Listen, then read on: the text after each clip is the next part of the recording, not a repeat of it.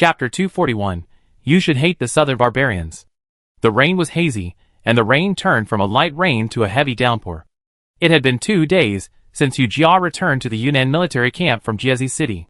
She had been reviewing the battle situation of the day. In fact, this was the only defeat except for the retreat in Jizhou City. What was the problem? This puzzled her. If the troops at that time were more than enough to ambush Musher's reinforcements, why did they fail?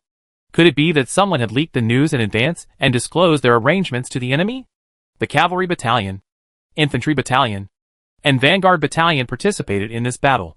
These are elite troops, and they were brought up by her and Lin Gongxuan. If someone betrayed the team, she would be the first to not believe it. But the forest is big. There are all kinds of birds, and you can't know a person's heart by knowing his face. In the evening, Lin Gongxuan summoned Yu Jia, and Yu Jia knew that Lin Gongxuan must have become suspicious. There was nothing wrong with the strategy at that time. Let's start with the details. Yu Jia nodded in agreement, then picked up the brush and started drawing on the paper. First, our strategy is to send out infantry first and block the enemy in the valley. Yu Jia quickly drew a circle and dotted 2 points as infantry. Lin Gongxuan's mouth twitched. What are you drawing? This is a simple sketch.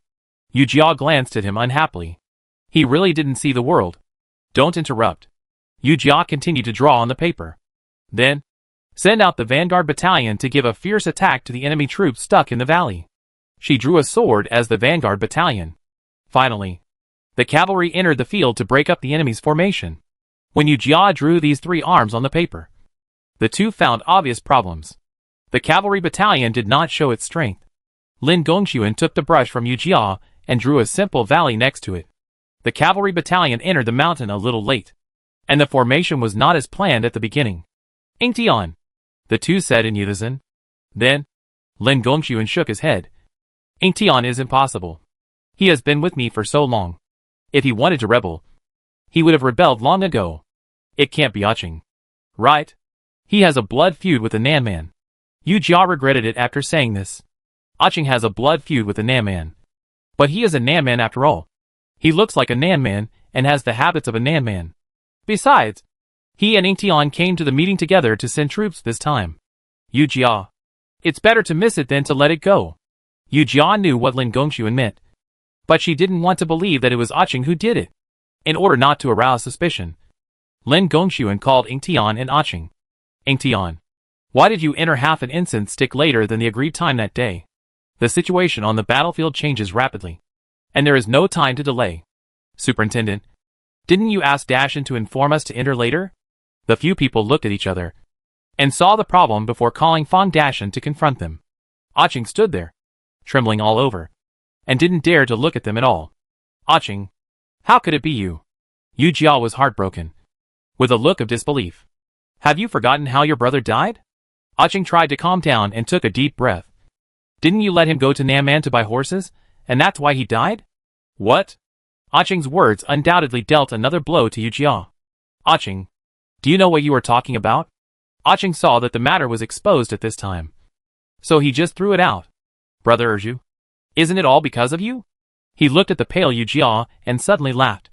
He kept laughing, but tears flowed from the corners of his eyes. Isn't it all because of you? My brother and I are fine. Although our life is hard, we are still alive. He lost his life to buy those war horses for you. Aching tried his best and roared, it's all because of you. Bang. Aching was punched in the face by Ingtian. You bastard. Ingtian was still not satisfied and wanted to continue to attack. But Yu Jia spoke indifferently. Ingtian, that's enough. Let him continue. Ingtian stopped his hand angrily and spat at Aching.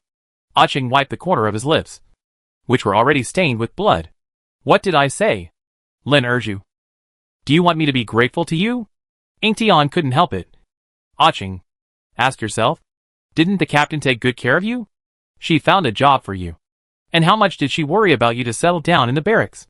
She ran to the cavalry camp all day long under the scorching sun, fearing that you would be wronged and bullied. You, Ah Chung, how can you repay kindness with enmity like this? Ah Chung was already lifeless at this time. Isn't it all her fault? No matter how much I make up for it, my brother still won't survive? Ing Tianchi was really suffocated and started punching with his bare hands. Ah Chung, You are right. Your brother did die because of me. Yu Jia tried hard to suppress his heart that seemed to be broken. But you shouldn't take the lives of the soldiers in the barracks to vent your anger. They are all living lives. How can you bear it? Ah Cheng's eyes were full of fierceness. And he wanted to skin Yu Jia to relieve his hatred. Human lives? Why didn't they treat me as human lives when they bullied me? When they insulted me? Why didn't they treat me as human life? Now they are dead. You treat them as human life. He smiled bitterly. Captain, you are really not targeting people but the matter. This made Yu Jia speechless. She had no words to refute. And she was powerless to refute. The strength in her body was drained away little by little. Yu Jia's hands and feet became weak. And her consciousness was dazed for a moment. You hate me. Why don't you seek revenge on me alone? Yu Jia was a little surprised. The two of them had met and been alone for such a long time. Why didn't Aching attack her? Ha ha ha. Aching's sinister laughter echoed in the tent, which made people shudder. Don't you treat your soldiers like brothers? Killing your brothers is like cutting out the flesh of your heart. Wouldn't it hurt you more? He was still a familiar person, so he knew her better. Of course, he also knew how to make Yu Jia more painful. Yu Jia took a deep breath and didn't want to face Aching again. She sat down on the chair and curled up. He felt heartache and headache. Aching, ask yourself, why did we buy war horses from the Nan Man? Lin Gongxuan really felt sorry for Yu Jia. So he asked Aching coldly, isn't it because the Nan Man took the initiative to attack the Great Zhou? And we resisted? If the Nan Man didn't start a war, we wouldn't increase the strength of the cavalry battalion. Then, there would be no talk of buying war horses. And your brother should still be alive. Lin Gongxuan saw that Aching looked dazed, as if he was really thinking about this possibility. And he continued, you should hate the Nan Man. Hate them for taking your brother's life. Chapter 242 I am ugly? Besides, your brother really died under the scimitar of the Nan Man. No matter how much you blame, you can't blame Lin Erju. Suddenly, Lin Gongxuan laughed. Or, you can't face the Nan Man. And you know you can't compete with the Nan Man. So you put all the faults on Lin Erju. People are just like this. Blame the Nan Man? Should I blame the Nan Man? Aching murmured to himself. Should I blame the Nan Man? Lin Gongxuan glanced at the weak Yu Jia, and then at the still nervous Aching, and lost his patience. He violated military regulations and was beaten to death. This was said to Yu Jia. Although Yu Jia was heartbroken, he could do nothing about it. If you make a mistake, you must accept the punishment. This war was ruined by such a small detail, and almost all the elite forces of the Yunnan military camp were lost. Superior, Aching may not have the courage to do this. It should be because of the instigation of the villain. Aching, do you have anything else to say? Aching shook his head. No one instigated me. I am a southern barbarian, and I will be a southern barbarian all my life. Even if you have done me a favor. How can I forget my roots? Yu Jia was furious. People have treated you like this. And you still side with the southern barbarians? You are such a jerk. There must be something hateful about pitiful people. Yu Jia waved her hand, indicating that she would no longer care about this matter. Afterwards, Lin Gongxuan called Fang Dashan and dragged Aching to the military camp martial arts arena for execution. I don't think this kid is a good person. It's a pity that our captain is so good to him. He is so good to him. But he still betrays our captain. He is really a piece of shit. Don't worry. Don't insult things. He doesn't even deserve things. Aching felt a dull pain in his back. One after another. Gradually felt numb. In a trance, he saw his brother's honest face again. However, this time his brother didn't smile. Aching, you are confused. Confused? He doesn't know if what he did is right or not. Someone told him that even if the Nan Man treats him badly, he is still a Nan Man. Even if the Great Zhou treats him well, he is still a Nan Man. After all, he is an outsider. How can an outsider integrate into the Great Zhou? These people treat him well just because they see his good riding and archery skills and want to use him. Originally, that person's plan was to let him steal the training array of the Great Zhou. But he didn't expect him to be exposed so quickly. In fact, it's better to be exposed, so he doesn't have to be so conflicted. Lin Erju is really good to him. But what's the use of being good? Don't they still want to use him? He didn't want to think anymore. He didn't have the energy to think anymore. His vision was slowly blurring, and the red ground had turned black. The soldier in front of him had also turned black. Brother, I'm so tired. Let's just leave it like that. Yu Jia looked at Chung on the martial arts field and closed his eyes lifelessly. And a hint of sweetness came out of his throat. Captain, don't look at it. It's his own fault. Ng Tian looked at the shaky Yu Jia. A little worried. Yu Jia waved his hand. Don't look at it. Don't look at it. Lin urged you. Yu Jia was turning around when he heard Lin Gongxuan calling him. To the top? Lin Gongxuan, who was still on the martial arts field just now, was in front of Yu Jia in the blink of an eye. Lin urged you. Do you think you are to blame for what happened to Cheng? Lin Gongxuan's face was full of mockery. Do you think that if you had discovered that Cheng's idea was wrong earlier, the tragedy could have been avoided? Do you think that if you had enlightened Cheng earlier, what happened today would not have happened? Seeing Yu Jia silent, Lin Gongxuan's heart was bleeding. Why are you so shameless? Lin Gongxuan said in an angry voice. Who do you think you are? Can you manage others for a lifetime? I don't realize why you like to meddle in other people's affairs so much. Yu Jia was confused by the series of questions. The top. She didn't know how to react. Yu Jia really thought so in her heart. Cheng's death today was all her fault. Knowing that Cheng was so introverted and timid, she should have realized that this young man had psychological problems. However, it could have been avoided because she missed the best opportunity. Lin urged you. Listen to me. Lin Gongxuan held Yu Jia's shoulders with both hands and said word by word. I'll tell you one last time. Except for yourself, the lives of others are none of your business. What happens to them is their own responsibility. Understand? Yu Jia felt the strength of Lin Gongxuan's hands, and she glanced at Lin Gongxuan's hands. Lin Gongxuan understood and let him go. Of course, you will be responsible for my life in the future, and you can forget about the lives of others. Ng Tian and Fang Dashan, who had just arrived, heard their superiors being so domineering, and looked up at the tents. Some looked at the soldiers outside. In short, I shouldn't be here. I should be there. What? Haven't you seen enough? Lin Gongxuan saw that the two of them were annoying, so he shouted to drive them away. Ng Tian and Fang Dashan quickly found a reason to leave the tent. They walked a long way and looked at each other. They patted their chests and panted. Ng Tian hesitated and finally said it. Now, both the superior and the captain are not hiding from the public. Are they so bold? Fang Dashan shook his head. I don't know. He knew exactly what kind of person Lin Gongxuan was. That was probably what he meant. He was a personal soldier of the superior and couldn't say it clearly. But the facts were right in front of him. It was really a headache. Lin Gongxuan slowly leaned towards Yu Jia, who was confused. Superior, what's wrong with you? Are you blinded? The atmosphere at this time was completely destroyed by Yu Jia's words.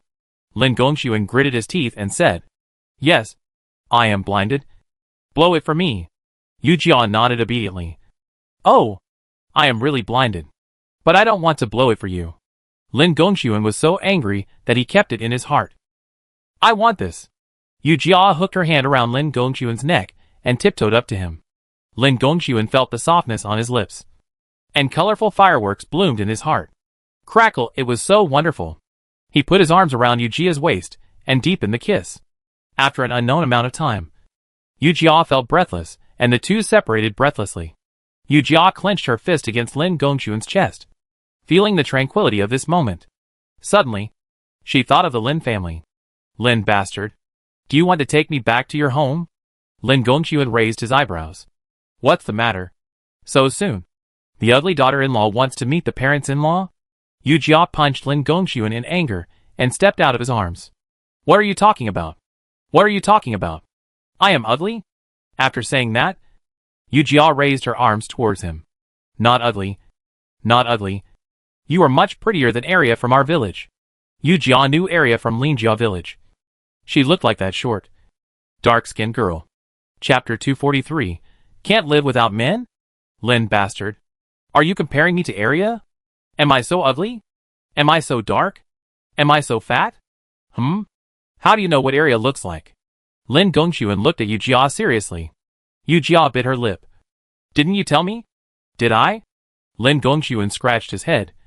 Why didn't he remember saying this? Of course not. Yu Jia saw that Lin Gongxuan was doubtful, and continued. You told me that although Arya didn't look good, she had a good life. She married a butcher from the next village. They loved each other, and gave birth to two big fat boys. Lin Gongxuan, calm down now. I told you she married the butcher next door? Yu Jia nodded. And gave birth to 2 big fat boys? Yu Jia nodded again. You forgot everything? Yu Jia. Who are you? Lin Gongxuan grabbed Yu Jia's collar. What's wrong? Why did you suddenly change your face? Yu Jia grabbed Lin Gongxuan's fingers, but couldn't move them. When I joined the army, Arya was not married. So how could she marry a butcher and give birth to 2 big fat boys? Oh no! Yu Jia knew that she had said something wrong. She must have been too shocked by Aching today and forgot for a while. When Lin Naden joined the army, Arya was indeed not married. Arya married a butcher in the 2nd year after Lin Gongxuan joined the army. And then she gave birth to 2 big fat boys. How to explain this? Yu Jia. You said you saw me when I was a child. You are not kidding me. Right? At this moment, Lin Gongxuan turned into Sherlock Holmes and Detective Conan. The wisdom in his eyes almost blinded Yu Jia's eyes. What to do? Yu Jia quickly thought of a countermeasure. And this was the only way. Yu Jia quickly pecked at the corner of Lin Gongxuan's lips. And her round eyes were aggrieved. Bad brother. Are you doubting me? I'm so sad. She pinched her throat, stretched her voice, and continued to speak like iron. Brother, how can you make me so sad? Lin Gongxuan got goosebumps all over his body, and his hair stood up. But he felt very happy, as if a feather was tickling his heart. No, no. I don't doubt you. Yu Jia continued. Then what do you mean? Mumu. Another time. Sweat broke out on Lin Gongxuan's forehead. When will you take me home to meet your parents? Lin Gongxuan's attention was diverted, and he instantly forgot about Yu Jia's identity. After this period of time, when the situation is completely stable, I will take you back to Lingjia village. Yu Jia was very happy in his heart. This was too exciting. I wonder what Lin Gongxuan's expression would be after he knew her identity. However, it's not the time to reveal her identity yet. She still has to use Lin Erju's identity to do things. Mu Shura has been very sad these days. He was determined to win this battle. But the sudden appearance of Ji Feng disrupted his plan. This was his comeback battle, and he still lost in the end. However, the leader of the Nanman Kingdom did not blame him, but took Mu Xiaoling as an opportunity. Mu Xiaoling had issued a military order, so he had to accept the punishment. Now, he was fined his salary and announced to the public that he was under house arrest. This time it's really not worth it. Mu Xiaoling gritted his teeth. I didn't succeed this time. I don't know when I will have such a good opportunity next time. As for Ayana, Mu Xiaoling set his sights on Mu Yinjin. Ayana was rich enough to rival a country. This was an ironclad fact. What if he became related to Ayana? She would be able to treat him with all her might. Besides, a man is not particular about small matters. As long as he can accomplish something, he does not care about his reputation. The next day, Mu Xiaoling came to visit. Ayana accepted Mu Xiaoling's visiting card and was very polite to him. General Mu. Great AO. Ayana regained her freedom and was no longer the princess of King Qin. I wonder why the general came to visit. Mu Xiaoling was a soldier and always acted directly, so Ayana knew him very well. Great AO. I heard that the princess is learning martial arts now. Ayan's expression was stern, and then returned to normal in an instant. General Mu is well informed, and he is really learning martial arts. Mu Xiaoling seemed not to hear the sarcasm, and was warm. I am not talented, but I have been in the army for so many years, and I still have some insights on martial arts.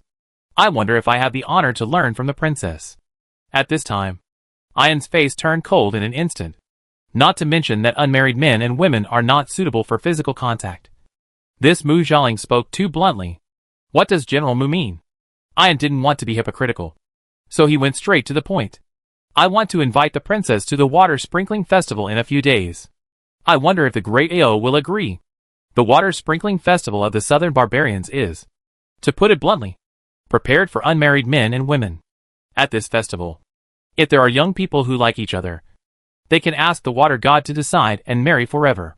Mu Xiaoling obviously came with a purpose to invite a yin, so a yin was naturally not happy. General, you don't know? The little girl is timid by nature. I'm afraid she can't adapt to such a lively occasion. This is an obvious rejection. The anger in Mu Xiaoling's heart squeaked, rised, and he wanted to burn the courtyard. Mother, I really want to go to the water sprinkling festival with the general. Mu Yinjin ran out jumping. with a lively and active image. This was completely different from what Ian said just now, that she was timid by nature. Mu Yinjin smiled and bowed to Mu Xiaoling. Then I'll have to trouble you. General. Mu Xiaoling didn't expect Mu Yinjin to be so tactful. So he lowered his voice and returned the greeting. My princess. You are so polite. Ian looked at the two people talking and laughing, and her nails wanted to sink into the fine Nama chair. After finally waiting for Mu Xiaoling to leave, Ian scolded Mu Yinjin with a bitter feeling. What are you thinking? Girl? He is a weasel paying New Year's greetings to a chicken. Mu Yinjin put away her innocent smile and said, while holding Iona's hand. How could Jinjin not know that he has other intentions? But what will happen if we refuse? Iona fell into deep thought. Jinjin, you have really grown up. But mother doesn't want you to be wronged. You should find someone you like to spend your life with. Mu Yinjin shook her head. If it were in the past, with the money and power of Nan Mandao and the power of King Qin, she could walk all over Nan Man. But now, Iona and Mu Liaoli are separated, and she chooses to follow Iona. In other words, although she is a princess, she has no one to rely on. Although Mu Xiaoling can't shake Iona's power on the surface, it is difficult to prevent hidden arrows. Mu Yinjin doesn't want Iona to worry about her anymore. Besides, if she can use the rest of her life to protect them and their mother and daughter for life, why not? It doesn't matter who you marry in this life. No matter how capable a woman is, doesn't she still have to rely on men to live? Chapter 244. Stealing People? Yu Jia received a letter from Mu Yinjin, which mentioned her daily life and that she would attend the water sprinkling festival in a few days. After reading the letter, Yu Jia burned the secret letter.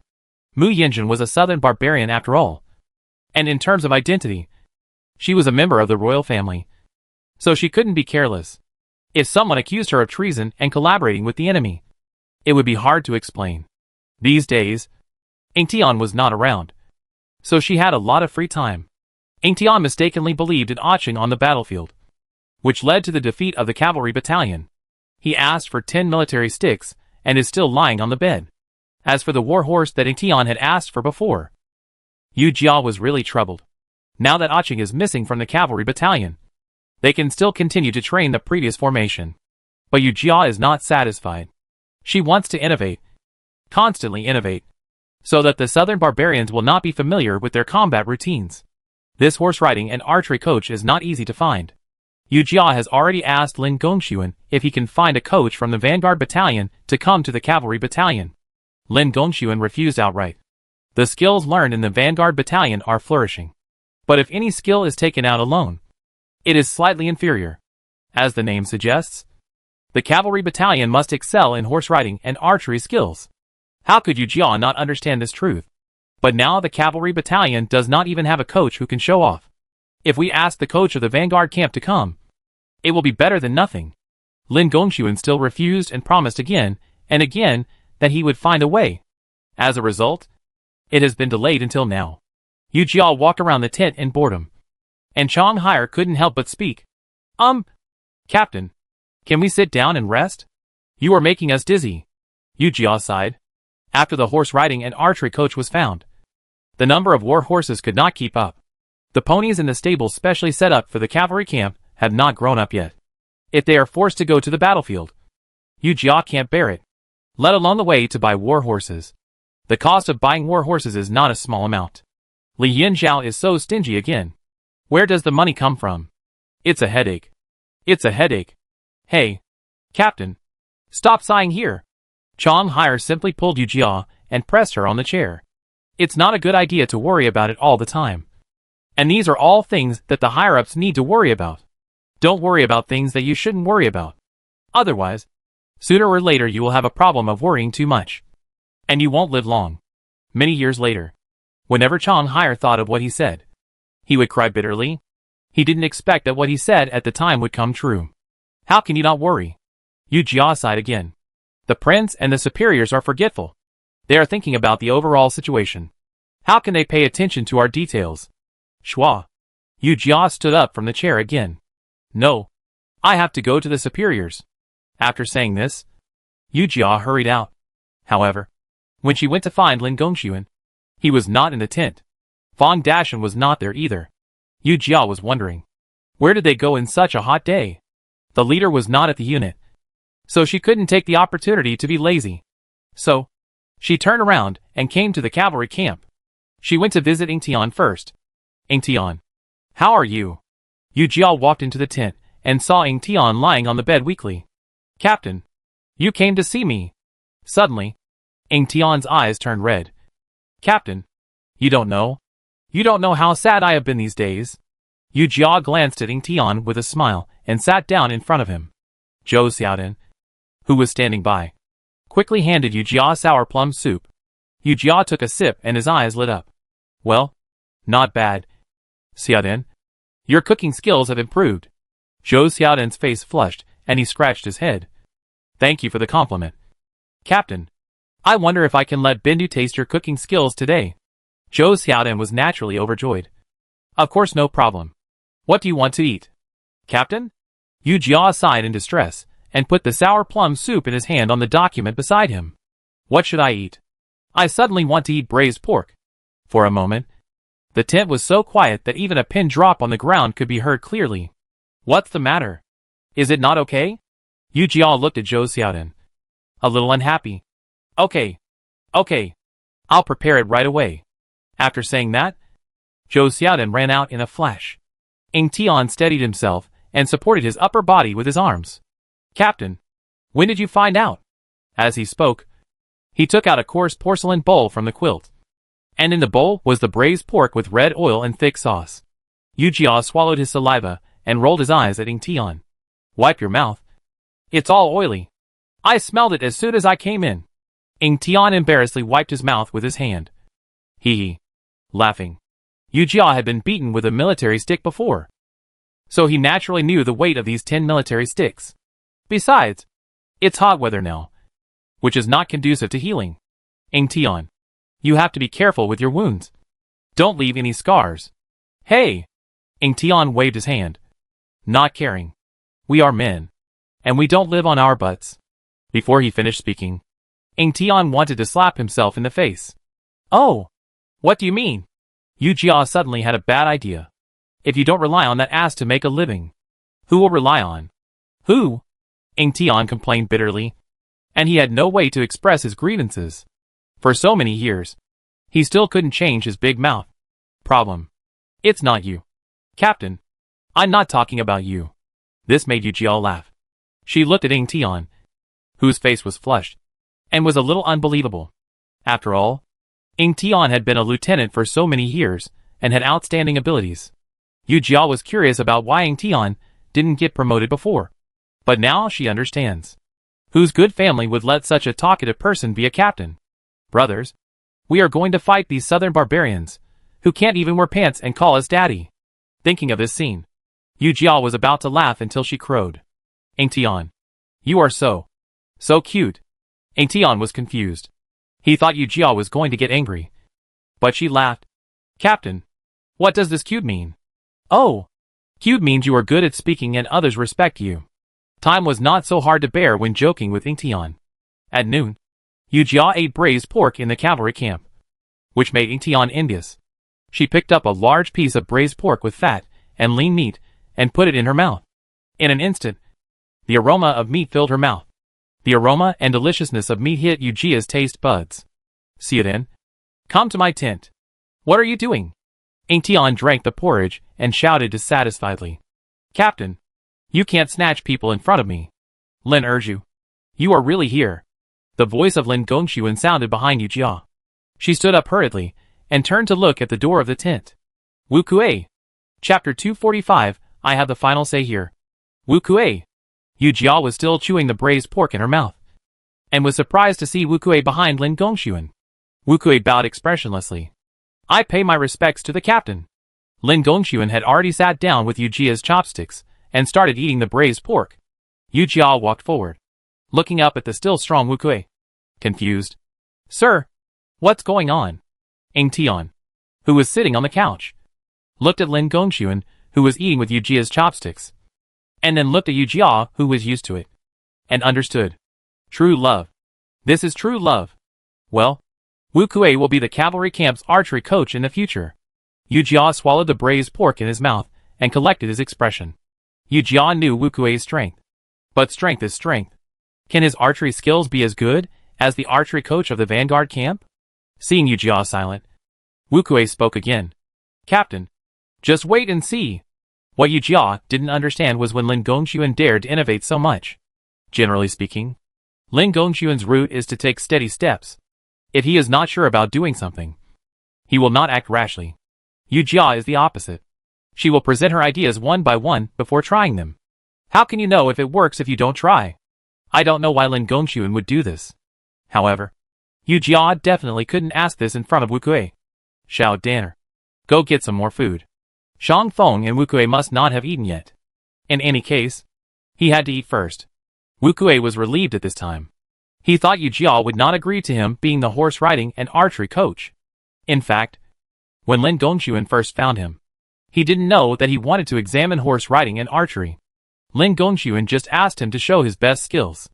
Speaking of this, he was best at boxing and kicking, although he always lost more than he won in duels with Lin Erju. When he finished demonstrating horse riding and archery, Lin Gongxuan said a few words to him and took him to find Lin Erju. After walking around and not seeing Lin Erju, he went straight to the cavalry camp. After dinner, Yu Jia asked Zhou Xiaodanner to arrange accommodation for Wu Kuei.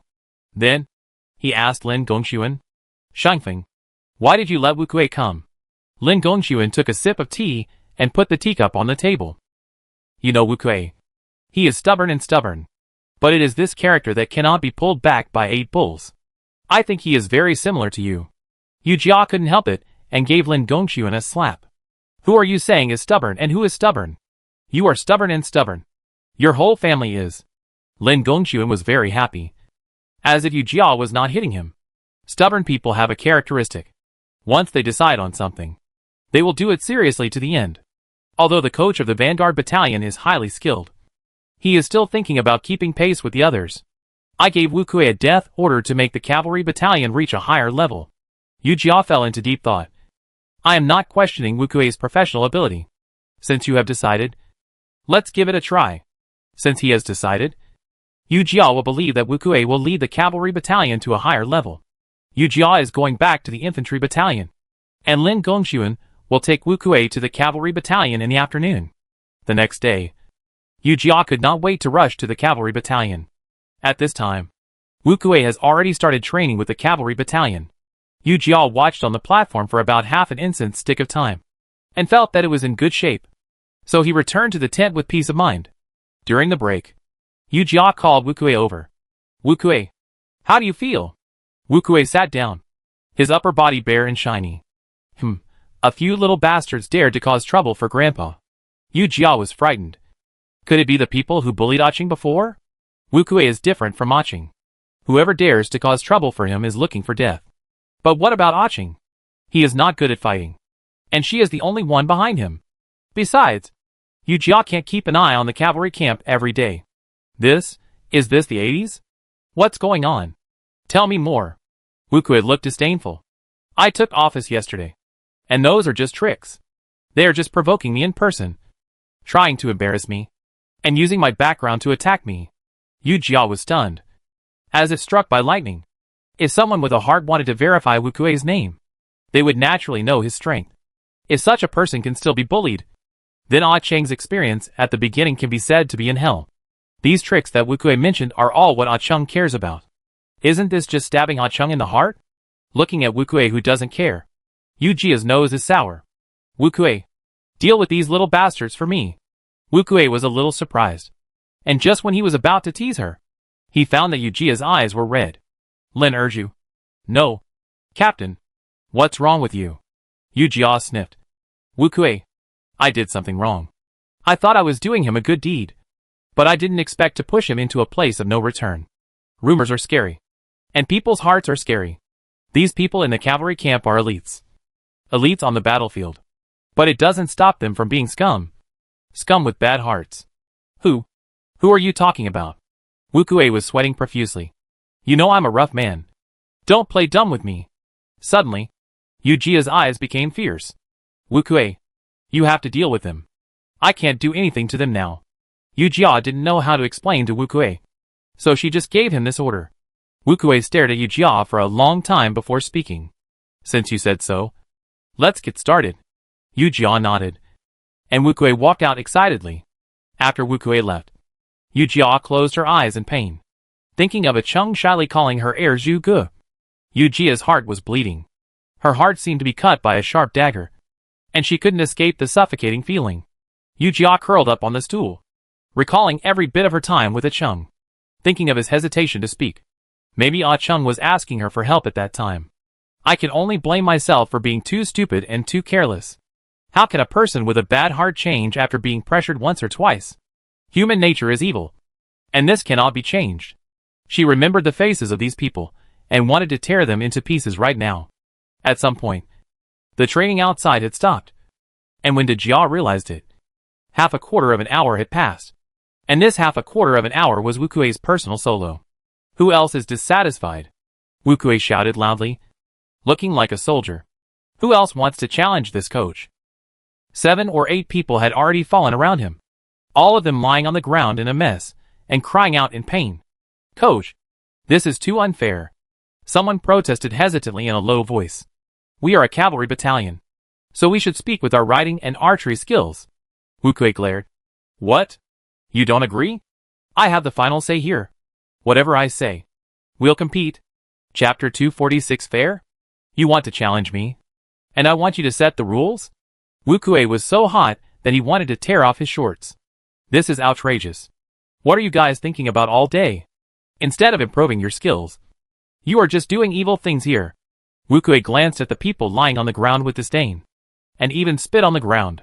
Cowards. Get up quickly. Are you guys trying to be lazy? Wukue stretched out his thick fingers. I'll count to 3. If you don't get up, run. 1, 2. The people on the ground struggled to get up crookedly, and the soldiers around them quickly helped them up. Start training, Wukue shouted, and turned to mount his horse. Yu Jia stood at the door of the tent, a little stunned. Don't mention it. Don't mention it. Wukue does look like a coach.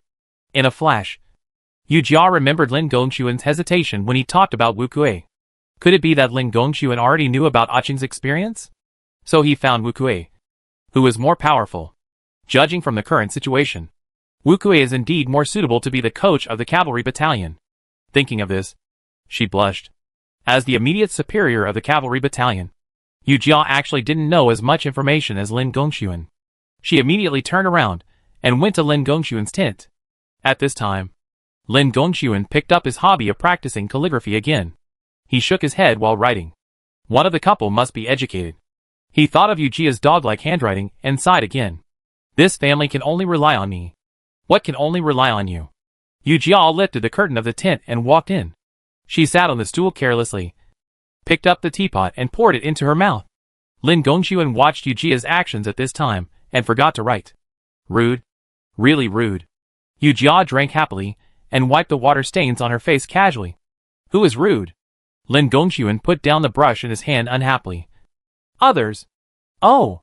Yu Jia burped and fanned herself with her hands. Superior. Have you known about the situation in the cavalry camp for a long time? Lin Gongxuan walked around the desk and came to the opposite side of Yu Jia. What do you mean? Yu Jia stopped and said seriously. Of course it's Cheng. Lin Gongxuan slowly picked up the teacup in front of him and took a sip. Then why don't you tell me? Yu Jia's tone was a little anxious. What? Lin Gongxuan put down the teacup. I told you that Cheng was bullied. What will you do after you know it? Yu Jia didn't say anything. She was thinking about the possibilities. Take him with you as a personal guard? Or think of other ways to protect him for life? Yu Jia was speechless. She really wanted to do this. Don't be silly. Yu Jia. Cheng is a person, not an object. He has his own thoughts. You can't imprison his thoughts. Things have come to this. Yu Jia. You should let it go. Yu Jia sniffed. So you let Wukue come? Lin Gongxuan did not deny it. Sometimes, evil people need evil people to grind. I can't touch them. What a pity. Yu Jia said hatefully. What's the matter? The captain has changed his nature now? Why don't you beat him? Why don't you kill him? Lin Gongxuan teased Yu Jia, and was overjoyed. Yu Jia rolled her eyes at him, and said unhappily, I am a general. They are soldiers. Soldiers should die on the battlefield. Why am I killing them all the time? Yu Jia said sullenly. If there is another war, they must die on the battlefield. They must kill a few more enemy soldiers before they die. If not, they really came to this world in vain. Lin Gongxuan chuckled. Then do as you say. If they kill the enemy, it's fine. But if they can't kill them, they can stay on the battlefield. After reaching an agreement, Yu Jia finally felt relieved. She tried not to think about the past and look forward to everything. Look at that big guy. His stupid appearance is really disgusting. There was a murmur in the crowd. Not too loud. Just enough for everyone around to hear. Suddenly, the crowd laughed. Wu Kuei turned around sinisterly and asked softly, "Who said that?" Of course, no one admitted it. Others looked gloating. Okay, since no one admits it, then everyone will be punished. Why? We didn't say it. Why should we be punished? Someone started to shout. As the saying goes, the law does not punish the masses. But Wu Kuei insisted on doing the opposite. You know this sentence is not good. But you let this person, who has evil intentions, say it. You are just as guilty as the person who said it. You didn't supervise properly. During the training, the coach's words were the imperial decree. They dared to refute, but they didn't dare to disobey. Coach, you are not fair. Fair? Wu Kuei laughed. You are talking to me about fairness? In the military camp, being strong is absolutely fair. Is the captain fair? Everyone was silent. That was too fair. If one word was wrong, Lin Erju could take action directly. Who could beat her? But what? Everyone was delighted. This person has ulterior motives. And he made a mistake and wanted to implicate you. I can't bear to punish you. If you give this man up, the rest of us can be spared. Everyone looked at each other, knowing the person who was speaking, and dared not say a word. Oh, don't say it? Then get off the horse. No other training today. Run 10 laps around the cavalry camp. Everyone complained, and some people started to curse in a low voice. Of course, they cursed the talkative person. This happened more and more, and the soldiers began to resist. When someone mocked openly and secretly, other voices appeared in the team. Who is this? You are so cowardly. Just admit it. That's right. You make us suffer again and again. You feel good, right? Wu Kuei curled his lips and smiled. It was that simple. First build up the hatred of everyone, and then let them fight each other. Wouldn't it be fun? Okay. Stop quibbling. I said here. My rules are the rules. If anyone complains, then everyone will be punished. Coach, you are too cruel. Someone else has an opinion. Oh, I am cruel? Then go ask the captain if I am cruel? Who dares to ask? Who dares to complain? No. I just made a mistake. Then stop talking nonsense and start. Wu Kuei simply doesn't want to pay attention to these people. What the hell? This is all the leftovers from the old days. In the evening, Yu Jia heard Go Sheng say that the cavalry camp was in chaos. What kind of chaos? Yu Jia was not worried about Wu Kuei. I heard that they had a group fight. Swish. Yu Jia got off the couch. It's outrageous. Chapter 247 Uniform. When Yu Jia arrived at the cavalry camp, he found Ing Tian there, but he was still lying on the couch, scolding them angrily. You little bastards. Are you really rebellious? Why? You take advantage of my injury to stir up trouble. You bastards. I will beat you up sooner or later. As soon as Ing Tian finished speaking, Yu Jia walked into the tent. The two looked at each other, and suddenly, Ing Tian's face flushed. Whatever he said was wrong with his broken mouth. Everyone present knew that Lin Erju was injured there. Normally, he didn't dare to mention such words in front of her. But now, everyone heard it.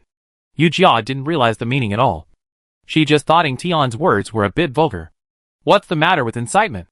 It's not that serious. She sat next to Ing Tian and found that the dozen people kneeling in front of her had different complexions under their bruised faces. What's wrong? What's wrong with what she said? Or is there something wrong with what Ing Tian said? Yu Jia saw a few familiar soldiers. Who were the ones who had tripped a Chung up?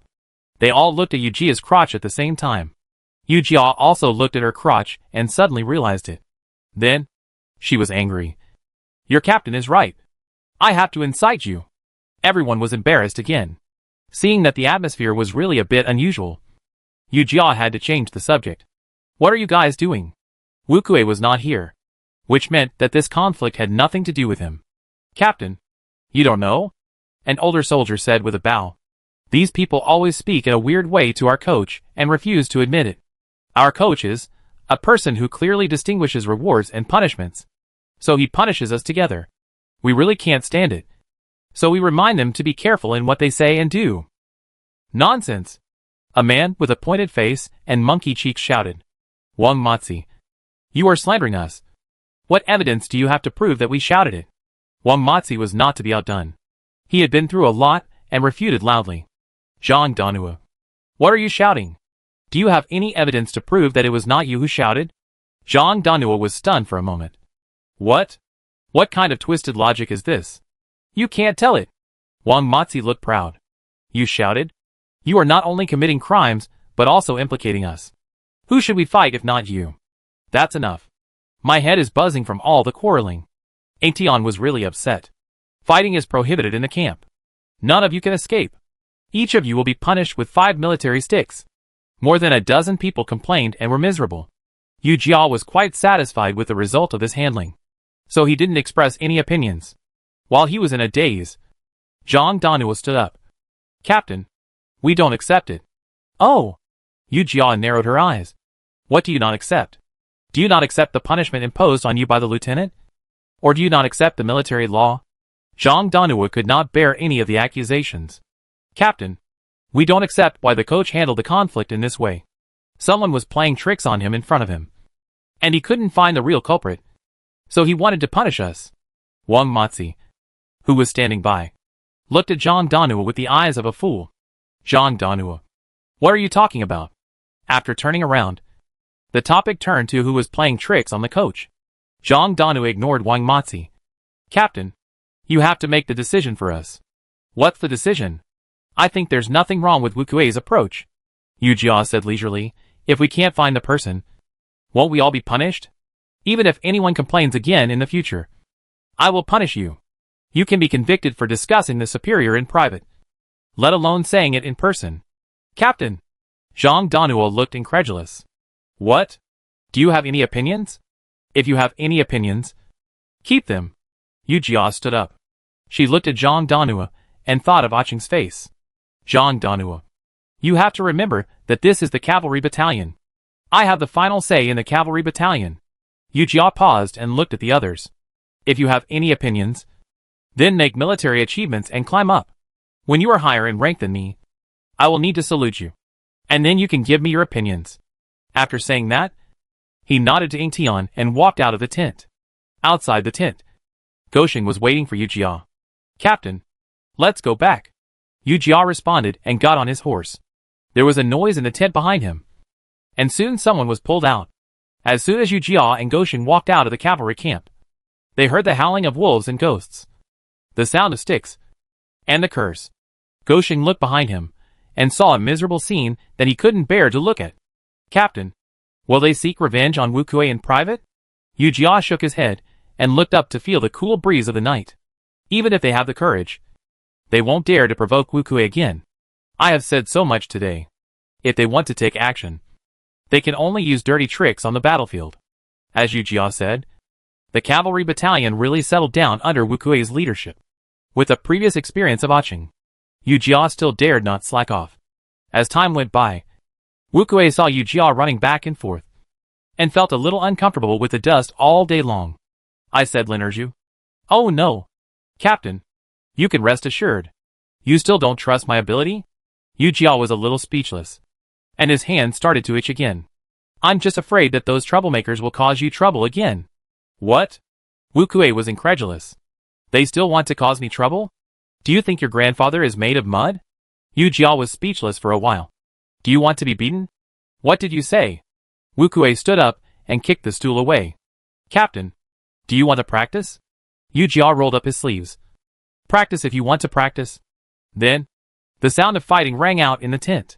Gosheng, who was standing outside the tent, was used to it. When he saw a soldier curiously poking his head out, he frowned and scolded him. What are you looking at? What's so good about it? The soldiers hurriedly dispersed and began to speculate. Could it be that the captain sympathized with our miserable situation and wanted the coach to treat us better? Then the coach was unwilling and fought with the captain. Few people from the vanguard camp came into the cavalry camp. And even if they did, they were small leaders. Or before Yu Jia entered the vanguard camp. People who didn't know the situation thought that Yu Jia and Wu Kui really had a conflict. Others didn't know. But Ying Tian knew. Don't let them be alone when the captain comes again in the future. You guys should be quick. If you see that the situation is not right, quickly put away the tables, chairs, benches, and those fragile teapots and teacups. You don't know how difficult it is to get military supplies these days. Ying Tian had a headache when he thought of this. After the captain and Wu Kui practiced, they patted their butts and left. Which made me suffer. It's really sad to hear it. And it makes people cry. Chapter 248. A fight broke out. The situation in the Yunnan military camp became stable. And Li Yanxiao decided to leave after noon. These days, he was busy with military affairs. So he did not find Ian to express his feelings. However, he thought that this matter was easy to achieve and did not require much effort. Which woman in the world does not like wealth and glory? He is the prince of the great Zhou, with a noble status. Which woman would not accept him? Prince, are we going to leave? At this time, Ian came to find Li Yanxiao. The girl had bright eyebrows and white teeth, which was particularly attractive. Her waist was not even as thin as a hand, which made Li Yanxiao a little distracted. Well, go and say goodbye to Lin Erju. We'll leave after lunch. Ian hesitated. Erju was so busy that they hadn't had a good chat yet. Then I'll go find Erju now. Ian came to Yujia's tent. And sure enough, she was nowhere to be found. Chang Hai was the only one in the tent. So Ian handed the ointment to Chang Hai. This is the ointment I gave to Erju. Apply it on your face in summer to prevent sunburn. Chang Hai took the porcelain box and played with it back and forth. Miss Ian, you're so thoughtful. Our captain must be very happy to receive such a treasure. Happy? I hope so. Ian's lips were a little bitter. You keep it. I'll come back later. Miss Ian, go to the infantry camp. The captain should be there. Ian thought. I don't know when Erju will come back. So it's okay for him to go find her. When Ian arrived at the infantry camp, the sun was a little dazzling. She saw Yu Jia standing in the training ground from a distance. Turn around. Yu Jia saw her and stopped what he was doing. The two looked at each other from a distance, separated by several soldiers, and it seemed like they were separated by thousands of mountains and rivers. But they finally smiled at each other. Yu Jia put away the spear in his hand and walked towards Ian. Ian, it feels like we haven't seen each other for a long time. Ian felt a little sour in her heart. It's been a long time since we last met. Yu Jia pulled her arm. Let's go to the tent. It's too sunny outside. You have such fair and tender skin. What if you get sunburned? The two of them went to the tent, and it was indeed cool. What about you? Erju, aren't you tired? Yu Jia's action of pouring water paused. Why should I be tired? She continued to pour water. And when the water was full, she put the teapot on the table. How can I be tired for the sake of justice in my heart? Ian laughed. Erju, you seem to have changed a little. Yu Jia was puzzled. Changed? More heroic? Ian couldn't hold it anymore and laughed out loud. No. Your thoughts seem to have changed. Yu Jia did not deny this statement. People will change. They looked at each other in silence. There was indeed a rift between the two. By the way, I heard that the prince decided to leave at noon. Yu Jia was just making small talk. We will leave after noon. Ian raised her eyes. Erju, I don't know when we will see each other again. There is no need to force a gathering when interests have dissipated. However, considering the friendship of Ian's mother, she still asked, Ian, do you really want to follow the prince back to Nantung military camp? Just follow him like this? Ian was a little puzzled. I am a female doctor in Nantung military camp. If the prince returns to Nantung military camp, I will go back. Then do you still want to carry out the previous plan? Yu Jia lowered her eyes to hide her emotions. Do you still want to do this? Her tone was full of doubts. Which was just a simple question. It went very smoothly. But don't worry. I didn't hurt any innocent people. A Yin hurriedly explained. Erju, I always remember what you said. Yu Jia felt a moment of bitterness in her nose. A Yin, I'm not against your revenge. As long as you remember, don't hurt any innocent people. Otherwise, your life will be difficult. Yu Jia picked up the teacup, and many people flashed before her eyes, and finally turned into a sigh. Don't worry, Yin assured again. Apart from that, the two had nothing else to say. Seeing that the atmosphere was really awkward, Ian said goodbye and left. Li Yanjiao and Ian set off on their way home, and Lin Gongxuan went to see them off. Yu Jia followed the cavalry battalion to the wild. This training was proposed by Wu Kuei. Fighting is not limited to the martial arts field and the parade ground. Whenever you meet the enemy, you must fight. Not sticking to a specific environment. You can act according to the situation. Yu Jia did not participate in the training, mainly to prevent emergencies. Moreover, this time, she wanted to see if the danger she expected would occur. After Wu Kuei divided the training team, he personally patrolled the mountains all the time. Yu Jia was happy and comfortable, taking Go Sheng and Chang Hire on horseback to stroll in the mountains. Chang Hire, you are familiar with the mountains, so tell me whether this terrain gives us an advantage in actual combat? The three of them naturally spoke freely. Captain, in my opinion, our advantages still have a lot of room for improvement. Although Yu Jia felt a little disappointed, Chang Hire was telling the truth. Well, you are right. Then tell me, how can we improve? Chang Hire tilted his head, and his delicate features wrinkled into a ball. Captain, aren't you making things difficult for me? If I knew this way to improve, would I still be a little soldier under you? What's wrong with a soldier? Yu Jia didn't like what he said. You two are my personal soldiers, and you are the best personal soldiers. Chang Hire and Go Sheng were moved to tears, but they didn't dare to move at all when Yu Jia said the next thing. I am the best commander. Aren't you the best personal soldiers? If there were other people present, Yu Jia would have to be punished for his shameless crime. Hey, Captain, we know you are powerful, but don't be so high profile. Go Sheng looked around in panic. This action made Yu Jia laugh, and she laughed. Time slipped away like quicksand between fingers, and nothing happened during the training. The troops were called back, but Wu Kuei was not seen during the gathering. Yu Jia had a bad feeling in her heart. She looked for Zhang Danua, but he was gone. Go Sheng, Chang Hire, you and Zhou scouted or organized the soldiers to return to the camp. I will go to find Wu Kuei and the others. Captain, we will go with you. Go Sheng rode his horse to catch up. Yu Jia stopped him. You need a lot of manpower here. Listen to me. Then, Yu Jia slapped Xiao Bai with her hand and led a team of soldiers to gallop away. It was getting dark at this time, and the mountain road was not easy to walk. Where did you go? Wu Kuei, you must not get into trouble. Yu Jia searched along today's route, but did not find Wu Kuei. The soldiers around him shouted coach. Yu Jia's heart gradually grew colder. If they wanted to fight, they would not do it on the common mountain road. Yu Jia got off the horse and walked towards the narrow path. The shouting was getting farther and farther away, and the mountain road was getting harder and harder to walk. Suddenly, a small scream caught Yu Jia's attention. She hurriedly followed the sound.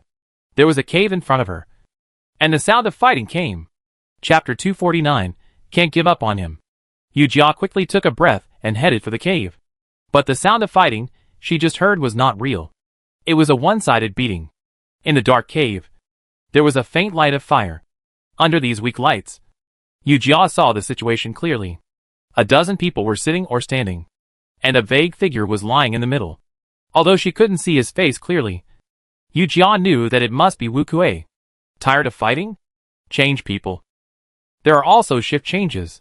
Yu Jia was furious, and her annoyance hit her head. She quickly analyzed the situation in front of her. With Wu Kuei's skills, it was more than enough to deal with these little bastards. Why was she pressed to the ground? She must have fallen into a trap set by several people. Now, she not only had to rescue Wu Kuei safely, but also had to deal with these bastards, which must be difficult. There were muffled sounds and beating sounds in the cave again, and Yu Jia could no longer hold back and hurried forward. Stop! Several people stopped and looked at Yu Jia. Yu Jia stood with her hands behind her back, showing a heroic spirit and courage that did not belong to a woman. What's the matter? Why are you not returning to the team when the time comes? What are you delaying here? She shouted to the outside. Go Sheng. Everyone is here. Zhang Danua saw that the situation was not right, so he winked at the short man next to him.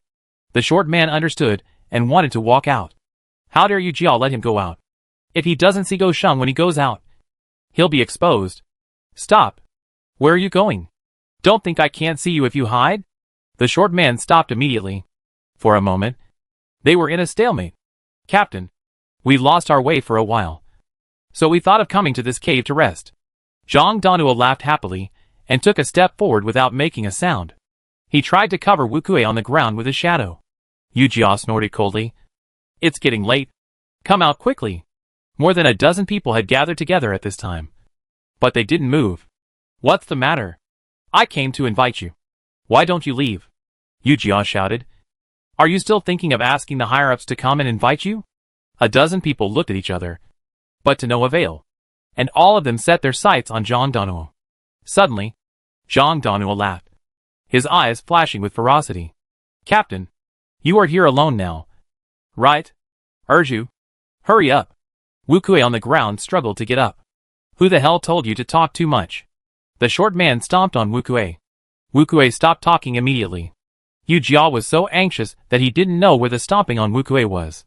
What? Do you want to rebel? No. Captain, we don't want to rebel. Some cowards have already begun to show weakness. Get lost. What are you afraid of? Zhang Danua stopped several people and turned to Yu Jia. Captain, we guessed right. Right? You came alone. Yu Jia was sure that she was alone. Yu Jia didn't waste any words, and immediately jumped up and attacked the nearest people. She had just found a 2-finger-thick wooden stick on the road. She used it as a hiking stick, but now it was just right for beating dogs. Yu Jia held the dog-beating stick and her murderous aura surged out of her body. She knocked down 5 or 6 people in a breath. The rest of the people reacted and attacked Yu Jia together. She was right in her prediction. When these people confirmed that she came alone, they had already had the intention to kill her. Since that was the case, Yu Jia had no more scruples. Yu Jia raised his stick and tried to hit the target with one strike, not giving them a chance to get up again. Zhang Danua looked at the lively Yu Jia in front of him and murmured, Crazy. This is a fucking madman. He wanted to retreat. But where to retreat? Besides, even if he escaped today, wouldn't he still be a deserter? The punishment for deserters in the Great Zhou was very harsh, and the punishment for them escaping was more severe than that for the prisoner who escaped from prison.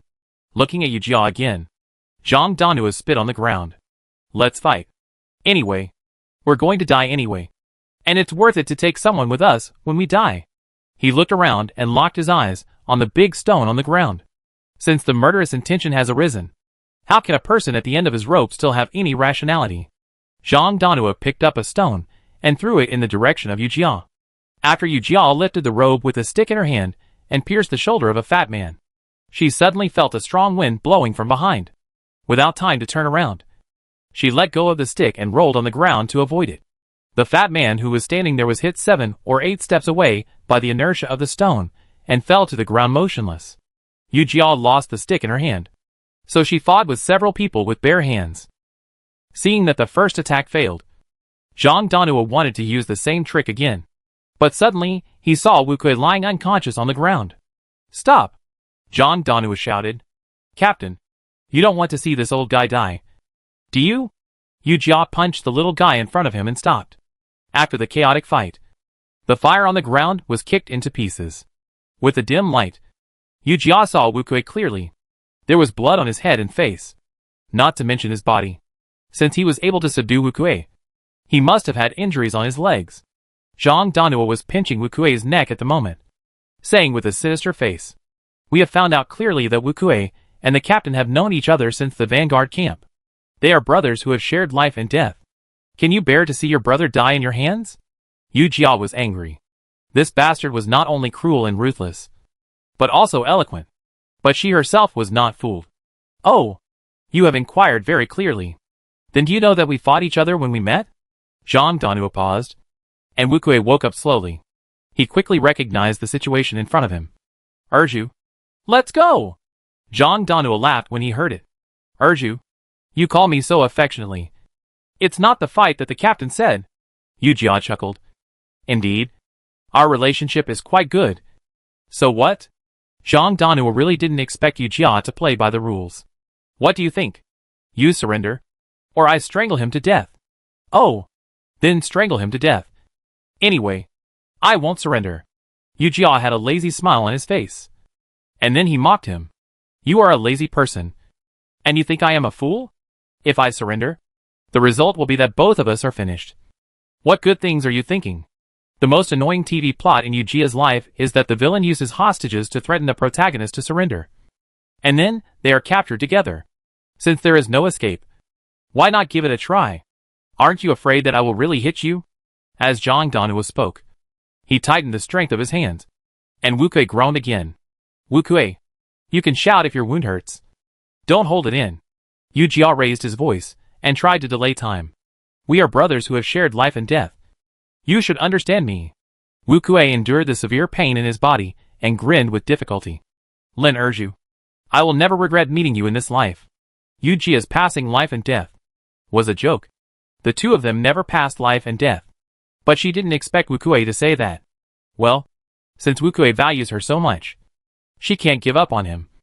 Right? Chapter 250. Collaboration with the enemy and treason? There were only 7 people left standing. And Yu Jia secretly moved his joints, preparing to kill them all. Suddenly, there was a noise outside. And someone tentatively spoke. Captain, where are you? Yu Jia was overjoyed and relaxed. I'm here. You guys hurry down. The few people left standing were like hedgehogs with their hair standing on end. Restless. Brother Danao. What should we do? Someone is coming. Zhang Danao was confused. Let go of Wu Kui and stood up. Don't make a fuss. I got it. At this moment, Wu Kui was like a demon, with bloodshot eyes. We're going to die anyway. Let's do something big. Brothers, come on. Zhang Danao led the remaining few people and rushed towards Yu Jia. Erzu.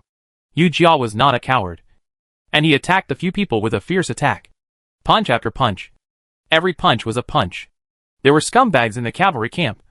But there were no cowards. They were agile and determined. And Yu Jia was really unable to resist for a while. 2 fists could not beat 4 hands. And Yu Jia gradually lost. Here. The reinforcements arrived at this moment, and rushed forward to subdue the few people. Yu Jia stopped, rubbed his stomach that was hit by a punch, and rushed to Wu Kui on the ground. Wu Kui, how are you? Wu Kui sighed, and lay on the ground with peace of mind. I'm fine. Fine? How can you be so ugly? Wu Kui, who looked like an ugly man, didn't dare to refute and could only keep quiet. Seeing Wu Kui silent, Yu Jia stopped scolding him. Where do you feel pain? Wu Kui closed his eyes with despair. It hurts everywhere. Yu Jia. It was late at night when they finished dealing with a dozen people and carried Wu Kui down the mountain. Zhang Danhua and others were locked up and will be tried again tomorrow. Wu Kui's injuries were quite serious, and old Wu worked until the early morning to bandage Wu Kui's whole body. The next morning, Yu Jia summoned Zhang Danhua and others. Tell me, what happened? Zhang Danhua hung his head. His face was bruised and swollen, and it was hard to tell what his expression was. After they came back yesterday, they were disgusted, and now, they really didn't have the energy to talk anymore. Don't tell? If you don't tell, you will be treated as traitors. Not only will you die, but your family will also be implicated. Speaking of family, some people's attitudes gradually loosened. Captain, let's talk. Let's talk. It's Zhang Danhua. What's wrong with me? Zhang Danhua shouted. Captain, we killed Wu Kui because we caught him sending a message to the enemy. The others immediately understood and followed suit. That's right. I saw Wu Kui sneaking into the cave, so we wanted to subdue them. We also saw a secret letter in Wu Kui's hand. But he was guilty and stuffed it into his mouth and swallowed it in a hurry. At first, it was reasonable, but it became more and more outrageous in the end. Yu Jia frowned more and more, and seeing that they were really going too far, he waved his hands impatiently.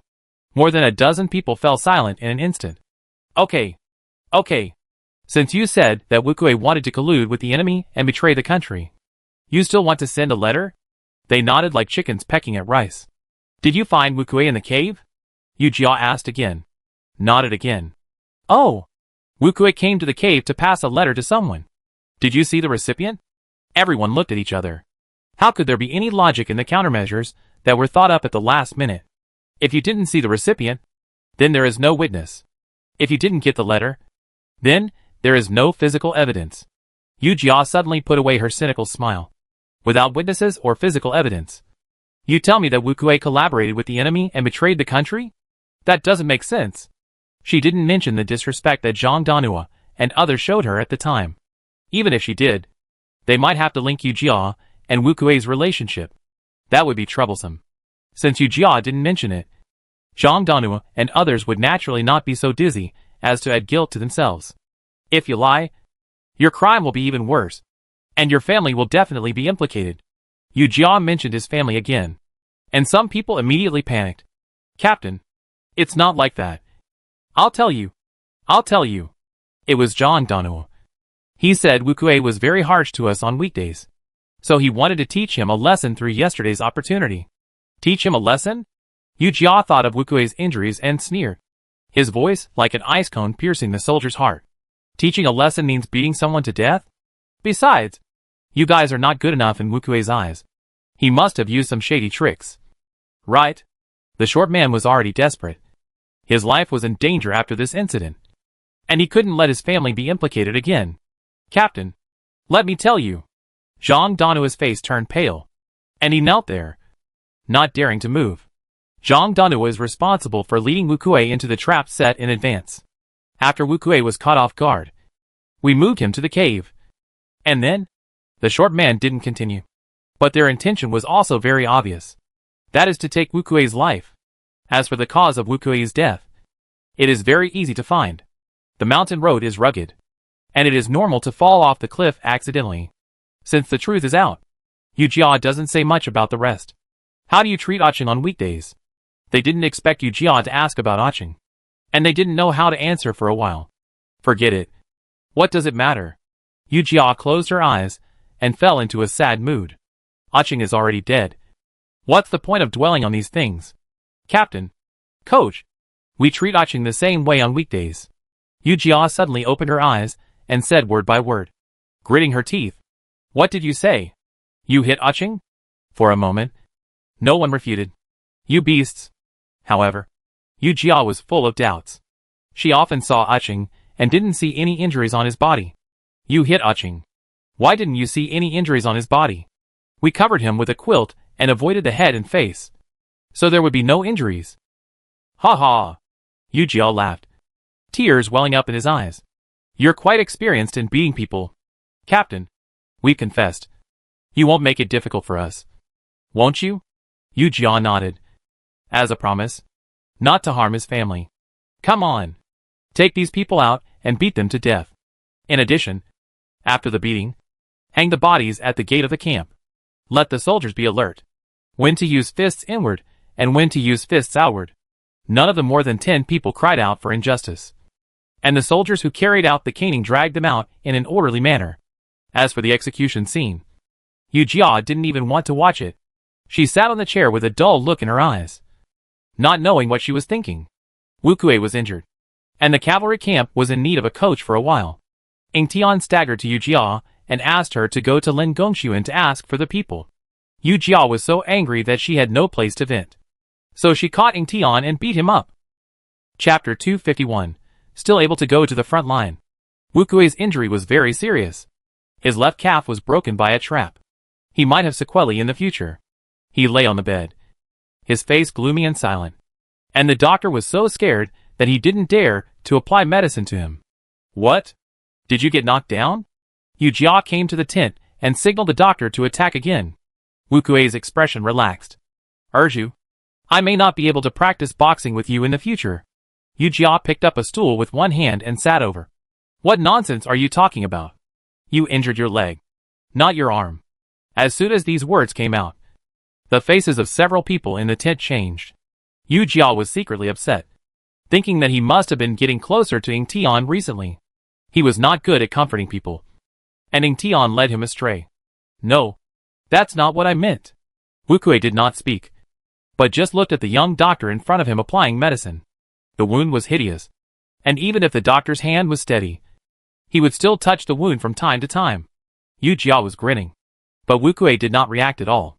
Zhu, let me leave the camp after the wound is healed. What? Yu Jia thought he had heard it wrong. What do you want to do? Wu Kuei sighed, causing the doctor's hand to tremble again. You also know that anyone with a disability can no longer stay in the vanguard camp and the cavalry camp. Yu Jia understood what Wu Kuei meant. If he could not stay in these elite troops, it would be the greatest insult to Wu Kuei according to his character. Wu Kuei, why did you join the army? Wu Kuei thought seriously. Wasn't his original idea to improve his martial arts and serve the great Zhou? No longer in the vanguard camp and the cavalry camp.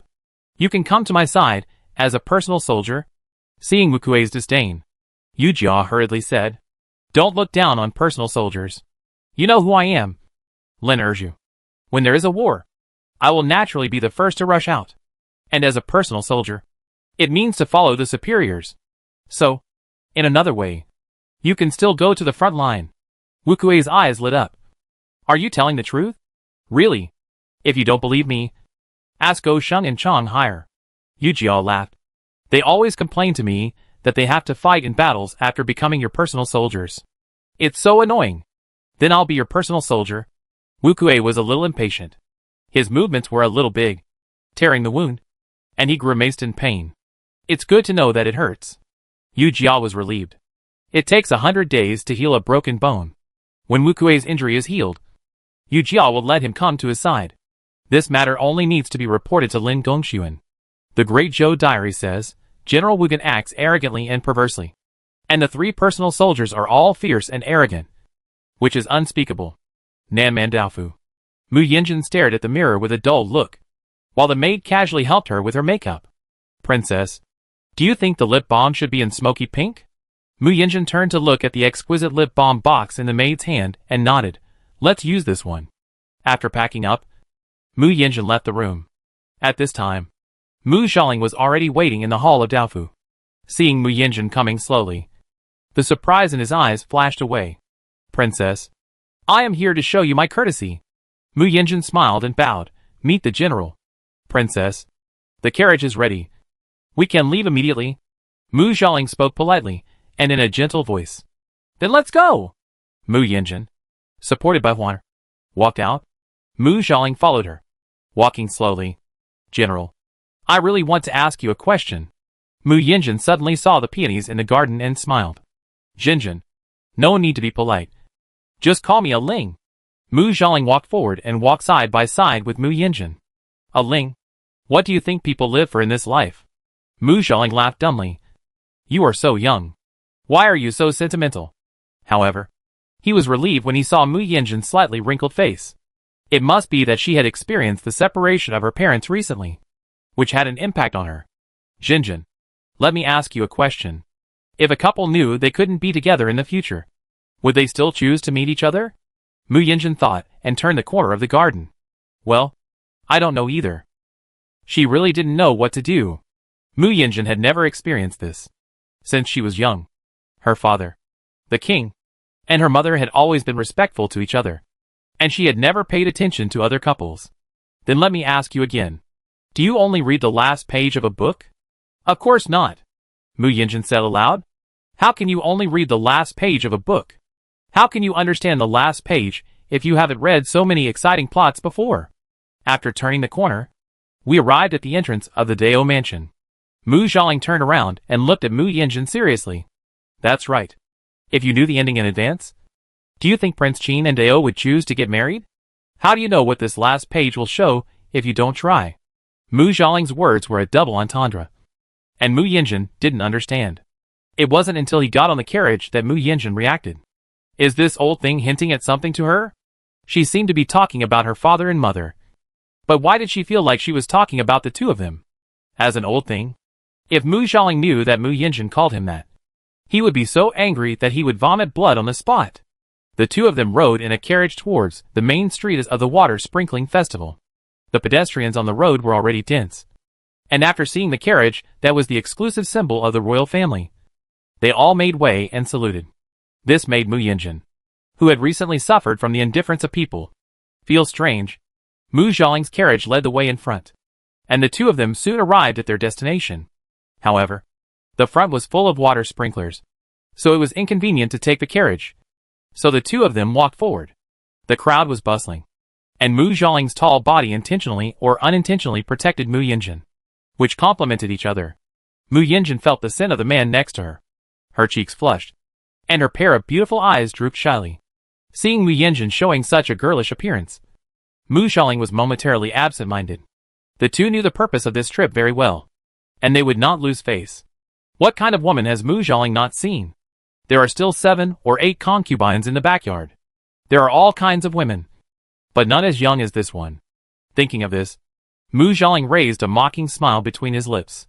What if it is acting? Who can't act? Who doesn't wear a mask on their face in life?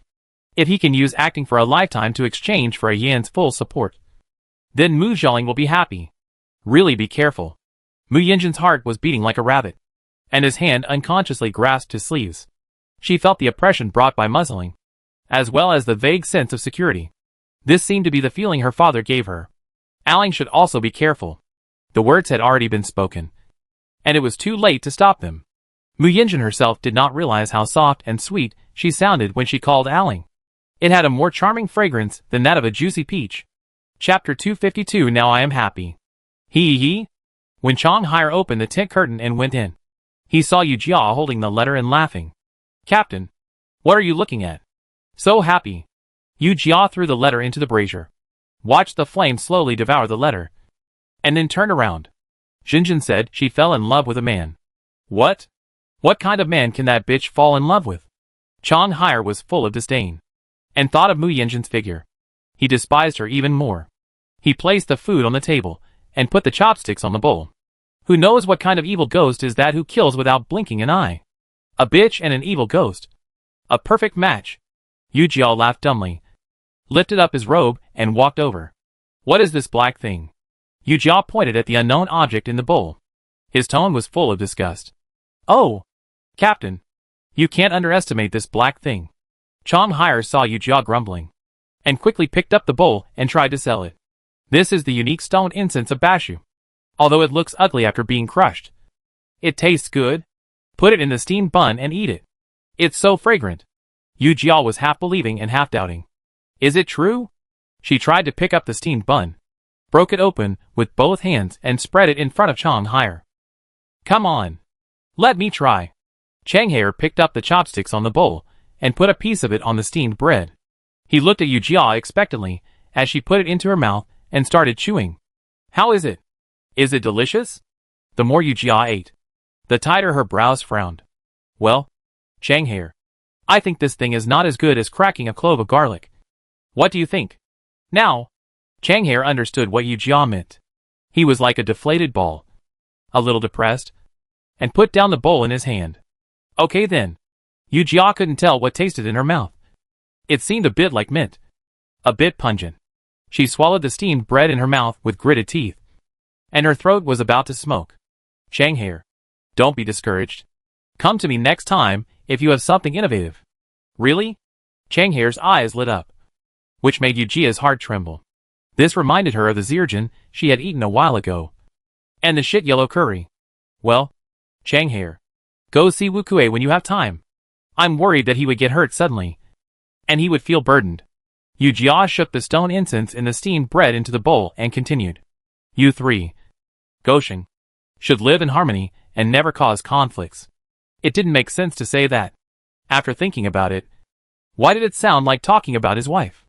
What Yu Jia didn't know was that the news that she wanted to appoint Wu Kue as a personal soldier had spread in the military camp.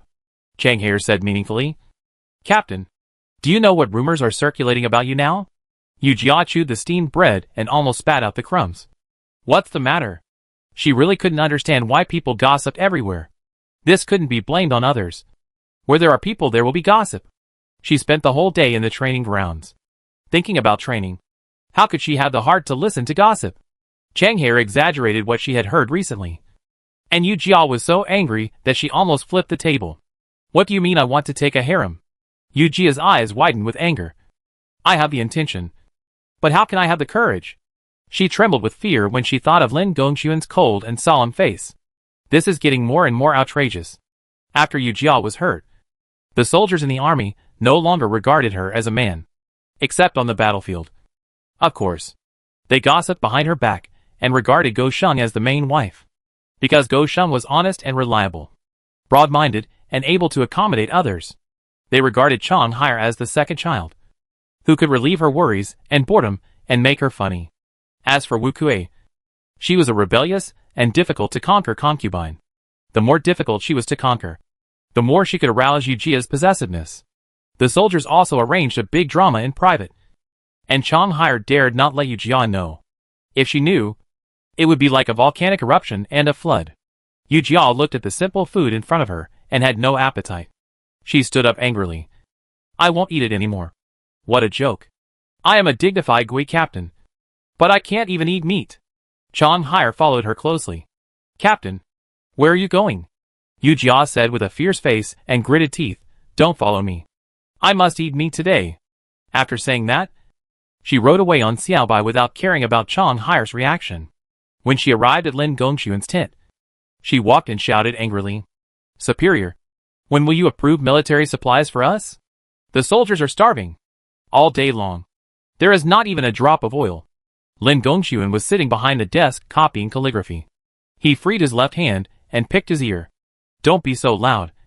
I'm not hard of hearing. Yu Jia walked forward unhappily, looking at the still dog-crawling handwriting, with a mocking look. Hey, superior, why haven't you made any progress? Lin Gongxuan's hand trembled, and the ink stains dripped on the paper, which made him feel distressed. Look at you. When can you change your reckless temper? Yu Jia was full of anger in her tent, and she had to endure Lin Gongxuan's scolding after coming here. So she was furious. What do you mean? Are you annoyed with me now? Lin Gongxuan looked at her unhappily. What was going on? That's right. There are so many handsome guys in the camp. Who is not better than a rough guy like me? Fang Dashan, who brought in the tea, trembled and almost dropped the teacup. He quickly suppressed the excitement in his eyes, held his breath, and listened with his ears perked up. This is first-hand information, and he can show off to Chang Hai later. Yu Jia continued as if he didn't see Fang Dashan. I know you despise me, but you shouldn't treat the soldiers in my camp harshly. Yu Jia's nonsense completely confused Lin Gongxuan. When did I treat the soldiers harshly? He put the brush on the pen holder and looked at Yu Jia impatiently. What good things do you have that are not first class? Yu Jia choked. It's true, but she couldn't admit it. Then why can't I afford meat? Lin Gongxuan's face changed, and even Fang Dashan noticed the unusual atmosphere in the air. He slowed down his movements and tried to reduce his presence. Yu Jia was obviously aware of this atmosphere, and she hesitated. What's wrong? This involved the power in the court, and Lin Gongxuan was really troubled. You just need to know that the things on your side are top-notch. It's not because I like you. It's really that you have elite troops. Yo. Fang Dashan, who hadn't walked out of the tent, smiled like an ant. The superior said like. Yu Jia was shocked. What nonsense are you talking about? Although he said so, his heart was still bubbling like fermented rice wine. Lin Gongxuan looked at Yu Jia's shyness, and his heart was also very sweet. Are you happy now? Yu Jia pouted. Well, it's okay. Chapter 253 Gauze Clothes. But, sir, what should we do when we are so poor? Yu Jia spread his hands helplessly. It doesn't matter if I don't eat meat. But how can these soldiers have the energy to train without meat? I heard that the wife of Liang Qifan in Bashu Prefecture is about to give birth. I wonder if the prince will attend the baby's 100-day banquet. Lin Gongxuan meant something, so Yu Jia followed his words. Of course he will go. They are so close. How can the prince be absent from such an important occasion? But, Yu Jia rubbed his chin with his hand. But the prince can't go empty-handed. That's right. Lin Gongxuan nodded in agreement. We have to prepare some small gifts for the children. Yu Jia frowned. How can we only prepare some small gifts? We have to prepare big gifts for such an important occasion. And Liangdu Mansion has to give some gifts in return. As the two talked, they had already determined who would aid the army.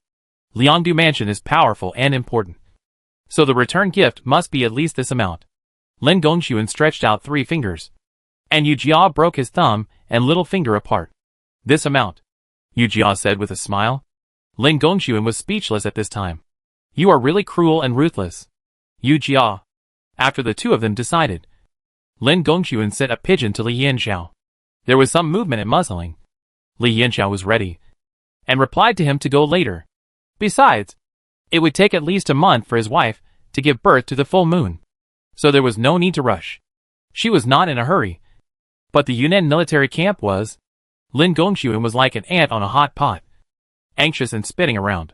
He told Li Yanxiao about the situation in the Yunnan military camp again. But Li Yanxiao did not respond. What? No news from the prince yet? After leaving the martial arts arena, Yu Jia came to Lin Gongxuan's tent. Seeing Lin Gongxuan's aggrieved look without saying a word, Yu Jia knew the result. Then what should we do? Yu Jia threw the whip in his hand to the ground. Sir, since the last battle, there are only a few war horses left in the cavalry battalion. If there is a war, we can't really pull the pony to the battlefield. Right? Even if we pull the pony to the battlefield, we have to adapt. Right? The soldiers in the cavalry battalion have to cultivate feelings with the horses on weekdays. And they basically use familiar horses for training on weekdays, without military pay. What about horses? Do we really want to let the soldiers retire and earn enough money before going to war? How can this not be absurd? Mu Yinjin doesn't even need to think about it. The money given by a yin is equivalent to special funds. How can it be used in the army? Besides, if a yin knew that her money was used in the Great Zhou army, wouldn't it be her paying the Nan Man and the Great Zhou to fight for fun? What's more, that money is just a drop in the bucket. In fact, there is another point. Yu Jia doesn't know if her intuition is right.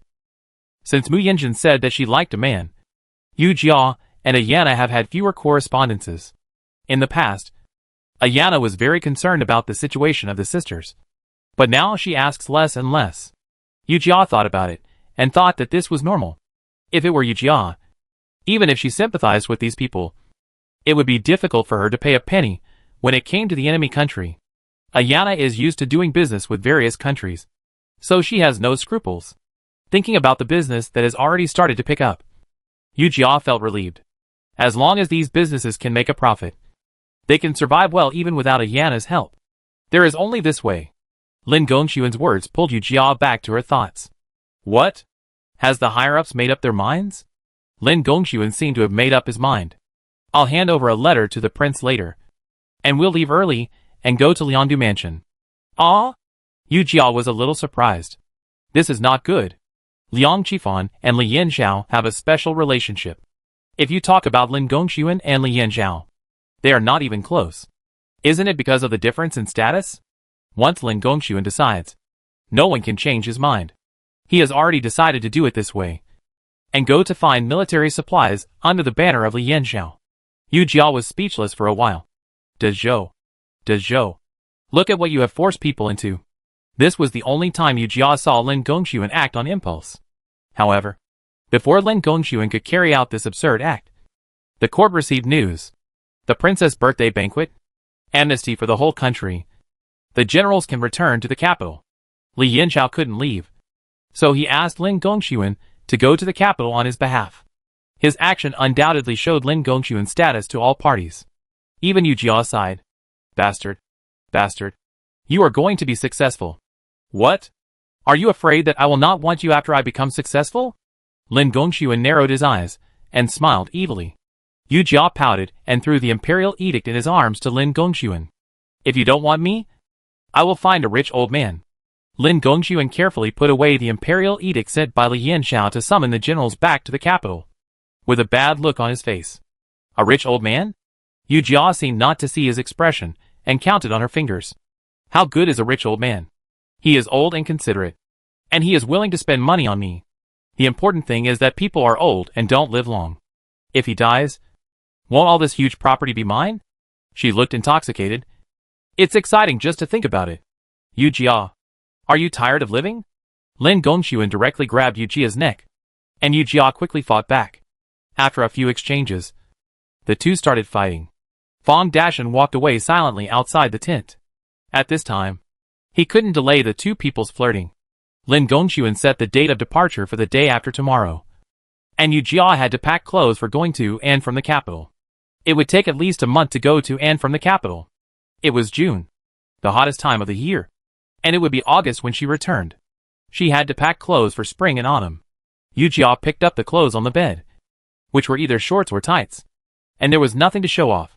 She wanted to investigate the tragedy of the Lin family, so she had to have the right clothes. Captain, why are you sighing again? Chang Haier saw that Yu Jia was really upset, so he couldn't help asking, why don't I have clothes to show off? Why not? Chong Hire picked up a black tights in the corner of the bed. Captain, how cool do you look in this? Yu Jia waved his hands. What the hell is this? It's fine to wear in the barracks. But how can you wear it in the capital? How shabby. Chong Hire was not happy. Because he had spent a lot of money to buy this in Mingsheng. What shabby? Captain, look at the embroidery and the stitching. It's obviously made of high-quality fabric. Yu Jia was a little angry. No matter how good the workmanship and embroidery are, it's still a dress. Right? Chong Hire suddenly realized. He put the clothes on the bed and looked at Yu Jia. Captain, do you want to wear the gauze clothes that women in the capital wear? Chapter 254 Departure. Yu Jia blushed, feeling that her intentions were exposed, as if she had been stripped of her blanket and was standing naked in the crowd. If there was a crack in the ground, she would have gotten in without hesitation. Hey, Captain, are you shy? Chong Hire seemed to have discovered some shocking secret. It's incredible. Incredible. What's incredible? Yu Jia was angry. What do you know? I was just disguising myself. Think about it. They are all used to me being a man. If I were to go out to do something and dress up as a woman, who would have thought it was me? Chong Hire stretched out his voice in a weird tone. Oh, I thought the captain wanted to go out for fun. Suddenly he approached Yu Jia mysteriously. After all, you can celebrate the Chichu festival in the capital. Chichu festival.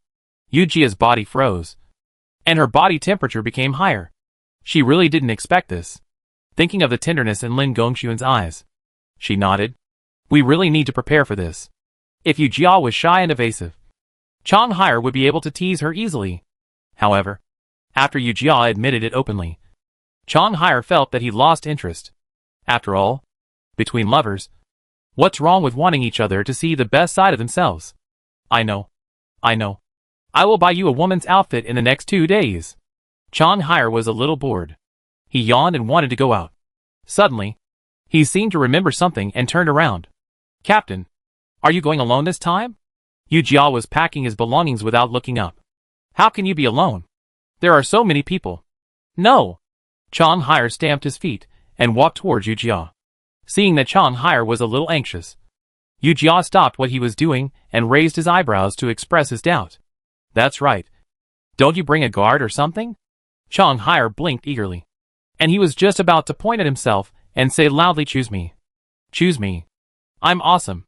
Yu Jia wanted to tease him, so he scratched his head and thought hard. Do I need my skills? Yes. Yes. Why not? Chong Hire picked up the palm leaf fan and fanned Yu Jia attentively. Captain, even if you don't need guards, you need errand runners? He changed the direction and continued to fan. Then the errand runner should find a suitable person? Oh. Yu Jia stretched out his voice exaggeratedly. Then according to you, who is the most suitable person for this suitable person? Chong Hire threw the palm leaf fan in his hand, posed in what he thought was the most handsome pose, and lifted the hair on his forehead. Of course it's me. Wang Chong Hire. Yu Jia looked at the posing in front of him. Chong Hire laughed. You? Chong Hire stood up quickly, grabbed Yu Jia's arm, and shook it back and forth. Captain, please, just take me with you. Please. At this time, Go Sheng came in with Yu Jia's boots. Captain, put these boots in the package, and I have put away your underwear for you. I will take them out and fumigate them for you after arriving in the capital. Fragrant underwear is Yu Jia's favorite. In summer, she sweats too much and smells bad. After fumigating her underwear, Yu Jia feels like a queen, and her clothes are not worthy of her. Well, okay. It was originally a normal conversation, but Chong Hire grasped a different point. Captain, Gosheng just said that he will burn incense for you when he arrives in the capital? Yu Jia nodded and continued to pack up, ignoring Chong Hire, leaving Chong Hire confused. He was stroking his belt pitifully. Captain, are you going to take Gosheng to the capital? Yes, Captain. I'm going to take both of us to the capital this time. Didn't I tell you? Gosheng gave Chong Hire a fatal blow. Chong Hire felt like he was struck by lightning. Captain, you just want to make fun of me. His scream went straight through the tent and into the sea of clouds, and the soft clouds were shaken twice. On the 9th day of the 6th lunar month, the morning was stuffy and unbearable, and there was no air. The guard of honor, ready to go, was sweating profusely, but tried their best to endure it. Yu Jia rode on the horse, cursing Lin Gongxuan in his heart. His official position had not been promoted yet, but he had already laid out his status. After an instant's stick of time, Lin Gongxuan finally arrived. Yu Jia noticed that he had shaved his beard. His hair was neat, and his clothes were changed. He looked like a handsome young man. If Yu Jia could sit in his exclusive carriage, Yu Jia would have praised him to the sky in front of him. Helpless, helpless, Yu Jia sighed, looking at the black horse under him, blaming himself for being too low-ranking and not worthy of the luxurious carriage. Captain, I secretly made some cakes, and will give them to Go Sheng later. Remember to have a snack on the way. Yu Jia turned around and saw Old Sun smiling with wrinkles on his face, and her heart warmed. I know. During the time I'm away, you must remember the prince's teachings. Be obedient, and don't cause trouble. If you cause trouble, I'm far away in the capital, and it will be too late to save you. Old Sun laughed. I know. Captain, don't repeat it over and over again. Yu Jia's lips twitched. She has been a bit long-winded these days. Li Yinshao has always disliked the people in Yu Jia's camp. She is afraid that Li Yinshao will take action against them again during the time she is away from the camp. That's good to know. I have told the military advisor to send me pigeons frequently.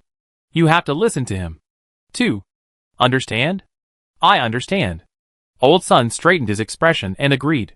Before he was serious for 5 seconds, he said with a playful smile, Captain, have fun in the capital. Old Sun's winking eyes made Yu Jia blush. She glared at Old Sun unhappily, then pulled the reins and walked towards Lin Gongxuan's carriage. As if she realized something, she turned around and saw the people from Yu Jia's camp standing behind her waving at her. Yu Jia's heart skipped a beat. Bang bang. Beating. You have to be good. For some reason, Yu Jia felt a little flustered. I know. Captain. Don't worry. Captain. Yu Jia tried to suppress the discomfort in his heart. Perhaps he was not used to leaving the military camp. Lin Gongxuan had already ordered to set off. Yu Jia, Chang Hai, and Go Sheng followed Lin Gongxuan's carriage on horseback. The carriage was intricately made and looked extremely exquisite, which made Yu Jia smack his tongue behind him. Lin urge you. Come forward. Lin Gongxuan's low and lazy voice, with a hint of cynicism, came from the carriage. Yu Jia hurriedly rode forward, put on a flattering smile, and leaned towards the carriage window and said, Sir, what do you want? Do you need me to fan you? A big hand with slender knuckles lifted the curtain, revealing Lin Gongxuan's smiling face. Don't worry. You are sighing outside the carriage. I'm afraid you will sigh to death when you get in the carriage. Chapter 255, The World is Too Wonderful. Yu Jia frowned. Whether she could speak or not, she would not speak. She drooped her face in displeasure. Then why did you call me here? I want to go home when I pass by Pingyuan this time. Yu Jia was startled, pulled the reins, and almost hit the carriage. Lin urge you. You are still so reckless. You are still so impatient even after becoming a superior. Although his tone was disgusted, Lin Gongxuan's face was abnormally flushed. He just thought Yu Jia was shy. But Yu Jia didn't think about this at all. Wouldn't it be exposed if I went to Lin's house now? Besides, it was not a good time to go to Lin's house this time. Sir, let's hurry up. Why are you in such a hurry? Lin Gongxuan coughed unnaturally and continued. We set out 10 days earlier than the scheduled date. I had originally planned to go home during these 10 days. Yu Jia thought about it. With Lin Gongxuan's current status, if he wanted to use public power for personal gain, and go home to take a look, it would be reasonable. But Yu Jia didn't want to. Captain, let's go home when we come back. Yu Jia's guilty expression seemed to Lin Gongxuan to be shy and coy. What are you afraid of? I'm here. Yu Jia turned around and looked around. Only Fang Dashan pricked up his ears to pay attention to the two people's situation. Everyone else was concentrating on their journey. She lowered her voice. I want to go to the capital to buy some clothes first, so that I can go to your house. If not, won't it be embarrassing for you? Lin Gongxuan thought about it, and it was true. What woman doesn't want to behave better in her husband's family? He readily agreed. Then go when you come back. Yu Jia naturally agreed. Since the trip back to the Lin family was cancelled, they can arrange their own schedule in the next 10 days. Shangfeng, why don't we go to Guangdong for a stroll? Yu Jia secretly looked forward to it. First, Guangdong is adjacent to the capital, which is convenient. Second, Guangdong is vast and rich in resources, with many delicious foods. And Yu Jia wants to see it. Guangdong? Why do you want to go to Guangdong? Lin Gongxuan had never heard Yu Jia talk about Guangdong, and was a little surprised. Hey, Chang Hai's hometown is Guangdong. He always tells me how good Guangdong is, and I am very yearning for it. Yu Jia then remembered that Chang Hai's family is from Guangdong, so he can just ask him to be a guide. The best of both worlds. Lin Gongxuan thought for a moment. Okay, as long as it doesn't matter. The trip to Guangdong was finalized, and Yu Jia turned around and walked behind the carriage. She saw that Chang Hai was sunburned, and immediately told Chang Hai the good news. Really? Captain, don't lie to me. Chang Hai's teeth were about to show. Look at your nasty face. Of course it's true. This is what the superior said. Yu Jia lied. He really wants to see what the big mountain you mentioned is like. And what about ginseng, deer antlers, and so on? Chang Hai danced with joy and almost fell off his horse. Fortunately, Go Sheng, who was standing next to him, was quick and grabbed him. Slow down. Chang Hai didn't care. If you mention these, then we have to talk about it. So, during the march, it became Chang Hai's scene of popularizing Guangdong knowledge. Chang Hai spoke eloquently and boasted, causing other soldiers to exclaim again and again. Is this fox fairy really that powerful? Of course. Chang Hai was proud of it, looking up with a proud face. They are the protectors of our Guangdong. Who doesn't know them? Yu Jia sat on the horse and looked into the distance. The green mountains in the distance are layered and lush, which makes people feel open-minded. The mountains are like covered with a green blanket, making people want to lie on it and take a nap. Of course, it would be better if there was some wind. The sun shines through the mountains and forests, hitting the soldiers on the mountain road, and they can't help wiping sweat. What kind of weather is this? It's a bit abnormal. There must be something wrong with the abnormality. After noon, a strong wind blew. The most feared thing during the journey is wind and rain. And now everyone is caught up. Lin Gongxuan ordered to set up camp in a place with sparse forests. Summer thunderstorms are common. If there is thunder in the dense forest, you may be struck by lightning. Fortunately, the rain in summer is not as strong as the rain in winter. On the contrary, it can relieve the heat. One soldier simply ran into the rain with his upper body naked, and Lin Gongxuan turned a blind eye. Seeing the attitude of the superiors, more and more soldiers joined the team. Yu Jia looked at the white figure in the rain and felt itchy. If it was just her, she might do the same. After being wet in the rain, her body was sticky. Yu Jia scratched her arm and muttered to herself, I want to play in the water too. What's the difficulty? Chang Hai came over. Captain, do you want to go out and have some fun? Yu Jia angrily slapped Chang Hai on the head. Are you crazy or am I crazy? Chang Hai was slapped, but he didn't make a fuss. He rubbed the ground where he was hit. Don't worry. I just went to the forest behind and found a great cave. He didn't keep it a secret and continued, there is a different world in this cave. There is a mountain spring inside. Yu Jia's eyes lit up. Could it be the hot springs that can heal injuries, detoxify, and improve martial arts that are often seen in novels? This is a big profit. She was so excited that her voice broke. Shanghai, take me there quickly. I want to go to the hot springs, opening up the Ren and Du meridians, obtaining the unparalleled magical power, and becoming the best in the world. Isn't this something that can be easily achieved? What? What hot springs? Shanghai was surprised. Oh, don't ask. Just take me there. Yu Jia got up excitedly, without even taking a change of clothes. Shanghai hugged the clothes in his hand and hurriedly followed. Captain, you don't know the way. Wait for me. After arriving at the place, Yu Jia pointed to the small puddle in front of him expressionlessly. Wang Shanghai, is this the hot spring you mentioned? Shanghai put Yu Jia's change of clothes on a stone beside him. Captain, I never said anything about hot springs. This sentence completely broke Yu Jia's fantasy, and she looked disappointed. Sure enough, novels are novels, and TV series are TV series. Hey, Captain, isn't this small puddle more than enough for you to wash your body? Yu Jia looked at the small puddle in front of her that could sink her calves, struggled for a long time, and nodded helplessly. You are right. There is no big hot spring. This small puddle is good for washing your body. People, it is better to be pragmatic. Chang Hai saw that Yu Jia's face returned to normal. So he retreated. I will keep watch for you. After Chong Hire left, Yu Jia took off her already wet clothes one by one. And the light feeling made her sigh comfortably. This world is so wonderful. Lu la la lu la la. Chapter 256, Affair? Half an hour had passed since Yu Jia finished washing herself. Chong Hire pricked up his ears and heard the rustling noises in the cave. So he asked cautiously outside the cave. Captain, are you done washing? Yu Jia was wearing her underwear. And she replied casually, Yes. Wait until I get dressed. It was already dark. And Chong Hire had just finished telling the soldiers about the ghosts and monsters in Guangdong today. He was a little scared looking at the dark night. He wrapped his arms around his hands, rubbing them back and forth, and muttered non-stop. Women are troublesome. Taking a bath so slowly. Suddenly the sound in the cave disappeared.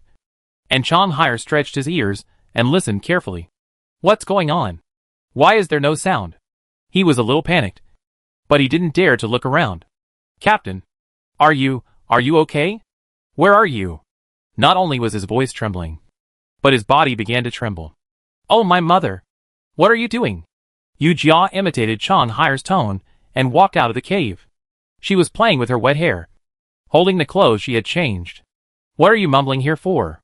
Yu Jia threw the clothes to Chong Hire and strode forward, not noticing Chong Hire's relief.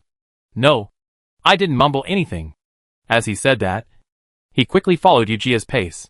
Although the woman in front of him was thin, her back was straight, giving him enough sense of security. Chong Hire's eyes were gentle, and he grinned. Captain, has anyone ever told you that it's safe to be around you? Yu Jia felt comfortable at the moment. And when he heard this, he wanted to tease her. Are you saying I look like a man? Before Chong Hire could reply, there was a movement in the bushes next to him. Chong Hire's eyes went dark.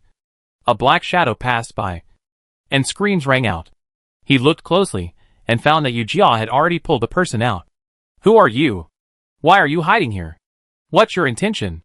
Chong Hire immediately held his forehead. Yu Jia's voice was hoarse, probably because he was anxious. And his voice sounded very rude. If a series of questions were asked, wouldn't ordinary people be scared to death?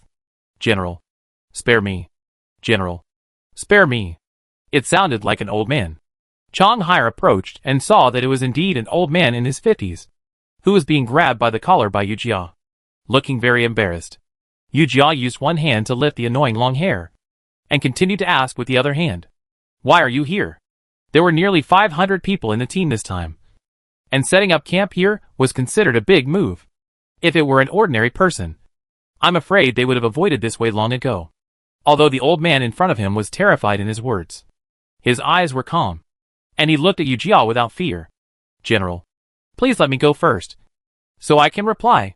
When Yu Jia made his move just now, he had already found out that this person did not know martial arts. So he let him go. The old man fell to the ground because Yu Jia suddenly let go. He stood up quickly and patted his clothes. To be honest, General, I am here to find my daughter-in-law. Yu Jia sneered. In the wilderness, in the middle of the night. What kind of daughter-in-law are you looking for? The old man raised his hand and wiped his tears. General, you don't know. The old man told his family's sad history with tears. The old man was a clerk in the county government here. He had only one son in his family, who used to work with him in the county government. He spent all his family wealth to marry his son to a daughter-in-law. Although life was a little hard, the couple lived a happy life after marriage. After 2 years of marriage, they had no children except a daughter, which made the old couple anxious. The old couple tried their best and found various folk remedies, but to no avail. Perhaps the couple's fate of having children was not yet ripe, so they stopped forcing it. But who knew that the daughter-in-law suddenly ran away with his wife's nephew one day, which surprised the family. Beyond this mountain is the residence of the daughter-in-law's family. Today, he wanted to seek justice for his son. After hearing this, Chong Hire was so angry that he jumped up and down, scolding the woman for not keeping her husband's chastity. Your wife is a piece of shit. It's her fault that she has no children. But she still wants to cheat on me. This is outrageous. Yu Jia was silent. No wonder the old man was not afraid of her. It turned out that he had seen the world. Sir, I see that you are very generous. I hope you can make a decision for me. Yu Jia was suspicious. I will make a decision for you. What do you mean? The old man knelt on the ground. Sir, you don't know that the lover's uncle is the legal advisor of the local government office. He relied on his background to oppress my family. I really have no face to live.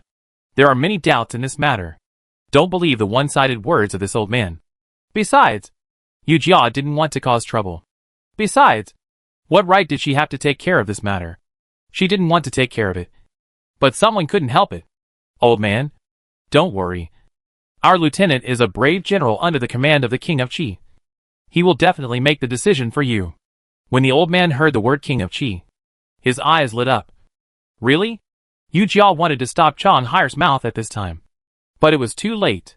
It's really more real than that gold. Chang Hai stepped forward, helped the old man up, turned around and said to Yu Jia with a smile. Captain, don't you think so? Yu Jia cried out in his heart. You big head ghost. The old man was afraid that the two of them came out of the tent and followed them. Yu Jia didn't even notice it. Fortunately, the two didn't say anything else. Otherwise, I'm afraid there would be something wrong.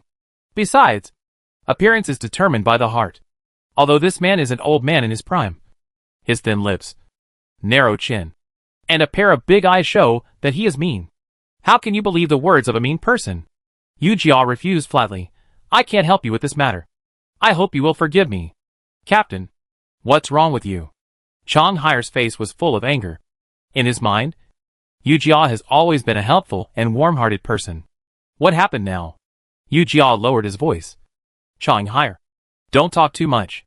Seeing Yu Jia's tough attitude, the old man fell to the ground, pounding the ground and crying. What a sin! Will you let me live? His cry was so loud that he vowed not to give up until he achieved his goal. This place was not far from the camp, and his cries soon attracted people. Who is crying here? Fong Dashin came quickly, and saw the scene in front of him under the reflection of the torch. Captain? This? He looked at the old man sitting on the ground, and was a little puzzled by Chang Hai, who was full of anger. Captain, what's going on? Lin Erju was used to being domineering in the army. It was absolutely impossible for him to bully the people. Dashin, don't worry about it. Let's go! Yu Jia turned around and was about to leave. But suddenly, she felt the brute force on her legs. Under conditioned reflex, she almost kicked the old man away. It turned out that the old man hugged Yu Jia's calf. Chapter 257 Arriving at the county office. Let go! The roar was filled with murderous intent. And even Chang Hai, who was standing by, shrank his neck in fear. The old man seemed to hear nothing, and continued to cry while holding Yu Jia. Seeing that the situation had reached a point where it could not be resolved, Fong Dashin spoke to comfort the old man. Hey, old man, please let go of your hands first. If there is any grievance, let's talk it out. What grievance? What do you mean?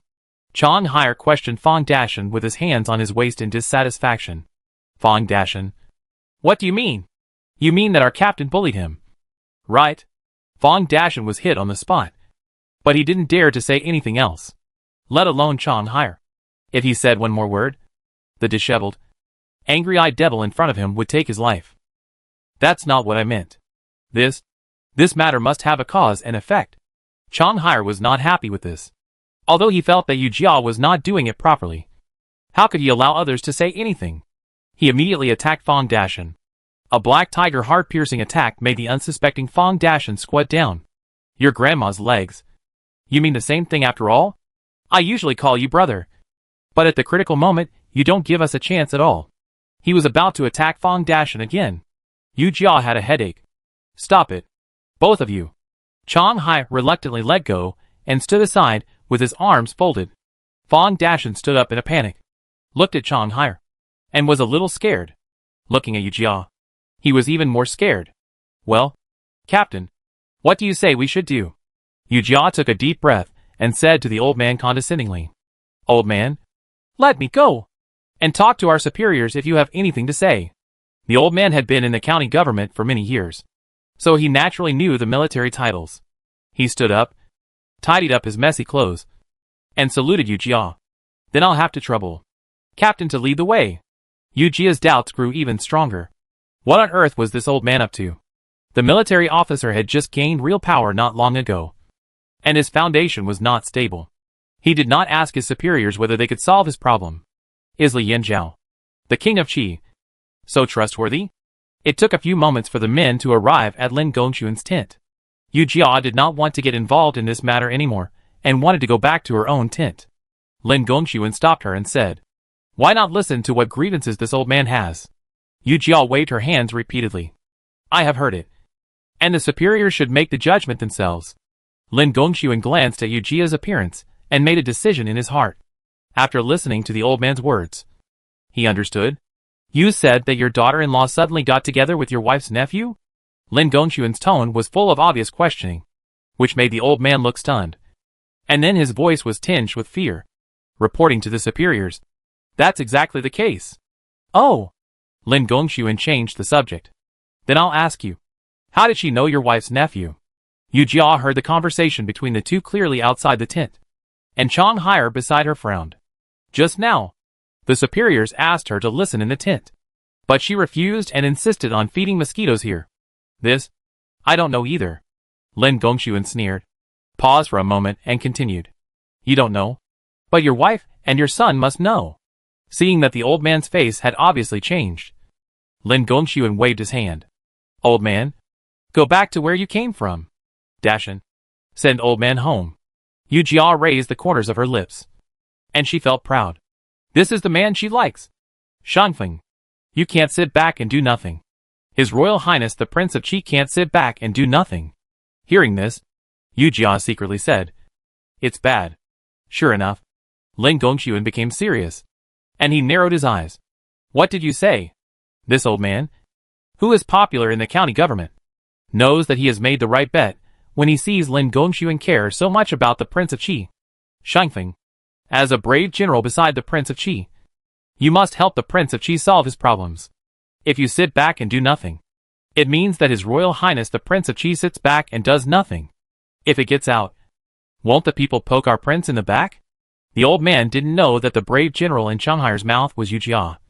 He took it for granted that it was the young man in front of him. What an old man who knows how to figure out people's hearts. Yu Jia sighed and said to Changhair beside him, Go back and tell Go Shun to prepare to go to this old man's house in the next 2 days. Changhair nodded. I understand. Lin Gongxuan agreed to the old man's request, which was beyond Yu Jia's expectations, but also reasonable. She didn't expect that the old man's level was quite high. Early the next morning, Lin Gongxuan took Yu Jia to the old man's hometown, Yuqing. Yu Jia looked at the people behind her and walked to Lin Gongxuan and whispered, We only brought Goshing, Changhair and Dashan. Will we not have enough manpower? Lin Gongxuan rolled his eyes at her. How can we not have enough manpower? Don't you see where it is? Yu Jia looked around. Where is it?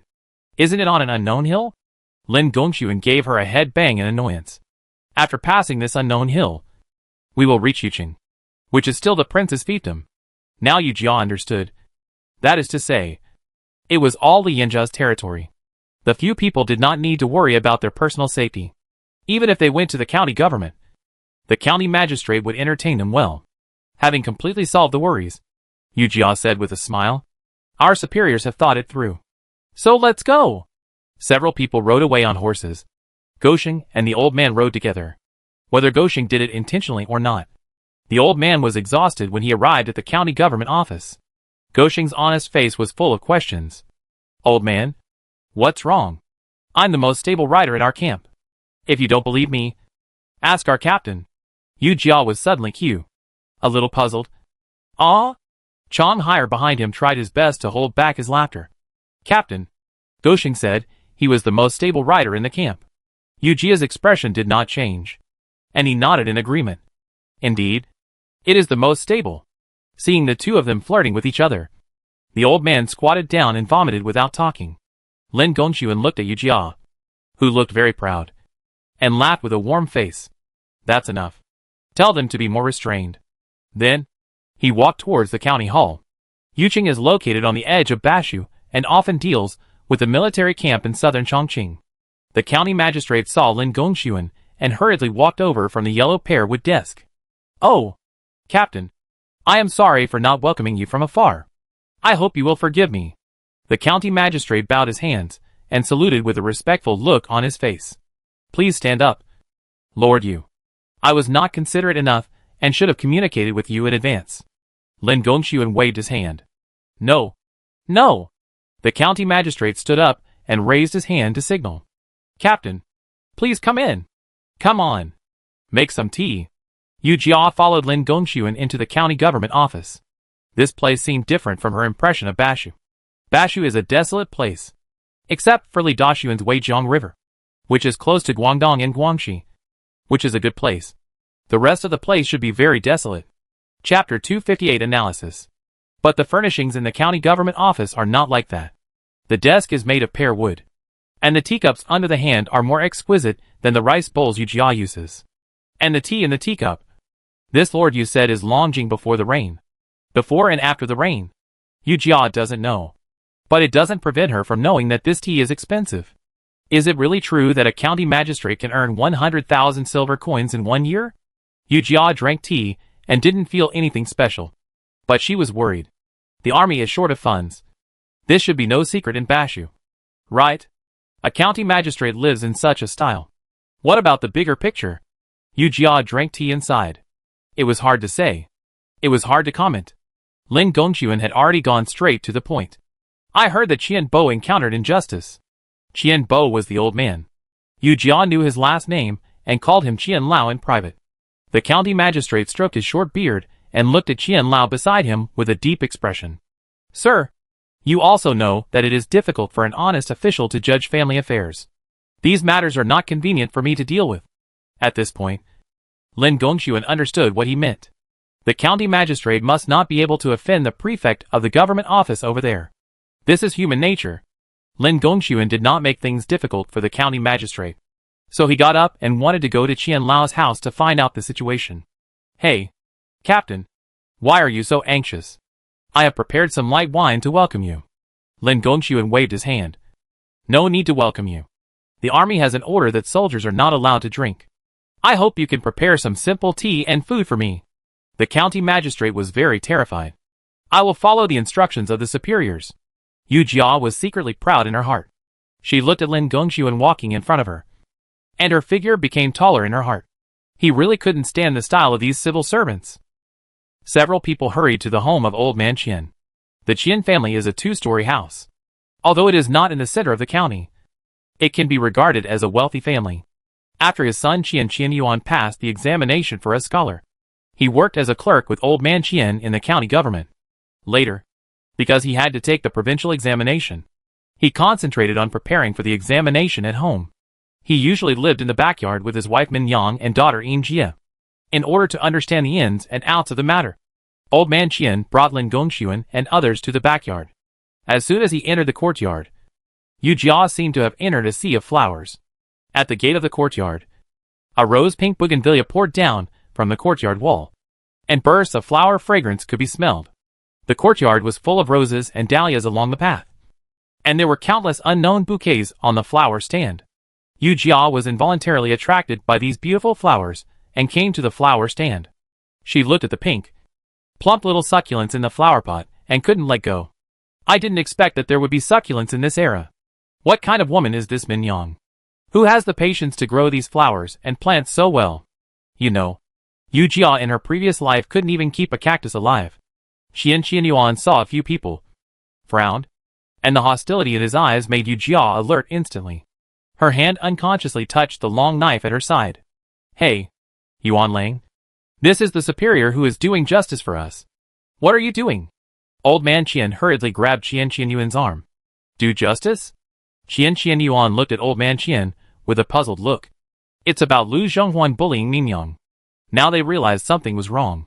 Before, old man Qian was talking about Min Yang having an affair. Now it's Lu Zhonghuan bullying Min Yang. Oh, by the way, I forgot to tell the superiors that Lu Zhonghuan is my daughter-in-law's lover. He's also a scholar. Hearing the word mistress, Qian Yuan frowned even more. Dad, don't talk. Old man Qian scolded. And Qian Yuan shut up. Yu Jia couldn't help but curl her lips, let go of the long knife in her hand, and whispered, Coward. Qian Yuan sat on the chair next to him indignantly. And then he became dazed. Disrespectful. Yu Jia muttered again.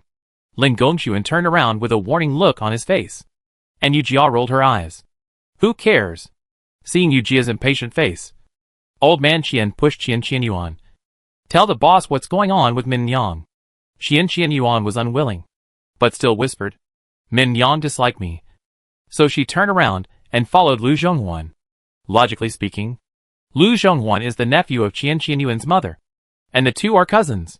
It's not uncommon for cousins to fight for wives. Have you divorced? Hearing Yu Jia's question, Qian Yuan's eyes were full of anger, and his fingers clenched into fists, as if he was going to attack Yu Jia in the next second. Hey! Yu Jia had such a bad temper that she wanted to roll up her sleeves and teach him a lesson. Oh! You kid! Old Man Qian was smiling, and his wrinkled face made Yu Jia feel sick. Captain, please don't blame me. I'm a scholar, and a bit pedantic. Yu Jia glared at Qian Yuan unceremoniously. What the hell? Old Man Qian heard it. But that was all. Qian Yuan stood up angrily and walked towards Yu Jia. You pretty boy. Who are you talking about? Yu Jia was not polite either, and shouted, whoever is right is right. Old Man Qian was awkwardly trying to smooth things over, and Lin Gongxuan shouted, okay, stop making trouble. The key is to get things done quickly. Yu Jia looked at Qian Yuan with a sinister look. With such a temper, which good girl would be willing to be with him? Besides, she is such a positive young lady who loves life. Sooner or later, I will deal with you. After saying this, Yu Jia stood behind Lin Gongxuan and looked at Qian Yuan quietly. At this time, Qian Yuan gradually stabilized under the comfort of Old Man Qian. We are a harmonious couple, respecting each other like guests. I didn't expect that Lu Zhonghuan disregarded human relations and took Min Yang away. Now, she took Jia with that beast. Then have you divorced? Lin Gongxuan asked the same question Yu Jia had asked. Qian Yuan fell silent, and Lin Gongxuan understood. Since you have divorced, her remarriage has nothing to do with you. So how can you say she is having an affair? No. No. Qian Yuan became excited again, his face flushed and his whole body trembling. They hooked up long after we got married. This is a serious matter. Not to mention in this era, even in modern times, cheating in marriage is shameful. Yu Jia looked at the coward in front of him again. Could it be that he was really stimulated and became so mentally ill? Obviously. Lin Gongxuan also grasped the key point. Sir, why don't we bring Lu Zhonghuan and Min Yang to the county government office and ask them? Old Man Qian suggested urgently. Lin Gongxuan became cautious. According to Old Man Qian and the county magistrate, Lu Zhonghuan's backer is the prefect's advisor, who is one level higher than the county magistrate. If Lu Zhonghuan is brought here, he will have to get in touch with the prefect. Chapter 259 continued to explore in depth. Lin Gongxuan didn't want to waste time here. He wanted to finish his business quickly. So he set off. Therefore, he took Yu Jia and others back to the county government at noon. The county magistrate didn't ask about the development of the matter, but just kept crying poor to Lin Gongxuan. Oh, you don't know? Our situation is very difficult. Last year's grain harvest was not good, and the harvest of rice and corn was less than 80% of the previous year, the county magistrate said, very distressed, and drank a sip of pear blossom wine. Yu Jia looked at his free and easy movements with heartache. She knew the price of peach blossom wine. A pot of wine costs 1 or 2 silver. After their rest, they would only buy rice wine in Mengsheng. As for pear blossom wine, she didn't even consider it. It was like a farmer who came to the county town and wanted to improve his life, so he would only cut some meat to eat. Who would go to a restaurant to eat that expensive big elbow? Because of Lin Gongxuan, Yu Jia didn't say anything. Lin Gongxuan held the wine glass with both hands, put it under his nose and smelled it, but didn't taste it. I will present the difficulties of Lord Yu to the prince. The county magistrate saw that Lin Gongxuan's tone was indifferent and his expression was a little unhappy. So he changed the subject. Go upstairs. Eat the food. Eat the food. After lunch, Lin Gongxuan refused the county magistrate's request to stay and went to the government office. This time, Lin Gongxuan brought a team of soldiers, let alone other things. If things get chaotic, it is possible that someone will be injured by mistake. Yu Jia was unwilling in her heart, but Lin Gongxuan had made up his mind. Let's go. After solving this matter, we can travel with peace of mind. Yu Jia sighed softly and put her hand on her forehead to block the sun. If the prince knew that you are so loyal to him, he would be very relieved. Lin Gongxuan glanced at her unhappily. Stop talking nonsense. Hurry up. After crossing the hill, they arrived at the government office. Qin Chansong, the prefect of the government office, was unexpectedly young. He looked to be in his 20s. He was a man of simple manners, thin and delicate, and looked like a scholar. If it weren't for old man Qian's explanation, Yu Jia would have mistaken him for Lu Zhonghuan. I didn't know that the superiors were here. Please forgive me. Qin Chansong lifted his robe and was about to kneel down. Lin Gongxuan hurriedly stopped him. No need to be polite. This made Yu Jia instantly like this man. The county magistrate Yu was so respectful to Lin Gongxuan. But when it came to the real thing, he was hesitant. The young man in front of him knew etiquette and knew how to advance and retreat. Not bad. The smile in Yu Jia's eyes had not disappeared yet. And suddenly, she felt the sharp wind of a knife. She shuddered and saw Lin Gongxuan looking at her with a bad face. The warning in his eyes was obvious. And Yu Jia touched her nose awkwardly. Occasionally, I met a different man, became infatuated with him, and was caught red-handed. No matter how I looked at it, I felt like I was caught cheating. Everyone had arrived at the government office at this moment. Yu Jia looked up and saw a plaque with the words "A clear mirror hanging above her head." Is this standard?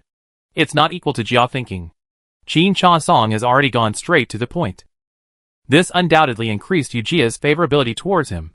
In her impression, scholars are all pedantic and roundabout, and they want to quote classics and talk for a long time before saying a word. The subordinates should know the purpose of the superiors coming here.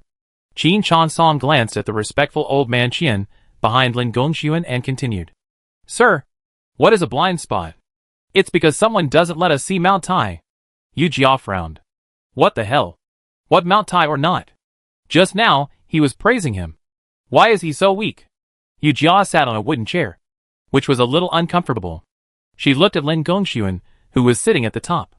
Although Lin Gongxuan looked calm, Yu Jia knew that he must have many questions in his mind. But he is the leader. Even if he doesn't understand the meaning of Qin Chansong's words, how can he say it? At this time, a rough guy like Yu Jia is needed to appear. Sir Qin, we are all rough people from the military camp. Please don't laugh at us. Yu Jia was cheerful, staring at Qin Chansong. What do you mean by this? TSK. How do you maintain the skin? So delicate. So fair. He turned to look at Lin Gongxuan next to him, who was not dark. Maybe 10% darker than wheat. It seems that Lin Gongxuan is more pleasing to the eye. After all, such a weak man, who can't carry anything on his shoulders or lift his hands. What is he for? As a vase?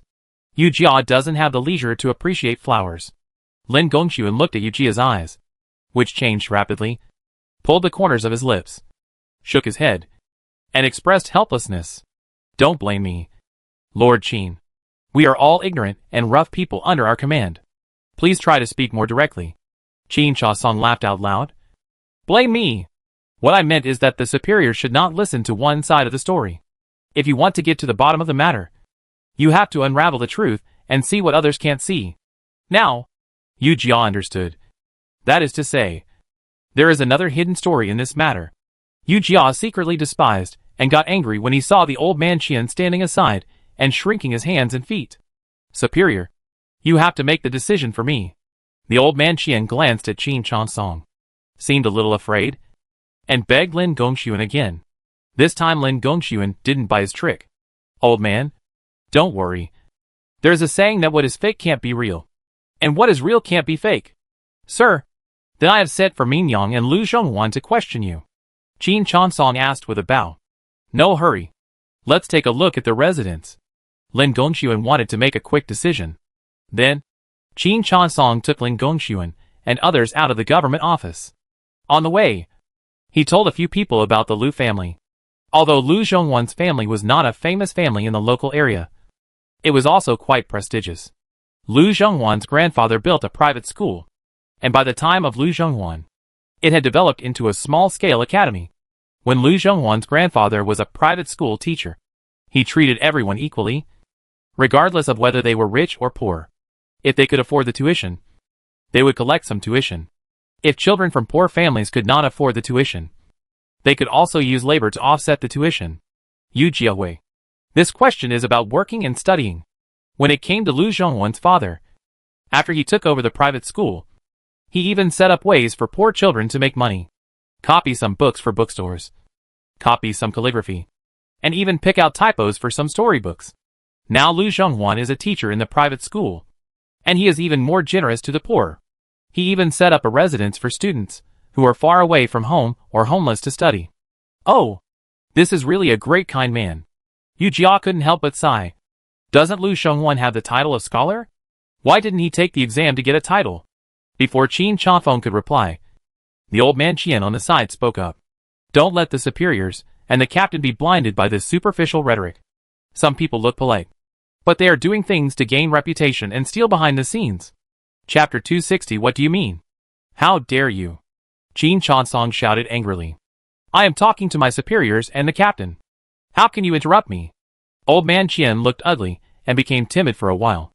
I know I am wrong. I know I am wrong. Lin Gongxuan did not speak out to stop him, because he had to teach this old man a lesson, since he knew that Lu Zhongwan's background was equivalent to that of the prefect. Why did he take such a big risk to let Lin Gongxuan investigate the matter? There must be something fishy. Qin Changfeng looked at old man Qian, who looked abnormal, and then looked at Lin Gongxuan, and he knew his attitude. Superior, let's go to the academy as soon as possible. Qin Changfeng couldn't ride a horse, so they took a carriage to the academy. The academy was built at the foot of the mountain, some distance away from the government office. The afternoon sun had gradually faded, and Yu Jia was also interested in appreciating the scenery outside. The official road was wide, and it was very pleasant to run in the carriage. The trees outside the carriage were mostly tall fir trees, covering the road tightly. The sun occasionally shone on the carriage through the dense fir branches, which was quite interesting. Captain, it's finally not sunny anymore. We'll be melted in the sun soon. Chang Haier wiped his sweat outside the carriage and said.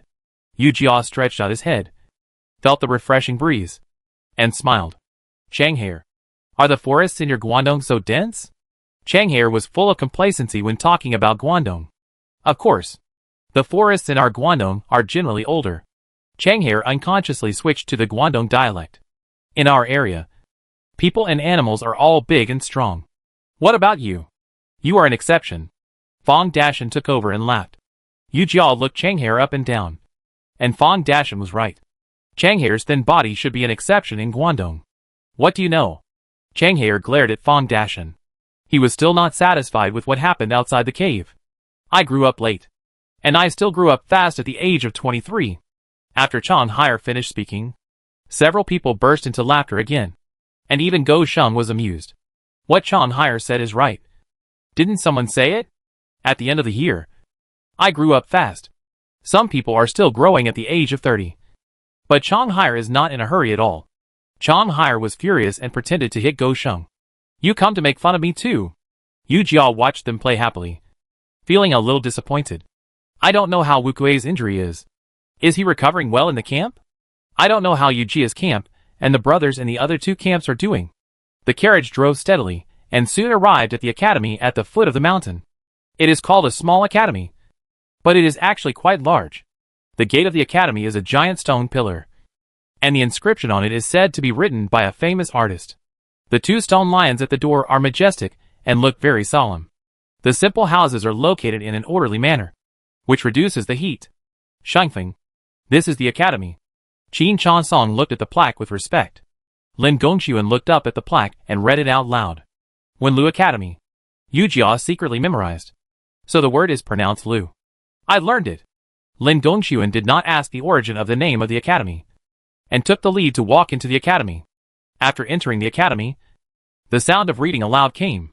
Most of the buildings in the academy are made of local materials. If there is a stone at the corner, then keep the stone. If it is a natural flower bed, then plant unknown small flowers in it to decorate it. The further you go in, the quieter the reading sound. And of course, the warmer the decoration. Here, Yu Jia saw the familiar succulents and bouquets. This must be Lu Zhongwan's residence. Sure enough, after walking a few steps in, you can hear the giggling of children and the gentle laughter of women. Qin Changfeng shouted at the gate of the courtyard. Zhongwan? The laughter stopped abruptly, and in an instant, even the child's was heard. Crying? Qin Chansong was a little embarrassed and continued. Is Zhonghwan at home? Squeaky, the door was opened, and a man in smoky green clothes opened the courtyard door. He was shocked to see the people in front of him, and did not salute. Sir Qin. Who are these? Zhonghwan. This is the superior of the prince in the Yunnan military camp, Qin Chansong explained. Lu Zhonghwan nodded to Lin Gongxuan and others. Chang He looked angry, and Yu Jia pulled him in time. Scholars don't need to salute when they see officials. Chang He looked at Yu Jia with admiration, which made her very happy. In fact, Yu Jia just knew that the scholar also had a reputation, but he didn't have real power. Of course, she would not tell Chan Hire about these. I wonder what the superiors are here for. Lu Zhonghwan invited several people into the courtyard, and Yu Jia saw Min Yang. She was probably in her early 20s, with a slender figure and a waist that was not even a hand's length. Her beautiful eyes seemed to be full of affection, and she was shy to speak. Min Yang bowed to several people, her voice clear and melodious like the song of an oriole. My humble lady greets you, sir. Yu Jia was intoxicated by the spring scenery when she heard an abrupt shout. Shameless vixen. The little girl next to Min Yang, Injie, burst into tears and hid behind Min Yang. Yu Jia gritted her teeth. Min Yang stood up straight and said calmly, please respect yourself. Lu Zhonghwan came to Min Yang angrily and held her hand. Uncle, please be careful with your words. Old man Qian's eyes were full of ferocity. You two shameless things. In broad daylight. Actually, he pointed at the two people's interlocked hands, trembling and unable to speak. What do you mean by shameless? We are already married. I like Madame Yu. What's wrong with wanting to express my feelings? Lu Zhonghwan looked at Min Yang with love in his eyes, and Min Yang lowered her head shyly. She held Sister Yin behind her with her other hand to ease the embarrassment. Yu Jia found that her mood was getting more and more uneasy. Seeing this pair of lovers in front of her, she actually felt very happy. In the end, reason prevailed. It is still unknown whether the two have done anything out of line. You quibble, sharp-tongued. Old man Qian knelt down to Lin Gongxuan, crying bitterly, looking so miserable. The superior should make a decision for my child. These two people are really bullying. Lu Zhonghwan's face turned red, and he said sternly, what nonsense are you talking about? Min Yang stopped him, and shook her head gently at him. She walked towards Lin Gongxuan, and knelt gently on the ground. Sir, we are not afraid of being laughed at. Today, I will tell you all the grievances I have suffered over the years. She glanced at the old man Qian who was kneeling on the ground and still crying. Her expression stern. What face? What is not to be told to outsiders? It's all bullshit. Yu Jia laughed out loud. This bullshit is used very well. Qin Chansong frowned. He turned his head to look at Lin Gongxuan, and said, Min Yang, be careful with your words. Chapter 261, Divorce. Min Yang didn't care, and wanted to blurt out the truth. Everyone, stand up and answer. It's not decent to kneel in the yard. Lin Gongxuan didn't like kneeling. Min Yang stood up with a determined look on her face. I know what outsiders say about me. They say I'm not a good wife, and have an affair with Zhonghwan. But I married Zhonghwan after I divorced Qian Yuan. If this can be used as a handle for you to attack Zhonghwan, then I have nothing to say about this world. Lin Gongxuan and Yu Jia looked at each other. This seemed strange. Mr. Qian, since there is nothing wrong with Min Yang's marriage to Lu Zhonghwan, why do you have complaints? Lin Gongxuan stared at old man Qian, trying to see if there was anything wrong on his face. They were flirting with each other before the divorce, and it was already a beginning and an end. You? Min Yang shouted anxiously. She looked excited, but she didn't refute it in the end. She just leaned on Lu Zhonghwan's shoulder and cried. Now old man Qian was proud. Sir, I'm telling the truth. Don't say it again. Didn't you force me? Lu Zhonghwan put his arm around Min Yang and said to old man Qian. Then, Lu Zhonghwan told the truth. It turned out that Min Yang and Qian Yuan had been married for many years, but they had no children. This did not affect their relationship at all. Her parents-in-law were also very kind to her. This made Min Yang more determined to be extra nice to her parents-in-law in the future. But the tranquility that was too deliberately drawn could not cover up the truth. And the arrival of Lu Zhonghwan broke the tranquility that they deliberately concealed. At first, Mrs. Jian's words were just that Lu Zhonghwan was going to stay at their house for a while. Qian Yuan and Lu Zhonghwan were both scholars, and they also had to prepare for the provincial examination next year. So they must have a lot of topics to talk about. Min Yang didn't take it to heart. It was just an ordinary evening. And after a few people finished their meal, they prepared to rest. Min Yang felt particularly tired today, and with a hint of excitement. After being married for many years, she knew what this meant. But thinking of Qian Qianyuan's body, her heart suddenly felt like cold water was poured on her. After the two got married, they never succeeded at all. Min Yang always thought it was her own problem, blaming her for not having charm, which made Qian Qianyuan fail. In a trance, there was movement beside her, and Qian Qianyuan actually hugged her, and was so enthusiastic. Although there were doubts in her heart, they were covered by joy. A night of joy finally became a fact. The next morning, Min Yang looked at the red on the bed and felt very relieved. After she washed and washed, she went out of the room, but saw Qian Qianyuan with a gloomy face. Min Yang muttered in her heart. Could it be that she was too tired yesterday? Husband, do you want Min Yang to relax you? As she was about to massage Qian Qianyuan's shoulders, he suddenly pushed her away. Seeing his gloomy face, Min Yang was puzzled. She didn't know why her husband seemed like a different person today, and he was completely different from the passionate him last night. Husband? But what did Min Yang do wrong? Bitch. Qian Qianyuan threw down a sentence and walked out. At this time, Mrs. Qian came over and comforted her with a smile. Seeing the forced smile on Mrs. Qian's face, Min Yang was really confused and couldn't figure it out. She returned to the house and was secretly sad, thinking of what happened yesterday, and thinking about the attitude of the two people towards her just now. The cold air in her heart ran up from the soles of her feet. She is no longer a girl in the boudoir, and she knows some things. Although she has no children in these years, her husband's family treats her like their own daughter. This is based on Qian Qianyuan. It's their son's problem.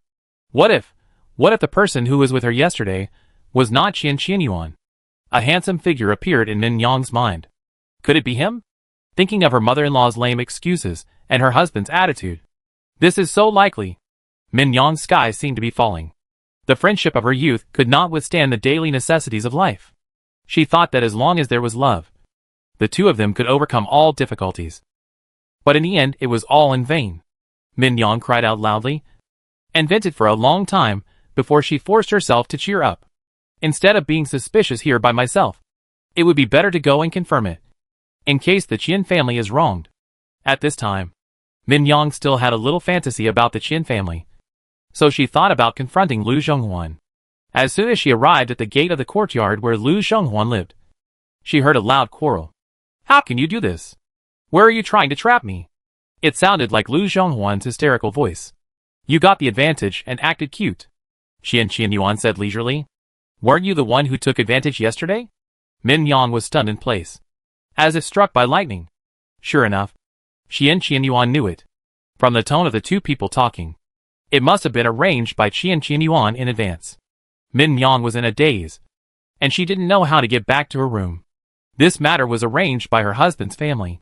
What should she do? The stepmother's torture had cut off her way back to her parents' home. The world is so dangerous.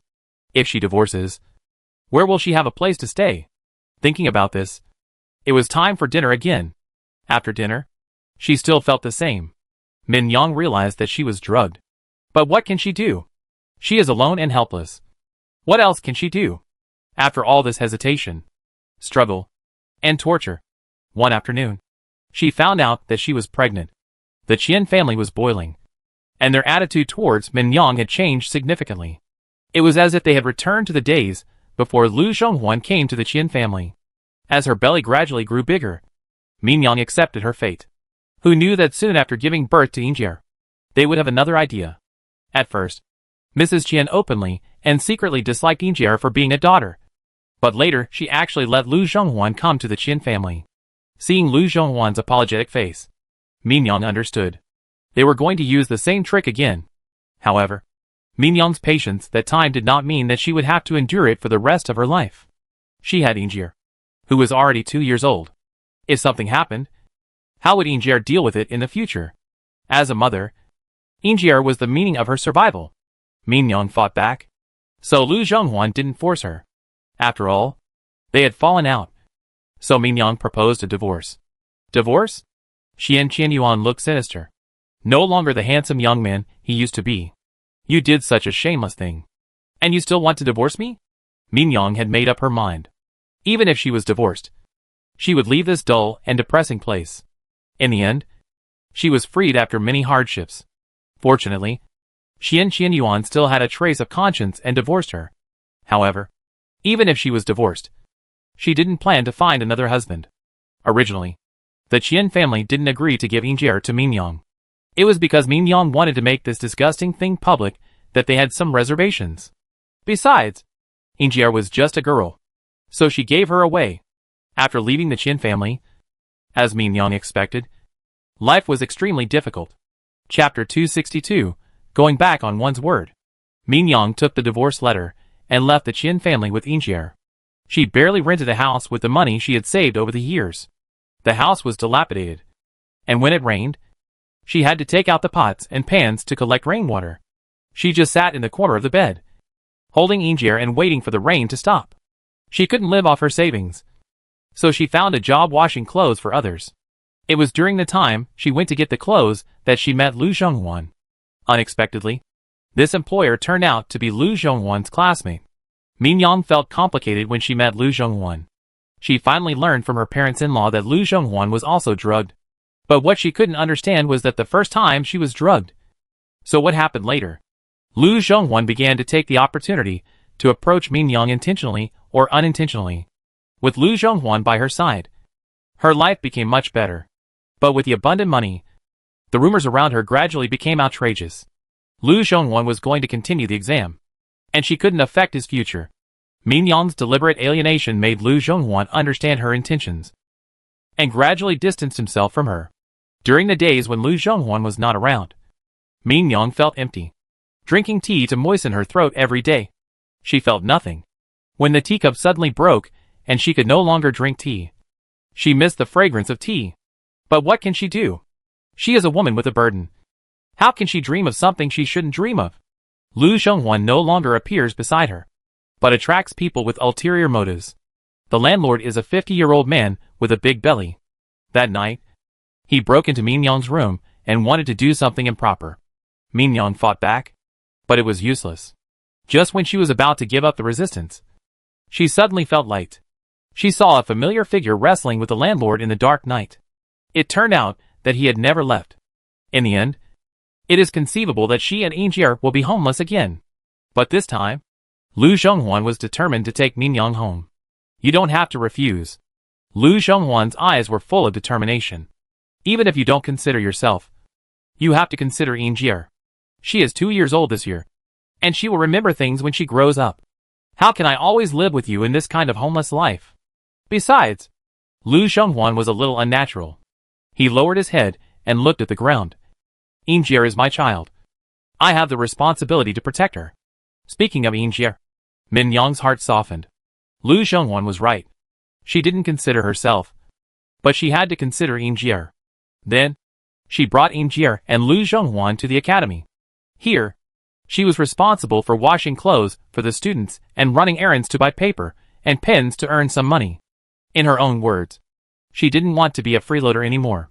2 months after arriving at the academy, news came that Lu Zhongwan failed the exam. Min-young blamed herself for a while. If she hadn't caused Lu Zhongwan to be distracted, he would have definitely passed the exam with his literary talent. Lu Zhongwan was open-minded and comforted Min-young. Everything is fate. I think it's good to be a teacher. Although Lu Zhongwan said so, Min-young didn't think so. Which scholar doesn't want to pass the exam? She was worried and depressed all day. But Lu Zhongwan was happy. Seeing that Min-young was in a bad mood, he took Min-young and Injier to travel around. At this time, Lu Zhongwan expressed his feelings to Min-young. Min-young was horrified. How can this be possible? To put it nicely, I am a divorced woman, and you are an unmarried scholar. How can we? Lu Zhongwan held her hand, not allowing her to refuse. Min-young, I was indeed drugged the first time at my aunt's house. Every time after that, I was willing, including when you left Injier. I was willing too. Min-young suppressed her fear, and tears filled her eyes. How could it be? Lu Zhongwan held Min-young in his arms. You have a strong character. Like the tenacious bougainvillea. There are not many women in the world who can do this. I like you. I admire you. And I want to spend the rest of my life with you. Although she was deeply moved by Lu Zhonghuan, Mingyang was still sober. But what about your parents? Lu Zhonghuan said angrily.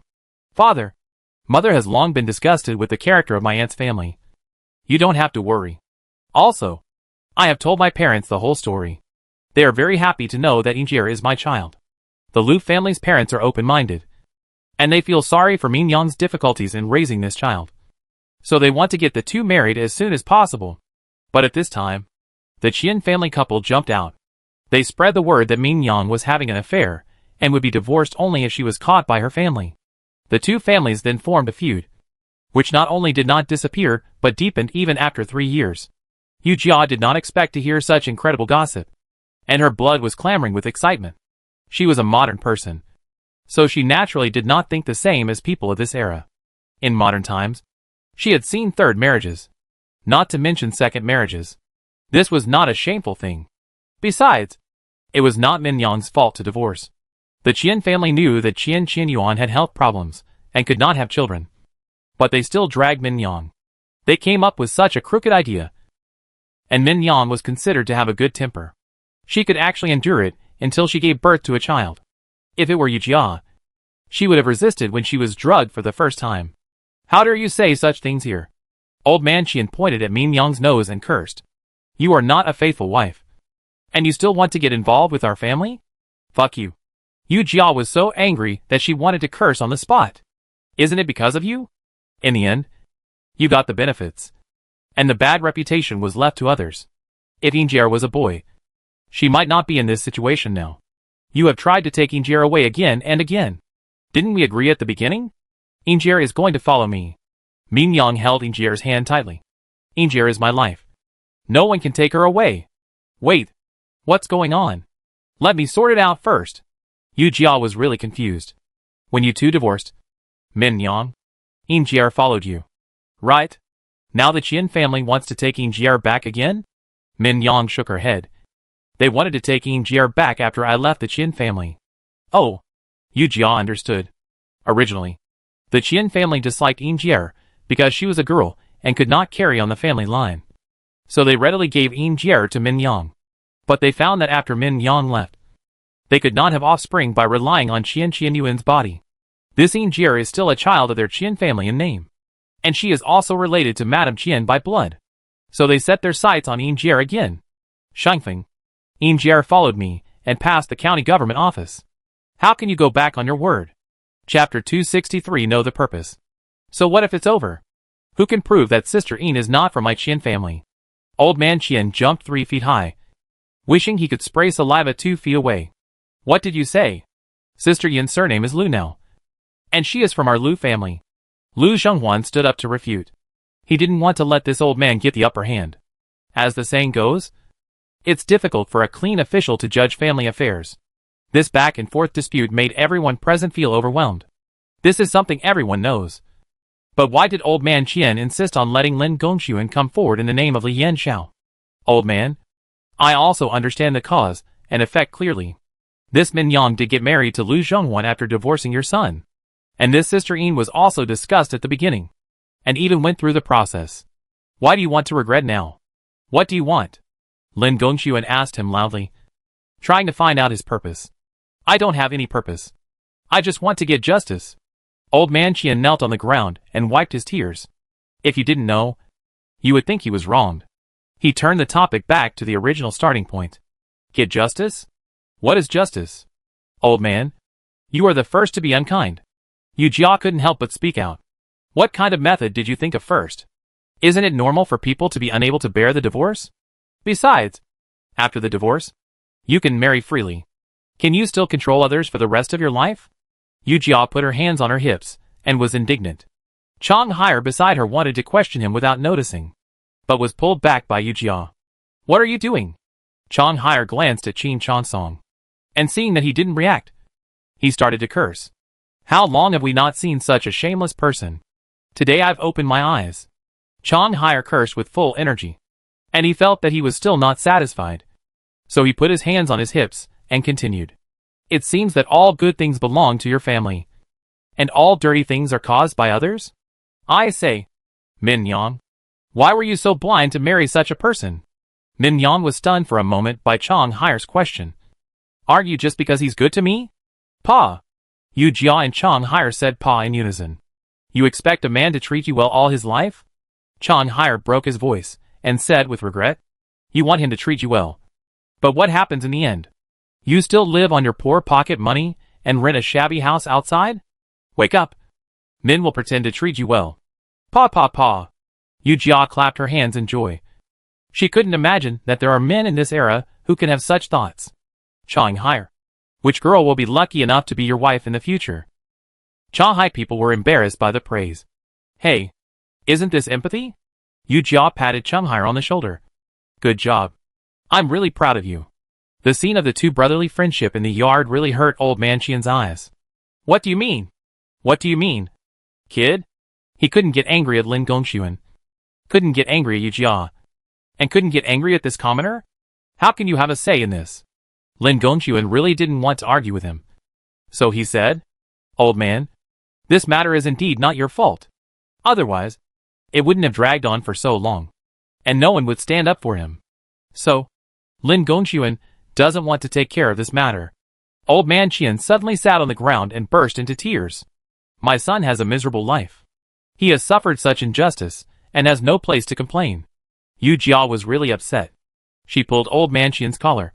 Old man, you might as well cry outside the courtyard gate. Let the students in the academy hear what good things your son has done. They are literati, so they naturally know how to spread this matter. I think you also hope that the people of Yuchen will use this as a topic of conversation after dinner. Suddenly, old man Qian stopped shouting, and there was an emotion in his eyes that Yu Jia couldn't understand. Captain, you are right. A word awakens a dreamer. I will go home now.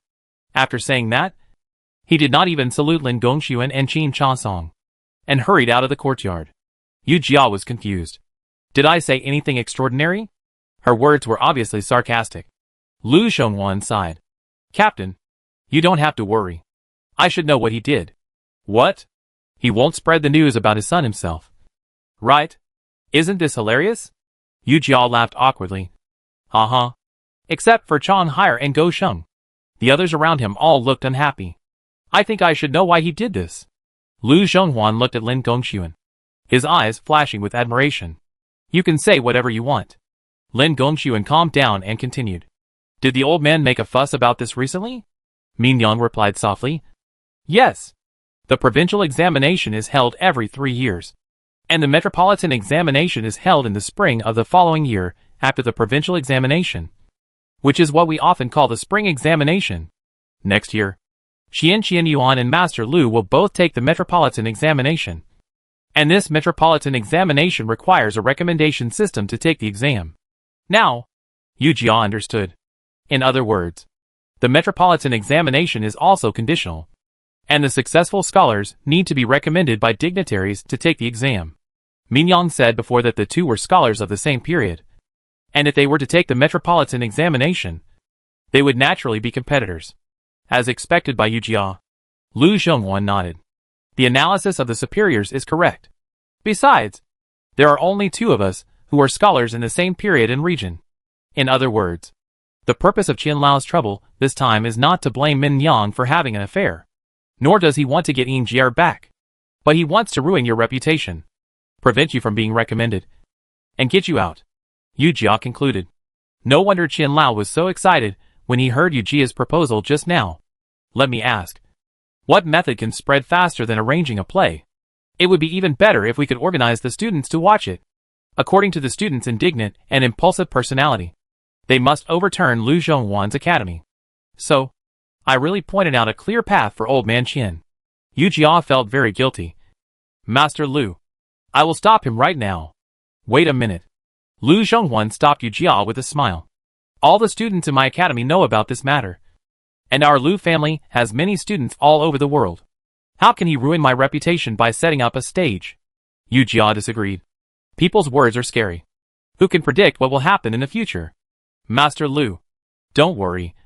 I will handle this matter. After speaking, Yu Jia turned around and went out with Chang Hai and Go Sheng. Lu Zhonghuan wanted to stop her, but was stopped by Lin Gongxuan. Just let her go. She is not the kind of person who can stay idle.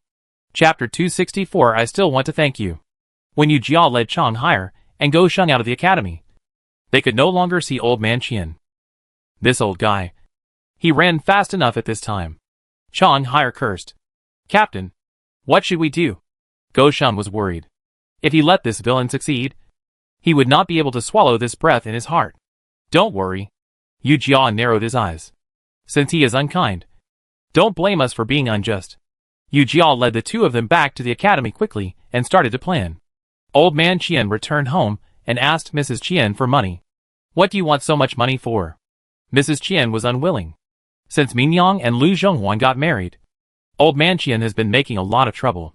Qian Qianyuan was deeply shocked. The family's income was all dependent on Old Man Qian, and they had been living off their savings. Don't worry about it. Just give it to me. Old Man Qian looked impatient. When he saw Mrs. Qian, he thought of Lu Zhonghuan's hateful face.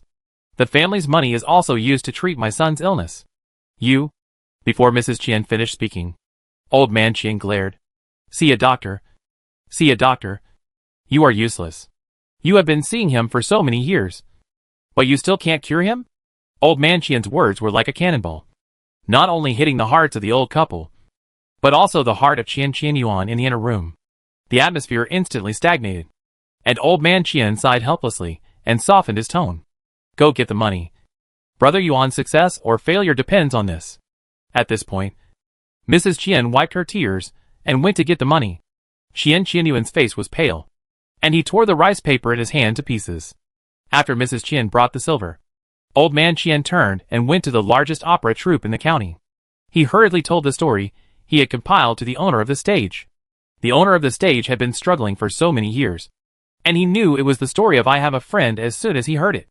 Due to Old Man Qian's status in the county government and the high reward he offered, he began to compile the story. The troupe moved fast, and Yu Jia moved even faster.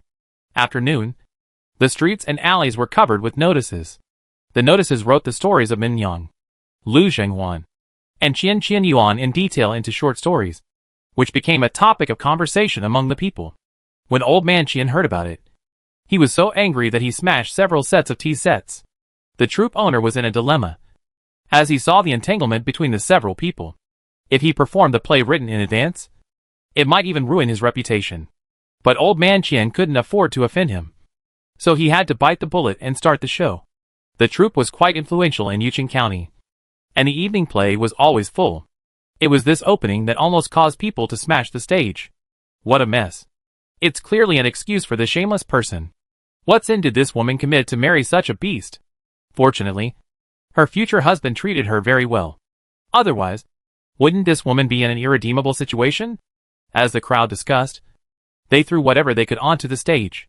Some threw peanuts, some threw melon seeds, and some even threw bricks. This was hard for the actor who played Qian Qianyuan, who was often hit and scolded. If it weren't for the rules left by our ancestors, the play could not be stopped once it started, and he had to leave the stage temporarily. The owner of the stage saw this scene and figured out something. Since it can arouse public anger, it means that this story is valuable. After all, as long as it can make money, it's fine. He prepared to rehearse a few more plays overnight. As for the role of the unfaithful man, wouldn't it be enough to arrange a few more? When Yu Jia learned about this, he was finally relieved. This shouldn't affect Lu Zhonghuan. However, things are unpredictable. Since things have happened, they will definitely develop in the expected direction. In the dark, God has already marked a price for everything. As long as it happens, it will be counted. Qin Chansong has received a notice from his superiors that the recommendation quota for the scholar of the prefect of Yuqing has been temporarily cancelled. He looked at the letter and complained bitterly. If the spring exam was cancelled this time, he would have to wait another 3 years. He was born a student, so he naturally knew the bitterness. How many 3 years are there in life? Lu Zhonghuan has already delayed for 3 years. If he delays for another 3 years, not only will his body not be able to bear it, but his mind may also be worn out. Qin Chansong really didn't know how to start this. A few days ago, they had been discussing the documents needed for recommendation. Lu Zhonghuan didn't receive any news from Qin Chansong, so he came to ask. However, when he saw Qin Chansong's extremely sad look, He guessed the result. Don't worry. Sir, I am fine like this. Lu Zhonghuan looked frank and didn't seem to be pretending. Zhonghuan, this incident is too big. Please wait. I will recommend you again in 3 years. Qin Chansong really couldn't bear it. After 3 years, will I still have the opportunity to participate in the spring examination? Lu Zhonghuan's eyes lit up. He thought the worst result would be that he would not be allowed to continue the exam. Qin Chansong did not speak out his worries, but just nodded. That's right. It was really a life-saving opportunity. Lu Zhonghuan stood up and bowed to Qin Chansong. Thank you, sir. I am very grateful. Qin Chansong quickly helped Lu Zhonghuan up, and saw that he had tears in his eyes. I don't regret what I did. Yu Jia finally knew that Lu Zhonghuan could not take the exam, and lay in the tent sighing. Gosheng, why do you think good people don't get good rewards? Good people? Gosheng brushed off the dust on his body. Captain said that Lu Zhonghuan is a good person. I don't think so. Yu Jia turned around and looked at Gosheng. What do you mean? Gosheng curled his lips. If he was a good person, he should have stopped what happened after he was drugged for the first time. Why didn't he stop? Wasn't it because he was attracted by Mingyang's beauty? Didn't he covet Mingyang's beauty? Yu Jia sat up. Gosheng, don't say it. Don't say it. She felt that what Gosheng said made a lot of sense. In Mingyang's eyes, Lu Zhonghuan was a god who saved her from danger. Maybe Gosheng is a man. From his point of view, Lu Zhonghuan is really a nobody. Everything has two sides, and we cannot generalize. As for whether Lu Zhonghuan is a good person or a bad person, only Mingyang cares the most. The matter of Yuqing has been resolved. If things had gone the way they were, Qian Yuan would not have been qualified to participate in the spring examination. There is no biggest beneficiary in this matter. The biggest victim is Lu Zhonghuan. But Lu Zhonghuan also has a way out. He can't prepare for the exam in these 3 years, but he can also teach and educate people. Yu Jia sighed. There is no absolute right or wrong in things. Only things that happen in the right scene are the most suitable. In the small courtyard, the moonlight spread on the stone table, and the food on the table was highlighted. Lu Zhonghuan was a little nervous. Mingyang, do you blame me? Mingyang smiled and handed him the wine glass. How could it be? I still have to thank you. Chapter 265. Do you like such a weak man? Lin Gongxuan went to old man Qian to comfort him, and stood on Li Yinzhou's side and asked him to take good care of himself. Yu Jia rolled her eyes after hearing this. What a sympathetic prince. Although Qian Yuan's matter was a hot topic in the county, Lu Zhonghuan could not take the exam. This comforted old man Qian. He smiled and expressed his gratitude to Lin Gongxuan, and rushed to send Lin Gongxuan and others out of Yuqing. Oh, we finally opened our eyes today. What is this called? Chang Haier pondered. This is called hurting the enemy by 800 and hurting yourself by 1,000. Yu Jia and the others burst into laughter and said some rude words. Lin Erju. Suddenly, Lin Gongxuan's sharp voice rang out in the carriage, and Yu Jia hurried forward. Sir, what do you want to tell me? Yu Jia turned to look at Lin Gongxuan in the carriage, only to see that he frowned and looked impatient. Lin Erju. In public. You actually discussed this with those soldiers? Yu Jia was stunned for a long time before he realized that the soldiers. He was referring to Chang Haier and the others. As for this, it refers to Qian Yuan's not good things, right? In the past, in the barracks, when the soldiers made jokes, Yu Jia would just laugh it off. But her special status makes people say she is ruthless. If she doesn't fit in, she doesn't know what they will say about her behind her back. No more. No more. He who knows the times is a hero. Lin Gongxuan was very satisfied with Yu Jia's performance. Go back. Yu Jia looked inside through the carriage window, and her heart was full of envy. When I get promoted, the carriage I ride will be 10 times better than this. It's a pity that now I have to ride this unruly horse and bask in the scorching sun. In the afternoon, the soldiers were taking a nap. Ayan came out of the tent and took a deep breath. She wiped the sweat from her forehead and felt very sticky. There were a lot of wounded this time, and she was a little overwhelmed. In a trance, she felt a little dizzy, and suddenly her eyes went black and she fell to the ground. What happened? The expected fall did not come, and Ayan fell into a familiar embrace. Your Majesty. Ayan quickly regained consciousness and took a step back.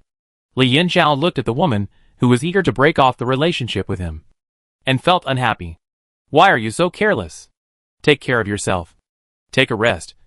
And let others do it. Ayan shook her head, and lifted the broken hair on her cheek with one hand. Ayan is doing her duty, and dare not be lazy. This is an order. You don't listen to the order of this king? Li Yinzhao said in a rough voice. Ayan knew she couldn't beat him, so she turned around and went back to the tent. However, she didn't expect that Li Yinzhao would follow her. When she reached the door of the tent, Ayan was a little flustered. Prince? This? Li Yinzhao stood with his hands behind his back. I'm just a little thirsty. The tone of speaking made Ayan even more at a loss. Since Lin Erju and the others entered the capital, everything has changed. Li Yinzhao wandered around her from time to time and showed her kindness. If it was when she first came to him, Li Yinzhao had this attitude, she would be happy for a long time. But now her mission is very clear, so she doesn't want to get involved with him too much. Things went against her wishes. She put those thoughts aside. But Li Yinzhao came close to her. Is it true that, as Lin Yong said, all men are cheap? Prince, Ayan hasn't had time to make tea yet. Before Ayan finished speaking, Li Yinzhao lifted the curtain and walked in. The tent was covered with a thick Persian carpet, which was soft and comfortable to walk on. Ayan looked at the black footprints on the snow-white carpet, and her heart seemed to be bleeding. Li Yinzhao didn't notice it at all, and he sat on the small table beside the couch. His tall figure could barely squeeze in, which gave him a sense of humor. Ayan took off her shoes silently and walked forward. Li Yinzhao saw Ayan's action and looked down at the boots on his feet. He looked at the footprints on the blanket again, and he was surprised. This emotion was fleeting, leaving no trace in his heart. Serve the tea. Li Yinzhao tapped the small table with his index finger twice and ordered. Ayan had no choice but to bring the leftover tea from the corner. Don't blame me. My lord. I was really busy today and didn't make tea. Li Yinzhao took the teacup from Ayan without comment. Their fingertips touched, and the electric shock made Li Yinzhao's heart tremble. He drank the tea as if to cover it up. It's really not good. You are so busy.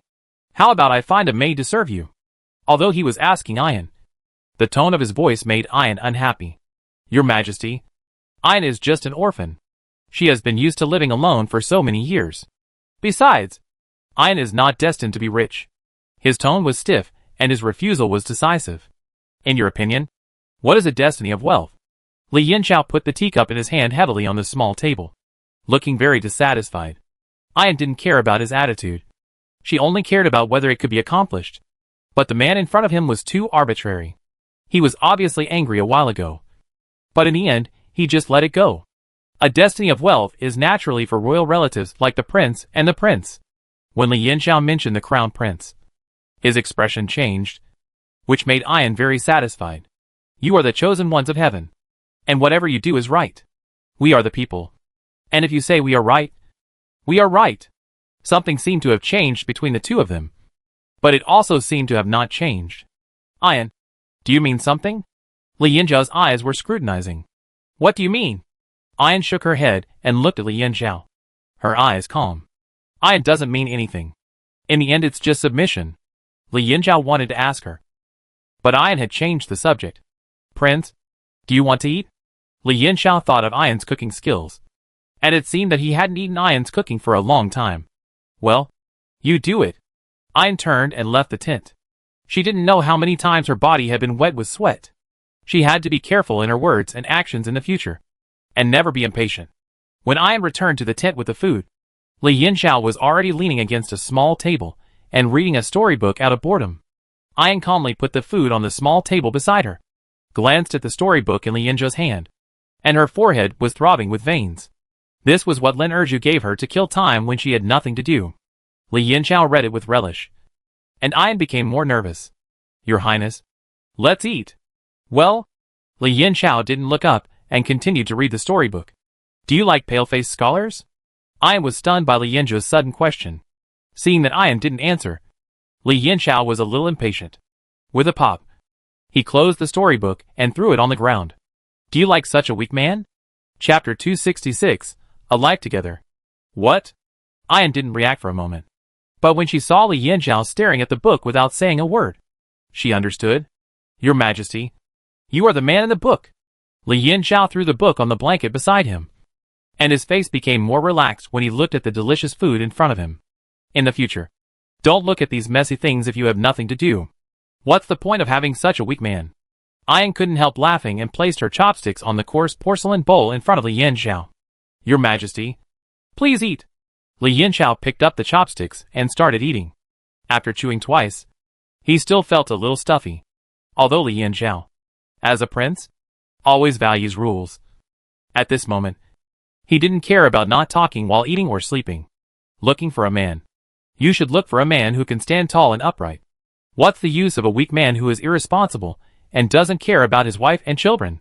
When Li Yanxiao said this, he didn't realize that there was anything wrong with his previous thoughts. Of course, Ayan took over the conversation calmly. If Ayan wants to find a husband, she will look for a tall and brave man. A happy smile flashed in Li Yanxiao's eyes. But he couldn't laugh anymore after what Ayan said next. I don't want the other party to be powerful. As long as he treats me wholeheartedly, I will be satisfied. Li Yanxiao could not satisfy Ayan with just single-minded. This one thing. Single-minded? Ayan, you know this is a difficult problem for any man. Li Yanxiao suddenly felt that the food in his mouth tasted like chewing wax. And he put down his chopsticks. Finding that there was no handkerchief to wipe his mouth, he wiped his mouth with his hand. Then Ayan, wait a little longer. Don't worry. That person will show up eventually. Ayan hurriedly poured a cup of tea and placed it next to Li Yanxiao, who took it up. I have never seen such a couple. Ayan smiled. As dazzling as a blooming magnolia. I have seen them. Not only have I seen them, but I have also lived with them. Ayan's parents are a couple for life. In her impression, her father rarely talks and always likes to see her mother grinning. Anyang is also so lively, and she would tease her father from time to time. They rarely get angry, and always discuss things. Anyang always tells her that she can't give in this life. If she doesn't meet this person, then she should wait a little longer. He will definitely appear. Anyang always says that she has to make her own decision in marriage, and she has to choose her future husband herself. To be in harmony with each other, and to support each other. This is what Ayan wants. The premise is to treat each other wholeheartedly. Ayan's voice was slow and gentle, as if she was lost in memories, or as if she was imagining the future. Maybe the prince can't understand Ayan's thoughts. Wait until you meet that person. When you meet that person, you will know that to love someone is to want to possess them completely. Li Yanxiao stared at Ayan. The woman in front of him was so harmless, but her words were so sure. So, you already have a lover? Li Yanxiao was skeptical. In the past few years of getting along, he had never seen any man around Ayan so bold. Ayan shook her head to deny. No. Ayan is now focused on healing the injured and has no other thoughts. That's good. Li Yanxiao was relieved. He picked up the chopsticks and continued to eat. If you meet this person in the future, you like him, but he has a wife and children. What should you do? Then I will stay away from him. Just watching him happy is enough. Ayan didn't want to talk about this topic, so she turned and left the tent. Li Yanxiao was left in front of the small table in the wind. Just watching him happy is enough? This is not in line with his character. If he likes her, he must snatch this person back. Ayan didn't know what Li Yanxiao was thinking today. Her words were so obvious. Then he won't pester her anymore. Right? Actually, this is not a tangle. But Ayan does not want to have such contact with him. After Li Yanxiao finished his meal, he felt a little upset when he saw that Ayan had not returned yet. In recent days, Li Chong has not been around, and he does not know who to talk to about his worries. Ayan procrastinated and delayed time. When she returned to the tent, she saw that Li Yanxiao had not left yet, and she became panicked. In the past, when Li Yanxiao came to her for dinner, she had left before. When she left and came back, Li Yanxiao had probably left. Unexpectedly, this person was still here this time. Seeing Ayan's face full of surprise, Li Yanxiao looked a little unhappy. What's the matter? You don't seem to want to see me. No. Ayan is just a little surprised. Aren't you going to the front line? Li Yanxiao's interest has been completely ruined by Ayan. He stood up angrily and walked out of the tent. This is not something you, a woman, should worry about. After Li Yanxiao left, Ayan looked at the leftovers on the small table helplessly, and then looked at the footprints on the blanket. Suddenly, she felt sorry for Lin Erju. Li Yanxiao is a prince after all, with royal upbringing. What about Lin Gongxuan? He is a scoundrel. How can he be well educated? I don't know how much Lin Erzhu suffered under him. Suffering. Yu Jia was pulling Lin Gongxuan's ears at this moment, saying with a ferocious face, "Look! Why don't you look anymore?" Lin Gongxuan shouted it hurts, and kept pulling Yu Jia's arms with both hands. It hurts? It hurts? Ouch! You tigress? Hearing the word tigress, Yu Jia's men used force. You can speak louder so that others can hear it. I won't say it anymore. Isn't it okay if I don't say it anymore? Lin Gongxuan begged for mercy again and again. Yu Jia let him go, and warned him with her hands on her hips. Is that little woman pretty? Lin Gongxuan rubbed his ears. Pretty? No. Who is pretty? How can I be as pretty as you? Men's mouths are lies. Yu Jia didn't believe him. They set out from Yucheng and walked to this remote mountain village. Preparing to set up camp, Yu Jia was busy directing the soldiers to work. And in a blink of an eye, what a guy! This Lin Gongxuan actually flirted with the charming little village woman. What can a man endure? How does it go? I haven't seen the opposite sex for a long time. And I feel close to a sow. Yu Jia immediately pulled Lin Gongxuan to the corner and rubbed him for a while. Okay. Don't be angry. I really didn't look at her. At this moment, Lin Gongxuan was like a big dog who was acting like a spoiled child, just asking Yu Jia to touch his head and beg for comfort. Yu Jia crossed his arms and glanced at Lin Gongxuan, feeling very happy. Oh, you didn't look at her. Did she come up to me? She just flirted with me. Hiss. Yu Jia grabbed Lin Gongxuan's ears again. You are still quibbling here. This time, Yu Jia really wronged Lin Gongxuan. Chapter 267 Meddling? While the two were arguing, two village women passed by them. Yu Jia sensed something was wrong. Logically, most people in this remote mountain village are simple, honest and hospitable. But this village is just the opposite. From the map, this village is called Sombai Village, which means that the pine and cypress trees here are lush. Why did they go to this remote mountain village? The story goes back to the past few days. The soldier who led the way was originally planning to continue taking the official road. However, the soldier thought that his superiors were going to go to Guangdong, so he preferred rural life. He pondered over it, and finally led the army to this corner. Yu Jia caught this man and scolded him. This soldier didn't expect that he wanted to flatter his superior, but he hit the horse's hoof. Since we are here, we should make the best of it. As the old saying goes, since we are here, and it is already dark, everyone decided to set up camp here. But the village women here are weird. If a village woman flirts with Lin Gongxuan, it's fine. But this one does this.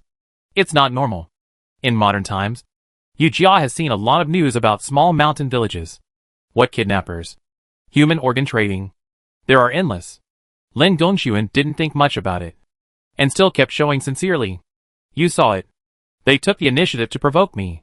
The two village women walked away when they saw Yu Jia's ferocious face. Bastard.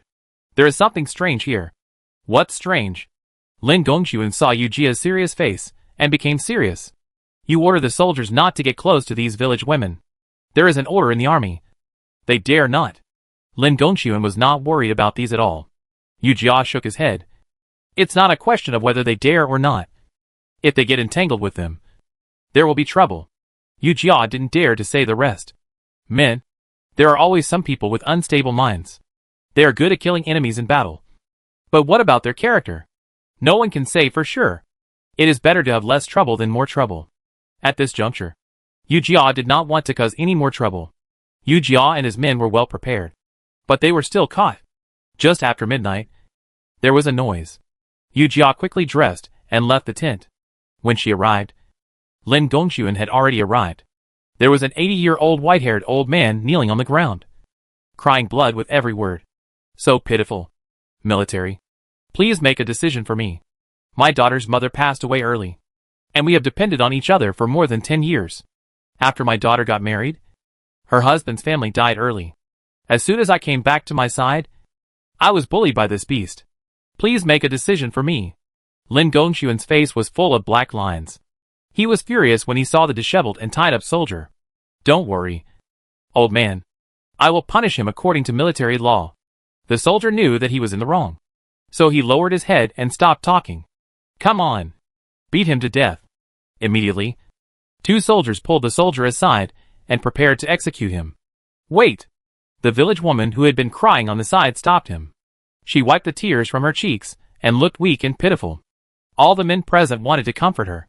Although I hate this lecher, he is also a human life. I can't bear to watch him lose his life like this. The old man called him slave all the time. Yujia's hair stood on end. What do you want to do? Yujia asked. You don't want to recruit him as a son-in-law? After saying this, the village woman was choked and didn't say anything. Yujia was shocked. She took a step forward with the firelight.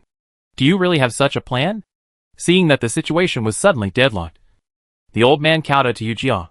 Sir, you don't know that all the young and middle-aged people in our village joined the army in the early years. There are not many men now. As soon as the old man spoke, Yujia knew he was lying.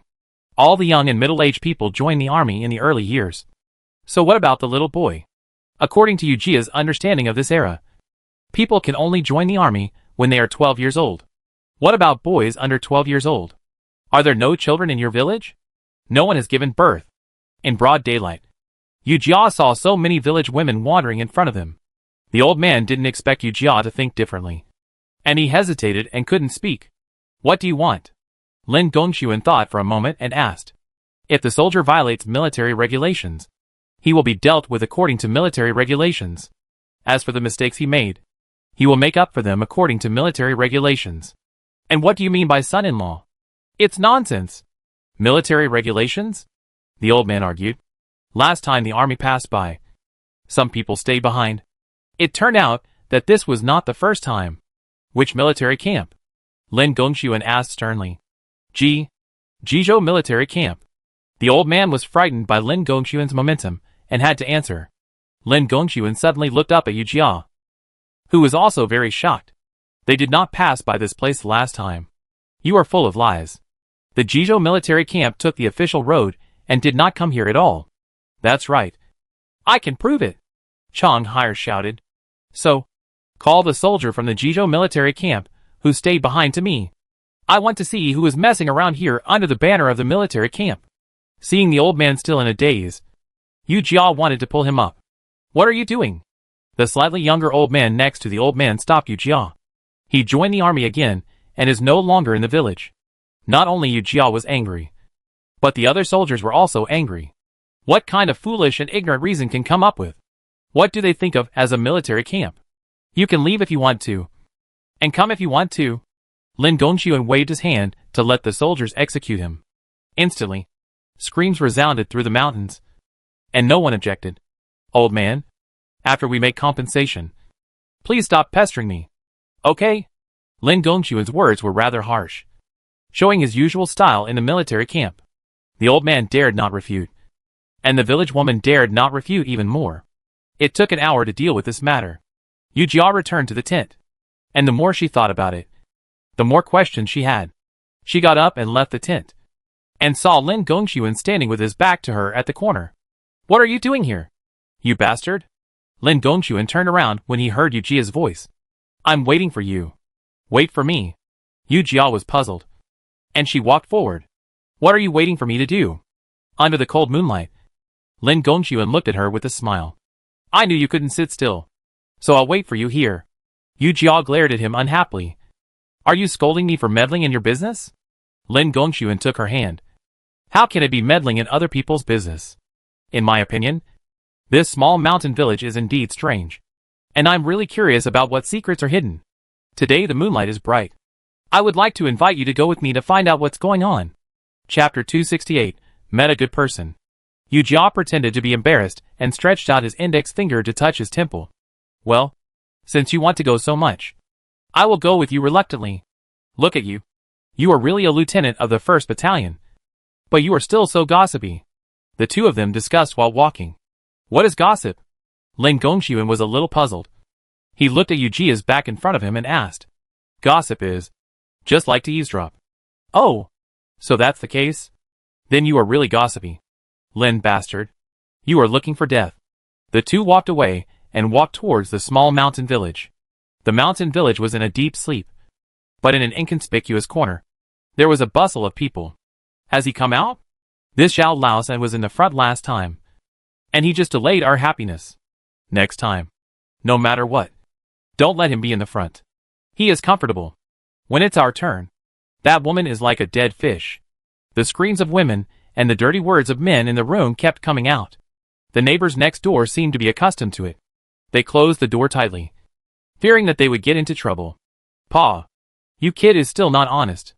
This is not the first time we come here. Why are you resisting? A dark and strong man pressed a weak boy and slapped him in the face. Seeing this, several people laughed grimly. Ha ha ha. If you resist again, won't your sister suffer the same fate? The young man raised his head with difficulty, holding back the sweet smell in his chest, and said word by word, "You beasts, aren't you afraid of being punished by God?" Another burst of laughter answered him. God's punishment? What is God's punishment? We haven't seen it. Yu Jia and the other entered the village from the entrance, and their shadows were very long under the moonlight. At this time, Yu Jia suddenly remembered a sentence. Mr. Lucen once said that there are two shadows under the moonlight. One is mine, and the other is also mine. Looking around, apart from the annoying cicada chirping, there is a feeling of peace and tranquility. But even in such a peaceful scene, Yu Jia couldn't help but panic. Damn it. I always feel like something is going to happen. What are you thinking about? Lin Gongxuan comforted her gently. This is just a small mountain village. Maybe it's a little ignorant, but nothing harmful will happen. Right? Having said that, Lin Gongxuan was on guard. Yu Jia felt the breath of Lin Gongxuan beside her, so she also became alert. The further she walked in, the more unusual noises she heard. She saw several people walking out of a dilapidated house with curses, and one person even kicked the remaining wooden door off when he left. Yu Jia and the other person hid in a corner and saw it clearly. Is this person sick? Experience told Yu Jia that things were not that simple. However, she lost the courage to move forward when she stood in front of the ruins. From the intermittent shouting and cursing of several people, she seemed to be able to foresee what happened in the yard. Seeing her so entangled, Lin Gongxuan took her hand. With your temper, if you turn around and leave today, you will definitely regret it and hit your head against the wall. His words pulled Yu Jia out of her hesitation. Then, let's go! The two quietly entered the gate. As they saw outside the gate, the yard was also in ruins. The only items were neatly arranged and cleaned up. There was a suppressed cry in the house. Sister, let's go. Leave this hellish place. A young man couldn't stop crying. Where? The weak voice of the woman came. Just bear with it. You will be an adult soon. The woman continued. After you become an adult, you can go to work to support yourself. Sister, do you still believe what they said about letting me go to the mountains to work? The young man raised his voice, and seemed to be afraid that the woman would be angry. So he softened his voice. I don't care about that work. I just want to be with you well. What nonsense are you talking about? The woman sniffed.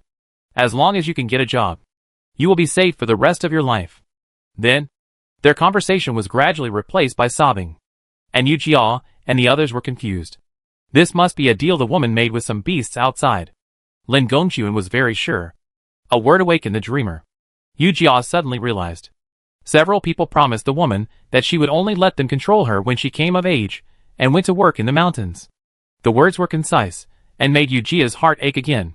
If those people could succeed, she would believe that a sow could climb a tree. Could it be that this matter of working in the mountains was related to the fact that there were no young and middle-aged people in the village? Bastard. Do you remember that when you waited for me to go to Mengshan for dinner, the young men in that old man's village were also sold? Lin Gongxuan frowned and nodded. Is there a connection? The two were too involved. They hid at the door and looked at the boy who came out to fetch water. Suddenly, the boy attacked the two.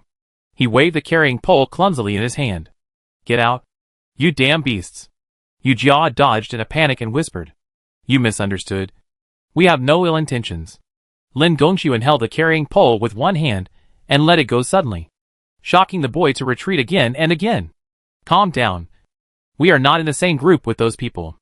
Although the boy looked a little embarrassed, he didn't put down the pole in his hand. Yu Jia took advantage of the moonlight to see the boy in front of him clearly. He looked about 10 years old, thin, and his clothes had many patches of different sizes, but they were very clean. He looked at the two of them with a wary face.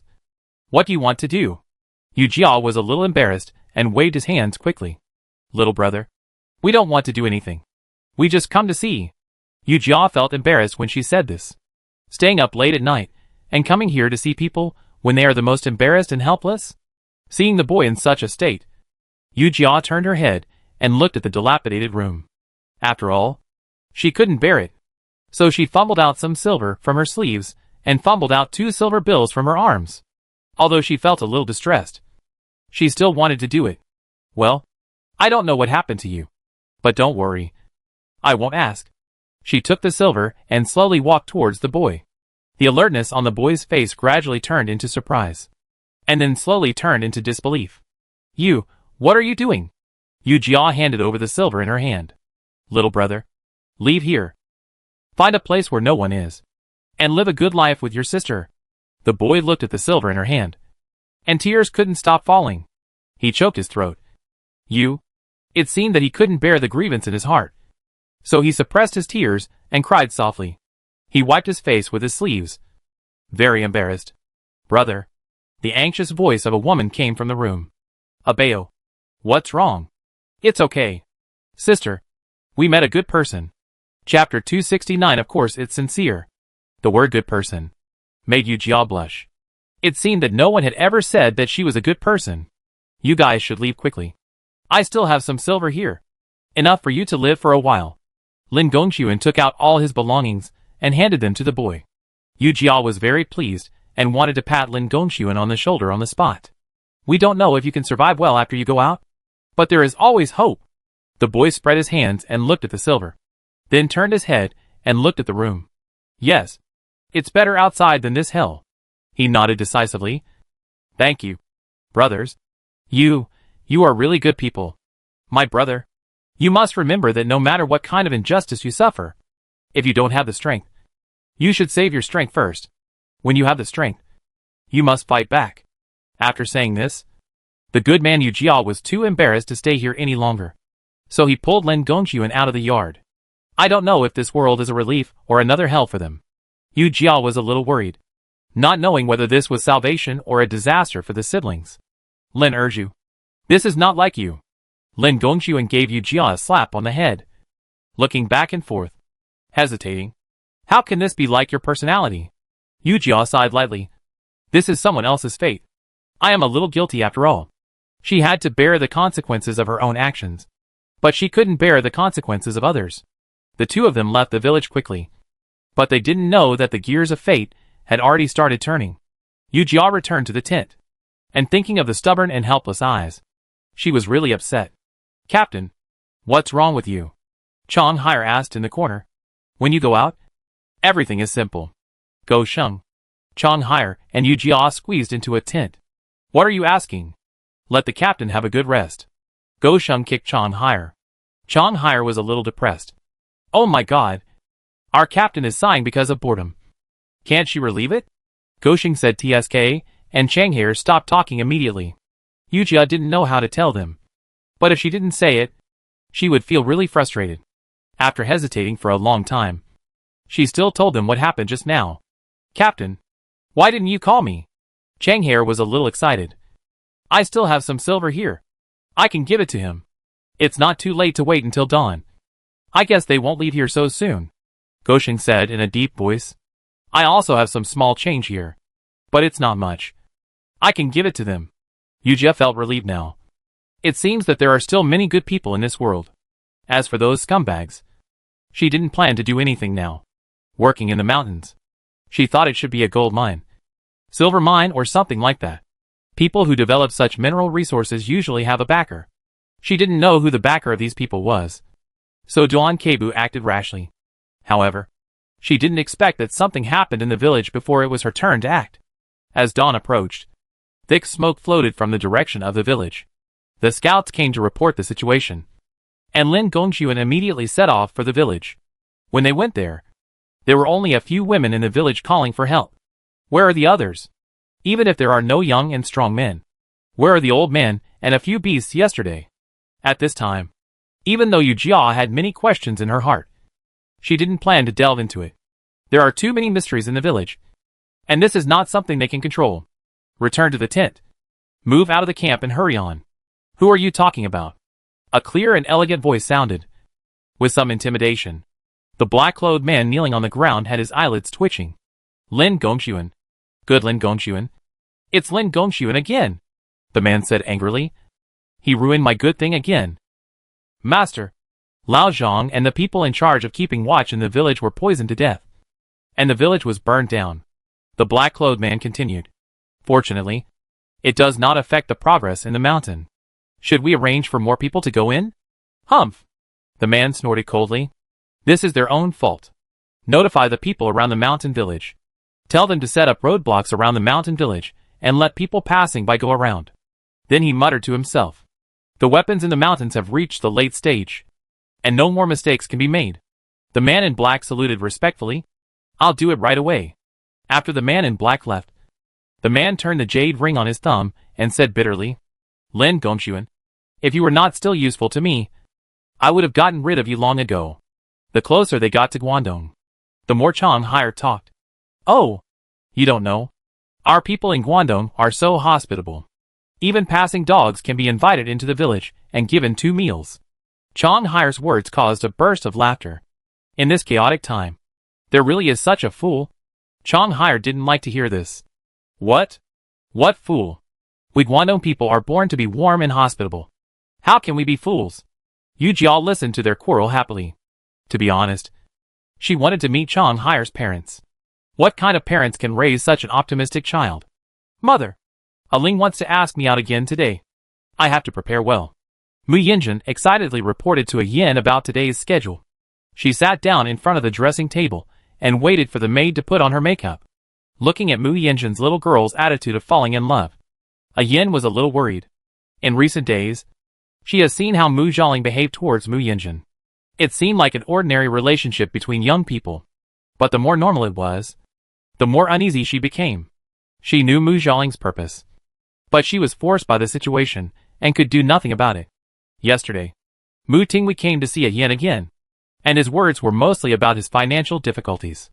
No matter how much she disliked this son, he was still a piece of flesh and blood from her body. How could she bear to let her son, who had always lived a life of luxury, live a hard life? Gradually, she relaxed her control over Mu Tingwei. Since she relaxed her control, Mu Liaoli rarely wandered around in front of her. It is also because the interests will dissipate, and there is no need to gather together. Once you get what you want, why do you have to maintain a false face? Ayana is open-minded. Anyway, these 2 people are after her money. She has a lot of money anyway.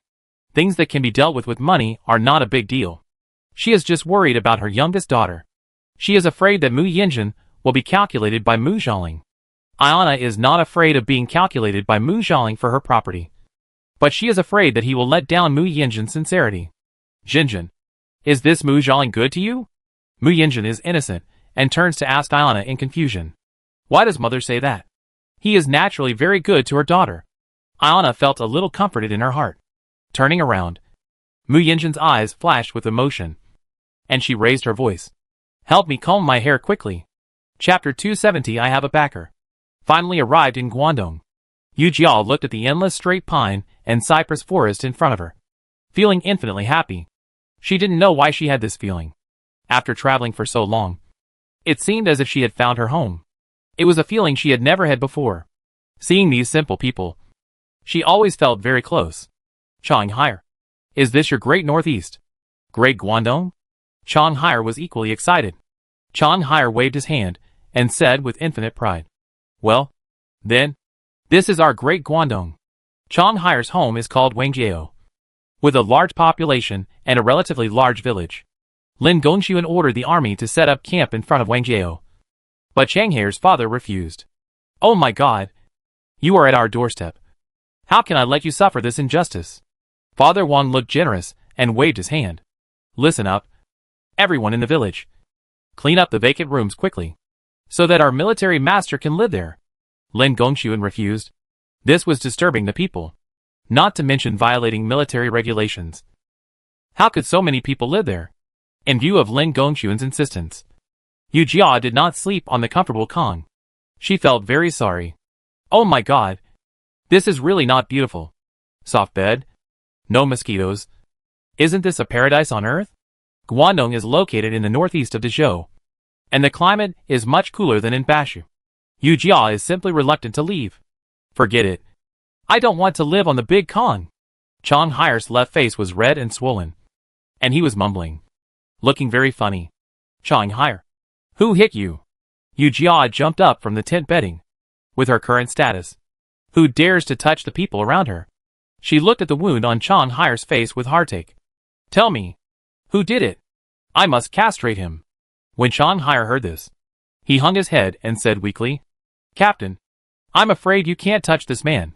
What's the matter? Did Lin Gongxuan touch you? Yu Jia was so angry that he was stunned.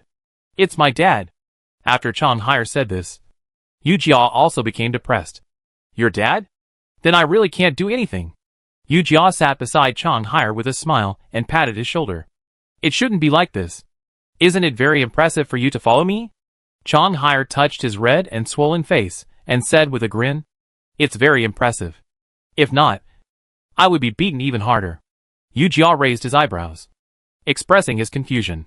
Hey, Captain, I told you before that I joined the army secretly. Right? Yu Jia nodded. It was true. Isn't this my dad's revenge? He only has me as his son. If something unexpected happens, his ancestors will slap him. Yu Jia suppressed his laughter and nodded, showing his understanding. That's the case. Then you didn't get beaten in vain. Brother urged you. Chang Hai looked at Yu Jia miserably. How can you think like that? Chang Hai was too excited and grimaced again. Oh. Okay. I was just kidding. Yu Jia quickly comforted him. Think about it. Your father is very happy to see you alive and kicking. So of course he has to vent. Don't worry. He doesn't really want to beat you. Maybe he feels extremely lucky. Chang Hai lowered his head and recalled everything that had happened since he joined the army.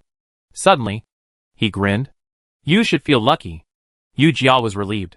How could a father and son have a grudge overnight?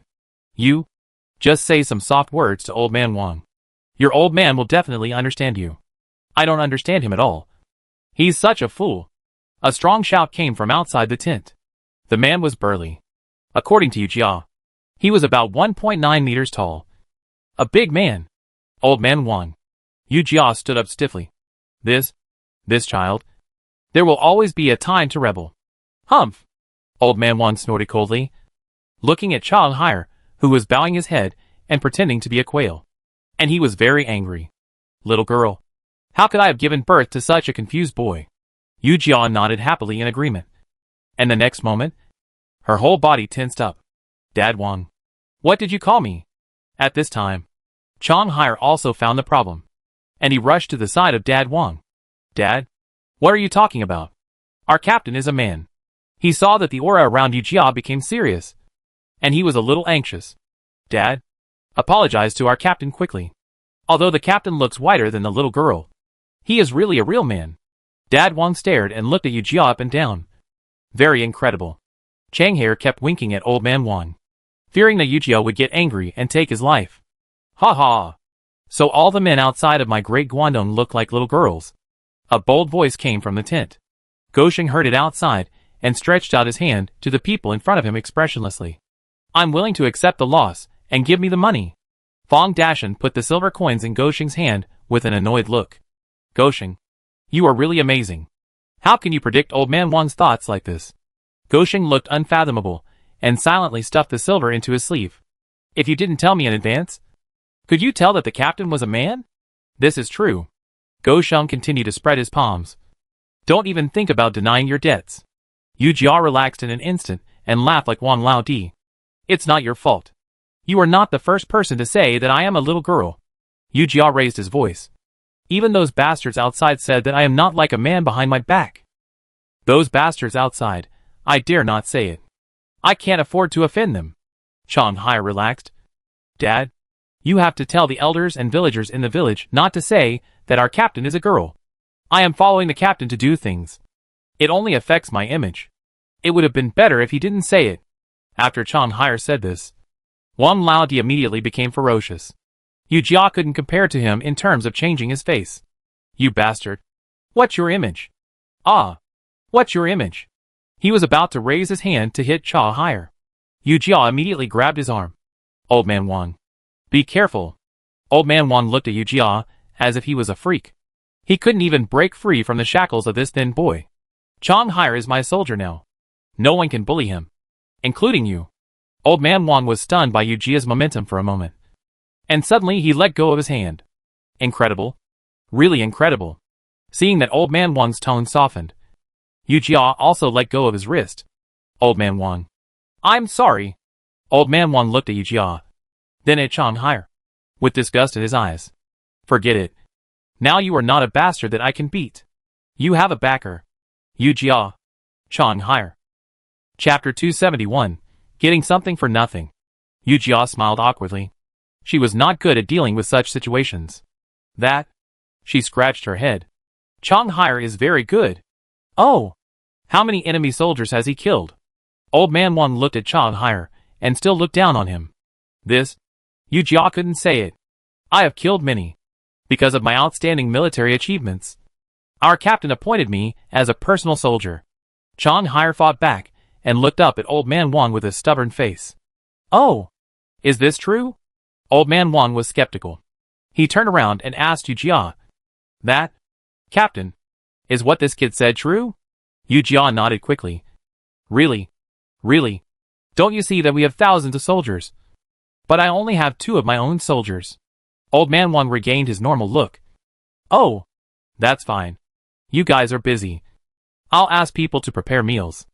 After saying that, he left the tent. Yu Jia looked at Chang Hire with a puzzled look. And Chang Hire understood what she meant. My father is the leader of the village, which is usually called the village chief. Oh! Yu Jia understood. This big body. It turns out that he is still a leader. Ha ha ha. My old son looks like a little boy. But he is a good hand at killing the enemy in battle. One knife kills one. And another knife kills another. See the personal soldiers beside the captain? There are only 2 of them. And my son is one of them. Even though old man Wang lowered his voice. The voice was still clearly heard in the tent. It also reached the ears of Yu Jia and Chang Hire. Yu Jia felt a little guilty. Is it really appropriate to deceive old man Wang like this? Chang Hire had a deep face. And I don't know what he was thinking. Yu Jia looked at him like this and sighed. No matter how you get along outside, you are the best in the eyes of your parents. Chang Hire shook his head silently. This old guy must be asking my mother for money. Huh? Asking your mother for money? Yu Jia was puzzled. Chang Hire looked at Yu Jia expressionlessly, and spoke slowly. Brother Erju, you don't know that my family's money is managed by my mother. She is very strict with my father on weekdays. My mother often says. Chang Hire took a deep breath. If you want to take charge of the family's financial power, then Chang Hire will be successful. Their agreement is that if I succeed, the financial power can be transferred to my father. No wonder Father Wang behaved so strangely. Yu Jia lowered her head and smiled. Chang Hire, I sympathize with you very much. Chang Hire looked at her and smiled. As if he had gotten used to it. I also sympathize with myself. It is unknown whether old man Wang wanted to take back the financial power. Yu Jia only saw that both sides of old man Wang's face were red and swollen. Now, Yu Jia understood that he did not want to take back the financial power. On the first day they came, Yu Jia could not believe his eyes when he first met old lady Wang. Old lady Wang looked weak and gentle. If she hadn't spoken, Yu Jia would have thought she was a girl from the south of the Yangtze River. This Chang Hire also inherited her looks. With a pair of peach blossom eyes and fair skin. She doesn't look like a woman in her 40s at all. Yu Jia likes old lady Wang very much. Besides, old lady Wang saw through her identity on the first day. In fact, there really were female generals in the history of the great Zhou dynasty. However, Yu Jia is now in a difficult situation. She used a male identity when she joined the army. If she explained her identity at this time, it would definitely be used by people with ulterior motives. At the very least, she would be charged with deceiving the emperor and implicate her entire clan. Thinking of this, Yu Jia often sighed. If she knew that she could get the position of captain after joining the army, she would have to give herself a better name. Like now, in this village, people who are not familiar with her call her captain.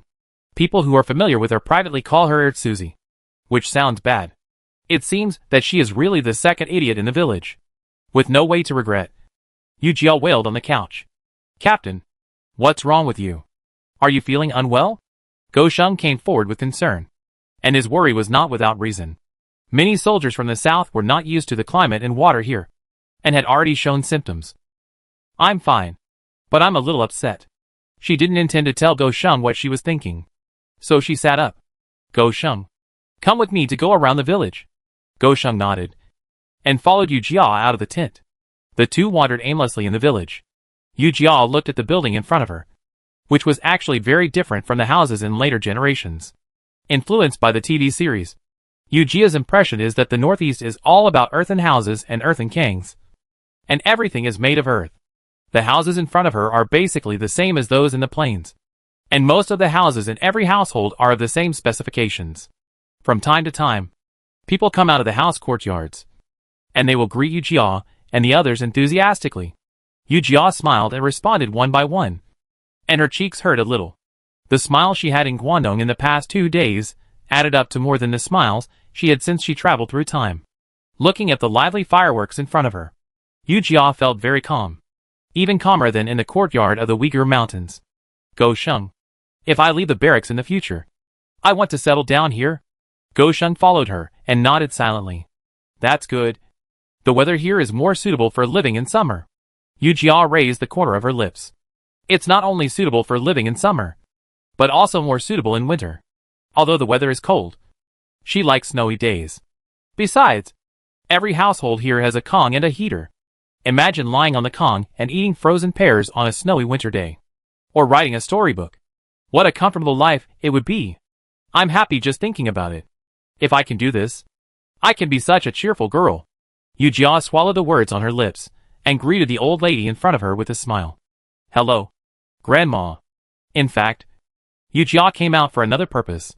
She wanted to see if Guangdong was really vast and rich in resources. In the past 2 days, she knew that the animal husbandry in this village was relatively developed, and the horses were very strong. If it is based on the standard of war horses, it may not be reached, but it is better than nothing. The villagers here seem to live in groups. They will go to work and get off work together. It is very similar to communism in the future. Yu Jia thought. If she really can't get the sponsorship back this time, how likely is it to make a deal with Wang Lao?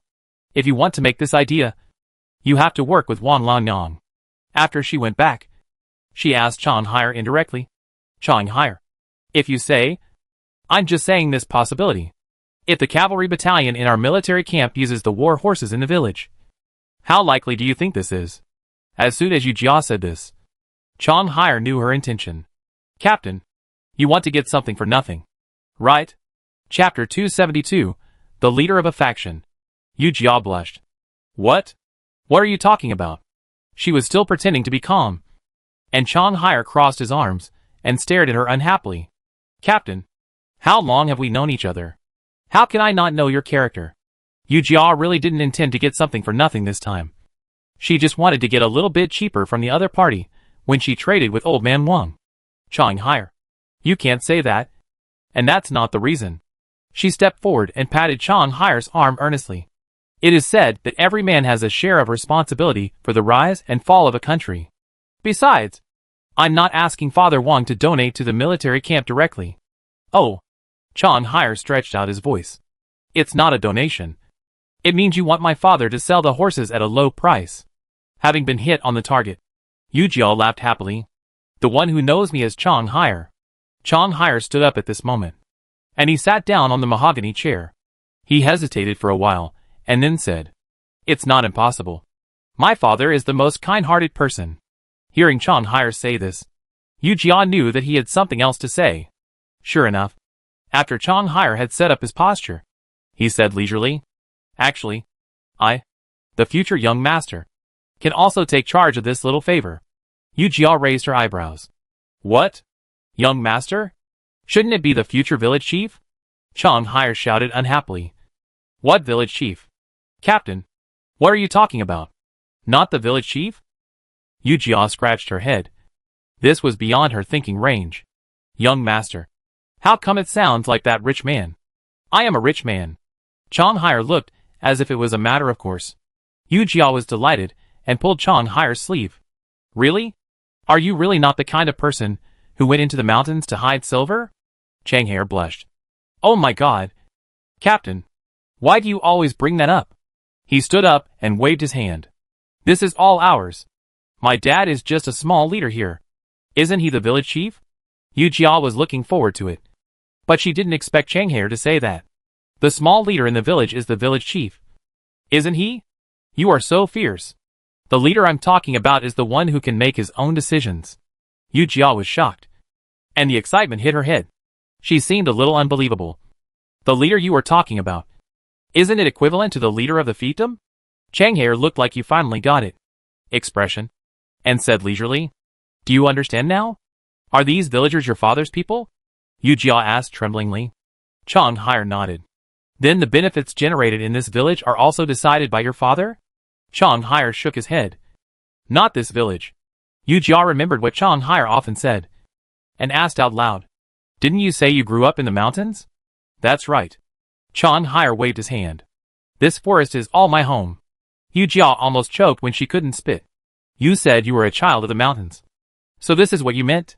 She turned her head and looked at the vast green mountains in the distance. All this is your home? Chang Hair waved his right hand. Not only this forest, but also that one. My goodness. Rich man. Let's be good friends in the future. I didn't expect that this old man Wang was the leader of the entire Guangdong. Yu Jia knew that this era was not like the later generations. At this time, it was still a feudal system. Just like Bashu was Li Yanzha's fiefdom. They produced and harvested by themselves, and paid taxes to the court at a specified time. To put it bluntly, it was a small kingdom. Then these horses were really nothing for Chang Hair. Chang Hair. No wonder your father didn't let you join the army. It turns out that your family really has a throne to inherit. Chang Hair pouted. I don't want to inherit. What's the point of being here? A good man has ambitions in all directions. Yu Jia was speechless. He really didn't know how to appreciate his fortune. Oh! A good man with great ambitions. Was scared to death by the enemy. Chang Hair was angry. Brother Erju? What are you talking about? Whenever Chang Hair called Yu Jia Brother Erju, he was either anxious or wanted to express his true feelings. The current situation is obviously the former. Okay. I will talk to the higher-ups about this matter. Try not to let our family suffer any loss. Yu Jia comforted the young master, and couldn't help wondering. But your father has such a big family business to inherit. Why didn't he have more children? Logically speaking, this kind of rich family. Shouldn't he have many wives and concubines? And many children and grandchildren? Chang Hair also felt very sad. I also want my father to have more children. But my mother is too weak to have more children. My father only follows my mother's lead. And he refuses to take a concubine no matter what. It seems that this old man Wang is big and strong, heroic and unruly. But it turns out that he is also a lovesick man. Yu Jia's good impression of old man Wang is slowly rising. Then Master Chang Hair. When can we put this war horse on the agenda? Yu Jia asked Chang Hair carefully. And Chang Hair laughed. Now! It was just what Yu Jia wanted. And Yu Jia suddenly wanted to get this matter done. She took Chang Hair to Lin Gongxuan's tent. Before they got there, they saw Lin Gongxuan standing at the door of the tent with a sullen face and talking to old man Wang. There were also a few pretty young girls beside them. Anyone with a discerning eye could tell what was going on. Chang Hair hurried to see Yu Jia's face. And she was still angry. Yu Jia's eyes were full of man-eating arrows. As if she wanted to pierce Lin Gongxuan's heart with thousands of arrows. Superior. Old man Wang. What are you busy with? Yu Jia walked up with a fake smile and greeted the two. Hey, Captain. You're here. Old man Wang greeted Yu Jia happily. And Lin Gongxuan, who was standing beside him, looked at Yu Jia cautiously like a primary school student who had done something wrong. Yu Jia glanced at him and asked old man Wang with a smile. Old man Wang. What do you mean? Old man Wang looked at the young women, hinting at something. Isn't it because they are afraid that it will be inconvenient for the superiors to stay in our village? So they asked a few women to accompany us? He went straight to the point. And Lin Gongxuan, who was standing beside him, became even more flustered. Chang Hair was also flustered. And he pulled old man Wang over. Old man? What are you doing? There is an order from the army. And you didn't even say hello to me in advance. Why should I say hello to you? You are just a kid. Go play. Old man Wang glared. Then, he looked at Lin Gongxuan with a smile. Superior. Please accept it first. And you can use them when you need them. Yu Jia looked at Lin Gongxuan leisurely, and naturally wanted to know what he was going to do. Chapter 273 Like a Big Dog. Lin Gongxuan lowered his voice, and bowed with both hands. Old man Wang. Lin thanks you for your kindness. If it's inconvenient, I will bother you. Besides, there is an order in the army that we can't do this. Old man Wang waved his hand. His expression was the same as Chang Hai's. Oh my god. Just a few women. Just a few women. Yu Jia frowned. She remembered what Chang Hai said to her parents just now. Is this really the case? After all, Lin Gongxuan didn't accept these women. Seeing that Lin Gongxuan insisted so much, Old Man Wang didn't insist anymore. Several people came to Lin Gongxuan's tent and sat down. And Yu Jia spoke. Old Man Wang, your horses are growing very strong, which makes me very envious. Old Man Wang heard Chang Hai talk about the situation in the Yunnan military camp. And after hearing what Yu Jia said, he understood. If the captain has anything to ask me to do, just tell me. Yu Jia rubbed her hands and glanced at Lin Gongxuan. Lin Gongxuan knew what she meant, so he spoke in a gentle voice. Old Man Wang, our military camp is a little stretched, and the horses in the cavalry camp have always been a headache for the prince. If I can get the generosity of Old Man Wang, I'm sure the prince will be grateful to Old Man Wang. Although Yu Jia was a bit thick-skinned, he was still shocked by Lin Gongxuan's shamelessness. Not only did he ask for it directly, he also brought Li Yanzhao out. How could anyone who could sit in the position of leader be an ordinary person? Old Wang naturally understood what Lin Gongxuan meant. He touched the face that still had some black and blue marks and laughed. Our prince, the superiors, and the captain have taken good care of Chang Hai. I will do my best to do this little favor. Yu Jia pinched his thigh and bit his lips. He was really generous. He agreed to it? But Old Wang changed his words and looked unfathomable. Old Wang, just say it. Lin Gongxuan nodded. Since they have shown their sincerity, he will do his best to meet their demands. Do the higher-ups really not consider letting these girls follow you? When this was said, some people were happy, and some were worried. Lin Gongxuan was worried. He didn't expect Old Man Wang to be so persistent. Yu Jia was happy. She didn't expect Old Man Wang's request to be so simple. If it were her, she would have asked Lin Gongxuan to say a few good words in front of him after helping the prince so much. However, after all, Old Man Wang is a person who has power and money. So why would he care about these things? Of course. Absolutely not. Yu Jia and Lin Gongxuan said in unison. Lin Gongxuan seemed to be very shocked. He asked Yu Jia quietly, What did you say? Yu Jia touched her nose awkwardly, and turned to look at Chang Hai, who was teasing. She glared at him unhappily. Well, superior, you see that Old Man Wang has helped us so much. You should just satisfy his small request. Lin Gongxuan roared angrily. Are you crazy? Chang Hai laughed softly. Our captain has always been concerned about big things. This big thing had a meaning, and it was obvious that he just wanted to watch the fun. Lin Gongxuan was angry, but he couldn't express it in front of Old Man Wang. His face turned red and black and red, and he was panting heavily. Old Man Wang looked at Yu Jia, who was full of guilt, meaningfully, and laughed. I was joking with you. Young man, why do you take it seriously? Lin Gongxuan and Yu Jia both breathed a sigh of relief. This matter was settled. After sending Old Man Wang away, Chang Hai quickly evacuated the battlefield. Captain, let's go back and find you the mosquito-proof clothes. After saying that, he ran out of the tent. Yu Jia and Lin Gongxuan were left staring at each other. Yu Jia, tell me, did you want to sacrifice me just now? Lin Gongxuan said angrily. How could you do this to me? Yu Jia waved her hands quickly. Oh, you bastard. How could you think like that? Isn't this just a temporary solution? She pulled Lin Gongxuan's sleeve and said pitifully. You also know the situation in our military camp. Father Wang didn't make things difficult for us. It's just asking you to accept a few women. It's not a big deal. Not a big deal? Lin Gongxuan looked at her viciously. You don't know what he meant by sending these women to me. Do you? Or do you not care about my feelings at all? This is serious. Yu Jia secretly thought it was not good. This is not something that ordinary PUA can solve. Ouch. Yu Jia softened her voice, and the tenderness at the end hooked Lin Gongxuan's heart. Look at you. What are you thinking? She took Lin Gongxuan's hand and continued. How could I push you into such a pit of fire? Others don't feel sorry for you. But I do.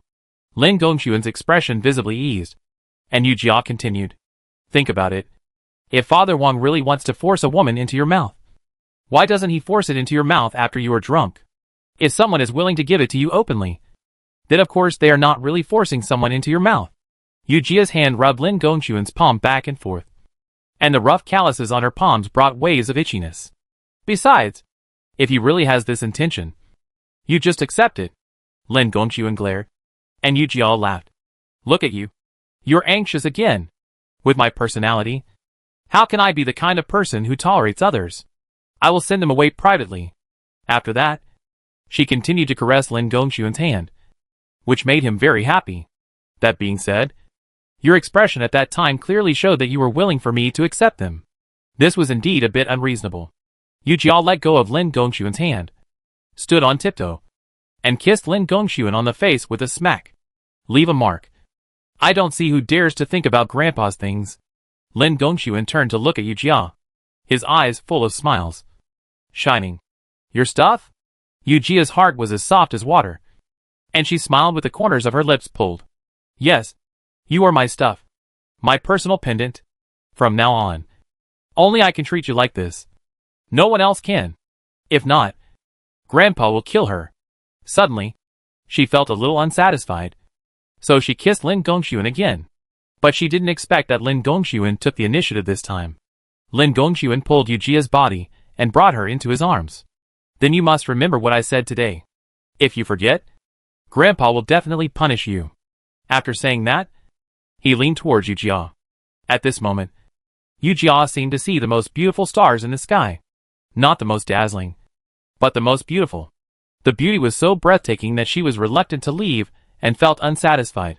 After a long time, the two of them separated breathlessly. Yu Jia's hair on her forehead was messy, and when she looked closely, Lin Gongxuan was not much better. Bastard.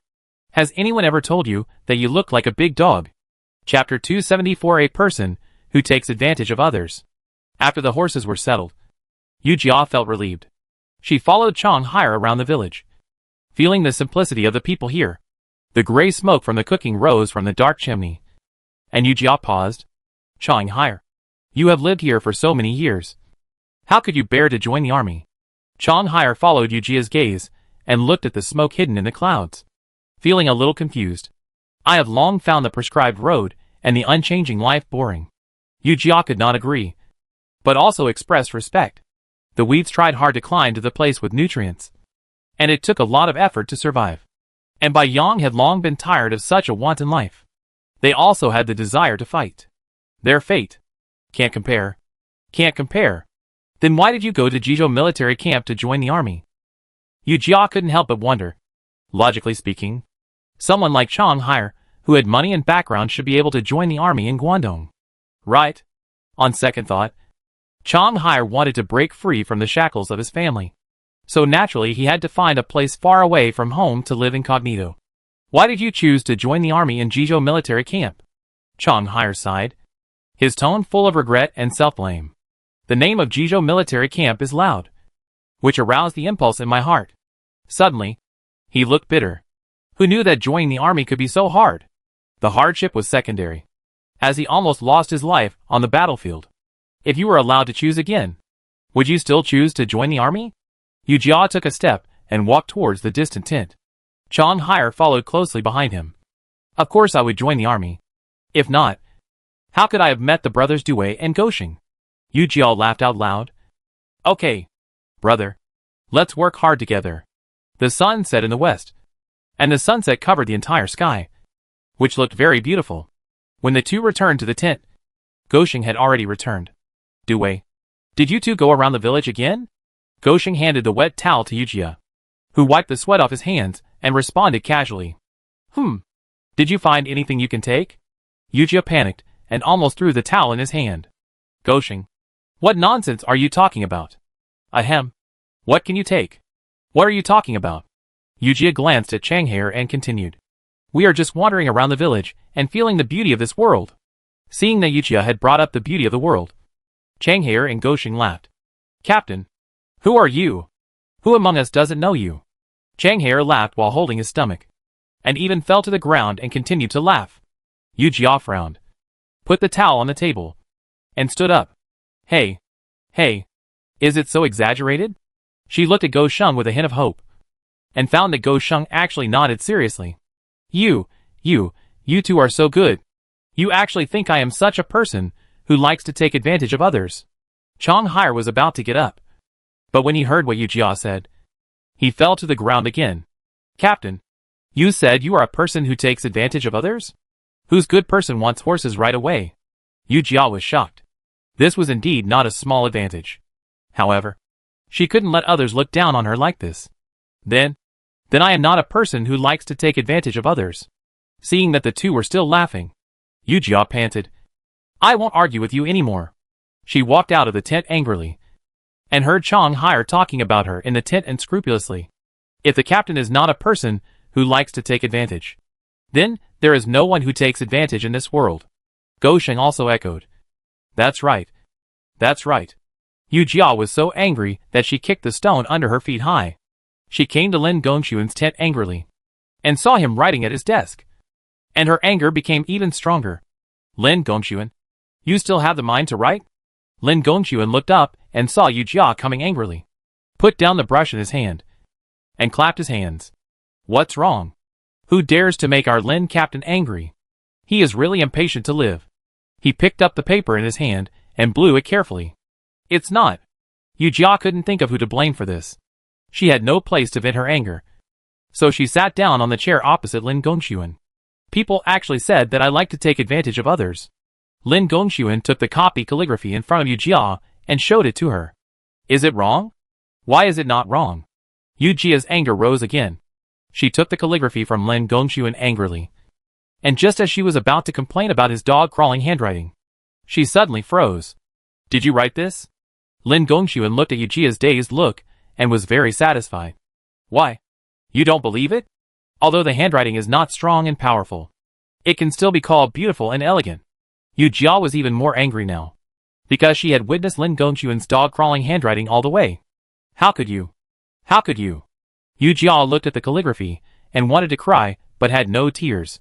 The heroines in other people's novels should be beautiful and talented, and this is first reflected in their handwriting. But she, apart from some boxing and kicking skills, can't do anything. Her handwriting is not good. Her literary talent is not good. And she is always like a man with a plain face. The better Lin Gongxuan is, the more anxious Yu Jia feels. Bastard. Will you dislike me in the future? Her eyes were filled with mist, and she looked up at Lin Gongxuan with a miserable face. Round eyes, full of water, reflected in Lin Gongxuan's heart. Silly. What are you thinking about? Lin Gongxuan hugged Yu Jia in his arms, and said softly, How could I dislike you? You are ambitious, tough, quick-witted, and plump. So cute. I like you very much. Yu Jia squeaked and broke free from his arms, grabbing the copybook angrily. You said I'm tough? You said I'm plump? Yu Jia pouted. Is there anyone who praises people like you? Lin Gongxuan was a little flustered. He grabbed Yu Jia's shoulders. No. What I mean is, I like you. No matter what you look like, I like you. Yu Jia's thoughts finally settled down a little, according to Lin Gongxuan's mouth. This is a good thing to say. She spread her hands and looked at the wrinkled copybook in her hand, which was a little funny. Carefully unfolding the copybook, she looked at the words seriously. If the love between two people is long-lasting, why should they be together day and night? Lin Gongxuan said gently. I often think how lucky I am. Yu Jia looked at him puzzled. Why? I am so lucky to meet someone who understands me and can see him often. Lin Gongxuan pulled Yu Jia into his arms again. Yu Jia, I feel happy when I can see you every day. We are much better than the cowherd and the weaver girl who see each other once a year. Yu Jia suddenly thought that the Chinese Valentine's Day is coming soon. Chapter 275, A Sudden Discovery. July 7th is a holiday for lovers. It is also the first time for Yu Jia and Lin Gongxuan to celebrate the holiday. Yu Jia attaches great importance to this holiday and racks her brains to think of a gift for Lin Gongxuan. She lay on the couch, tossing and turning. Captain, are you worried about something? Go Sheng asked cautiously. Go Sheng. Don't ask the captain like this. She will be shy. Go Sheng turned his head to look at Chang Hai, hesitant to speak. Our captain can be shy? Yu Jia sat up unhappily. Speaking bad about me. Can you please say it behind my back? Chang Hai smiled and said. Captain, are you worried about the Qixi festival? Yu Jia's eyes were full of praise. You know what? Chang Hai, you are really capable. Tell me, what am I worried about on the Qixi festival? Chang Hai was excited now. Isn't it just that I'm thinking about where to go with my superiors to have fun? Although Chang Hai's words were a bit rough, they still hit the point. Then do you have any good suggestions? You can go to the Lover's Valley. Chang Hai walked up to Yu Jia and said seriously. It is said that if you go to the Lover's Valley, you will be in love forever. But Chang Hai changed the subject, with a sly look on his face. But what? Yu Jia kicked him. Don't hesitate. Just say what you want to say. Chang Hai touched the place where he was kicked, not caring much. When you go, you have to avoid the crowd.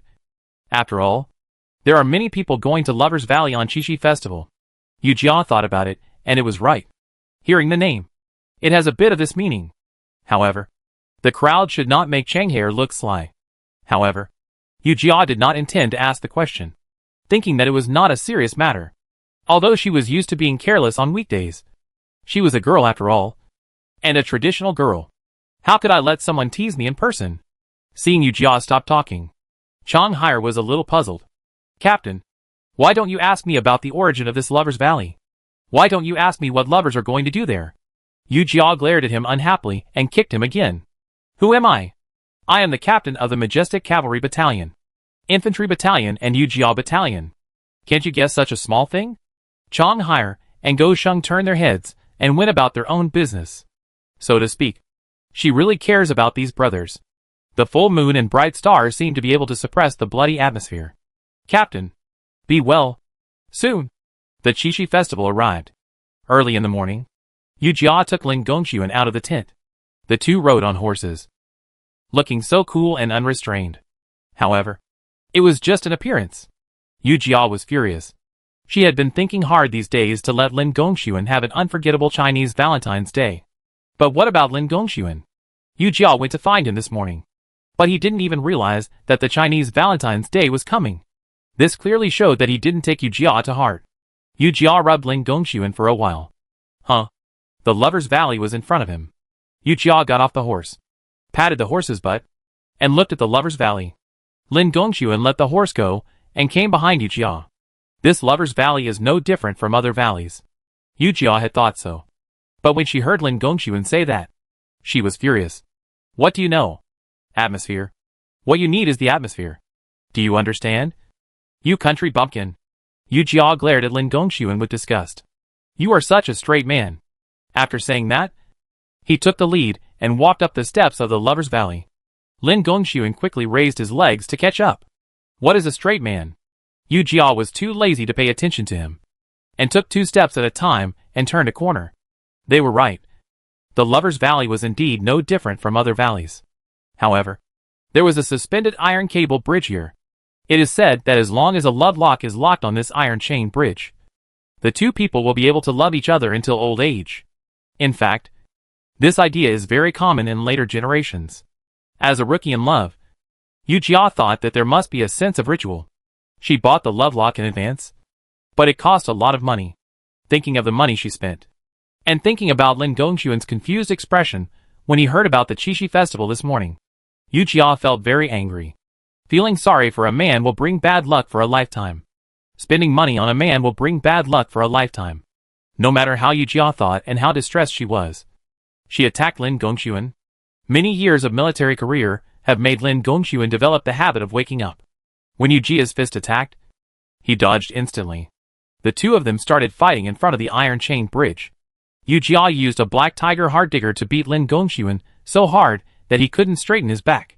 Lin Gongxuan covered his abdomen and pointed his trembling hand at Yu Jia. What a cruel heart. Aren't you afraid of becoming a widow? Yu Jia's depression came out, and she felt very happy. She naturally liked Lin Gongxuan a lot more. I'm a widow? That's because you're too weak. Yu Jia looked Lin Gongxuan up and down. What a thin dog. Although Lin Gongxuan didn't know what a thin dog meant, He knew it was not a good word by looking at Yujia's contemptuous look. He endured the pain and pulled Yujia's hand. Okay. Okay. Stop it. Suddenly, he felt Yujia's stiff hand and asked curiously, "What's wrong?" He followed Yujia's line of sight and looked behind him, then stopped. Originally, the two came early to avoid running into others. But someone came earlier than them. "Sir, Captain, how are you?" It turned out to be Old Man Wang. Originally, there was nothing wrong with Old Man Wang coming here, and he came here just to have some fun. But the person he brought was not Old Lady Wang. His sturdy subordinate was pulling a beautiful woman in her 20s. When the woman saw the two, she hid behind Old Man Wang. She even secretly glanced at the two from behind him. Yujia thought of Chang Hai's pride when he talked about his parents' strong love, and felt sick. "Old Man Wang, how are you?" Lin Gongxuan was the first to reply. The nausea in Yujia's heart intertwined with the mist in the early morning, hitting her heart. Her hand tightly grasped Lin Gongxuan, as if to tear him apart and eat him. Lin Gongxuan felt Yujia's anger and patted her gently with his other hand. "Don't worry." How could he not worry? Yujia didn't want to face these two people anymore, so she turned away. "Since Old Man Wang has something to do, we won't bother him." Old Man Wang agreed happily. "You guys are busy."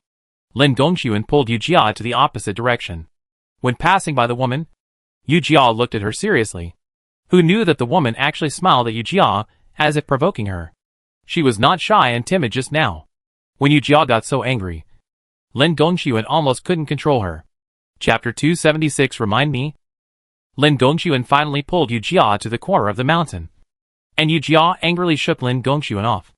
"Really? Men are only honest when they are hanging on the wall." Lin Gongxuan was a little embarrassed. "Not all men are like this. I'm different from them." Yujia quickly punched him on the shoulder. "I'm different from them. I just watched. They all did it. I thought it was dirty. I didn't do it." "Lin Gongxuan, don't say such things again in the future. I'm afraid I can't put away my 8-meter-long sword."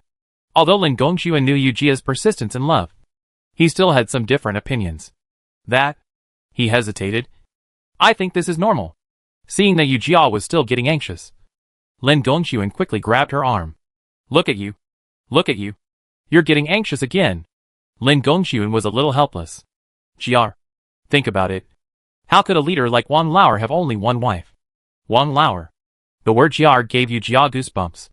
A sharp sword quickly gathered in Yujia's dark eyes, stabbing straight at Lin Gongxuan. What's wrong? What's wrong with what I said?" "Don't call me Jiar." Yujia gritted her teeth. It turned out to be a matter of address, and Lin Gongxuan was relieved. "It's really hard to guess what women are thinking. Can I call you Jia from now on?" Yujia said him, which was considered as agreement. Lin Gongxuan continued, "Chang Hai doesn't know about Wang Lao's affairs, but Wang Lao Nyang must know." Yujia fell silent, indicating her agreement. This matter is a bit troublesome. She felt a little distressed when she thought of Chang Hai's admiring eyes when she talked about Wang Lao's heroic deeds. If she didn't know about this, she wouldn't feel guilty towards Chang Hai.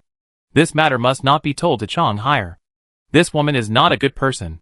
Even if she is not a good person, she can't ride on Wang Lao Nyang's head. Lin Gongxuan laughed. Yujia shook her head. Even if she can't ride it, it can still cause her some trouble. It makes her sick. If this woman has no other bad intentions and just wants to get some benefits, then there is nothing wrong with it. After all, Father Wang's family is big and powerful. If the woman has other thoughts that she shouldn't have, that would be disgusting. Yujia touched the love lock in her arms and looked in the direction of the iron chain bridge. It's been a long time. They should have finished their business and left. Right? Lin Gongxuan looked in the direction of Yujia, but couldn't see any movement on the iron chain bridge. He then took Yujia's hand again and interlocked his fingers with hers. Let's go. Let's go and take a look. The two of them walked towards the iron chain bridge hand in hand. The sky gradually became clearer, and they could still hear other noises faintly. Yujia was extremely grateful that they set out early today. Otherwise, they would probably have to compete with others for speed. Suddenly, Lin Gongxuan turned around and stood in front of Yujia, hugging her tightly. Yujia was startled by Lin Gongxuan's sudden enthusiasm. Although she was a little surprised, she still didn't spoil the mood. Yujia raised her arms and wrapped them around Lin Gongxuan's thin waist, and put her head on his shoulder. What are you doing? We still have to lock the love lock on the bridge. The tail tone slowly rose, making her look much gentler. Lin Gongxuan unconsciously exerted force on his arms. Let's wait a while. He wanted to take Yu Jia out of the iron chain bridge. As a result, Yu Jia found something wrong. Out of instinct, she broke away from Lin Gongxuan. At this time, it was too late for Lin Gongxuan to stop her. Yu Jia saw the scene that she wanted to delete from her mind the most in her life. She didn't expect that the tall and burly old man Wang would have so much fat on his body after taking off his clothes. She also didn't expect that such a weak woman could be so soft. What the hell? Yu Jia felt like she was going to get corns. Lin Gongxuan put his palm on Yu Jia's eyes and whispered in her ear, "Be good. Jia Jia. Don't look." Yu Jia didn't know how to get off the iron chain bridge. When they returned, many villagers had already entered the valley. This time they really gained a lot. Yu Jia returned to the tent and threw the love lock on the table. Seeing the red ribbon tied to the love lock, Yu Jia felt annoyed. She reached out and threw the love lock under the pillow and lay on the couch irritably. In a moment, Chang Hire opened the tent and walked over. He looked anxious, and his voice was trembling. "Urju brother. Urju brother." Yu Jia sat up. "What's wrong? Oh my god. Why are you still lying here?" He thump thump thump. He ran to Yu Jia. "There are rumors outside that you and your superiors went to the Lover's Valley hand in hand."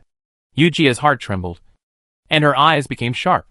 Today, in order to avoid meeting anyone, she and Lin Gongxuan went very early. When leaving the valley, they took a detour. Except for seeing Old Man Wang and that woman, no one else was seen. Old Man Wang should not tell anyone. So only this woman is left. Chang Hire.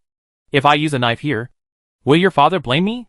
Although Chang Hire had doubts in his heart, he did not ask. You have your reasons for using a knife, and you don't need my father to come forward. I will cover it for you. His chest slapped loudly, and Yu Jia felt distressed again. She originally wanted to kill someone with a borrowed knife, but now she thought that doing things in such a roundabout way was not satisfying at all. She stood up from the couch suddenly. Go out and tell people that our superiors did not leave the tent today.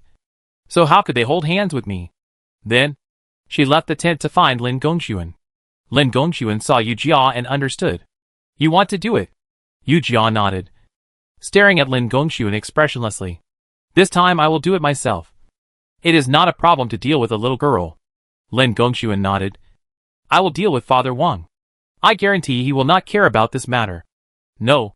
This time I plan to act under Changhair's name. Yu Jia sneered. After all, how can a woman be compared with the only male heir of Father Wang? I came to you just to say hello to you. You deal with the rumors in the army, and leave the rest to me. This matter is very simple. Yu Jia directly asked Changhair for the person. In the evening, Changhair tied the woman up and threw her in front of Yu Jia.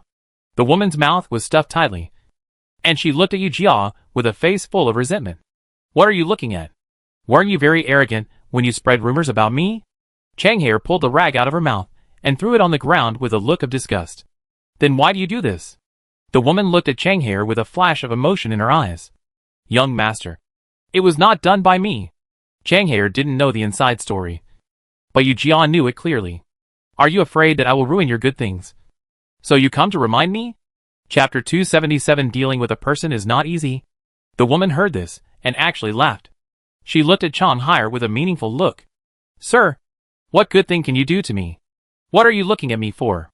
Chang Hire was a little panicked, and he looked at Yu Jia unconsciously. Yu Jia sneered. It's really not easy. This woman actually wanted to break up her relationship with Old Man Wang. Chang Hire was confused, and he felt that the atmosphere in the tent was very strange. Ah! The next moment, the woman screamed. She was grabbed by the hair by Go Sheng and struggled awkwardly. What are you doing? You dare to be violent to me. Do you know who I am? At this point, Changhair reacted. If she dared to say that in front of him, it must be related to Father Wang or Mother Wang. Go Sheng slapped the woman twice. Who do you think you are? How dare you talk to the captain like that? After saying that, he was still not satisfied and slapped the woman twice more. Go Sheng. Wait! Changhair stopped him. Let me ask her. Go Sheng looked at Yu Jia, and Yu Jia frowned slightly, and he understood what she meant. He drew his knife and cut her throat in one go. The blood splashing from the woman's neck sprayed Chang Hair's face, and he watched the woman fall in front of him. He was a little flustered. The woman couldn't speak or even make a sound. What are you asking? Just deal with her. Seeing Chang Hair staring at the woman in a daze, Go Sheng came to Yu Jia. Ahem. Chang Hair. You should know what to say. Right? Yu Jia stood up and motioned Go Sheng to go out of the tent to deal with the woman's body. Chang Hair came back to his senses after Go Sheng left. He turned his head and looked at Yu Jia dimly, with an ambiguous look in his eyes. Brother Erju, tell me the truth. Why did you deal with this woman? According to your personality. You don't need to use my identity to deal with such an insignificant person. After all, it was impossible to hide it from Chang Hair. But Yu Jia didn't know how to talk about it. Seeing Yu Jia's silence, Chang Hair's heart couldn't help sinking. Is it related to my father and mother? Yu Jia pursed her lips and didn't speak. Then it's related to them. Brother Erju, you are in a hurry to deal with this woman. Not just because she spread your story. Right? Hey! Yu Jia saw that it was impossible to hide it from Chang Hair. So he told what happened in Lover's Valley. After hearing it, Chang Hair couldn't come back to his senses for a long time. Chang Hair, don't be sad. Yu Jia didn't know how to start. She was a little embarrassed.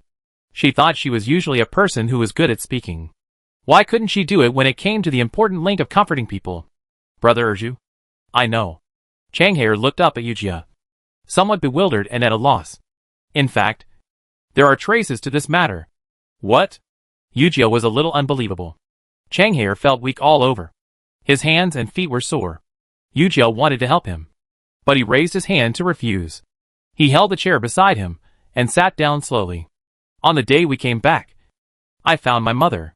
When she mentioned my father, she was no longer as shy as before. Although the word shy is not suitable for Wang Lanyan's age, Yu Jia still thinks she deserves it. There was something else in her eyes, and I didn't understand what it was at the time. I just thought they had a conflict. But who knows? Chang Hair couldn't say any more. He raised his hands and covered his face. His voice was a little muffled. Who knows? My father has a new lover. In Chang Hair's impression, his father and mother have always been equal and supportive of each other. Although Wang's mother's style is a bit tough, it doesn't hinder the two of them from loving each other at all. He has been used to seeing the uncles and aunts around him, and the subordinates of his father and mother are fickle and spend their days in debauchery. The backyard quarrels are constant, making the house a mess. His childhood playmates would complain to him, either being plotted against by this aunt today, or being bullied by that aunt tomorrow. He has always been very grateful that his parents are loyal and affectionate, and often brags about it to his friends. But now, he is told that his parents are not so loving. How can he accept this? Chang Hair, don't do this. Yu Jia put his hand on Chang Hair's shoulder and pressed it gently. Let the adults handle their own affairs. Chang Hair put his hand down suddenly and stood up. Chang Hair, what are you doing? Yu Jia looked at Chang Hair with a creepy look. His expression was a little sinister. Where did Go Sheng go? Oh!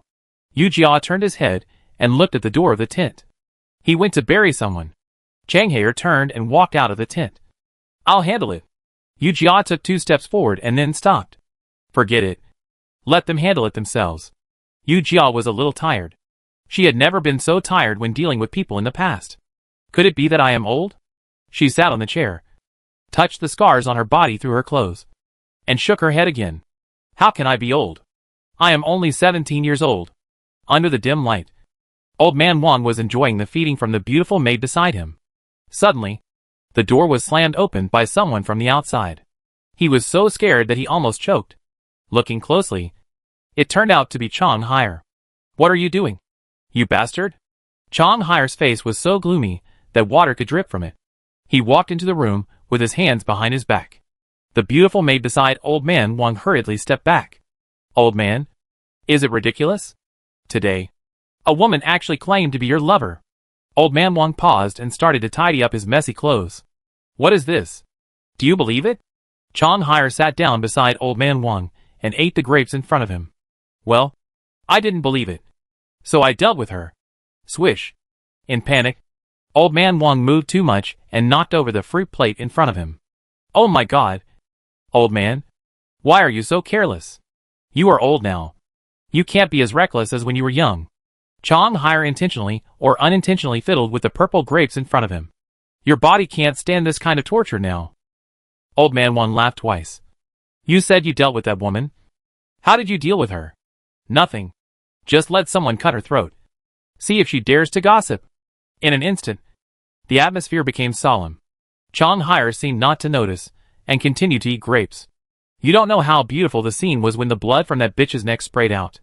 He seemed to be really imagining the scene at that time, closing his eyes to cover up the deep meaning in his eyes. Ha ha ha. As long as you are happy. As long as you are happy. Old Man Wan looked a little ugly. You are my son. All my things are yours. Isn't it easy to deal with a person? Chapter 278. Greed for Novelty. Chong Hire stood up without comment. Dad? My mom's legs seem to hurt a little. Go see her when you are free. He walked out after saying this, not noticing that Dad Wan's face had turned pale. Dad Wan looked at the fruit plate in front of him and pushed it off the table in annoyance. He sat down and panted for a long time, staring at the table in front of him in a daze. His thoughts went back to the past, and he seemed to have forgotten what Dad Wan looked like when she was young. All he could remember was a hot, bold, bright and beautiful woman who dared to love and hate. Her love was passionate and unrestrained. At the beginning, Father Wan was not as majestic and powerful as he is now. He was just a poor boy who grew up eating at other people's homes. How did he know Old Lady Wang? Father Wang pinched his eyebrows. The past was too far away, and his memory was blurred. Oh! Your father was beaten by a group of people at that time. If your mother hadn't helped him, he would have died. Chang Hair leaned on the shoulder of the nanny and listened to his parents' love story. However, there was no more proud look in his eyes. Then what? Chang Hair continued to ask. Then, what happened? Father Wang rubbed his swollen head. And then it seemed that Old Lady Wang wanted to take him home as a son-in-law. At that time, he had just turned 17, and was a young man with great ambitions. Although he liked Wan Lanyang, it was a shame for him to marry into the family. And he must not do so. If he married into the family, wouldn't it be a shame to his ancestors? Wan Laodi reluctantly refused. He wanted to make a name for himself, and asked Wan Lanyang to marry him openly. But how could a penniless poor boy succeed so easily, without money and background? The most he could do was to wash dishes in the kitchen of the inn. He got up early, and went to bed late every day, was scolded and punished. And the money he earned in a year was not enough for Wan Lanyang to buy a bracelet. In order to support his career, Wan Lanyang decisively bought the inn where he worked.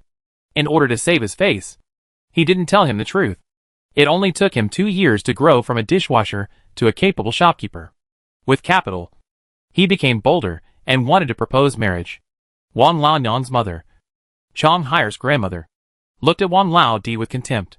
You think you are so capable, but you still rely on women to get to where you are today? Wan Lao Di finally understood the truth. However, he was not discouraged. He relied on his own strength to expand the inn, so that Wan Lanyang's family saw his potential. In the end, he got the beauty. The disparity in family strength doomed Wan Laodi's family status. At home, everything is decided by Wan Lanyang. At first, Wan Laodi was happy with it. He swore that he would never take another concubine except Wan Lanyang in this life. He went from having nothing to being able to call the wind and rain now, relying on the power of his wife's family. But as his business grew bigger and bigger, more and more people flattered him, and even his mother-in-law had to look at his face. At this time, he finally knew that he was successful. He could stand here upright, and didn't have to look at anyone's face to act. Wan Laodi sighed. Wan Lanyang's leg injury was left because of saving him. At that time, as the imperial merchant of Guangdong, he had to pay tribute to a batch of goods. The news came that the competitors wanted to intercept the goods. If they lost the goods, they would lose their heads. At that time, Wan Lanyang was pregnant, and was determined to follow Wan Lao Di to the capital. For no other reason, Wan Lanyang's family was gradually dissatisfied with Wan Laodi's behavior, and she was afraid that something unexpected would happen on the way. As she expected, something went wrong on the way. A relative defected and revealed their route to Beijing to the opponent.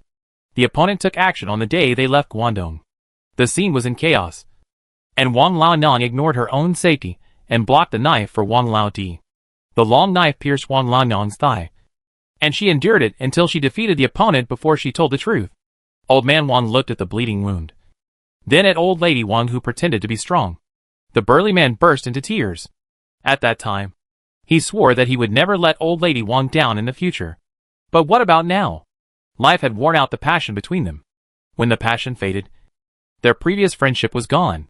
What was left was just a dull life. But humans are animals that pursue new things.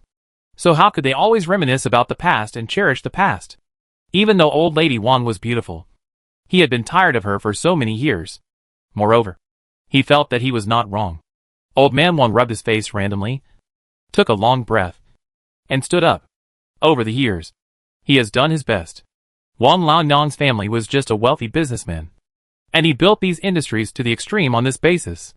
Besides, he is still the leader of the fiefdom, and they have already burned incense for not caring about their difficulties in the early stage. How can they turn around and blame him? Chang Haier felt very sad and murmured to himself, "Nani, do you think there is true love in this world?" The Nani touched Chang Haier's hair lovingly and said with a smile, "Silly child, where is true love in this world? There is only interest, and there is no need to gather together when the interest disappears. If there is no interest, then there is really no concern." Chang Haier's face turned pale. Without interests, there will be no worries. Now, Father Wang seems to no longer need Mother Wang's interests. If there are no interests, there will be no worries between them. Although an insignificant woman was dealt with, there was a rift between Father Wang and Chang Haier. Although this rift was very small, it would break at a critical moment. Yu Jia had been paying attention to the movements in the village, and found that no conflicts had broken out. So she was relieved. Maybe Chang Haier really settled the matter. After staying in the village for a few days, Lin Gongxiu had ordered to set off. Chang Haier has been saying goodbye to his relatives and friends these days. Old lady Wang was reluctant to let Chang Haier leave again, and she cried with tears and snot. "Chang Haier, if you leave, how can I live?" Chang Haier hugged old lady Wang, patted her back, and said softly, "Mom, my son is going to make achievements and do something great. How can I defend my country in the village?" Old lady Wang cried even louder. She understood the truth. But how could this alleviate the worries and sorrows in her heart? "My dear son, you must come back safely. When fighting, you have to hide behind the captain and let her protect you." Chang Haier laughed. "Mom, I am her personal guard. I have to protect her." "No. No." Old lady Wang wiped her nose. "She is so powerful. Why does she need your protection?" Chapter 279, dazzling as the sun at its zenith. When leaving Guangdong, Yu Jia was more reluctant than Chang Haier. It would take 2 days to get to the capital. The road ahead is long, and no one knows what kind of dangers are waiting for them. In July, the air seems to be mixed with a hint of coolness. It gives people an illusion that the weather has begun to turn cold. Seeing that Chang Haier beside him was in a low mood and even ate less, Yu Jia was a little worried. "Chang Haier, are you worried about old lady Wang?" Chang Haier nodded, his eyes full of confusion. "Captain, do you think love will disappear?" Yu Jia couldn't answer this question. After all, she had never met one. "Chang Haier, let's not worry about the adults' affairs. Let it go. They know how to do things." Even so, Yu Jia was still a little worried. Chang Haier's father was a typical Phoenix man. But he was an ambitious and capable Phoenix man. His ambition could still be suppressed, and Wang Laonyang should still be able to control him. Chang Haier looked up at the endless official road in front of him, and did not say anything. The sky was gloomy and very hot. Mu Yinjin wiped her sweat with a handkerchief, and the maid beside her carefully fanned her with a palm leaf fan. "Princess, let's go into the house and rest for a while." Mu Yinjin shook her head. Recently, she has sent no response to Lin Erju's pigeon letter, which makes her very worried. In the past, they communicated frequently, and she would write down what happened to her recently in the letter. Lin Erju would also reply. There is always some reliance between them. Since Mu Yinjin met Mu Zhaoling, not only did their letters decrease, but Lin Erju seemed to have disappeared out of thin air. This made her worried. Yesterday, Mu Zhaoling came to ask for marriage, and Anyang had already agreed to him. But Mu Yinjin was hesitant. She didn't know whether she should give her body and soul to him. "Jinjin!" A yin walked over from the courtyard. "Mother!" Mu Yinjin put down the handkerchief in her hand and ran towards Ayan. "Oh! Slow down. You are about to get married. Why are you so reckless?" Mu Yinjin pouted and shrank into Ayan's arms. Mother! I'm a little scared. Ayan's heart trembled and her fingers paused. Then, she patted Mu Yinjin's arm as if nothing had happened. What are you afraid of? Mother is here. Ayan took Mu Yinjin's hand and entered the pavilion. The breeze was blowing, and there was already a trend of storm. In the past, Mu Yinjin always looked like a little adult. She was telling Ayan with her actual actions that she did not regret meeting Mu Xiaoling. But after all, she is a child, and she can't help herself at the critical moment. Mother will pave the way for you and won't let you suffer any grievances. Mu Yinjin put her head on Ayan's legs and tightened her clothes. Mother, I just don't know what to do in the future. Although Ayan has money, she also knows Mu Xiaoling's intentions. However, she still loves Ayan. Don't worry. Mother has plenty of money. Ayan gently stroked Mu Yinjin's head. As long as it can be solved with money, it's not a big deal for Mother. Mu Yinjin laughed, thinking of a word Lin Erju said. Mother, you are so arrogant. Seeing that Mu Yinjin was in a good mood, Ayana also laughed. Does being arrogant mean being rich and powerful? Jinjin, you really learned the Dezhou dialect. Dao, the prince wants to see you. Ayana frowned, and Mu Yinjin also sat up. She looked at Ayana's pale face and said, Mother, you are not feeling well. I will go and refuse my brother. Ayana shook her head. If she didn't send Mu Tingwei away, she didn't know what kind of evil he could do. Let him in. But in a moment, Mu Tingwei hurried in. Mother! Jinjin! It's no wonder that the two of them disliked him. It was really because he did too many tricks. Not only did he try every means to ask Ayana for money, he also bullied others by taking advantage of his power. If it was in the past, it would not be a problem for the Prince of Qin to be arrogant and domineering.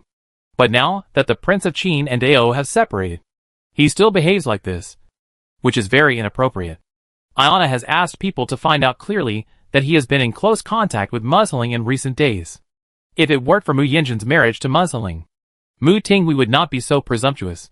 Brother! Mu Yinjin greeted Mu Tingwei and carefully glanced at Ayana's face. Ayana did not say anything, but just looked at Mu Tingwei coldly. Mu Tingwei was frightened by Ayana's indifferent look. He has been afraid of his mother since he was a child. When facing him, his mother always looks cold. Mu Yinjin can act like a spoiled child and scrupulously beside her. But he can't. He knew from the time he could remember that he had a heavy responsibility and couldn't make any mistakes. But no matter how hard he tried, his mother never gave him a good look. He didn't know what happened between his father and his mother. He only knew that his mother didn't like him. Mother! Your birthday is in a few days, and I want to hold a birthday banquet for you. What do you think? Mu Tingwei looked up at Ayana, and seeing that she didn't show any expression, he continued to speak. Mother! I want to be filial to you. Ayana gently stroked her sleeves. How much money do you want? The cold words dampened the enthusiasm in Mu Tingwei's heart. Mother! That's not what I meant. Mu Tingwei was a little anxious, and Ayana raised her hand to interrupt him. So, how much money do you want? It takes money to hold a banquet, and Mother won't be so stingy. Mu Tingwei looked at Ayana fiercely, a little unbelievable. Mother! Are you agreeing? In Mu Tingwei's impression, this is the first time that his mother agrees with his approach. Yes. Without any other purpose. Ayana needs to use this banquet to win back the hearts of the people. In the past, she had Qin Wang Muliali behind her. Now, her daughter married Musling, and her backer has changed to Musling. Her Ayan is also in the limelight, and has the final say in Namman. When Mu Yinjin saw Mu Tingwei's attitude, she knew what was going on in his heart. She was really happy for Mu Tingwei. Mu Yinjin pulled Mu Tingwei's clothes. Brother, did you hear that? Mother allowed you to hold a banquet. You have to make it bigger. You have to let the Nammen know that Mother is still Mother. Mu Tingwei held Mu Yinjin's hand, trembling slightly because of being too excited. I know. Go find the housekeeper and get some money from the account office. Ayan's eyes were a little relaxed. Never mind. After all, it was a piece of flesh that fell from her body. No matter how much he hated Muliali, the child was always innocent. Mu Tingwei raised his hand to salute. Son will do it right away. Now he can always hold a banquet with great fanfare. He wants to tell the world that he, Mu Tingwei, is still as dazzling as before. Chapter 280 Watching the Fun. Ayana's birthday party was held as scheduled. Politicians from all walks of life in Namman sent people to attend. Even if you don't give face to Iona, you have to give face to Musling. At this banquet, Musling appeared as Iona's son-in-law. Since then, the two forces have officially connected. And from then on, the power of the Mu tribe in Namman has reached its peak. At the banquet, the wine was clinking, and the atmosphere was joyful. Only in that corner, a person was drinking alone. Under the reflection of the light, the shadow on the wall became more lonely and sad, and the wine in his hand flowed into his mouth. "Bring the wine." A bin on the side hesitated. "Sir, don't drink anymore. Be careful not to hurt yourself." Mushurha put the wine glass in his hand heavily on the table and frowned impatiently. "What are you talking about? Hurry up and bring the wine." A bin waved to the maid with a sad face, signaling her to bring the wine. Mushurha's injuries have not healed yet. If he drinks again, he will definitely hurt his body. But if he doesn't drink, he will be worried. Abin has been with Mushurha for so many years, so he naturally knows the pain in his heart. Thinking of the pitiful and weak boy, Abin became angry. What he was angry about was that the man knew the situation of the two people. Why did he come to provoke the adults? Since you have provoked the master, why do you want to leave him so decisively? For so many years, Abin has been by Mushurha's side, and knows that it has not been easy for him to come this far. It is not easy to survive, and to establish military merits, and sit in a high position. It is not easy to meet a person who loves him, and makes him happy. But in the end, he still cannot get what he wants. Abin secretly swore that if he saw that person again, he would either tie him to the master, so that the master can get what he wants and enjoy the happiness in the world, or he would kill him with a knife, so that the master would stop thinking about it. That would be better than living like a walking corpse. Mushurha took the wine pot from the maid, opened the lid, and poured it into his mouth heroically. The strong smell of alcohol made him cough violently. The wine in the wine pot spilled on his hair and clothes, and Abin hurriedly went up to wipe it for him. Mushurha pushed Abin away, wiped the wine stains casually with the back of his hand, and continued to drink. Abin couldn't bear it, so he snatched the wine pot from his hand. "Sir, don't drink anymore." Seeing Abin's eyes wide open, Mushurha looked at him with a dazed look. He saw the familiar figure again in a trance, but he knew clearly in his heart that the person in front of him was not him. A wave of irritation surged from his heart, and he shouted loudly, "Go away!" Mushurha was angry and panting. Abin was really anxious. "Sir, you and I go change clothes." After saying that, he helped Mushurha up without saying anything. After they stood up, someone quickly exchanged glances, and then looked away as if nothing had happened. When Abin helped Mushurha to the side room, the banquet was already halfway through. "Oops. I forgot to bring the prepared clothes." Abin slapped his head. Mushurha had another maid, but he sent her away. This time, he really had to do it himself. Looking at Mushurha lying on the bed, Abin said softly, "Sir, wait a moment. I'll go get the clothes." Mushurha didn't answer him, and closed his eyes. When Abin hurriedly took the clothes and entered the courtyard again, he was blocked by someone. Abin knew this person. It was Awangdu, the second in command of the Abu. "My humble servant greets you." Abin bowed respectfully. Awangdu looked in the direction of the room without leaving a trace, and said casually, "What did you take?" "My lord, it's my master's clothes." Abin was not afraid at all. "Oh, your master wants to change clothes?" After Awangdu finished speaking, Abin had a bad premonition in his heart. The questions he asked were just for the sake of talking. That is to say, he was stalling for time. In an instant, cold sweat ran down Abin's forehead. He was worried that something might happen to Mushurha in the room. "Sir, my master is waiting for me to send him clothes. If it's too late, he will blame me, and I'm afraid I'll be in trouble." Abin's words were very direct. The person who was in trouble was not referring to himself. Awangdu saw that Abin was about to leave, and there was no signal of success from the room. So he was a little anxious. "Why are you panicking? Is your master in a hurry to wear this set of clothes to reincarnate?" His voice was a little trembling, obviously anxious. Abin couldn't waste time here. He wanted to walk towards the room in front of him regardless of anything. Awangdu would not let him go so easily. A grabbing hand attacked Abin, but Abin dodged it easily. "Good boy. You are a character." Awangdu's eyes were sharp, and he whistled quickly into the courtyard. In an instant, More than 10 people rushed in from all over the courtyard. Aben threw away the clothes in his hand and quickly took out a dagger from his boots to fight back. The sound of fighting rang out outside the house, and everyone was fighting fiercely. Inside the room, there was a look of dejection, and it was also in full swing.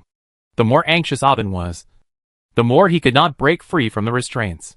The other side had more people and more power, and in the end, 2 fists could not beat 4 hands, and he was pressed to the ground by 2 burly men and could not move. He looked towards the room and uttered 2 words with difficulty, "My lord." Suddenly, the window opened, revealing a bright and beautiful face. Awangdu was overjoyed and waved to the 2 people who were suppressing Aben. "Get up. What are you doing? We are all family from now on. We must live in harmony." Aben was released from the grip, and he ran towards the room regardless of the wounds on his body. He had never felt that the room that was so close to him was so far away from him. "My lord, nothing must happen." When Aben kicked the door open, the woman screamed in shock. "Ah! Someone come!" Awangdu cooperated with her and asked loudly, "What's wrong?" "Sister." Aben seemed to have predicted the result. This woman turned out to be Awangdu's sister. Then their purpose was obvious. Aben quickly entered the room and saw the woman return to the bed, and Mushi on the side had his back to him. Aben felt distressed.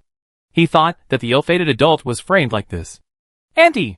Aben walked towards the bed step by step, and was unaware of the pillow thrown by the woman. "Auntie, it's all my fault that I didn't protect you well." The woman wanted to stop Aben, so Aben wanted to kill her. Seeing that he was about to fight, Awangdu shouted, "Stop!" At this time, the others heard the noise and rushed over. There was a chaotic and noisy sound outside the door. I think they were all watching the fun and laughing at Mushi. Chapter 281, Being Plotted Against. Aben pulled away the woman who was blocking him and pushed the unconscious Mushurha, shouting anxiously, "My lord! My lord! Wake up!" Seeing Mushurha like this, Aben was extremely anxious. When he helped Mushurha to the room, Mushurha was not in this state. Although he was drunk, he was not reckless. Besides, the unconscious man in front of him was clearly drugged. Aben quickly looked into the room. Except for Awangdu and his sister and several guards, no one else came in. The room was neatly furnished and there was nothing unusual, except that there was a hollow carved incense burner on the table. A faint smell came, and Aben immediately concluded that this was the culprit. He rushed to the wooden table, and Awang beside him was faster than him, and knocked the incense burner to the ground. The guards moved quickly, and picked up the incense burner neatly. At this time, the crowd outside had already reached the door. What happened? What's going on? Hey, why is there someone in disheveled clothes? Aben's heart was full of despair. It was over. It was all over this time. What's going on? Musling's low and majestic voice sounded, and hope rose in Aben's heart. General, my master was plotted against. Aben was about to kneel down to Musling when Awangdu kicked him in the chest. He fell to the ground, gasping for breath in pain. What are you talking about? You dog slave? Awangdu looked at Aben and said angrily, Your master was plotted against. And I said my sister was plotted against. Then, he knelt down to Musling with a sad face. And his sister knelt behind him and sobbed. General, you have to make a decision for us. Awangdu's expression changed so quickly that it was jaw-dropping. Musling looked at Aben, who fell to the side, and then at Mushi, who was unconscious on the bed, and understood. But he asked calmly, What's going on? Awangdu's sister Anu cried, like a pear blossom in the rain. And I felt pity for her. She told me what happened just now. Anu drank some wine at the banquet today, and felt a little unwell. So she asked the servants of the great palace to take her to the backyard to rest. The servant led her to this room, and turned away. At that time, she was a little puzzled. Why didn't they light the lights before leaving? Before she could react, someone covered her mouth and nose. The force was so strong that she couldn't break free. Aben couldn't stand it anymore. You are talking nonsense. Your family has been in the army for generations. Miss Anu is a martial arts expert. Who doesn't know who in the southern barbarian capital? My master couldn't even walk steadily after getting drunk. How could he subdue you? No one in the room spoke for a while, and everyone came to their senses. However, due to Awangdu's status, no one spoke. What do you mean? Slave? Awangdu was obviously flustered. You mean my sister is making fun of a woman's innocence? Yes. Miss Anu shouldn't do that. Aubin looked at the person who spoke. It was Awangdu's aunt. And he became more anxious. He struggled to refute. But Musling stopped him. Okay. I already know the ins and outs of the matter. Wait until he wakes up. His tone was unquestionable. And others did not dare to refute. When Mushi woke up, it was already early the next morning. He felt a splitting headache, as if his head was about to explode. Aubin. Mushurha rubbed his head and got out of bed barefoot. Not hearing Aubin's answer, Mushurha called again. He sat in front of the low table, picking up the kettle and pouring water. At this time, Aubin limped in. Sir, you are awake. Mushurha frowned when he saw him like this. What's the matter? Aubin covered his thigh with his hand, hesitated for a moment, and then told what happened yesterday.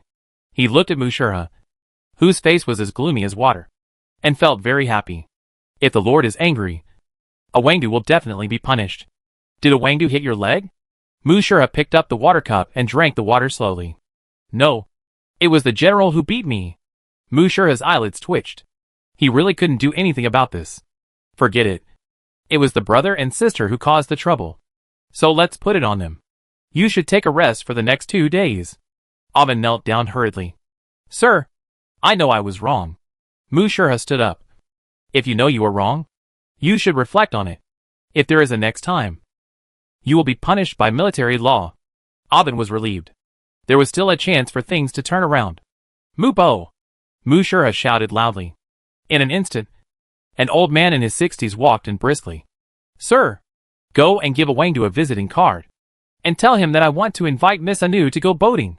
Mubo hesitated a little, and looked at a bin beside him, who had the same expression. Sir, what are you going to do? Mushurha lifted his sleeves indifferently. Since they want to get to know me, they must be prepared to get to know me. Abin got excited. Sir, I'll make arrangements. Mushurha's eyes were sharp. What? Do you still want to be beaten? Abin changed to a wronged look. Sir, I was humiliated by them yesterday, and today I want to vent my anger. Okay, I'll vent your anger for you. Just be quiet. After saying this, Abin stopped thinking and said listlessly, Oh! The singing and dancing were so lively, and the sound was so lingering.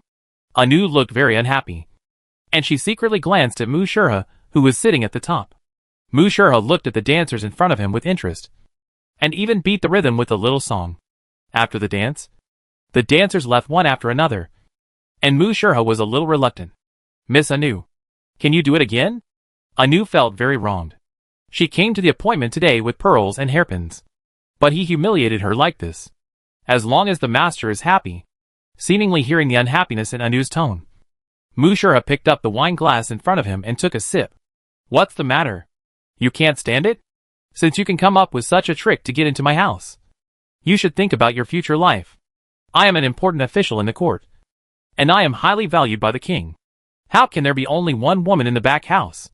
Suddenly, Mushurha chuckled. You have to get used to it in the future. Anu was furious, thinking that although their family was in decline, it was still a famous family. Originally, she disagreed with Awangdu's trick. Mushurha was just a branch of the Mu family. What ability could he have? But Awangdu told her that Mushurha had a bright future and she must seize this person. Anu was entangled for a moment, and then returned to normal. Your Excellency is joking. It is Anu's blessing to be able to help you solve your problems. Yesterday's incident was a big deal. The king has already said that the two should get married as soon as possible. In this way, it can be considered a clear way out. Mushurha then laughed loudly, leaving Anu confused. Chapter 282 Entering the capital. Great. Great. What a relief. Mushurha said after a pause. Miss Anu is such a considerate and good girl. Why didn't I meet you earlier? Then, Mushurha's eyes became affectionate. Miss Anu is so beautiful, and from a prestigious family. Ah, he is so honored. Anu didn't expect Mushurha to say this, so she became shy. Your Excellency is too kind, Mushurha suggested, as the sky outside was getting darker. Miss Anu, don't leave tonight. How about Ahi serving you well? Mushurha's words were explicit, and Anu's cheeks flushed. She was stunned for a moment. Everyone said that Mushurha was a devil, and would not be forgiven by the moon goddess even after his death. However, it seemed that he was not such a vicious person. Since the king had already issued an order, the matter between the two was settled. Then what was wrong with living together in advance? Thinking of this, Anu nodded with a reserved look on her face. Anu, listen to the arrangement of the adults. Mushur's expression was restrained at this time, and his face was meaningful. Then today, Ahe will satisfy Miss Anu. The moon in the sky became colder and colder, and screams came, alarming the people on the shore. The people only paused for a moment, then shook their heads and left. These dignitaries always like to play with different things. The next morning, Anu's body appeared at the gate of a Wangdu mansion. Anu was naked and covered with marks. Anyone with a discerning eye could tell what had happened. In the court, the Abu people were excited and accused Mushi. Mushi looked calm, as if he didn't care about it. After these people finished accusing, Mushi spoke faintly. I was indeed with Miss Anu yesterday. But what happened in the middle? How could I know? Oh, by the way, I had a big fight with Miss Anu when I left. Seeing that Abu's people were getting excited again, Mushi curled his lips and smiled. Miss Anu said she was lonely and unbearable, and accused me of not being able to satisfy her. So she wanted to find an honest official. When this was said, the whole hall was in an uproar. The king looked at the noisy court and had a headache. So Miss Abe is so open. What do you mean by open? She is clearly shameless. It seems that the incident in the Yucca Palace the other day was really plotted by the Deputy General. That's right. Seeing that our Deputy General is handsome, she drugged him to get him. After the king granted the marriage, she thought our Deputy General could not satisfy her, and she wanted to find a young man.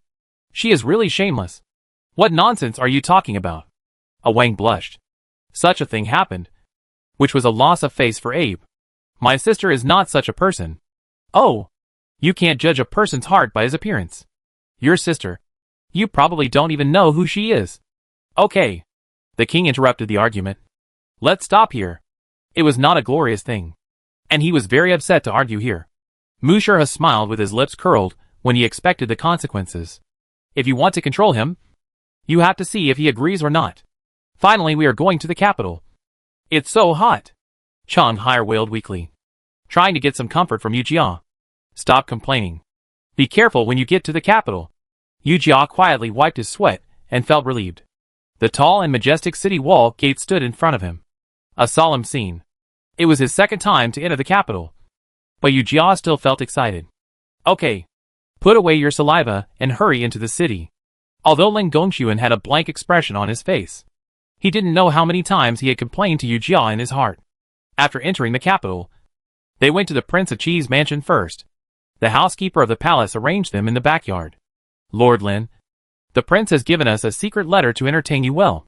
The housekeeper was neither humble nor arrogant. Although he was respectful, his back was straight. Lin Gongxuan bowed with both hands. Thank you, butler. The butler returned the greeting and left the room. After the butler left, Yu Jia relaxed. Last time he followed the prince back to Beijing. He went to the palace first. Don't we need to tell the emperor? Lin Gongxuan glanced at her unhappily. The Prince of Qi is the emperor's son.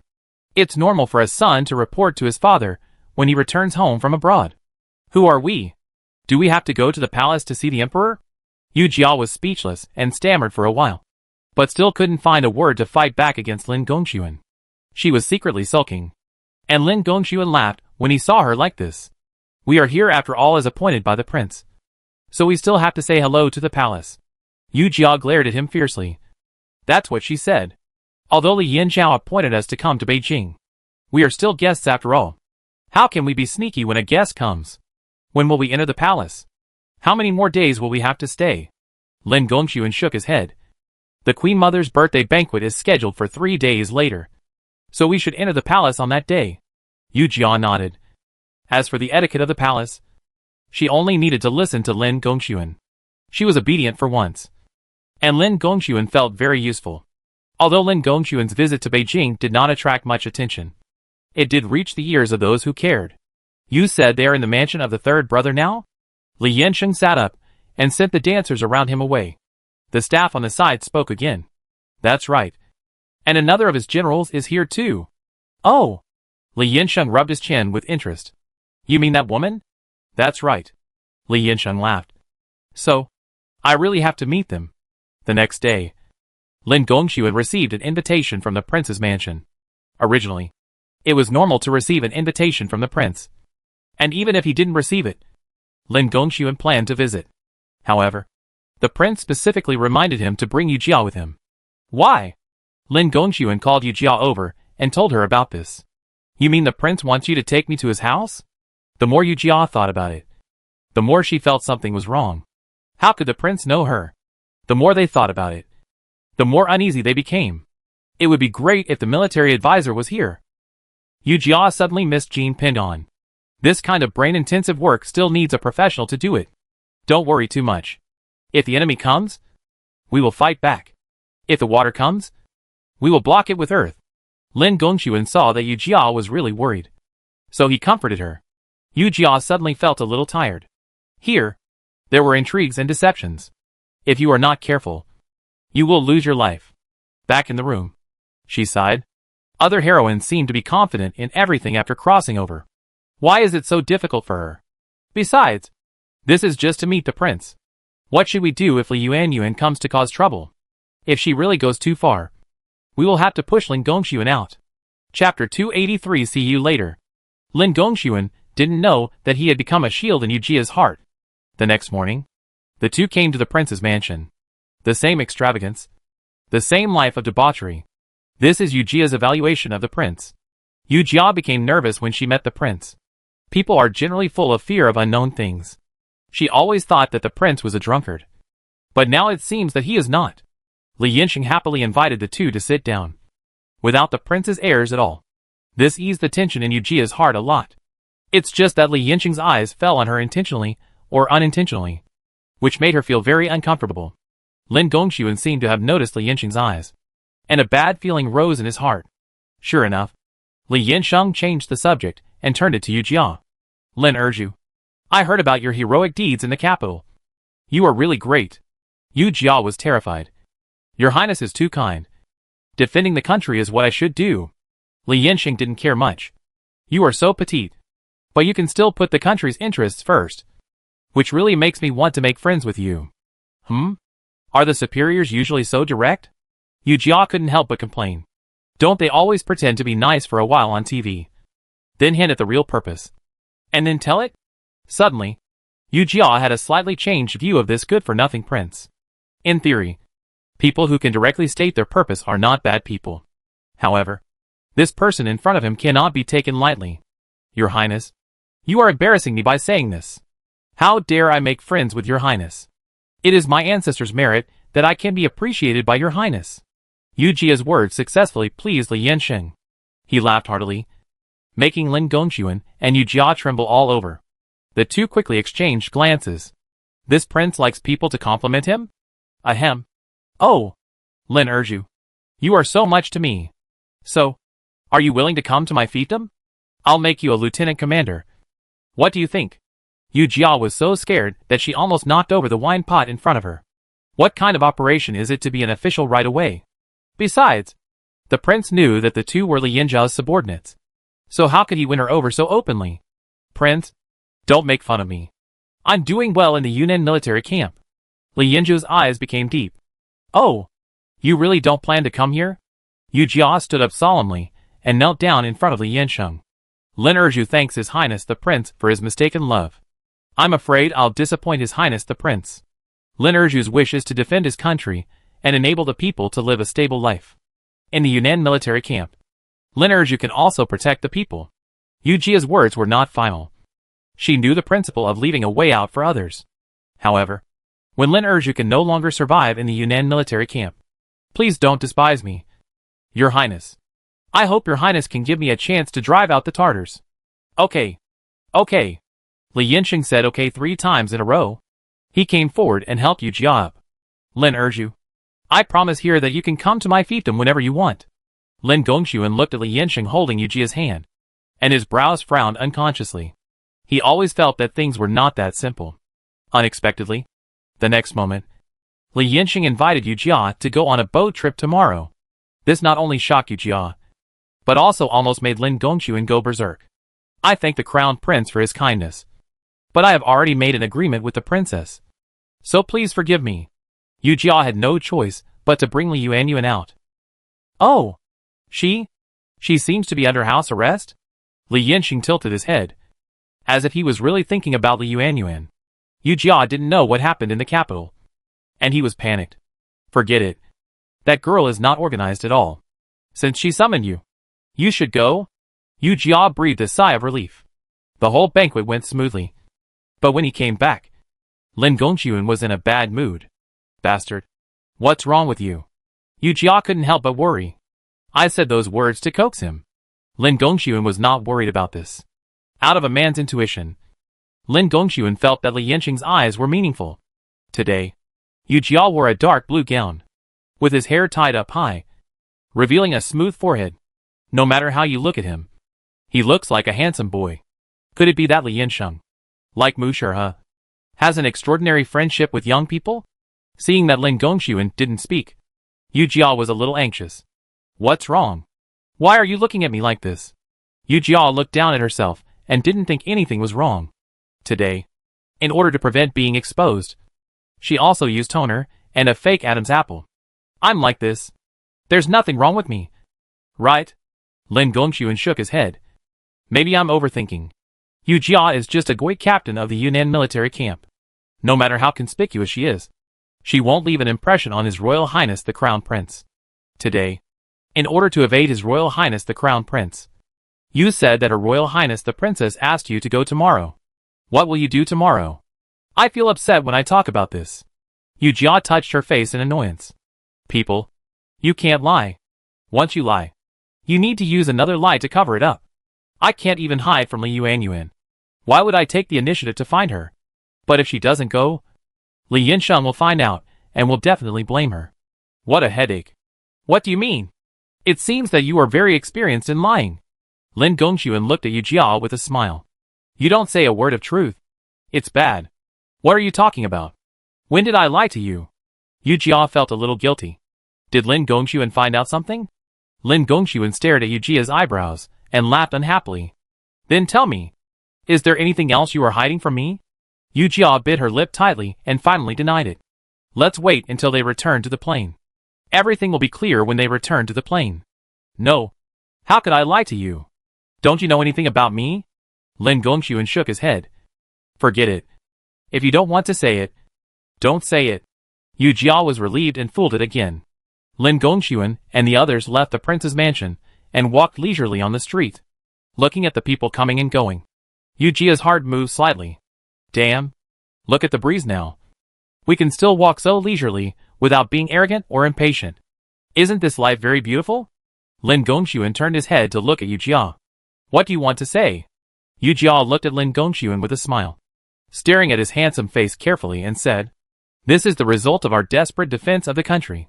If there were not a large number of soldiers guarding the border, how could the people have such a comfortable life? Chapter 284. Come to the princess's mansion. Early the next morning, Yu Jia stood at the door of the princess's mansion, and Lin Gongxuan, the grudge, came with her. Lin Gongxuan's face was extremely ugly, and he looked at Yu Jia with resentment. You knew that the princess had feelings for me, but you still brought me here? Aren't you afraid? Aren't you afraid that she will pester me again? Yu Jia laughed. Bastard.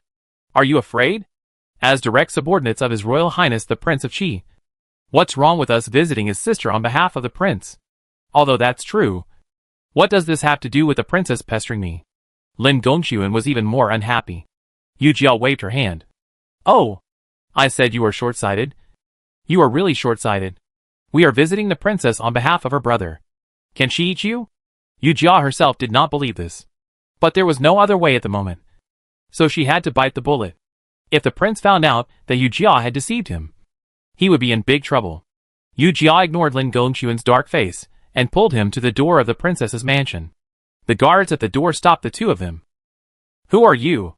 Yu Jia bowed. We are subordinates of His Royal Highness the Prince of Qi, and we are here to pay our respects to His Royal Highness the Princess. Then, Yu Jia pointed at Lin Gongxuan and said, This is Lin Gongxuan. As soon as these words came out, the guard's eyes lit up when they looked at Lin Gongxuan. He looked up and down at Lin Gongxuan. his eyes almost overflowing with admiration. It turns out to be Lord Lin. I will report to the princess. Please wait for a moment. Yu Jia nodded, looking at the expressionless Lin Gongxuan beside her. She gestured with her hands on her mouth. Smile. Lin Gongxuan was too lazy to pay attention to her, turned his head away, and said nothing more. Yu Jia was shocked. Forget it. You took advantage of others, so don't blame them for being cold. After a short moment, the guard hurried back. Compared with the attitude just now, it was more respectful. Lord Lin, please come in. The princess is waiting in the pavilion. As soon as the two entered the door, they saw an elderly man with several maids and servants hurried over. The old man stood in front of the two and bowed. Lord Lin, the princess asked us to come and receive the distinguished guests. It turned out to be the housekeeper of the princess's mansion. Yu Jia and Lin Gongxuan saluted. Thank you, housekeeper. The housekeeper turned around and led the way. The clothes on his back were already wet with sweat, showing how flustered he was. He led the two people through many twists and turns to an artificial lake with a pavilion on it. Yu Jia leaned close to Lin Gongxuan's ear. Do you think that the royal family likes to dig lakes and build pavilions at home? Lin Gongxuan did not comment. It may also be to show off their elegance and do those things of literati and poets. Yu Jia frowned when he heard this. What a rough man. When they arrived at the pavilion, Li Yuanyuan had not come yet. Yu Jia sat on the stone bench carelessly. The breeze blew the lake, and the lake water rippled. Yu Jia covered his forehead with his hand, which was a bit dazzling. There were pink lotus flowers blooming in the lake, which was very interesting. Of course, if it was just Yu Jia and the other person, it would be very elegant. However, this elegance only lasted for a while before it was broken. Gongxuan, you came to see me. Yu Jia heard a cute female voice from a distance, and she picked her ears impatiently. You don't need to look. You know who is coming. Li Yuanyuan, wearing a lotus pink gauze dress, jumped towards the pavilion. Yu Jia stood up hurriedly and looked at the girl in front of him. Judging from her appearance alone, she was also a pleasing woman. However, once this woman opened her mouth, she was very annoying.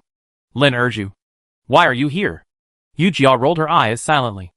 As if you thought I wanted to come. Reporting to Her Royal Highness. We came with the superiors. This was equivalent to saying nothing. Li Yuanyuan frowned impatiently, which was a bit naive. Her Royal Highness. Lin Gongxuan bowed and saluted, diverting Li Yuanyuan's attention. Gongxuan, I heard that you were here, and I really wanted to find you. But my father has confined me to my house, and I can't go out. I didn't expect you to come to my house to see me. I'm very happy. Lin Gongxuan had no expression on his face, and even looked a little grumpy in Yu Jia's eyes. He took a step back calmly. I am entrusted by the King of Qi to visit the princess. If the princess is fine, I will take my leave. Gongxuan. Li Yuanyuan stamped her feet. Why are you so anxious? In a hurry. Li Yuanyuan actually tried to pull Lin Gongxuan's arm, but he dodged it without leaving a trace. This undoubtedly made Li Yuanyuan even more embarrassed. Gongxuan, how can you do this to me? Is it because of her? Li Yuanyuan pointed at Yu Jia, who was a little puzzled. She pointed at herself with her index finger. Blame me? She was really shot even when she was lying down. Well, princess, we are indeed busy and in a hurry. How about we get together again when we have a chance? After saying this, Yu Jia winked at Lin Gongxuan. Since Li Yuanyuan blamed Yu Jia simply confirmed this statement. Lin Erju, how dare you talk to this princess like this? Li Yuanyuan's face flushed, and it was unclear whether it was because of the heat or anger. Yu Jia bowed in fear and trepidation. Princess, please forgive me. Lin Erju is a rough man and can't speak well. Please forgive me. Princess. Seeing the stalemate, Lin Gongxuan was a little impatient. The two of them had come to the princess's mansion just to follow the procedure, and now that their goal had been achieved, they would retire. Li Yuanyuan glared at Yu Jia unhappily, and looked at Lin Gongxuan hesitantly. Gongxuan, the green carp in my mansion is delicious. Do you want to stay and try it? No. I have never liked fish since I was a child. Princess, let's take our leave now. After saying that, he took Yu Jia's hand and left the pavilion directly. Li Yuanyuan stamped her feet in anger, looking at the two people with a distorted face. Lin Gongxuan, this princess will definitely make you regret it. The two of them came suddenly and left in a hurry. Just like being tempted by the braised pork and suddenly throwing the meat away. But they can't be blamed for this. Who made this princess cling to Lin Gongxuan like a dogskin plaster right from the start? Anyone would be anxious. Right? Besides, this princess attacked Yu Jia indiscriminately right from the start. So Yu Jia naturally wouldn't feel sorry for her. Yu Jia and the others came to the door of the princess's mansion. And sure enough, they saw someone sneaking back into the corner. The two were right in their guess.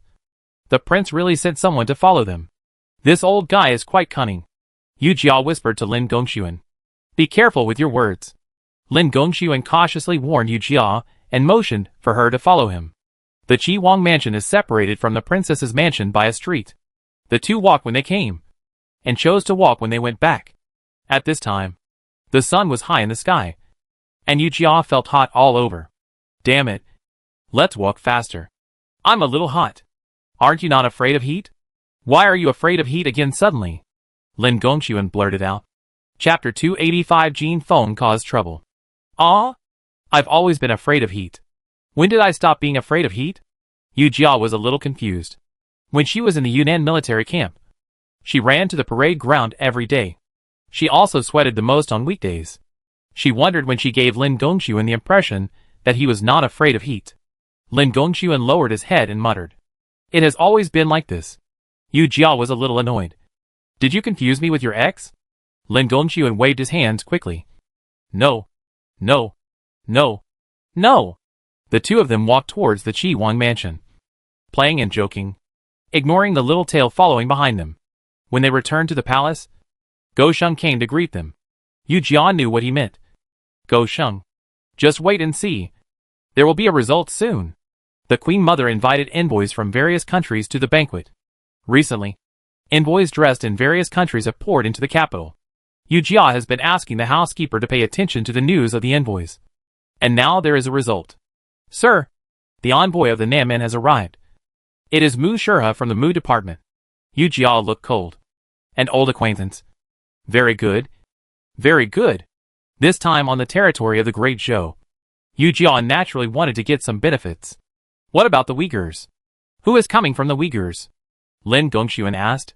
The Uyghurs have been in civil war recently, so the Great Zhou naturally invited the Orthodox king. The people who came were probably the people of the Uyghur leader. However, this was not what Yu Jia wanted. My lord. Two groups of people came. The housekeeper continued. What? Yu Jia was overjoyed. You mean Jin Feng is here too? The housekeeper nodded. The rebels in their country are as powerful as bamboo, occupying most of the Uyghur territory. So they are naturally invited. Yu Jia sighed. This Li Guli is a qualified master of balancing water. He would not offend any force that was in power. They are now staying at the post station. The housekeeper said meaningfully. Does my lord need any help? Yu Jia looked at the housekeeper with approval. Anyone who could become a housekeeper must be extraordinary. We don't need any help for now. If we need any, please help me. The butler bowed and said. Of course. Please rest assured. It's night. There are no stars in the night sky today. But this does not hinder Yu Jia's actions. Yu Jia and Lin Gongxuan, wearing night clothes, blended into the night, and quickly rushed to the post station. When they arrived at the post station, they observed the situation around them. The guards here are strict, and envoys from various countries live here. It may be difficult to find someone. The two hid in a huge tree canopy and carefully explored the movement. Yu Jia was a little embarrassed. What should I do? Infiltrate the guards? Lin Gongxuan shook his head and refused. This is too risky. It's better to be careful. The people who come here are all smart, either proficient in all kinds of martial arts or quick-witted. They are not ordinary people. If they are alarmed, I'm afraid they will be criticized. What should we do? Yu Jia was a little anxious. This won't work. That won't work. We can't just wait here for him to show up. Right? Look at what you said. Isn't he coming? Lin Gongxuan nodded at Yu Jia. Yu Jia turned around and looked. In the brightly lit courtyard, there stood a handsome and elegant young man. He gently waved his folding fan, as if waiting for someone. Yu Jia was delighted. It was Jin Feng. You bastard. How did you know Jin Feng would come out? Lin Gongxuan looked at Yu Jia unhappily. Jin Feng must have known that we came to the capital in advance. Besides, we have a deal. Yu Jia's heart moved. Lin Gongxuan's "we" sounded so sweet.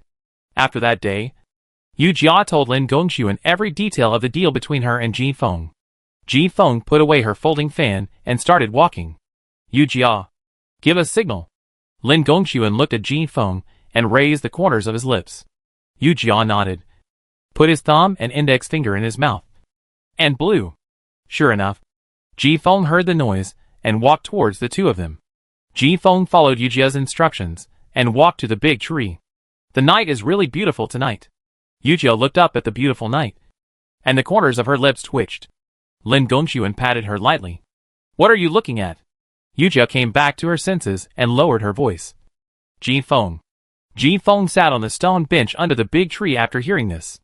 I will ask to marry the princess tomorrow when I meet the emperor. Yu Jia was overjoyed.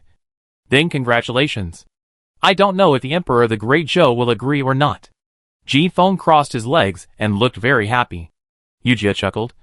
What are you thinking about? With the emperor being such a coward, how could he disagree?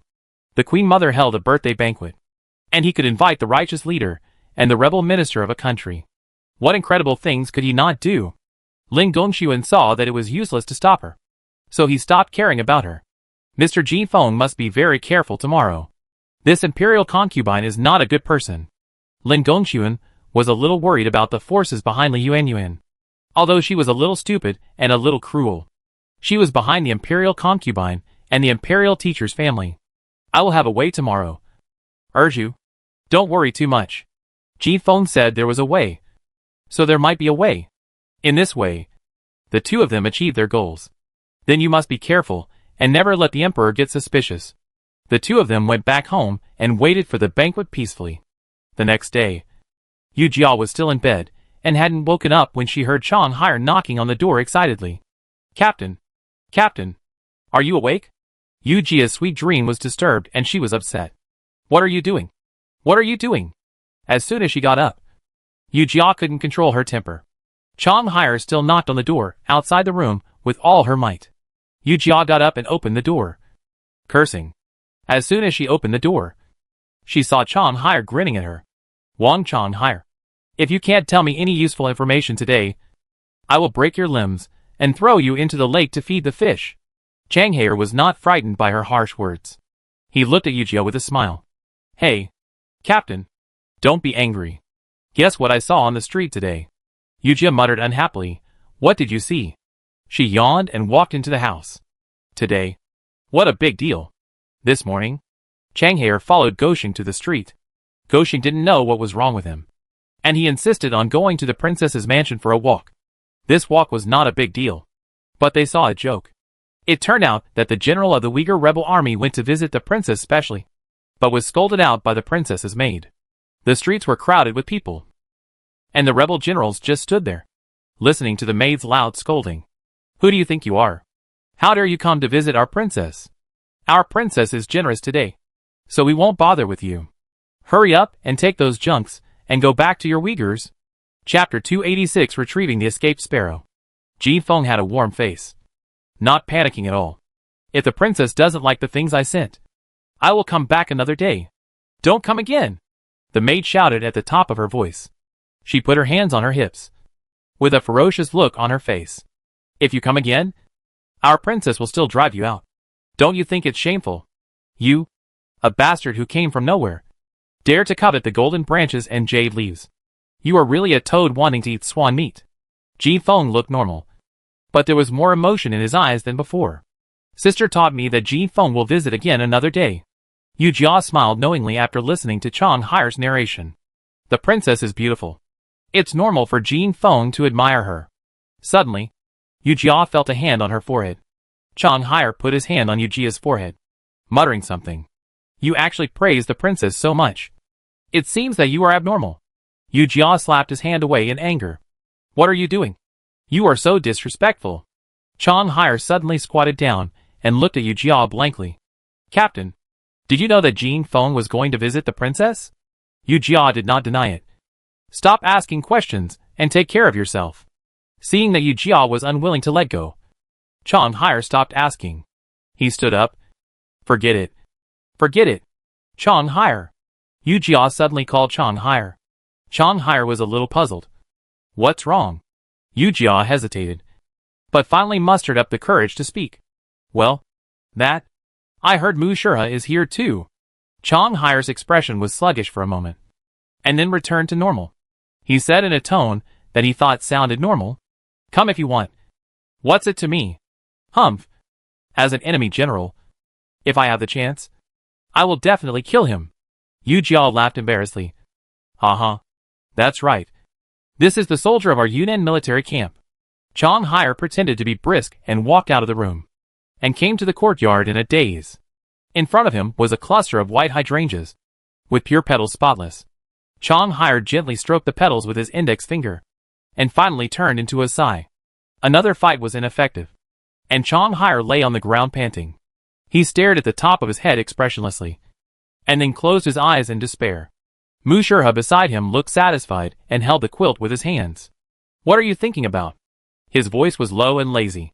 Chang Haier ignored him, and turned over on his own, leaving behind a body of resistance. "Chang Haier, I know you don't like this kind of life, but I want to keep you by my side. How can you be happy? You tell me. As long as you tell me, I will do it." Mu Shurha's dark green pupils glowed with a faint light, looking very attractive. "Wow." Chang Haier sat up with the quilt in his arms. "You will do whatever I say." Mu Shurha sat up and nodded seriously. "As long as you tell me." "Okay." Chang Haier turned and looked at Mu Shurha, holding back his fear. "I want to leave here." "Leave you? Leave Naman, and return to the Zhou. Can you do it?" "Shua." The light in Mu Shurha's eyes dimmed. "Except for this, you can ask for the rest." Chang Haier tried to calm down his anger. "Okay. You can't do the simple thing. I'll let you do something more difficult." He put the emphasis on the word difficult, and seemed to be gritting his teeth. "How about you pull down the leader of the Nanmen kingdom, and let me be the emperor?" Mu Shurha suddenly laughed out loud, and then shook his head. "Chang Haier, you are deliberately making things difficult for me." "Oh, you can't do it?" Chang Haier sneered twice. "Then you go and kill Mu Zhaoling. You can do this, right?" Mu Shurha's eyes gradually became cold. "Your Excellency has saved my life, and I will never do anything to you in my life." Chang Haier laughed so hard that his whole body trembled. "Mu Shurha, you keep saying that if I can say it, you can do it. You can't do any of these three things. So why are you still talking big? Why are you pretending to be so high and mighty?" Chang Haier asked harshly, his eyes gradually turning red. He didn't know where this grievance came from. He just felt a sore nose and a throat as if someone was pinching him. "Chang Haier." Mu Shurha was a little flustered. He hurriedly tried to hug Chang Haier, but he was thrown away. "What are you doing?" Chang Haier's tears finally fell from his eyes. "What do you want? How can you let me go?" Mu Shurha stared blankly at Chang Haier, crying at the top of his lungs. A feeling of powerlessness surged through his limbs. "Chang Haier, don't ever think of escaping from me in this life. If there is such a day, I will tie you back to my side even if I have to." Because he used too much force, the petals under his hand fell off the branch, and Chang Haier was in a trance for a moment. Mu Shurha's face seemed to be vivid in his mind. If he really came to the capital, if he knew that Chang Haier was here too, I don't know what would happen. "Did you see it clearly?" Mu Shurha fiddled with the bird in the cage and said coldly. "It's absolutely true. I didn't admit my mistake." Aben's voice was full of excitement and eagerness. "This morning, I saw him and another soldier next to Lin Erju, in front of the residence of the Princess of Dazhou." Seeing that Mu Shurha did not speak, Aben asked carefully, "Sir, do you need me to tie him up?" Suddenly feeling Mu Shurha's sharp eyes, Aben hurriedly changed his words. "Do you need me to invite the young master back?" Mu Shurha looked at the beautiful and crisp bird in front of him and laughed. "No hurry. Let him live freely for 2 days. When he gets tired of life outside, he will naturally know that my side is the best place for him." "That's right." Aben laughed. "Your Excellency is so attended to him. Who knows how he misses you?" Aben felt relieved, finally seeing Mu Shurha's smiling face. If Chang Haier was in the Yunnan military camp, it would be really difficult to tie him up. Doesn't this give them a great opportunity in the capital of the Great Zhou? He didn't know what Mu Shurha was planning, but it finally had a good result. "Aben, get ready, and visit His Royal Highness the Prince of Qi tomorrow." Aben couldn't help but wonder. "Sir, Li Yinshao didn't come to the capital this time. He only said Lin Gongxuan. In a flash, he figured out the connection. He couldn't help but raise his voice. What the Lord meant was, Mu Shurha's goal was Lin Gongxuan. As for visiting His Royal Highness Prince Qi, it was just an excuse. After Mu Shurha put down the bird food in his hand, he turned and walked into the house. Of course, it's to catch the escaped sparrow. Chapter 287, let's get started. In the evening, Lin Gongxuan received the news that Mu Shurha was coming to the Qi Wang mansion. He smiled as he looked at the visiting card. This rabbit is coming. My lord. What should I do? The housekeeper asked at the right time. Lin Gongxuan handed the visiting card to the housekeeper. I am a rough man and have no experience in entertaining guests. Just do it. Housekeeper. The housekeeper took the visiting card with both hands and said respectfully, My lord. Don't worry. Just leave this to me. In the evening, Yu Jia was about to go to bed when she noticed movement outside the window. She carefully opened the window lattice and saw Lin Gongxuan sitting at the stone table in the courtyard. Yu Jia was speechless for a while. What are you doing? Just when she was about to lower the window lattice in a bad mood, Lin Gongxuan noticed her gaze. The four eyes met, and Yu Jia's mood changed again. It seemed that the two had not communicated for a long time. Never mind. Yu Jia turned around and left the room. Why are you not sleeping at night and feeding mosquitoes here? Yu Jia arrived in front of the stone table and found that the table was full of food. Taking advantage of the moonlight, Yu Jia called out one by one. What are the names of crab dumplings?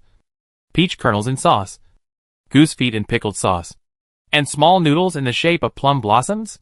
She found another small flour roll and picked it up to smell it. It seems to smell like pine nuts and goose oil. Lin Gongxuan smiled and asked her to sit down. Dog nose is pretty good. Yu Jia dodged and almost fell to the ground. Look! Look!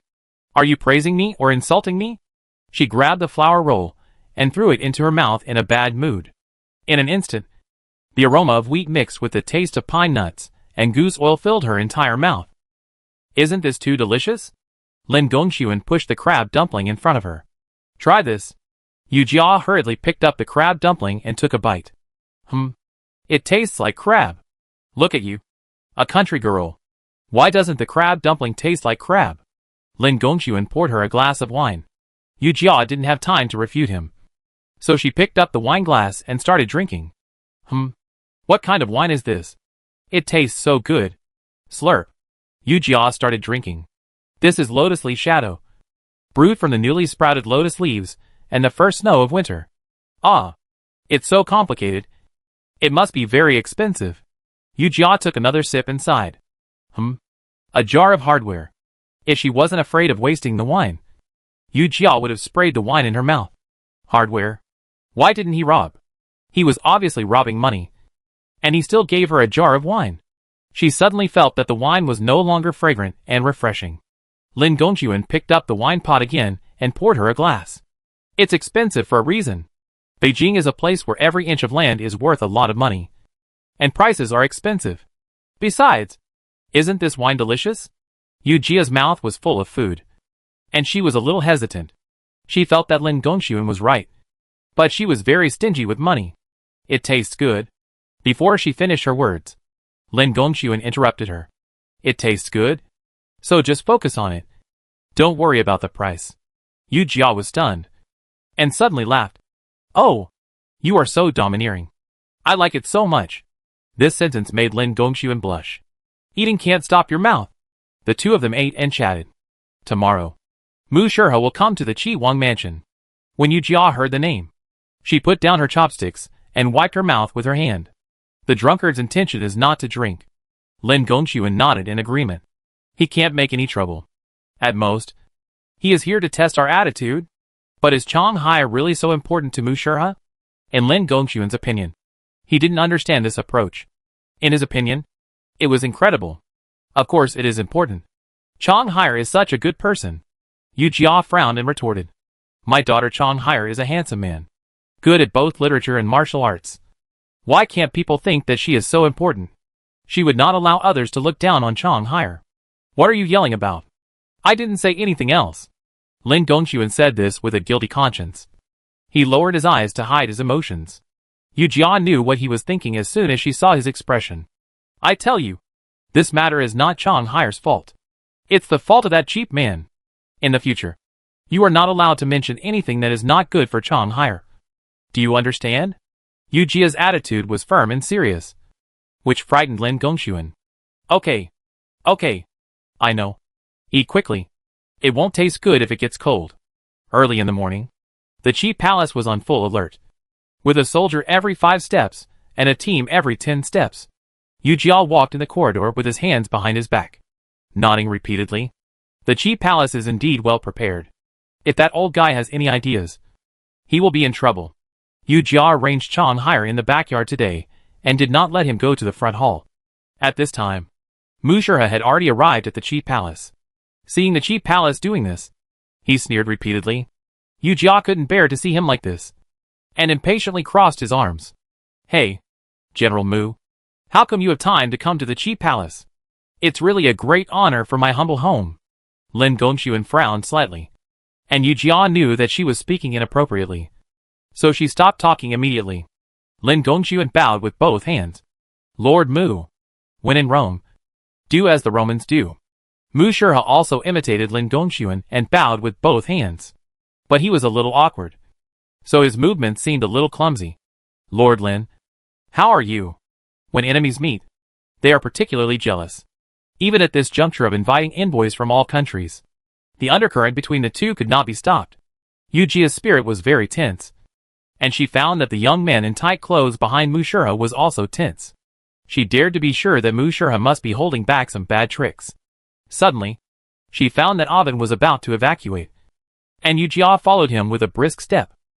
Where are you going? Avin was blocked by Yu Jia, and was obviously flustered. Mu Shihua glanced at the two of them inconspicuously, and then returned to normal. Seeing that Mu Shihua didn't say anything, Avin calmed down. I want to use your toilet.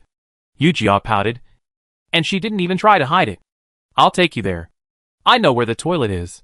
She grabbed Avin's arm tightly, making him unable to move. Avin jumped up instantly, and the two of them started fighting.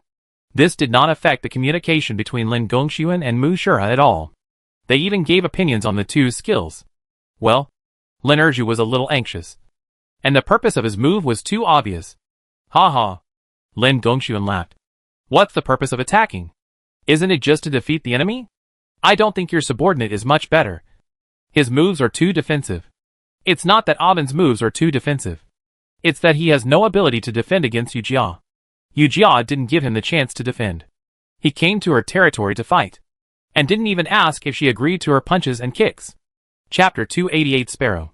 Gradually, Avin lost the upper hand. Yu Jia swept him to the ground with a sweeping kick. She leaned down, and sat heavily on Avin's abdomen. Avin's throat tasted fishy and sweet, and his eyes went dark. Before he could react, Yu Jia's fists rained down like raindrops. You believer. You come here to cause trouble. You are really tired of living. Yu Jia's voice was fast and urgent, like jade beads hitting the plate. Mu Shihua's veins popped up, and he squinted his eyes, and looked at the two people fighting. Yu Jia's words were really heartbreaking. She was obviously talking to Avin, but she was warning Mu Shihua. As she spoke, Yu Jia's fists never stopped until the person on the ground lost consciousness. She stood up slowly, looked at Mu Shihua with an ugly face, and her mood improved. Oh, look at me. I only care about cleaning up the people I don't like. And I don't care about your face at all. Ha ha ha. I'm sorry. I'm sorry. Having said that, Yu Jia raised her bright smile, which made Mu Shihua even more angry. He looked at Abin, who was motionless on the ground, and said loudly, Mu is a newcomer, and I'm sorry for offending you. Please forgive me. Then, he winked and asked the guards beside him to take Abin away. Yu Jia looked at the actions of several people with cold eyes. With her skills, it would take at least 10 days or half a month to beat Avin like this. It would not be so easy to break one of Mu Shihua's fangs if he was a demon. The servants in the palace cleaned the blood on the ground quickly and retreated in a well-trained manner. It seemed that the scene just now was just a moment, leaving only wet stains on the ground. Mu Shihua held a cup in his right hand and tried his best to suppress his anger, as if he thought of something pleasant. He suddenly laughed. Yu Jia rolled her eyes when she saw him like this. And then the alarm bells rang. What are you laughing at? Mu Shihua put the porcelain cup on the table and pursed his lips. Lin urged you. You can be proud, but you won't be proud for long. If it weren't for the fact that she was in the Prince of Cheese mansion and had to put the overall situation first, Yu Jia would have jumped up on the spot. Her chest rose and fell violently, but her face was calm. Ha ha ha. Be proud for a while. How can we think of being proud all the time if we are not greedy? Having said that, Mu Shurha's words still hit Yu Jia hard. The last time the Great Zhou Kingdom held a holy ceremony, Mu Xiaoling came to the capital. Although this time is not as grand as the last time. Why didn't he come? Also, why didn't Li Yanxiao come this time? Military generals cannot enter the capital without being summoned. And he is such a loyal person. Doesn't he want to come back to see his mother and sister? Yu Jia couldn't figure it out. But she knew something might happen. Mu Shurha saw a crack on Yu Jia's face. He chuckled. As long as people have desires, they have weaknesses. Master Mu, have some tea. Lin Gongxuan spread his palm and pointed to the teacup. Master Mu has come all the way from the South Barbarians. And we are old acquaintances. Naturally, we have to treat you well. You're welcome. I came here for an important matter, Mu Shurha said, looking at the teacup in front of him. The green tea leaves in the teacup swirl along the water ripples in the cup, complementing the porcelain white teacup. Master Mu, please say whatever you want. As long as Gongxuan can do it, I will spare no effort to satisfy Master Mu. Lin Gongxuan invited Yu Jia to sit down, not noticing the sharpness in Mu Shurha's eyes. Are you serious, Lord Lin? Yu Jia was a little unhappy to hear this. We were just being polite. How nice of you to treat us like a bodhisattva and make a wish. I have a beloved sparrow. Since I left home last time, I can't sleep every night when I think about it. If Lord Lin can help me find my sparrow, I will be grateful. After saying this, he looked at Yu Jia meaningfully. If it's not too late, I would like to sell it to Lord Lin at a discount. What discount? Yu Jia's heart unconsciously panicked. After these words came out, all three of them were stunned. Mu Shurha calmed down at this time. This news may be a little delayed for you. You should think about it carefully. Mu Shurha was very proud in his heart. Even if Lin Erju knew it now, it would be too late. But he just wanted her to spend the rest of her life in regret and self-blame. Every time she thought of today's decision, it was like cutting her heart with a knife. Seeing that Yu Jia's breath became anxious, Lin Gongxuan hurriedly put his hand on her hand. Suddenly, the breath settled down. Yu Jia turned her head and looked at Lin Gongxuan in a daze, with a bit of confusion in her eyes. Lin Gongxuan shook his head at her. Master Mu is indeed a living devil who refuses to suffer a loss. Lin Gongxuan said lightly. If you use the news of the past validity period to fool us, then we will lose more than we gain. Yu Jia reacted in an instant and almost fell into the trick of the old man in front of him. Mu Shurha shook his head and laughed. I can't fool you. Let's be frank. How can I return Chang Hire to me? Yu Jia picked up the teapot in front of him and threw it at Mu Shurha. But he dodged it. Watch your words. What do you mean by return it to you? Thinking of Chang Hire's state during those days, Yu Jia was furious. Animals know to ask for the other party's opinion when courting. Why do you always act like a domineering president? If Chang Hire doesn't want to go with you, just give up on this idea. What an ugly man playing tricks. And always wanting to be the boss. You? Mu Shurha tidied his clothes. I won't argue with women. The word woman completely grasped Yu Jia's lifeline. This is the capital. And one mistake could cost him his life. Seeing Yu Jia calm down, Mu Shurha sat down calmly. Master Lin, I have another suggestion. You might as well listen to it. Oh! What suggestion? This aroused Lin Gongxuan's interest. If you return Chang Hire to me, I can lead my soldiers to a 3-year truce with the Zhou. Ha! What a big deal. Yu Jia didn't expect that Chang Hire would be so important to Mu Shurha. If we consider the overall situation, sacrificing Chang Hire can exchange for 3 years of recuperation for the Zhou's Bashu border. No matter how you look at it, it's a good deal. Besides, the Zhou is in a very difficult situation now. Mu Shurha is used to manipulating people's hearts. Lord Mu, if the people of the Zhou have to live on in exchange for this humiliation, then we would rather go to war. Mu Shurha's heart trembled, and then his whole body tensed up, like a hedgehog with hair standing on end. So you mean that we can't reach an agreement? Yu Jia looked at Lin Gongxuan's calm expression, and suddenly felt proud. This is the man she chose. Lin Gongxuan smiled indifferently. Not bad. Chapter 289. No agreement. We are a great country with a history of 100 years. How can we be such a coward? We can't do that kind of business. Besides, Lin Gongxuan paused and chuckled. Besides, if we fight, it's not certain who will be the grandson. Mu Shirha stood up angrily. He was tall and felt like a mountain pressing down on his head. So we can't reach an agreement? We can't reach an agreement. We can't reach an agreement. Yu Jia stood up as well. Our great Zhou dynasty is full of talents. We won't argue with you. If we really start a war, you will definitely run away with your tail between your legs. Lin Gongxuan also stood up. He did not speak. However, his meaning was obviously the same as Yu Jia's. Mu Shirha turned and walked out, but suddenly stopped. You have devoted your lives to the great Zhou. But what about the great Zhou to you?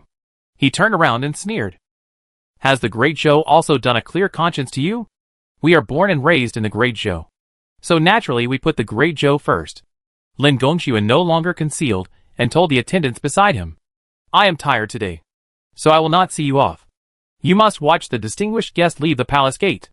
Mu Shirha turned and walked out, and his back looked very angry. After Mu Shirha left, the atmosphere between Yu Jia and Lin Gongxuan did not become relaxed. Bastard.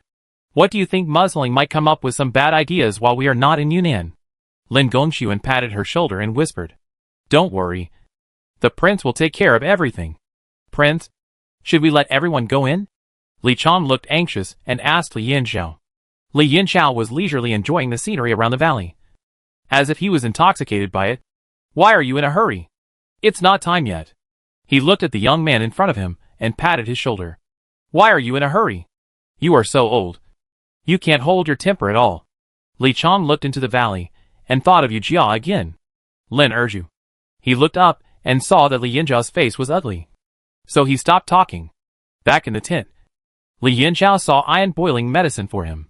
His steps were brisk, and his tone was gentle and unnoticeable. Why are you boiling medicine yourself again? Where is the maid assigned to you? Ian shook her head. We are rough people, and we are not used to maids. She placed the filter cloth in the coarse porcelain bowl, and carefully carried the casserole to pour out the boiled medicine. In an instant, a complex atmosphere filled the entire tent. Li Yinxiao took off his armor and put it on the table, and watched Ian's movements carefully on the small couch beside the bed. Ian, have you thought it through? He looked at Ian's white fingers with distinct joints, and his Adam's apple rolled. The thick fog in his heart seemed to swallow his heart completely. Li Yinxiao didn't know why he had such an idea. He only knew that he could only alleviate this situation by getting Ian. A few days ago, Li Yinxiao couldn't help but break the window paper.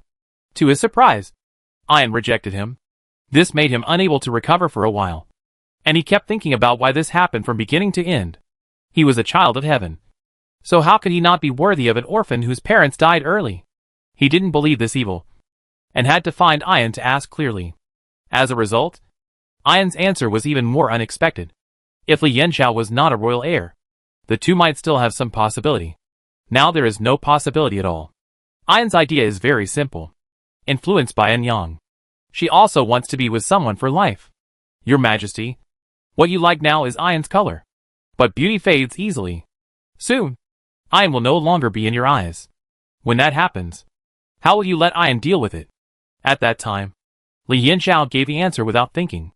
Of course, I will give you enough money to ensure that you will have no worries for the rest of your life. What a worry-free life. Ian laughed sadly. I don't care about having no worries for the rest of my life. I just want to find someone I love. Find someone who can accompany me for the rest of my life. Seeing that asking Ian for her opinion didn't work, Li Yinxiao took advantage of his status to use hard means. In his opinion, if a woman is not happy, it means that her desire is not satisfied.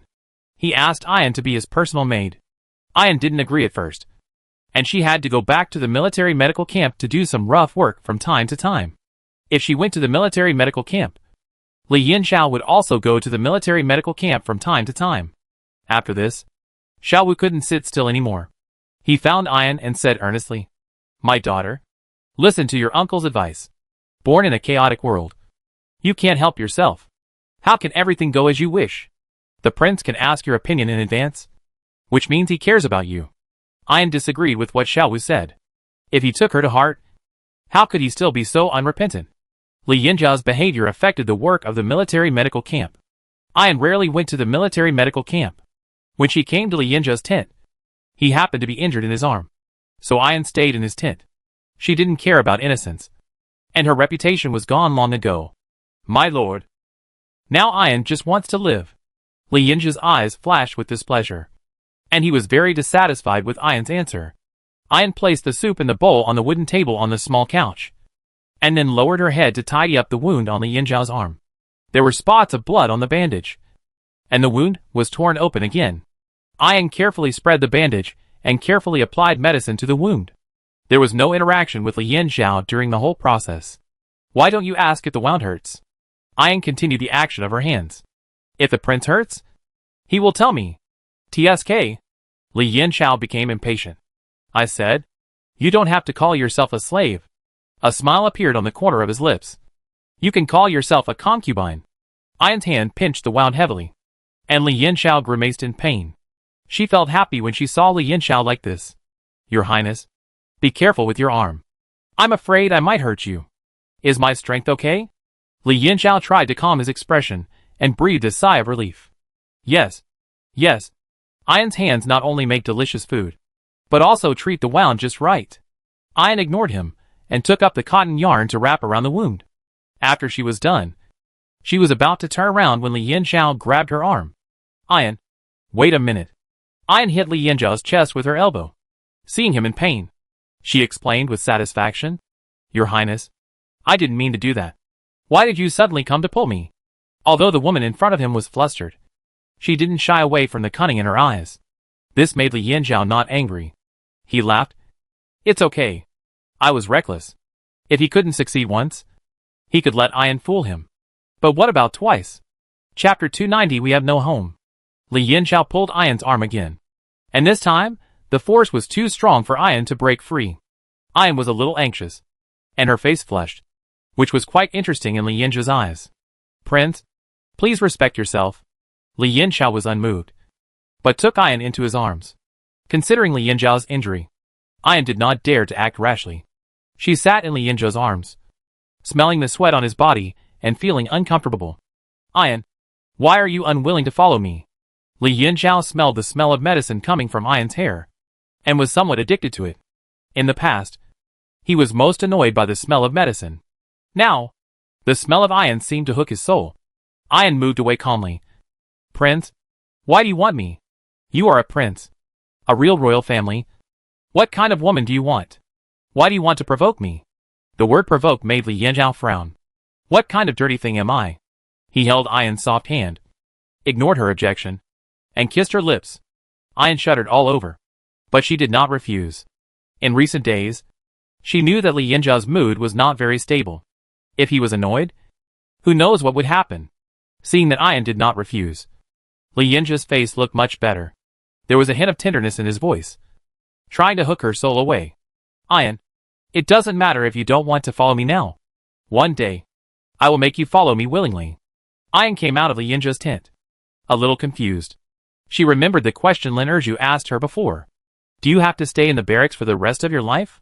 She stayed in the barracks, first to complete the mission and avenge her father and mother. Another reason was that there was really no place for her in this chaotic world. She couldn't go back to the mountains, and she didn't know where to go. Hey, you sleepwalking in broad daylight? Li Chong rubbed his arm impatiently and glanced at Ayan with dissatisfaction. He saw that Ayan was like a lost soul, so he wanted to tease her. But who knew that she really bumped into him? Ayan came to her senses and found that she was walking on a remote path. Oh, I'm sorry. This was the first time Li Chong heard Ayan say sorry. He was a little surprised. No, nothing. What's wrong with you? Ayan had a hard time speaking, and shook her head in despair. Seeing her like this, Li Chong turned his head and looked at Li Yinjiao's tent not far away. It seemed to make sense. Li Chong scratched his head, put his right fist against his lips, and coughed twice. Well, Miss Ayan, just obey our prince. Our prince is in a high position and has great power. Which woman in the world would not be pleased with him? Li Chang's eyes flashed with dazzling light. In his eyes, Li Yinjiao was a man of integrity. He was wise, decisive, and loving. Which prince could do this? If Ayan was unwilling to obey the prince, she would be ungrateful. While speaking, Li Chong looked at Ayan with contempt. He looked up and down at the woman in front of him. If we judge by the woman's appearance, she is indeed a beautiful woman. In the military camp, he had not seen any other woman except Lin Erju. Of course, he never treated Lin Erju as a woman. He knew that Ayan and Lin Erju had a sisterly relationship.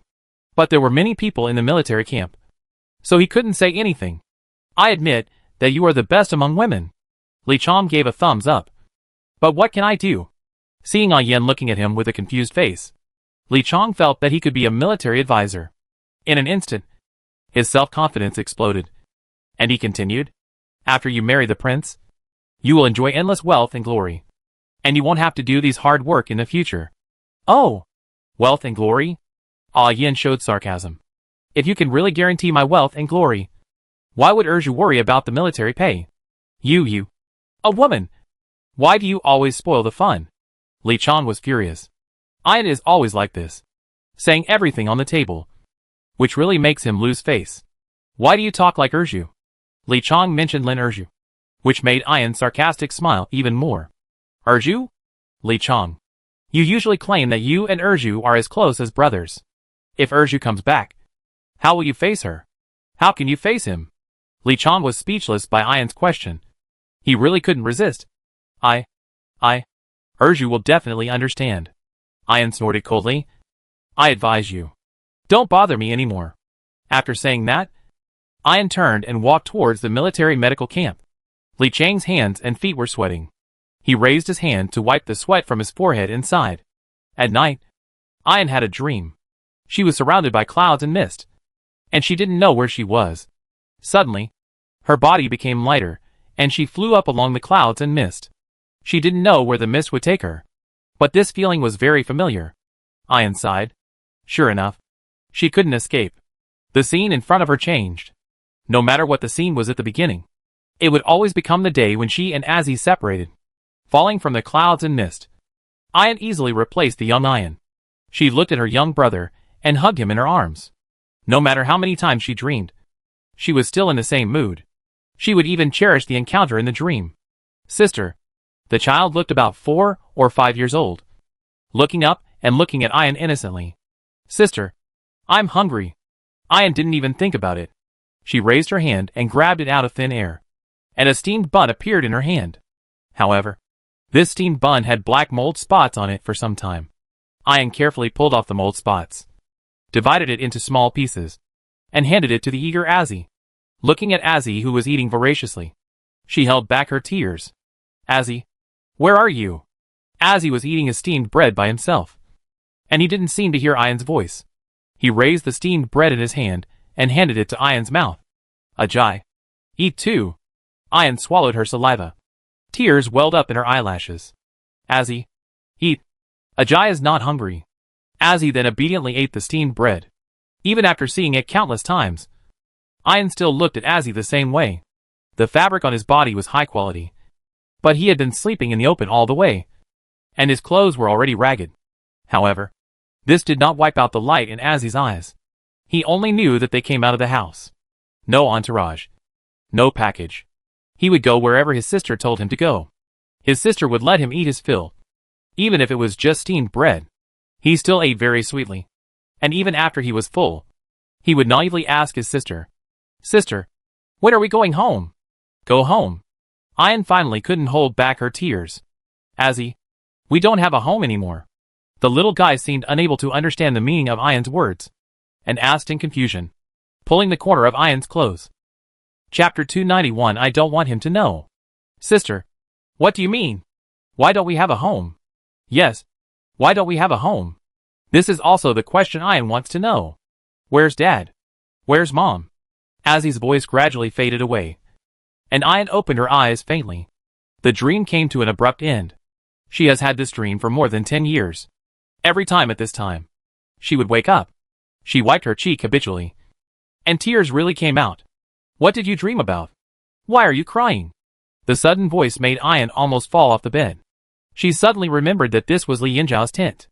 Li Yinzhao was standing at the head of her bed, staring at her with burning eyes.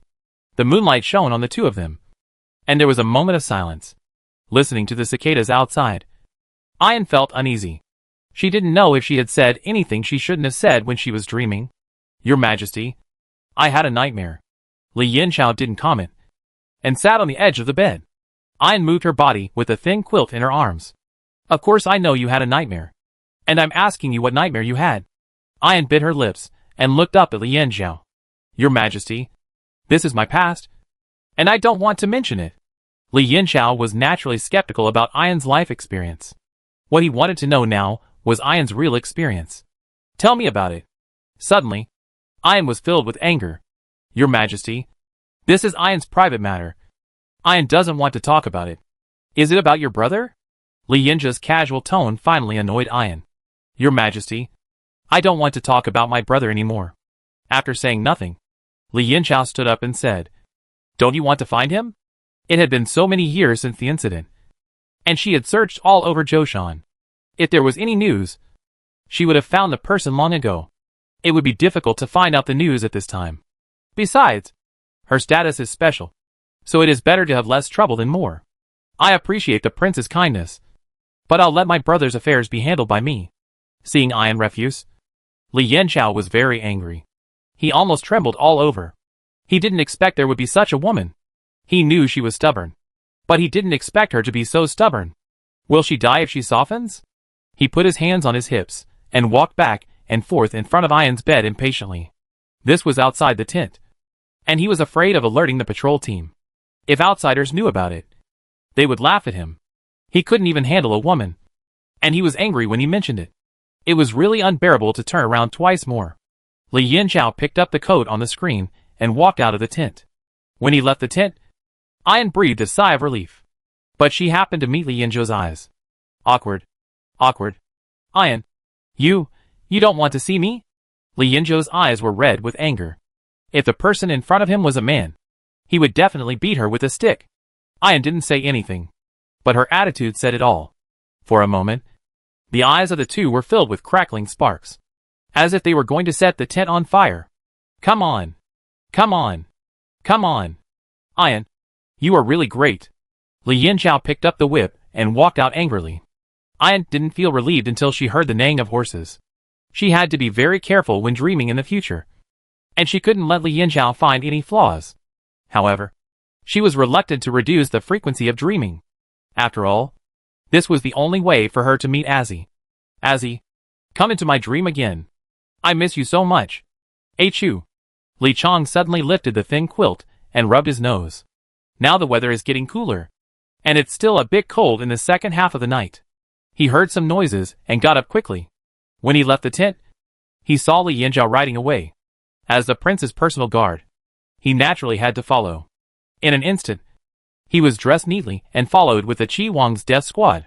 The cool wind blew fiercely, making a whistling sound when it blew on the body. The well-trained soldiers formed a triangle and gradually surrounded Li Yinchao in the middle.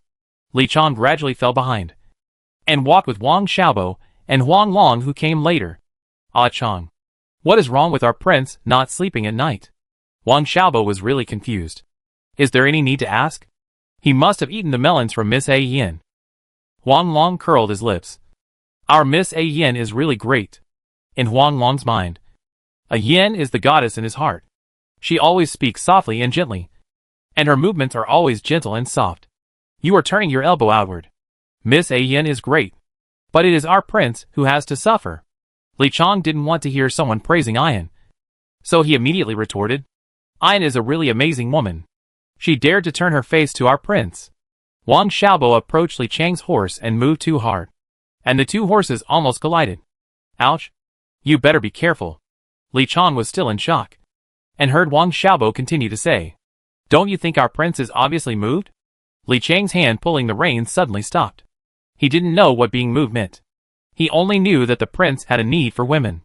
Seeing that Li Chong didn't speak, Huang Long chuckled. What are you talking to a Chang? A little kid? He doesn't understand. Li Chong did not refute. He really did not understand. Having been with Li Yinchao for so many years, he had never seen Li Yinchao have any contact with any woman. Looking up, Li Yinchao in front of him whipped his mouth violently, as if venting his dissatisfaction. What is being moved? Why do men always have feelings for women? He became curious. In Li Yinjia's tent, he heard about the topic of love between men and women. This was related to Lin Erju and Lin Gongxuan. Li Yinxiao had always been worried that the two would be obsessed with men and women and might miss military affairs. Hearing once or twice, he had no idea in his heart.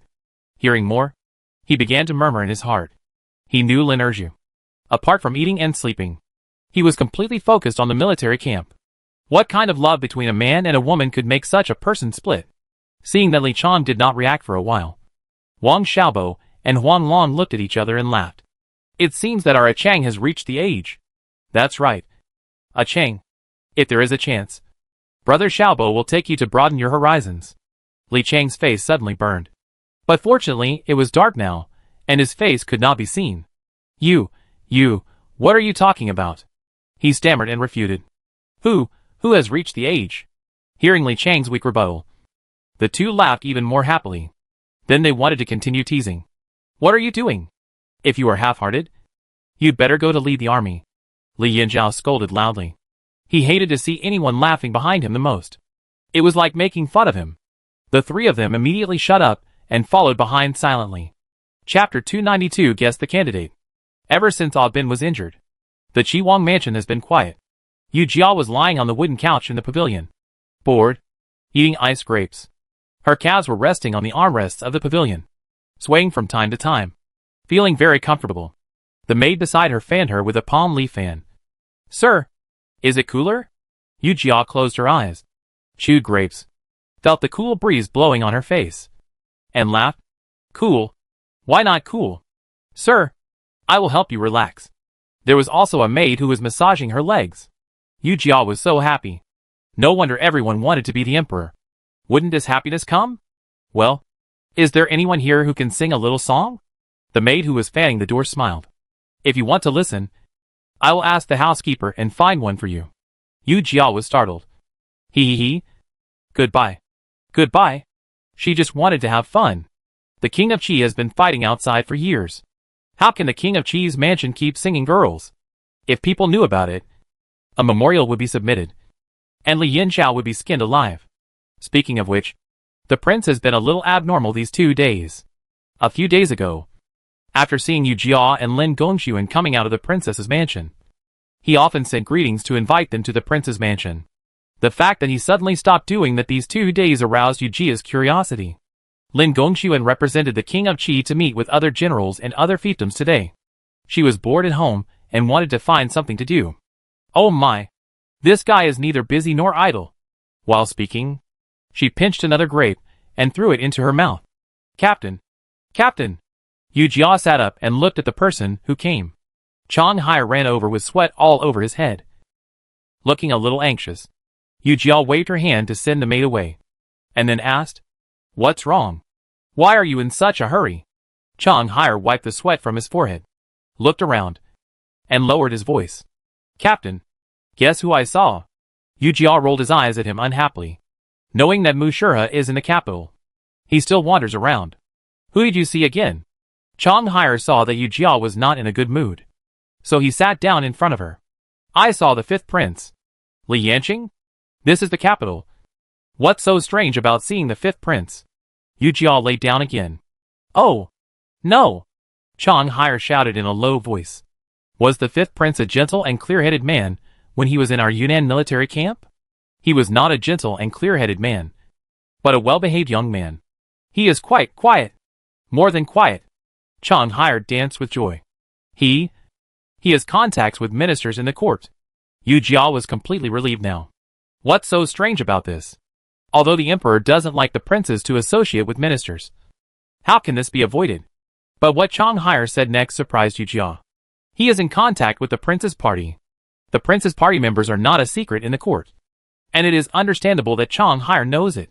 What Chang Hai knows, Li Yanqing naturally knows. He has such a close relationship with Li Yinxiao. Why does he have to be so close to the prince's party members? Seeing Yu Jia's serious face, not knowing what he was thinking, Chang Hai continued. Is he pretending to have a good relationship with our prince? What Chang Hai said was not surprising. There is a saying that there are no fathers and sons in the royal family, and there are no brothers in the royal family. The only thing that can bring them together is the word prophet. Where did you see them? Chang Hire was a little embarrassed to speak. And under Yu Jia's warning eyes, he muttered. In a brothel. Yu Jia sat up suddenly. Brothel? You went to a brothel? Chang Hire felt a little guilty. I didn't go there by myself. Go Sheng also went with me. Yu Jia threw the grapes in her hand at Chang Hire. You too? Really? What can I say? She got off the couch, kicked her shoes, and went back to the courtyard. On the first day of her arrival, under the arrangement of the housekeeper, Yu Jia took Chang Hire and Go Sheng to live in a courtyard alone. Firstly, it was to conceal her identity. And secondly, Yu Jia didn't like crowds. Lin Gongxuan came to Beijing for socializing. So the farther she was from him, the better. In this courtyard, the most satisfying thing about Yu Jia was that it was close to the pavilion. The two turned around and returned to the courtyard. There was a huge crabapple tree in the courtyard, which basically covered the entire courtyard. The breeze mixed with the fragrance of flowers came over. It immediately relieved Yu Jia's depression. She sat on the stone bench under the tree. The sunlight shone through the crabapple tree on the table, casting some mottled shadows. Where's Go Sheng? Yu Jia crossed her arms, looking like she was interrogating a prisoner. Ahem. Go Sheng. Come out. Chang Hire on the side didn't dare to say anything more. Go Sheng came out of the room and saw the expressions of the two people, and knew that the matter had been exposed. Since it had been exposed, there was no need to hide it. He walked over quickly and said, Captain, today Chang Hire and I left the palace. Yu Jia didn't say anything, waiting for his next words. Go Sheng carefully observed Yu Jia's expression, and then said, We met the fifth prince in the brothel. Yu Jia also knew this. Go Sheng glanced at Chang Hire behind Yu Jia and gritted his teeth. We went to the princess's mansion first, and then went to the Flower Street. Flower Street. That is the street where sex is traded in Beijing. Yu Jia sighed. Go Sheng. What can I say about you? If Chang Hire did such a rash thing, it would be understandable. But why are you so impulsive? Yu Jia knew what Go Sheng was thinking. But in this era where the imperial power is greater than heaven, it is harder than climbing to heaven to seek revenge on the princess. We can't be impatient. And I have news coming from here all the time. If it succeeds, I will let you know. Yu Jia caught Chang Hire and scolded him. He hadn't settled his own troubles yet, and he had to bring Go Sheng into trouble. After dinner in the evening, Lin Gongxuan came to Yu Jia's courtyard. He brought a message to Yu Jia. The prince wants to choose a teacher for the grandson. The grandson is studying in the Imperial Academy, and it is reasonable that the imperial teacher should come forward to find a suitable candidate. But the imperial teacher is the father of the imperial concubine, and the queen will not let him intervene. The prince also released the news and asked the civil and military officials to recommend suitable candidates. This time the recommendation is not limited to the background. As long as the knowledge is good, you can still be selected. Yu Jia was moved, and she looked at Lin Gongxuan with expectation. Bad guy. Do you think we can recommend talents? Lin Gongxuan hesitated. We are openly the Qi party. It is not suitable to come forward. Yu Jia agreed. Who can let the opponent's people choose a teacher for his son? Then let's save the country in a roundabout way. I really don't want such talents to be crushed into mud. Lin Gongxuan chuckled. If that's the case, I really have a suitable candidate. The two smiled at each other, as if they had guessed each other's candidates. Chapter 293 Recommending Talents. Then tell me who you have in mind, Yu Jia said with a smile. Lin Gongxuan couldn't do anything to her. Let's talk about it together. Lu Zhonghuan. Lu Zhonghuan. The two said in unison. It turns out that great minds think alike. Yu Jia was a little worried. But who should we ask for recommendation? Lin Gongxuan was calm. You don't have to worry about this. I have a candidate in mind. Yu Jia's eyes lit up, and she lowered her voice. It seems that the bad guy has become very successful in Beijing. Oh, I have to be careful when I talk to you next time. What if I offend you in the future, and you find someone to tell me about it? Lin Gongxuan didn't know whether to laugh or cry, and gave Yu Jia a slap on the head. What are you talking about? Yu Jia covered her forehead and laughed.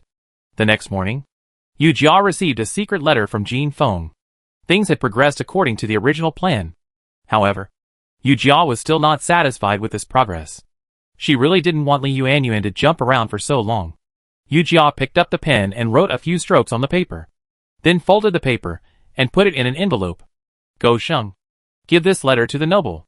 And be quick. Yu Jia couldn't wait any longer. She had to finalize the matter before leaving the capital. In a blink of an eye, the Queen Mother's birthday banquet arrived. Yu Jia took off her formal clothes and changed into casual clothes. The maid wanted to persuade her to dress elegantly. But Yu Jia refused decisively after seeing the complicated patterns and thick fabrics on her clothes. She was a country bumpkin from a remote border.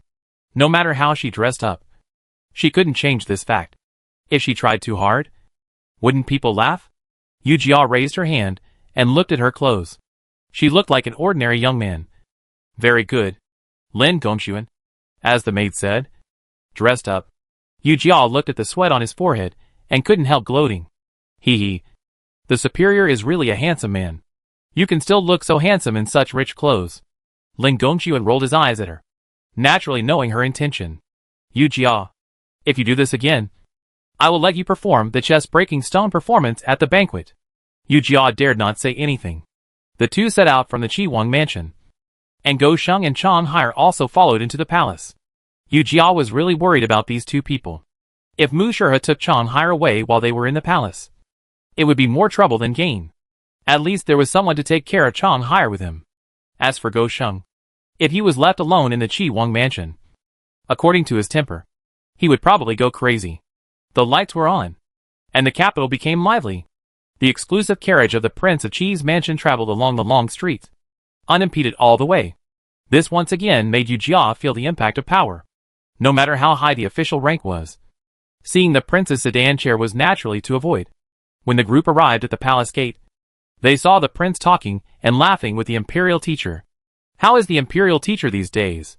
Although the prince's tone was respectful, his straight body and arrogant eyes did not show any respect at all.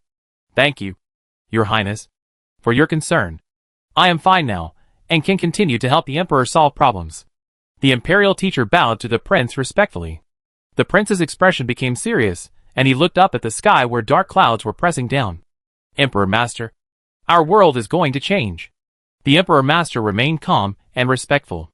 If the world changes, we will just follow God's will. The prince sneered. That's good. Suddenly, he turned his eyes to look in the direction of Yu Jia and the others. Yu Jia felt his gaze and bowed to him helplessly. Lin Gongxuan, Lin Erju, you are here. The prince walked towards the two. Your Highness the Crown Prince. No need to be polite. The prince supported Lin Gongxuan's shoulders and glanced at Yu Jia with his peripheral vision. You came just in time. Follow me into the palace now. Yu Jia observed the Emperor Master's expression with his peripheral vision, and it was indeed gloomy. It's over. This looks like an affair. The two are obviously subordinates of Li Yanxiao. Isn't it a problem that they are so close to Li Yansheng? Yu Jia doesn't understand the twists and turns in the court. She only knows that if you are close to someone, you should stay away from your opponent. But seeing Lin Gongxuan and Li Yansheng talking happily, she was a little confused. According to Lin Gongxuan's level, shouldn't he stay away from Li Yansheng? This involves Yu Jia's blind spot. Yu Jia has always been adhering to quick decisions and straightforwardness. She doesn't know what it means to be evasive. Several people came to the hall and sat down according to the eunuch's instructions. The prince has already sat at the top. Lin Gongxuan and Yu Jia were arranged to the end of the banquet. Yu Jia sighed as she looked at the exquisite food in front of her. Lin Gongxuan couldn't bear it any longer, so he stopped her. Stop sighing. People will think you want to seize power and usurp the throne. This crime was too great, and Yu Jia couldn't bear it. It wasn't until the hour of high that the main guests slowly entered the venue. Yu Jia thought that these nobles probably came to the banquet after a nap. The emperor, the queen, the concubine, and several concubines were in excellent condition, especially the female relatives, who were adorned with jewels. As for the main guest, the queen mother, although she was well maintained, she was old after all, and her expression was listless. After the greetings, the banquet was filled with singing and dancing. Looking at the beautiful woman with a waist as smooth as water, Yu Jia almost drooled. She began to envy the emperor again. No wonder everyone yearns for power and wants to be an emperor. This life is so beautiful no matter how you look at it. Lin Gongxuan glanced at her unhappily. Just wait and see if being an emperor is so easy. Yu Jia was a little puzzled. Standing at the top of the food chain, she could call the wind and rain and have everything she wanted. What else could be difficult to be? After the dance, the emperor took the lead in leading the ministers to toast the Queen Mother. Your son wishes your mother good fortune as vast as the East Sea, and a long life as long as the South Mountain. The congratulatory speech was quite standard, without any exceptions. The ministers stood up and raised their glasses to congratulate the Empress Dowager. May you be as blessed as the East Sea, and as long-lived as the South Mountain. After a glass of wine, the Empress Dowager asked the ministers to sit down and talk with a kind look. Next, the Empress took the lead in presenting gifts to the Empress Dowager. The Empress's gift was the same as the Emperor's congratulatory speech, which was quite standard. A set of Buddhist scriptures she copied by hand. However, the inkstone used to copy the Buddhist scriptures had a great origin. The inkstone presented by the Hui merchants and the blood of the Empress made the Empress Dowager smile. You are a filial son. Yu Jia couldn't help but despise him. He suffered so much and got such a sentence. The imperial concubine presented a night-shining pearl from the South China Sea, which was as big as a bowl. And the Empress Dowager loved it. Empress Dowager, I wish you to live younger and younger. Just like this night-shining pearl, shining brightly on us. Ouch! The Queen Dowager exclaimed, moved her eyes away from the night-shining pearl, and laughed and scolded. You, if you live younger and younger, wouldn't you become an old monster in the mountains? As soon as these words came out, the closeness and distance were immediately revealed, and the Queen's armor scratched a deep mark on the armrest of the chair. Chapter 294. Naturally, there is no good ending. After sending gifts from our family, we naturally have to accept gifts from outsiders. First, the Persian envoy brought various rare items, including a Persian cat with heterochromia. The Queen Mother was very satisfied with this, and asked people to prepare a return gift. Next was the Nan Man, who was presented by Mu Shurha with the most famous golden Nanmu furniture of the Nan Man. This made Yu Jia dumbfounded, as she had always thought that the most impressive thing for rich people was to use a golden Nanmu coffin after death. She didn't know that this wood could also be used to make furniture. When she traded with the Nan Man to buy horses before, she had never heard of these. It can be seen that the Nan Man spent a lot of money this time. The second time, the Uyghur envoys presented gifts. Since there were two groups of Uyghur envoys this time, two groups were naturally arranged to present gifts. When it was Jinfeng's turn, he personally explained the origin of these gifts. Queen Dowager, these are rare things that Jinfeng collected from the Uyghur territory. This is our Uyghur mother's roadmap, which records that mothers endured all kinds of hardships for their children, so that their children can achieve great things. Jinfeng heard that the Queen Dowager and Your Majesty have a deep mother-son relationship, which makes Jinfeng very envious. Jinfeng did this because he understood the situation of the great Zhou in advance. He knew that the Queen Dowager was not the Emperor's biological mother, so this action naturally saved the Emperor's face. Li Guoli was thoughtful. Since ancient times, mothers have been the umbrella of their sons. These years, my son has been busy with government affairs. I have treated my mother badly. The Queen Mother's eyes sparkled. Her hands trembled, and she slowly held Li Guoli's hand. Your Majesty can have such an idea. Even if I let me see the late Emperor at this moment, I will die without regrets. Queen Mother, Li Guoli stopped him. How can you say such ominous words on such a happy day? Queen Mother, Your Majesty has a deep mother-son relationship. Jinfeng is really envious. Jinfeng pretended to wipe the tears from the corners of his eyes. The play was done well, so Li Guoli was naturally in a good mood. When Jinfeng rebelled, Li Guoli knew his identity clearly. He responded immediately. Mr. Jinfeng is a handsome man. He will marry a few beautiful wives and have a few children in the future, and he will be able to gain the love of the world. Jinfeng looked hesitant, which made Li Guoli very confused. Why? What is the secret of Mr. Jinfeng? Jinfeng looked at the women's seats behind the screen and shook his head carefully. This completely aroused Li Guoli's curiosity. He glanced at the women's seats behind the screen and continued to ask, Mr. Jinfeng, please speak freely. As long as it can satisfy you, I will help you. Another group of Uyghur envoys on the side were gnashing their teeth in hatred.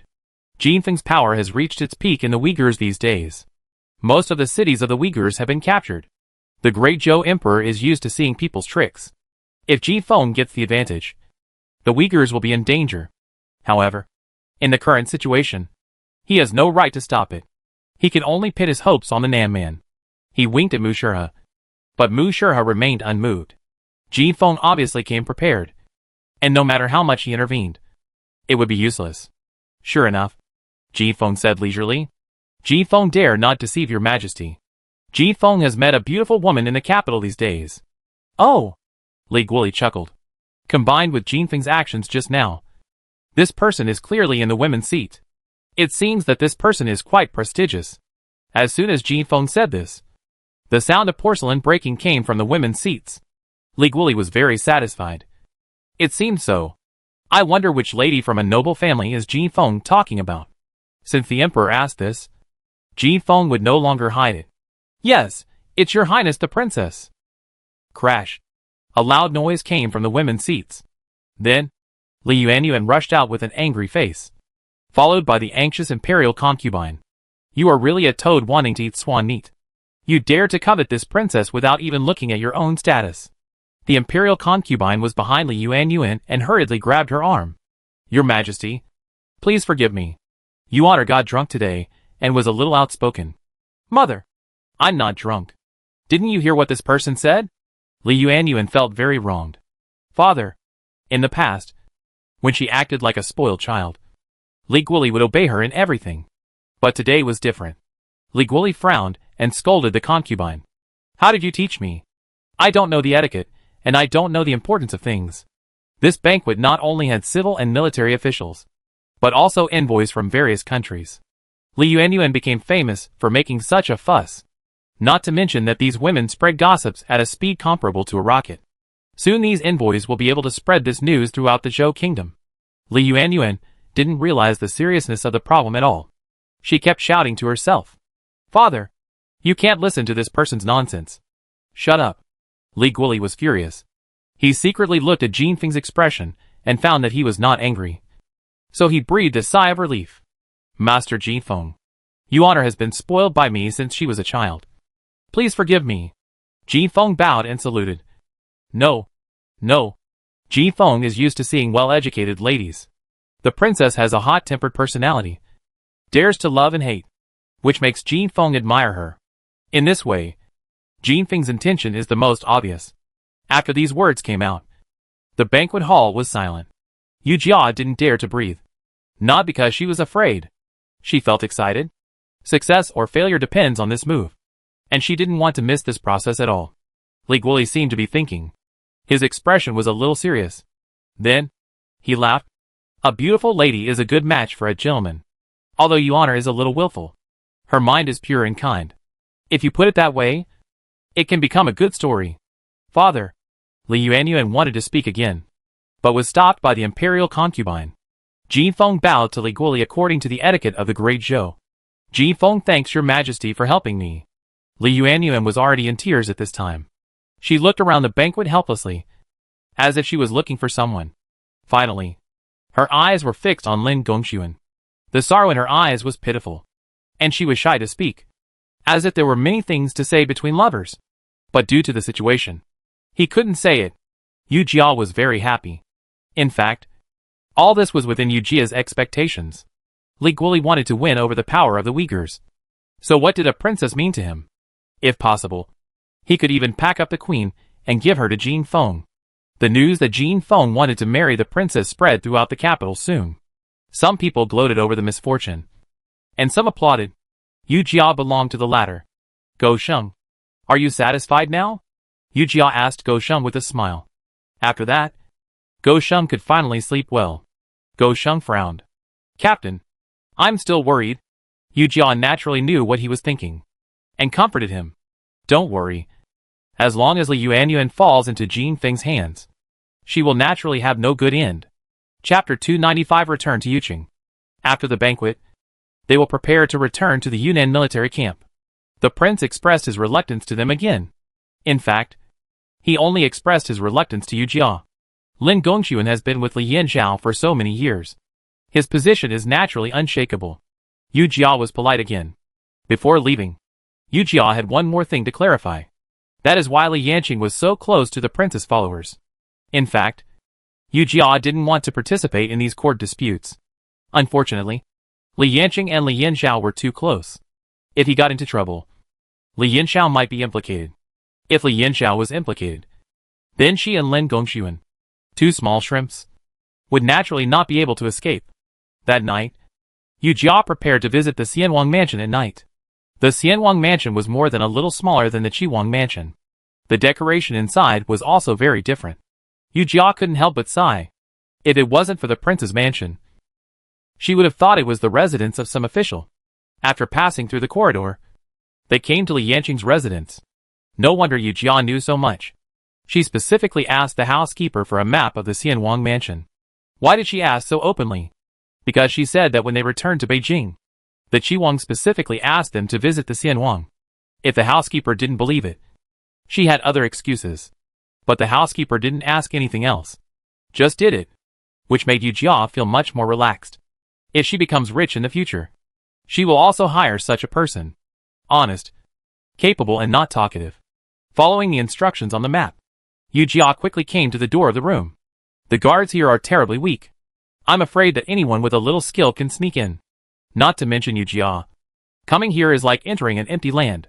If she hadn't inquired about Li Yanqing's background in advance, Yu Jia would have thought she was caught in a trap. She came to the window carefully and looked around carefully. Suddenly there was a cough in the room. Your Majesty, please take a rest. Li Yanqing waved his hand. It's okay. I want to do more for my third brother. This way, he will have a better chance of winning. Yu Jia was suspicious. What chance of winning? In a flash, she suddenly figured it out. Is it the throne? Sure enough, the people around Li Yanshao all thought that he was more suitable to inherit the throne. Could it be that Li Yanqing has been doing this for Li Yanshao? What a humiliating man. Yu Jia immediately changed her opinion of the wise king.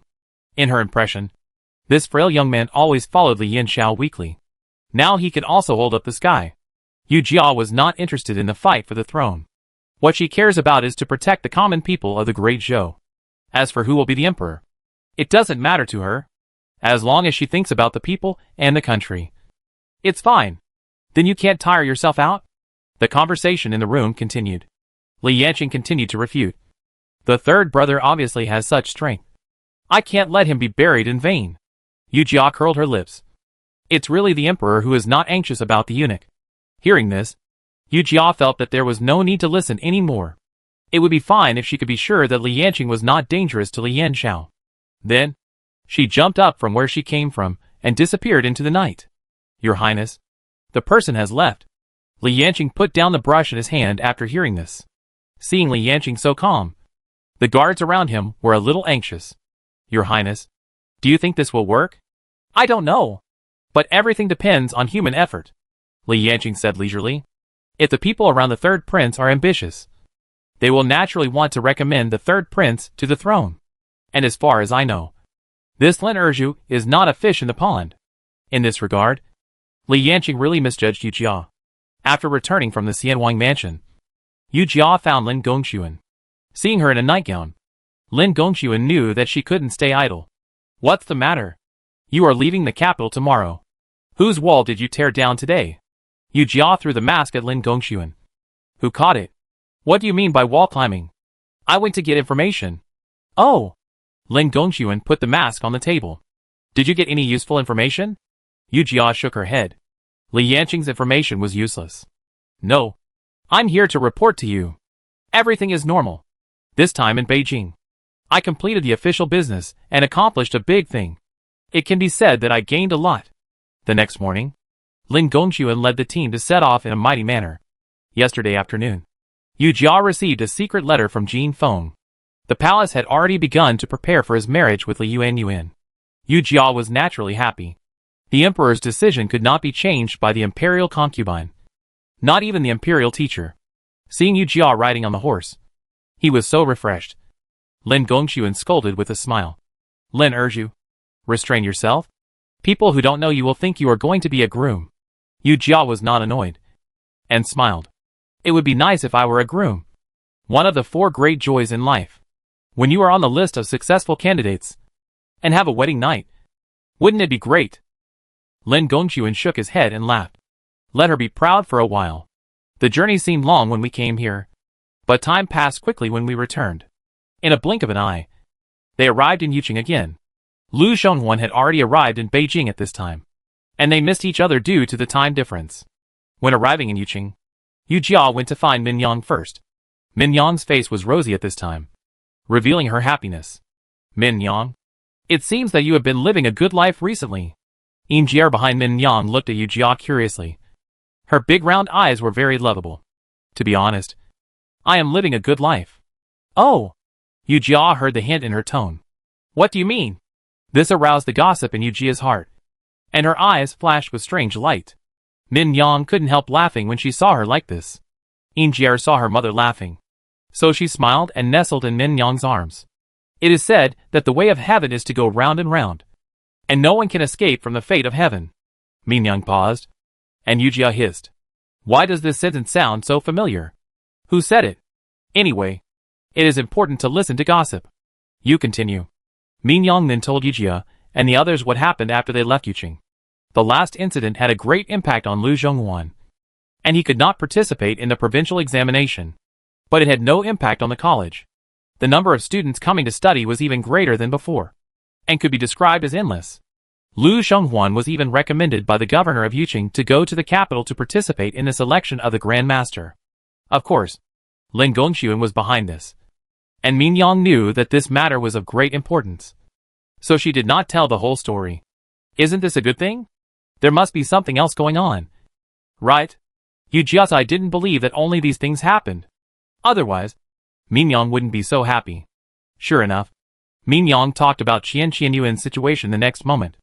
Since his qualification for the provincial examination was revoked, he has been doing nothing at home all day. Chapter 296 Paralyzed in Bed.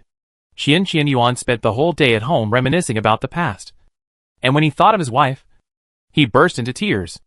Mrs. Qian saw it with her own eyes and felt pain in her heart. After breaking up with the Lu family, she was abandoned by her natal family.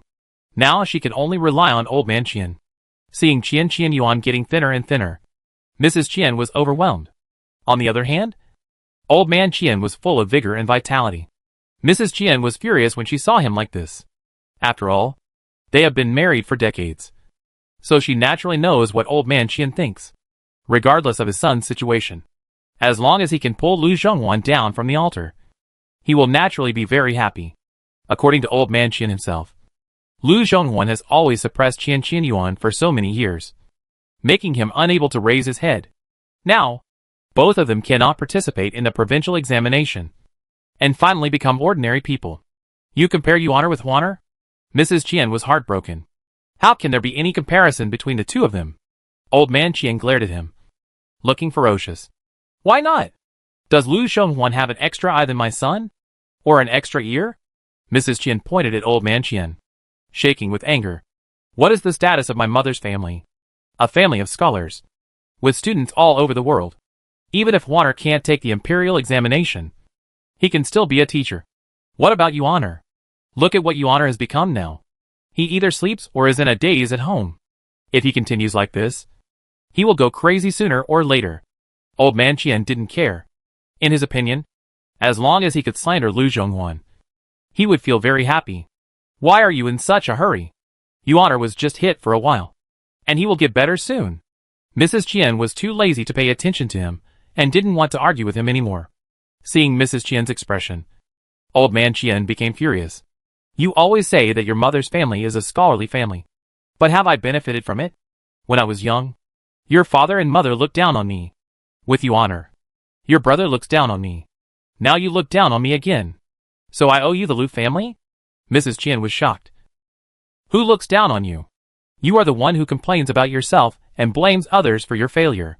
Didn't my family help you? If the county magistrate hadn't considered my family, would he have let you work as a clerk in the government office? Pa. With a sound, old man Qian slapped Mrs. Qian in the face. Mrs. Qian covered her face with disbelief. You hit me? I hit you. Old man Qian was about to fight, but was stopped by Qian Qianyuan, who came over after hearing the news. I can work in the county government office because the county magistrate appreciates my talent. How could he consider your family's face? If I hear you say that again, I will peel off your skin. Qian Qianyuan just held on to old man Qian's clothes and didn't dare to refute. After old man Qian vented his anger, he began to think. His son's condition would definitely not work at home. His attitude must be related to Min Yang. But Min Yang is already a member of the Lu family, and the prefect has already settled the case. So he must not cause trouble again. Isn't she just a woman? I think his Qian family is also a well-known figure in Yuqing County. Finding a second wife for his son is as easy as drinking cold water. He did it as soon as he said it. Old man Qian immediately found a famous matchmaker in Yuqing County. When the matchmaker heard that it was the Qian family who wanted to matchmake, she immediately refused. The whole county knew about the incident. So how could she harm the girl? However, money makes the world go round. So old man Qian took out his life savings to bribe the matchmaker. The matchmaker reluctantly agreed for the sake of money and worried about him. So there really is a suitable one. However, the woman's husband was killed by a stone while working outside the home the year before last. She became a widow. At first, the Qian family did not agree to Qian Yuan meeting a widow. But now there was no other girl from a good family willing to meet. Old man Qian slapped his thigh. And seeing that Qian Yuan was really a nobody, he reluctantly agreed to let the widow meet his son. After seeing each other like this, something went wrong. This time, the matchmaker arranged the man to stay at the Qian family. There was no other idea. So she had to show something decent to make the woman feel at ease. And the courtyard of the Qian family was the best proof. It turned out that the matchmaker was really thoughtful. As soon as the widow arrived at the Qian family, she praised the neat courtyard. The matchmaker saw that there was a chance. So she let the two young people meet. The matchmaker and the Qian couple were chatting in the courtyard. Before they could sit down, they heard the two people who were seeing each other quarreling. Several people hurried over and found out that the widow had someone. The widow put her hands on her waist and frowned. What? If you can't do the work, can't I go out and find someone? So I have to die of thirst in your house? It turns out that the widow has a lover now. But she has no plan to get married again. If the matchmaker hadn't repeatedly praised the strength of the Qian family, just take the reputation of the Qian family as an example, she would never want to come. The suggestion she made was that since Qian Yuan couldn't be humane, she could enter the Qian family. Just don't delay her happiness. This made Qian Yuan so angry that his nose was bent to the sky. When Min Yang was in the Qian family, she tried every means to cover up for him. This woman is good. She always uses the inhumanity as an excuse. Old man Qian was also very angry. Tell me, what are you talking about? If you don't have a problem with your brain, you can't think of such a thing. Ha ha ha. The widow laughed up to the sky. Then what you did is normal. Who doesn't know about the ugly things you did? Min Yang is kind and righteous, and she won't bother with you.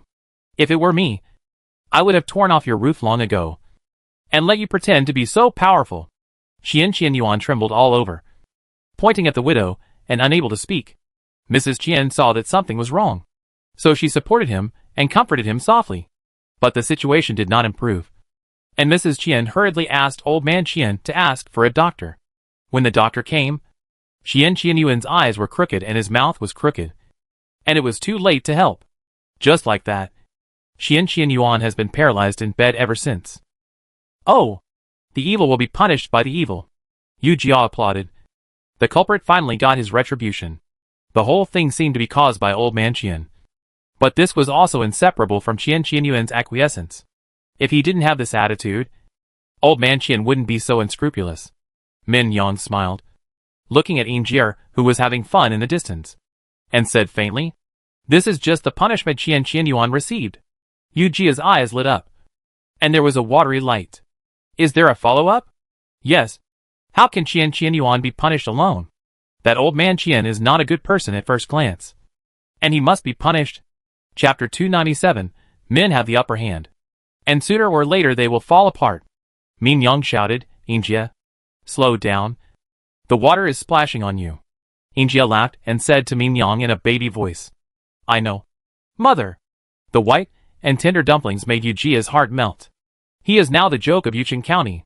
Min Yang's voice pulled Yu Jia back to his thoughts. What do you mean? It turned out that Qian Yuan was paralyzed in bed by the widow. And the old man Qian was so angry that he went to the widow to argue. The widow was not the one who would suffer a loss. So she called her lovers to beat the old man Qian out. The old man Qian was naturally dissatisfied, so he often harassed the widow. After a while, he actually got together with the widow. Oh my god! What kind of shocking news is this? Yu Jia almost dropped her jaw. It was a miracle that old man Qian could still be restless at this age. When Madame Qian learned the news, it had spread throughout the entire Yucheng County. Because it was too embarrassing, old man Qian was dismissed by the Yucheng County government. And from then on, he became a white-collar worker. Then Madame Qian can still indulge him? Yu Jia asked, puzzled. Of course I won't. Min Yang sighed. Madame Qian was very kind to her at the beginning. She felt very sorry. Madame Qian found old man Qian and asked him to change his mind. Who knew that this old man Qian was like a devil, and gave all the family savings to the widow. Mrs. Qian had no money and could only live on her dowry. She saw through old man Qian, so she made up her mind not to let him in. The Lu family was a wealthy family, and the dowry given to Mrs. Qian was very generous. The income from the shop alone could ensure that the mother and daughter would have no worries for the rest of their lives. Of course, Mrs. Qian did not tell old man Qian about these things at the beginning. Otherwise, old man Qian would have stolen them all long ago. So, Mrs. Qian is still a bit smart.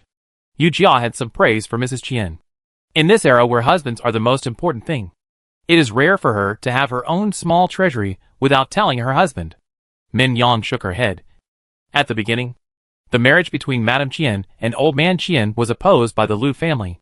This was secretly given to Madame Qian by my father-in-law. This father-in-law refers to Lu Zhongwan's father. Is that so? What about now? Old man Qian is still with the widow? No way. Min Yang's eyes were full of pride. After he spent all his money, he was kicked out by the widow. What old man Qian did every day was to go to the Qian family's yard to seek peace, and then go to the widow's house to yell and curse. Madame Qian was determined to divorce old man Qian, and had already prepared the divorce letter. The courtyard was originally built with the support of the Lu family, and old man Qian could not go back. He could only look at the divorce letter that Madame Qian sent someone to bring and feel regret. But how can there be a regret medicine in the world? If they had not had any intentions at the beginning, how could they have ended up in such a situation? This can be regarded as the evil getting evil. Madame Qian lived with the paralyzed Qian Yuan, while old man Qian was cursed. Min Yang, do you still blame Master Lu now? Min Yang turned her head and looked at Sister Yin again. The little daughter in a goose yellow skirt fluttered like a spring butterfly, gorgeous and dazzling. Min Yang shook her head. At first I hated him. Hated his appearance that broke the balance between me and Qian Yuan. But later on, I thought about it. He was also drugged. What's wrong with that? The only ones wrong are those with impure thoughts. But he wasn't passive. Was he? Yu Jia still felt a little uncomfortable, knowing that it was immoral. Why did he do it? There is no right or wrong in love. Yin Jia and I are living well now. Min Yang seemed to be afraid that Yu Jia would not believe it. So she said, really? Yu Jia felt lost, and she couldn't say who was right or wrong in this matter. If she had to find a fault, it would be the fault of this era. This matter came to an end. The person who caused this incident was punished after all. When Yu Jia told Lin Gongxuan about this incident, Lin Gongxuan was silent for a while. Seeing him like this, Yu Jia couldn't help laughing. What's the matter? Is the superior shocked? Ignoring Yu Jia's ridicule, Lin Gongxuan sighed. Any outrageous things are inseparable from women. Yu Jia didn't like to hear this. What's the matter? What do you mean? What's wrong with women? Did women provoke you? Seeing Yu Jia getting excited, Lin Gongxuan glanced at her. What are you yelling about? Think about it carefully. If Min Yang hadn't appeared, wouldn't Qian Yuan still be preparing for the provincial examination? Let alone his knowledge. Isn't this an additional guarantee for the great Zhou? And this Lu Zhongwan, a typical talent, has now fallen to being the tutor of the crown prince. Yu Jia raised his voice to refute. Do you think being the tutor of the crown prince is a fall? How many civil servants want to be the tutor of the crown prince, but are not qualified? Of course, with Lu Zhongwan's knowledge, he is more than qualified to be a minister. Lin Gongxuan was extremely regretful, which made Yu Jia feel depressed. And that widow. She is a widow, and she is restless. And she is still flirting with people. Yu Jia couldn't sit still after hearing this, and immediately jumped up and attacked Lin Gongxuan. Lin Gongxuan reacted quickly, and stood up to deal with it. The two of them came and went. And then they exchanged moves. Lin Gongxuan. Lin Naden. You'll suffer for your broken mouth sooner or later. Yu Jia thought of Lin Gongxuan's traditional and pedantic thinking. But she didn't expect him to be so traditional and pedantic. You look down on women. And sooner or later you will suffer for them. Lin Gongxuan fought and retreated, complaining bitterly. Oh, my aunt? I know I was wrong. Can we stop fighting? The sound of the two people's ping-pong had long been heard outside the yard, and there were probably many subordinates who laughed at him. Yu Jia knew what he was thinking, but didn't want to let him go so easily. Lin Naden. Women can hold up half the sky. Tell me, what can we do in our daily life without women's dedication? Lin Gongxuan blocked Yu Jia's attack with one hand and retreated behind him. Everything can be left. His food was prepared by the kitchen. His clothes were prepared by the quartermaster camp. And even his injuries were bandaged by the soldiers in the military medical camp. But he dared not say these things. Otherwise, Yu Jia would tear his mouth. I can't leave it. I can't leave it. Whatever you say is what it is. I admit defeat. Yu Jia kicked Lin Gongxuan on the knee. And he covered his knee in pain and shouted exaggeratedly. Hey, come on. Someone is killing someone. The few people watching the excitement outside the yard naturally did not dare to enter. Fang Dashan stretched his neck and listened to the movement. Will our superiors really admit defeat? Nonsense. Of course they admit defeat. If this man gets the upper hand in a quarrel, he will fall apart sooner or later. Chapter 298 Pushing into the Fire Pit.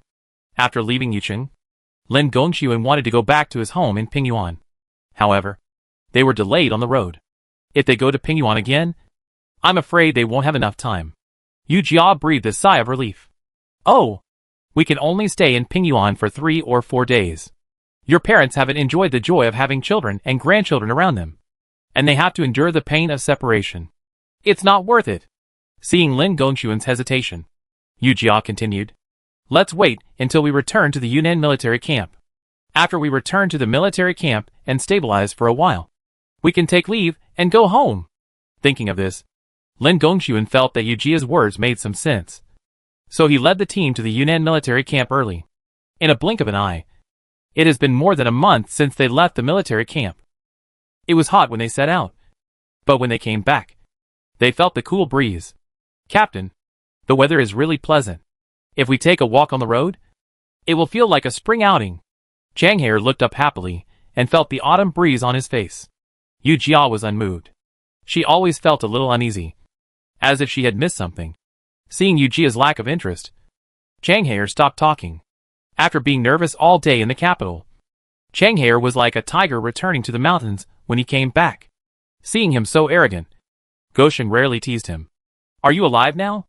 I don't know who in the capital is like that quail, shrinking his neck all day long. Hey. Chang Haier pretended to raise his hand to hit Gosheng, but Gosheng exaggeratedly hit himself.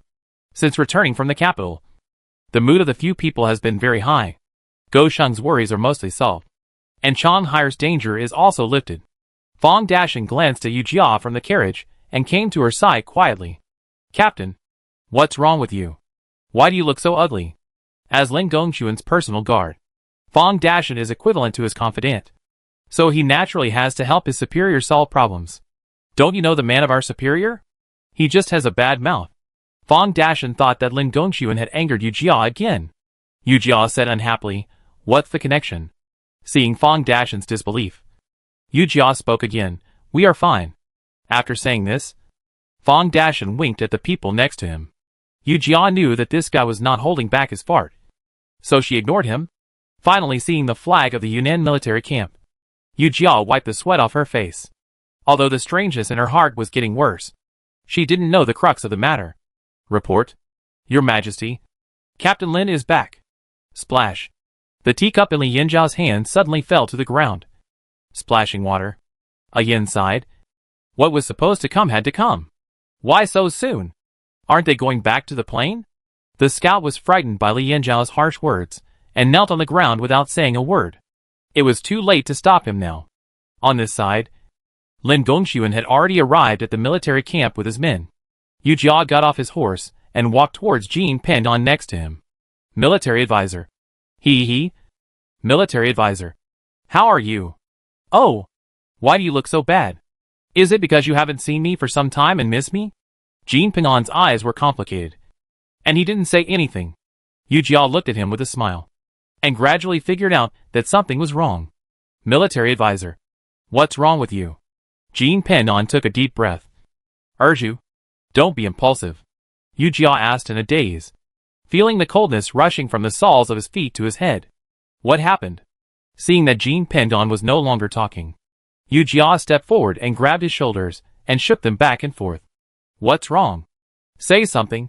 Lin Gongxuan had already entered the tent and reported to Li Yanxiao the gains of this trip. Seeing that Li Yanxiao looked different, Lin Gongxuan was a little suspicious. Your Majesty, is there something important happening? Before Li Yanxiao could speak, Yu Jia rushed in. Your Majesty.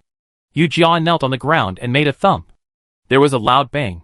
A Yin looked at Yu Jia with a sidelong glance, feeling very sorry. Your Majesty, during the time we were away from the military camp, did you go to war with Musling? Asshole! Li Yanxiao shouted.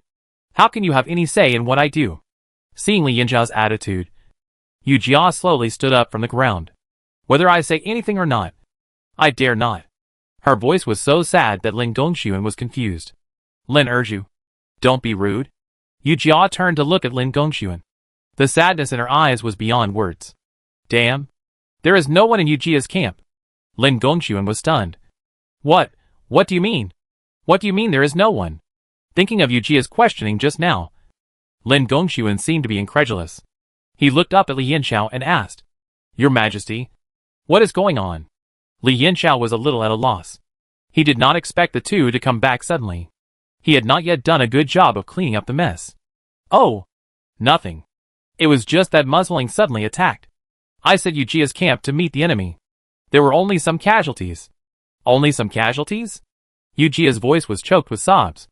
There were thousands of thoughts in her heart, but she could not find an outlet to vent. You call the annihilation of the whole army just some casualties? Seeing Yu Jia like this, Lin Gongxuan held her shoulders. How could the whole army be annihilated? You should ask your good prince about this.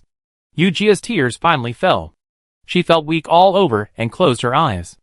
All she could see were the voices and smiles of Old Sun and the others. Captain, you have to be well. The laughter and playfulness before leaving turned out to be a farewell. They are all dead. All dead? Not all of them are dead yet. A weak voice interrupted. Yu Jia opened her eyes suddenly and looked in the direction of the voice. It was Li Chang. He looked at Yu Jia with a guilty look on his face, biting his lips. Erju, they are not all dead yet. Ha ha ha. Yu Jia laughed up to the sky, which scared Lin Gongxuan. Not all of them are dead yet. So I have to thank you. Lin Erju. Li Yanzhou's eyes were filled with rage, as if he wanted to swallow her. Although he did something unjust, he had to do it for the sake of the great show. He couldn't let Yu Jia dominate. Casualties on the battlefield are inevitable. And isn't the role of Yu Jiaying to be the vanguard? Then you let Yu Jiaying's 40 people against 5,000 people? Yu Jia tried to suppress the anger in his heart, and turned to infinite sadness. That's 5,000 people. Even if they are good at fighting, how can they beat them? Being the vanguard is to test the opponent's strength. After the test, shouldn't the main force of the army be sent to the battlefield? Why? Why did you let the main force of the army go after the loss of my Yu Jiaying's people? Yu Jia cried blood with every word. And she was heartbroken when she thought of the voices and smiles of those people. When she took these poor people out of prison, she thought of giving them a new life. Every time she thought of this, she was still a little complacent. What about now? This is a disguised way of pushing them into the fire pit. Chapter 299. I thought about leaving. Lin Erju, you are also a frequent battlefield person. You should know what it means to miss the opportunity. Right? Seeing Yu Jia collapse, Li Yanxiao gradually regained his sense of responsibility. His thoughts were very clear, and his eyes were full of pride. But this pride hurt Lin Gongxuan. Lin Gongxuan raised his voice to question Li Yanxiao. Your Majesty, when you are in charge of the battle, do you think there is a possibility of missing the opportunity? Shut up. Li Yanxiao was a little furious. Lin Gongxuan, are you getting cocky? For such a person, you actually contradicted me. Li Yanxiao was very angry when his clear thoughts were disrupted by Lin Gongxuan. You are questioning me one by one. Are you going to rebel against the heaven? I dare not. Lin Gongxuan pulled Yu Jia, who was sore all over, to kneel down. I will say it again. Casualties on the battlefield are inevitable. Suddenly, his tone softened. Lin Erju, if you feel really sad, Then go and see your brothers. Don't cry here. As if your father has died? There were countless whirlpools in Yujia's mind. And these whirlpools were swirling around the faces of everyone in Yujia's camp. Struggling. Shouting. This suffocating feeling made Yujia feel at a loss. She pinched her palm with her fingernails, trying to keep herself clear-headed. However, this method was no longer effective. Yujia closed her eyes. Feeling desperate, she leaned her head against Lin Gongxuan's neck and said weakly, "Bastard. Take me back to Yujia camp." After she finished speaking, she felt her strength disappear, and she was no longer able to support herself. So she passed out. There was a noisy sound in her ears, as if someone was calling her. Some called her Lin Erju. Some called her Lunyang. And some called her Yujia. Who is she? It seemed that these names were all hers, but they also seemed not to be hers. So where is her destination? Where? It seems that she is just a floating duckweed, drifting without a destination. Suddenly, she seemed to hit something hard. Gradually, it turned into Lin Gongxuan's face. There was a gentleness in his eyes. Lunyang. It's time to wake up. Yujia opened her eyes suddenly, and looked at the familiar decoration above her head. It turned out that she returned to her tent. Captain, are you awake? Yujia turned around and saw Go Sheng with a haggard face and surprise in his eyes. You are awake. I was scared to death. Do you know that you have been sleeping for 2 days? Are you thirsty? Are you hungry? Do you want to eat braised pork? Go Sheng's repeated voices made Yujia's brain, which had finally woken up, throb. Those who didn't know would think that Changhire had turned into Go Sheng. Hey, Go Sheng, just let the captain have a good rest. Changhire pushed Go Sheng away and looked at Yujia with joy. The two of them were equally haggard, and they had been worried about each other for the past 2 days. By the way, the superiors have been here for 2 days, and just went to the toilet. Yujia blinked and nodded. The tent fell silent for a moment, and Changhire and Go Sheng looked at each other, not knowing what to say. Let the rest of the people in. The two of them naturally knew who the rest of the people were. Changhai nodded to Go Sheng and turned to leave the tent. In a short while, people filed in. Yujia looked at the 7 people left in front of her and slowly sat up. Go Sheng hurriedly supported her and leaned the pillow behind her. Yujia tried to suppress the mist in her eyes and scanned everyone's face carefully, except for Lu Kuifeng. None of the familiar faces on weekdays were gone. Among these people, there were probably only 3 or 4 people who could stay in the barracks. The rest were injured, and they were irreversible injuries. Captain, we are fine. Lu Kuifeng's eyes were red, and his whole body was trembling. In an instant, Yujia could no longer hold back and tears burst out. Anyone who saw it could tell that Li Yanxiao was eliminating dissidents. I'm sorry. It's all my fault. Yujia beat her chest with her right hand. She felt a dull pain in her chest, and had difficulty breathing. Go Sheng ran along her back and whispered, Captain. Captain. This is not your fault. Captain. Don't be sad. Captain. We have made a great fortune to be alive until now. Yujia shook her head. If I had noticed his intention earlier, I would never leave the barracks. It's all my fault. It's all my fault. From Jin Pungen's few words, Yujia knew that this was all premeditated. No wonder Li Yanxiao gave up the opportunity to reunite with his family and let them go to the capital. It turned out that this was his plan. He wanted to kill the people in Yujiang for the first time. But he didn't do it for Lin Gongxuan's sake. Could he not stand it this time? Lin Erju was devoted to the development of the military camp, working hard and worrying every day. She didn't want to get involved in military camp politics. But she couldn't escape this disaster. These 33 people lost their lives because of her. How could she feel at ease? Lin Gongxuan was listening to Yujia's words outside the tent, and he was heartbroken. Li Yanxiao had handed the matter over to him before, and he gave Yujiang to Yujia. Li Yanxiao was worried about Yujia being the only one in power. He knew that Yujia valued the lives of these people the most. This blow was undoubtedly fatal to Jia. Captain, our lives are all yours. Lu Kuifeng tried to straighten his body. He barely pulled up the corners of his lips, looking very sad. Captain, wherever you are, we will follow you. Yujia felt a sweet taste in her throat, and she also imitated Lu Kuifeng and smiled with the corners of her lips pulled up. But this smile made people look very distressed.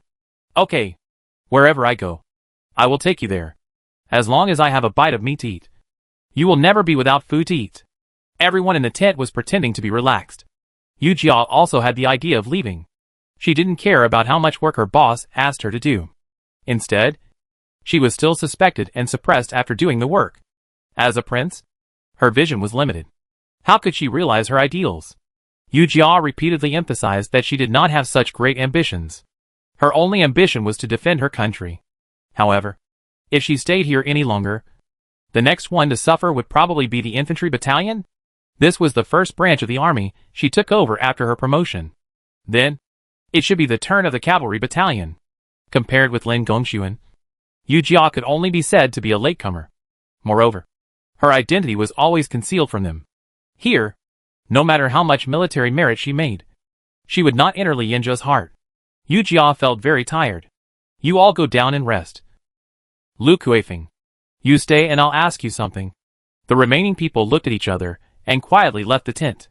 Lu Kuifeng, tell me what happened at that time. Lu Kuifeng's thoughts were drawn to the battlefield, which was a pain he didn't want to mention in his life. Chapter 300 Entrusting an orphan to someone else. That day they received news that they were going to find out the enemy's strength. It was supposed to be the most ordinary thing, but they found some clues. In the past, when Yu Jia led the team, she would let the cavalry battalion line up and wait. If the battle was urgent, she would discuss with Lin Gongxuan and let the vanguard battalion follow closely. But this time, there were no soldiers in the tents behind them. There were only 40 of them alone.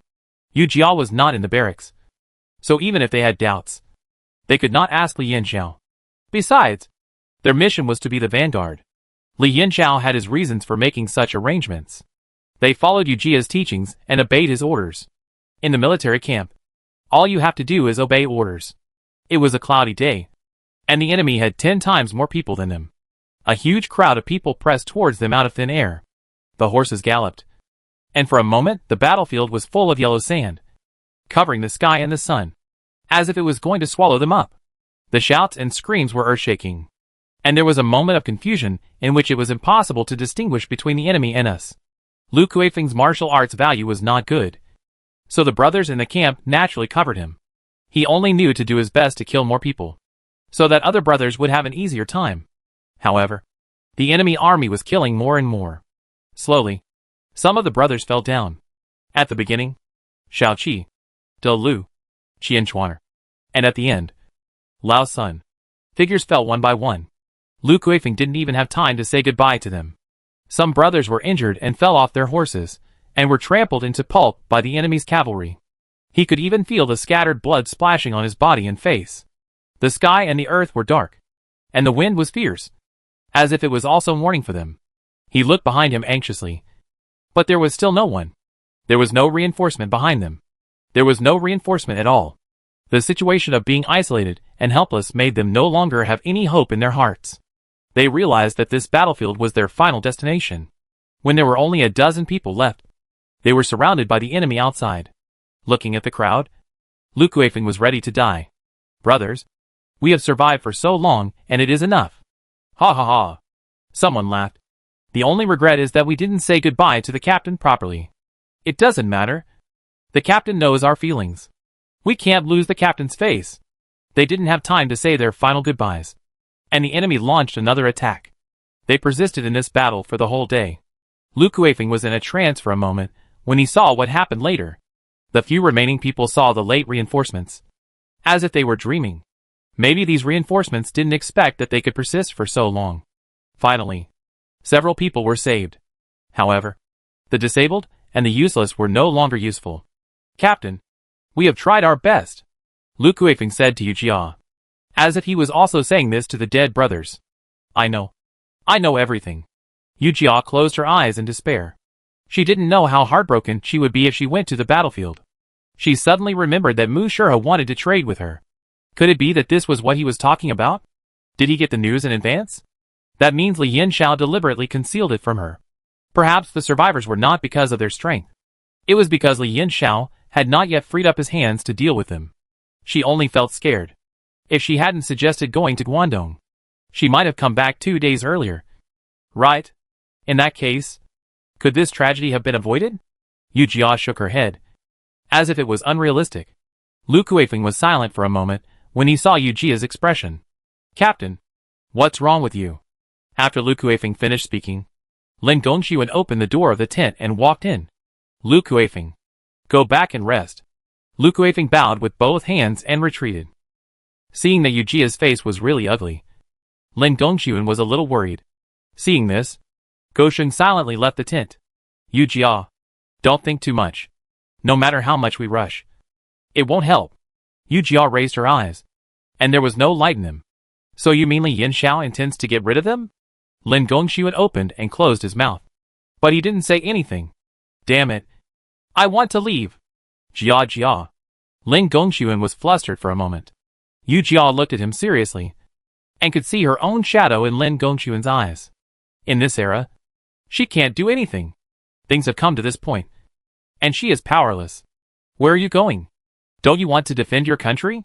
Yu Jia smiled sadly. I want to defend my country, but they don't give me this opportunity. You always look down on women. What great things can we women do? I only have such a small wish. And he wants to extinguish my hope. Bastard. I really don't want to stay here. Lin Gongxuan's heart clicked. He had a bad premonition. What do you want to do? Do you want to? Yu Jia's eyes had a glimmer of light, and some gnashing of teeth. Is it not possible? Li Yanxiao has treated me like this, and I can't plan for myself? If I don't plan for myself, he will sooner or later control me to death. Yu Jia saw that Lin Gongxuan fell silent, and knew that he agreed with his idea. Bastard. I may not be able to go home with you in the future. She took Lin Gongxuan's hand and licked her dry lips. I'm sorry. You bastard. Lin Gongxuan knew that she had an idea in her mind, and it was hard to shake it. He held Yu Jia's hand back and sighed. Tell me what you want to do. I'll help you. Yu Jia laughed. This time it was really from the heart. Then our superiors will definitely help. After making the decision, Yu Jia quickly cheered up. She went to the infantry battalion in the afternoon. This is the beginning of her dream. Here is her sweat and hard work. Lu Shizheng, the lieutenant of the infantry battalion, saw her coming and greeted her. Captain, you are here. Your body. The news of Yu Jia's quarrel with Li Yanxiao spread throughout the military camp, and he knew Yu Jia's situation. Yu Jia waved her hand to show that she was fine. Lu Shizheng, how long have you been in the military camp? Lu Shizheng didn't expect Yu Jia to ask this, and he actually counted on his fingers. Before we came to the infantry battalion, we had been in the vanguard battalion for 5 years. 5 years is not a short time. Lu Shizheng was promoted by Yu Jia, and she was afraid that Li Yanxiao would exclude dissidents after she left. You should be careful in the future. If there is any unusual movement, report it to the top in time. Lu Shizheng was a little puzzled. Captain, what do you mean? This sounds like a request for help. Yu Jia smiled. Nothing. I just said our superior is very capable. He is very straightforward. You should be careful when dealing with him in the future. Lu Shizheng breathed a sigh of relief. Hey, you scared me. We have been following our superior in the pioneer camp for 5 years. How can we not know his temper? Chapter 301. Contribute to the cause. What's your temper? Yu Jia recalled the scene of Lin Gongxuan scolding people with a fierce face, and it was a little funny. When she first entered the vanguard camp, she suffered a lot. She hated Lin Gongxuan at that time. She thought he was a man who would do whatever he wanted. He was used to thinking of those dirty tricks to deal with those new recruits. No. Those new recruits from the Jizhou military camp. What about eating beef buns in the toilet? Running in cotton jackets in the hot weather? And that creepy woman dressed as a man to fight? It was as weird as it could be. He. Seeing Yu Jia's relaxed expression, Lu Shizheng relaxed as well. Our superiors have a sharp tongue but a soft heart. Although they are very strict with us, they are really good to us. They have never been short of us in military supplies, let alone food. Oh, didn't he use those means to deal with you? Yu Jia looked at Lu Shizheng with some joking, which made him even more proud. Captain, that's wrong. Which of the tricks that our superiors asked us to practice are not good for marching and fighting? You can talk about wearing a cotton-padded jacket in summer. When we fight in the summer, wearing armor is equivalent to wearing a cotton-padded jacket. Isn't it? Besides, wearing armor is easier than wearing a cotton-padded jacket. Doesn't it improve our combat capability? Lu Shizheng counted on his fingers and started talking. And that beef bun in the toilet. What haven't we eaten when we were marching and fighting? Rat meat. Snake meat. It's comparable to that. This is the superior training us. Yu Jia thought about it carefully. And it really made sense. You all think so? Lu Shizhen said without thinking. Yes. He scratched his head embarrassedly. Maybe there were some complaints at the beginning. Later, when we really went to the battlefield, we could understand the painstaking efforts of our superiors. It's great. Lin Gongxuan's prestige in the army is still very high. After leaving the infantry camp, Yu Jia came to the cavalry camp. Ng Tian saw Yu Jia coming from a distance, so he rode over quickly. Huh? Ng Tian jumped off his horse, looked Yu Jia up and down, and forgot to salute for a moment. Captain, how are you? He regretted it as soon as he said it. Well, that's not what I meant. Yu Jia looked at him with a smile. It's okay. Seeing that Yu Jia didn't care, Ng Tian breathed a sigh of relief. Remembering that he hadn't saluted yet, he hurriedly bowed. I see the captain. Yu Jia waved his hand. Okay. Okay. Don't be so pretentious. How is the cavalry camp recently? Yu Jia walked towards the training ground. Ng Tian followed closely behind. Captain, we didn't waste our training during your absence. These soldiers have been working hard in private to make you look at us with new eyes when you come back. Ng Tian enthusiastically recounted the details of the training these days, not noticing the emotions in Yu Jia's eyes. The cavalry battalion is definitely the best in the Yunnan military camp. If they were still in her hands, I'm afraid they would end up like Yu Jia's battalion in the future. But how could she tell Ng Tian clearly about this? Ng Tian. Yu Jia stopped and pursed her lips. She didn't know how to start. What's wrong? Ng Tian immediately realized that Yu Jia had something to say to him. He looked around. It was noisy here, and it might be inconvenient. Captain, let's talk for a while. Yu Jia shook her head. If she got close to her now, she would be hurting him. Brother Ng, we are brothers. I will tell you something from the bottom of my heart. Ng Tian frowned when he saw Yu Jia's serious expression. Captain, you, just say it. As long as it's something I can do, I will go through fire and water without hesitation. Yu Jia's heart was surging. For a moment, her emotions were very complicated. Ng Tian, you should know the position of our superiors in the prince's heart. If you have any difficulties in the future, just find the superiors. All these will be entrusted to Lin Gongxuan. Of course. Ng Tian felt that this was a matter of course. Afterwards, he felt something was wrong. Ng Tian was not Lu Shizhen, but a veteran in the camp for many years. After hearing what Yu Jia said, he felt that things were not that simple. Captain, are you leaving? Yu Jia didn't expect Ng Tian to react so quickly. She felt it was a bit sudden.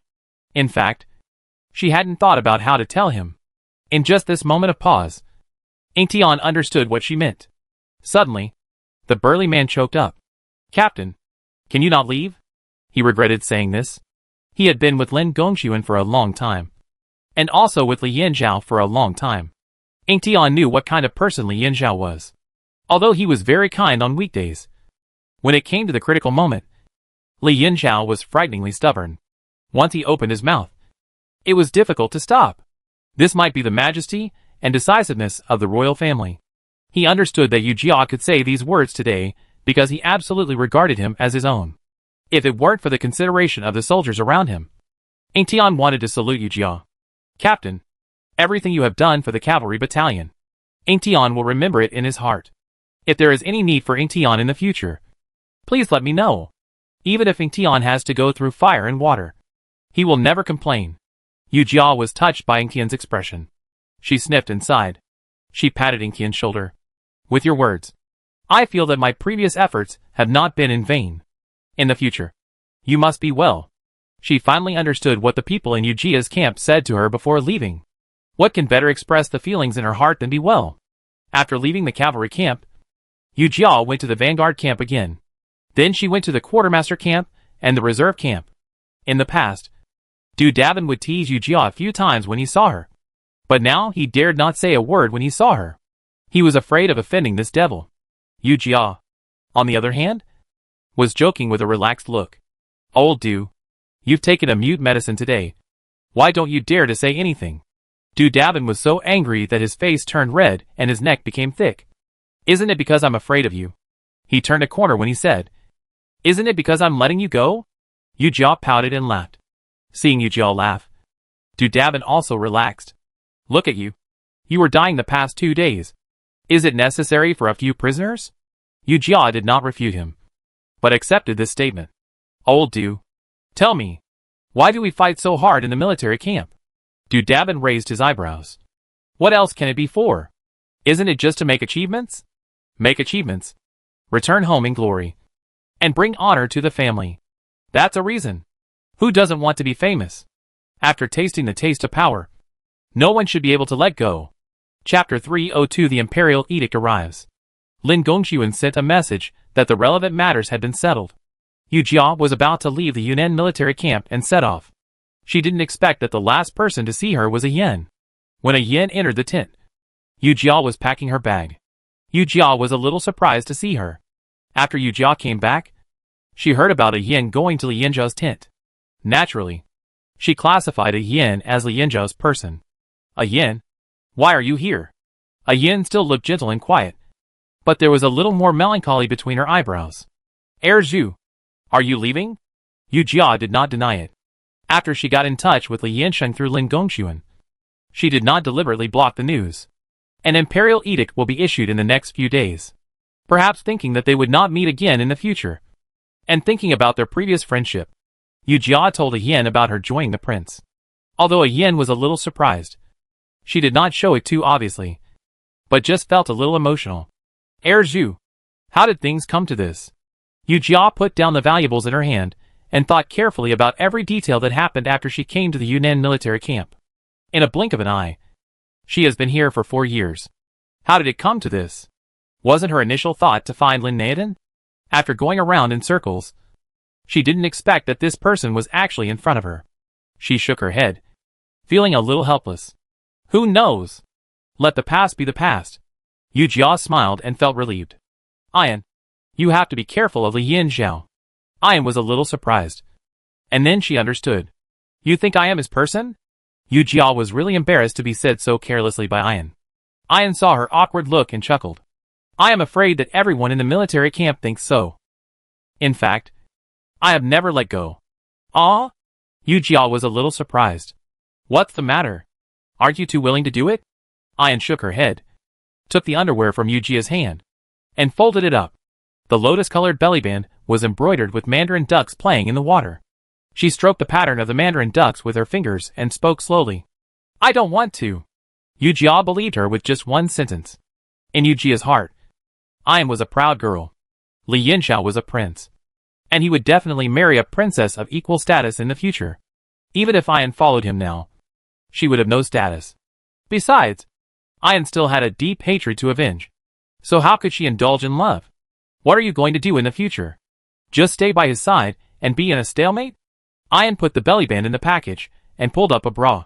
The opportunity is here now. Yu Jia's expression was stern, and he naturally knew what a yen meant. Are you trying to make a fuss while I'm away from the Yunnan military camp? A yen didn't deny it. Is it not possible? The prince and the king of Qi fought for Lin Zhu. How can it be unreasonable to say this? Yu Jia felt incredible. A yen? I'm just a nobody. If you want to make a fuss, you should naturally find someone like Lin Gongxuan. A yen shook her head, her eyes full of light. There are many people who have suffered at your hands. Speaking of your reputation, Lin Zhu, who in the enemy army doesn't know? The more famous you are, the more conflicts you can arouse between them. Yu Jia sighed. According to Li Yanzhao's character of excluding dissidents, if he aspires to be the king, those who followed him into battle will not have a good ending. She was a little worried about Lin Gongxuan's safety. Next year, Lin Gongxuan will be appointed as a general, and he will become a thorn in Li Yanzhao's eyes. What should I do? Seeing Yu Jia not speaking, a yen was a little worried. Zhu, don't worry. I will never involve other innocent people this time. I'm not worried about that. Yu Jia was a little embarrassed. It is not safe for a woman to be in this military camp. A yen, do you want to come with me? It is safer to follow Yu Jia to Li Yansheng's fiefdom than this. Ian was a little happy. Zhu, you don't blame me anymore? This made Yu Jia seem to be very petty. Oh, those are just some old things. Yu Jia felt her face burning. It seemed like she was back to the time when she had a quarrel with her friends and then made up with them when she was a child. However, maybe the relationship after the reconciliation is closer than before. No, I have to speed up the process. Ian still refused Yu Jia. Erju, wait for me. Wait until I finish my work. And then I will come to you. Then Ian held Yujia's hand. Wait for me. Yujia held her hand back and smiled. His eyes like a crescent moon. I'll wait for you. The whole military camp heard the news. Heisei and his former brothers came to ask Yujia. And Yujia told them the truth. After all, staying in this place any longer would lead to a dead end. If a tree is moved, it will die. If a person is moved, he will live. You have to learn to adapt. Everyone expressed their reluctance to leave Yujia. And Yujia responded one by one. After all, it would be almost impossible to meet again after leaving here. Not long after, the imperial edict came down. Yujia was awarded the title of Zhicheng Due for his meritorious service in fighting against the Nanman, and was transferred to the Jizhou military camp to take office. As soon as the imperial edict came out, the entire Yunnan military camp was in an uproar. They knew that Lin Erju was leaving, but they didn't know that she was going to join the prince. Yujia only told Li Yin about the details. Li Yinchao was so angry that he smashed several sets of tea sets. In fact, even Yujia herself did not expect it. She thought that the fiefdom of the prince was just an unknown fiefdom. Unexpectedly, Li Yinsheng was so generous that he let her go to the Jizhou military camp. The key is that he also promoted her. Now, Yujia became the target of many attacks. Some people even called Yujia an ungrateful person. After being trained by the Yunnan military camp, he actually wanted to join the opponent. Among those who scolded Yujia, Du Dabin jumped the most happily. Yujia twisted her wrist and gritted her teeth and said, "It seems that this old Du is really itching for trouble. You have to teach him a lesson before you leave." Du Dabin was raped by Yujia at night. He couldn't get out of bed for several days. And he didn't even see the scene of Yujia's departure. That's all later. When Yujia left, he didn't take anything with him, and only asked to take away the 7 people left in Yujia's camp. Li Yinchao looked at Yujia's distorted face. "I didn't know I had raised an ungrateful person." Yujia bowed with both hands. "Isn't it the prince who forced me?" Yujia laughed, ignoring Li Yinchao's cannibalistic eyes. "Your Majesty, do you think what I said is right?" "Oh, Your Majesty, don't be angry. After all, I am the prince's man now. The imperial edict has just been issued. If something happens to me in the Yunnan military camp, you will lose face." Li Yinchao is the most face-conscious. Yujia is sure that he will not do anything to him, so he is a little unscrupulous. Chapter 303 No More Connection. Li Yinchao was helpless. This was his weakness. Lin Erju, don't be too arrogant. If you weren't so arrogant, you might not have reached this point today. Yujia's heart suddenly hurt, but she didn't show it on her face. The prince always has various reasons for doing things. Lin Erju just needs to sit down and have a clear conscience. Lin Erju never had any other ideas, and he didn't care about being competitive. It's just about defending the country. Humph! Li Yinchao snorted coldly. If it weren't for your loyalty to the great Zhou, you would have been killed long ago. At this point, Yujia had nothing more to say. Lin Erju wishes the prince a long life and great revenge. Li Yinchao, you must live longer. That way you can see me. Lin Erju, galloping on the battlefield and defending the land of my great Zhou. Yujia said goodbye to Li Yinchao. After coming out of the tent, Yujia came to Lin Gongxuan's tent. At the door, Yujia stopped. For a moment, her emotions were really complicated. Leaving the Yunnan military camp meant that she and Lin Gongxuan parted ways. In modern society, various mobile chat softwares are emerging in an endless stream. Those long-distance couples are still 8 out of 10 unable to achieve a positive result. Not to mention this era of war and chaos. In the past few days, the two had their personal soldiers pass on any information they had, and they did not meet, because they knew that once they met, the topic of parting would always be inevitable. Even if they could not talk about parting, they would always have to part.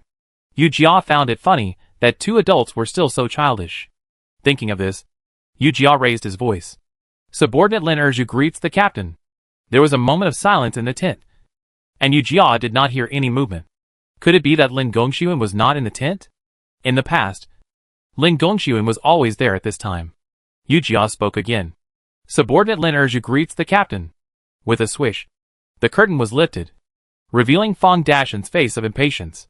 Captain Lin, come in. This brat. Yujia was so angry. Fang Dashan had been treating her like this for a long time. ever since he knew that Yu Jia was leaving. He had been looking sour. Yu Jia knew that Fang Dashan might be annoyed that she was leaving the Yunnan military camp. But she was helpless. Lin Gongxuan was writing furiously at his desk. And he didn't seem to notice Yu Jia's arrival. Yu Jia was not in a hurry. And she sat down in front of the chessboard beside the bed, looking at the remaining chess game in front of her with interest. Fang Dashan poured her a glass of water with a bad face, and then stood aside silently. Yu Jia was a little amused, and called him, as if to tease him, Dashan. Fang Dashan was a little awkward. What are you doing? Hey, how dare you talk to me like that? Fang Dashan came to Yu Jia shyly. What do you want? Captain? Well, the tea is a little cold. Can you change it to a hot cup? What? You want to drink hot tea on a hot day? This was enough to make Fang Dashan drop his jaw. Lin Gongxuan's sneer came from the desk. Captain Lin not only likes to entertain guests with hot tea on a hot day, but also likes to drink hot tea himself. This reminded Yu Jia of the embarrassing incident, and she touched her nose unnaturally. Go away. Go away. You said you want to write? So just write. Why are you making sarcastic remarks? Lin Gongxuan dared not say anything after hearing this. Yu Jia turned around and looked at Fang Dashan with a smile. Thank you. Fang Dashan picked up the teacup and walked out of the tent in a bad mood. Yu Jia stood up slowly after hearing Fang Dashan's footsteps go away. She pretended to look at Lin Gongxuan's tent casually and came to him. Hey, what are you writing? Seeing that Lin Gongxuan ignored her, Yu Jia hugged his shoulders. What's wrong? Are you angry? Lin Gongxuan's hand paused, and the ink dripped onto the paper, leaving a large ink stain. Oh! This ruined the copybook. It's all my fault.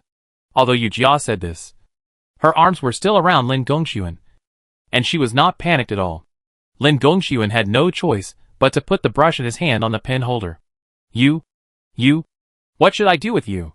Lin Gongxuan turned his head and said to Yu Jia, and the hot air from his nose sprayed on Yu Jia's face. Yu Jia felt itchy and wanted to let go of Lin Gongxuan.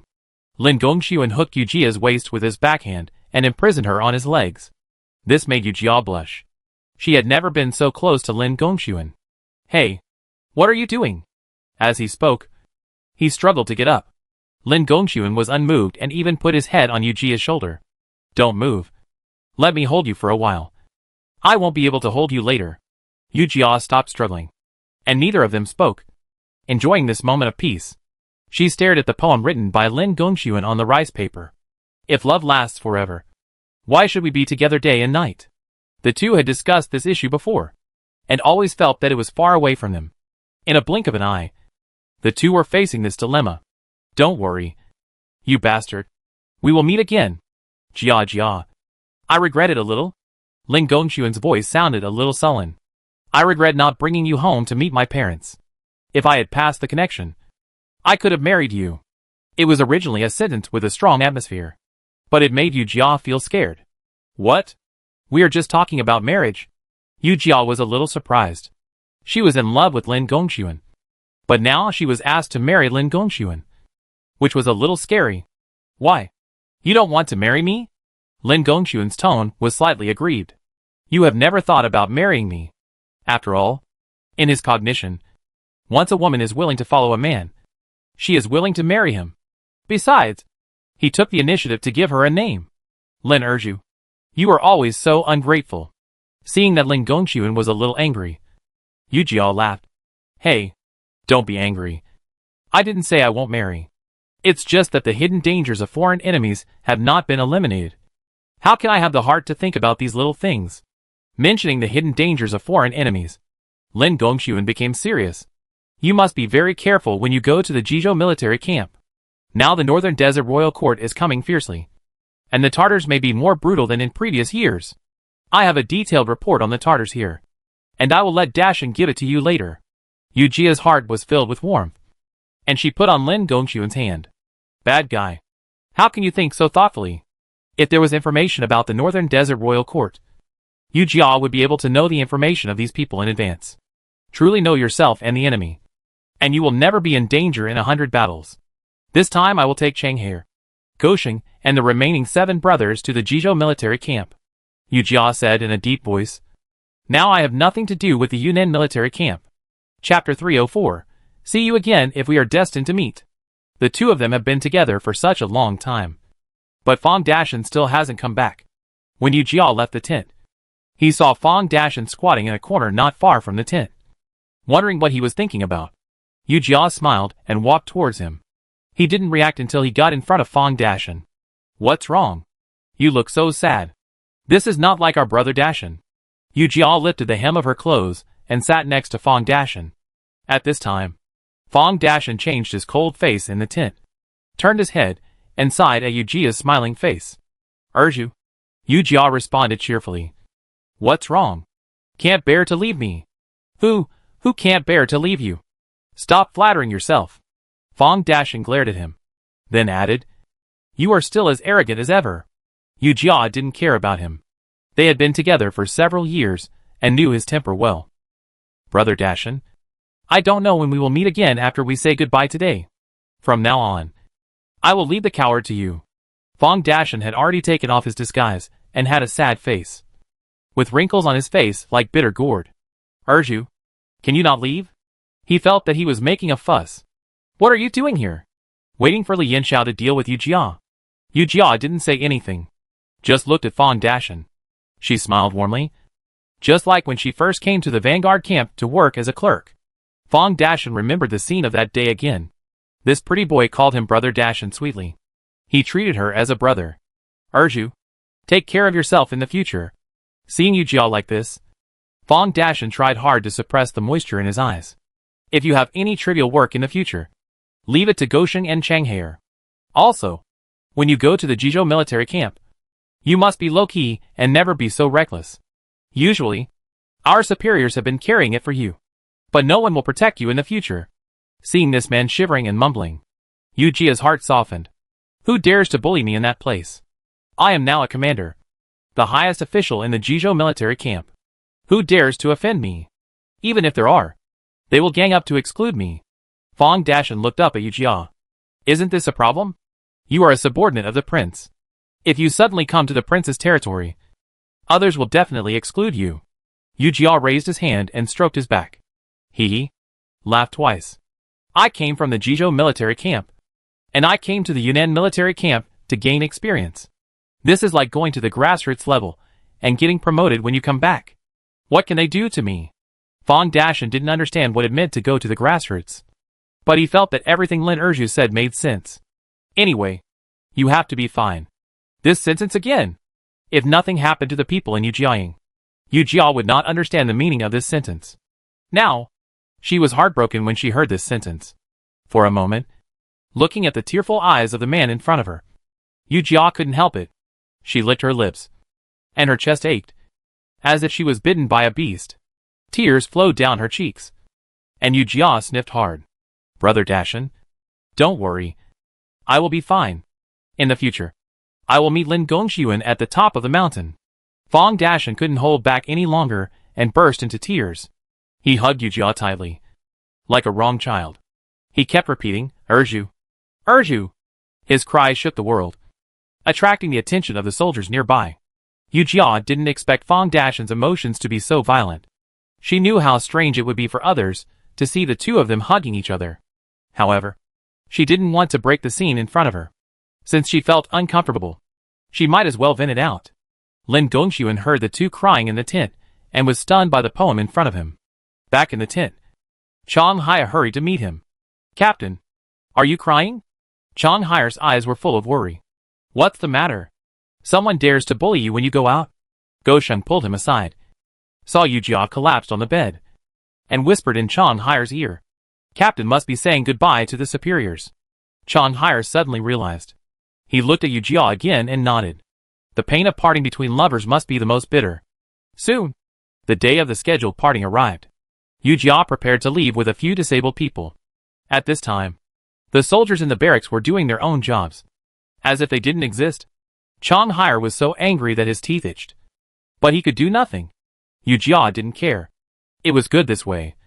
No one said goodbye, so there would be no other emotions. The superiors knew we were leaving at this hour. Why didn't they come to see us off?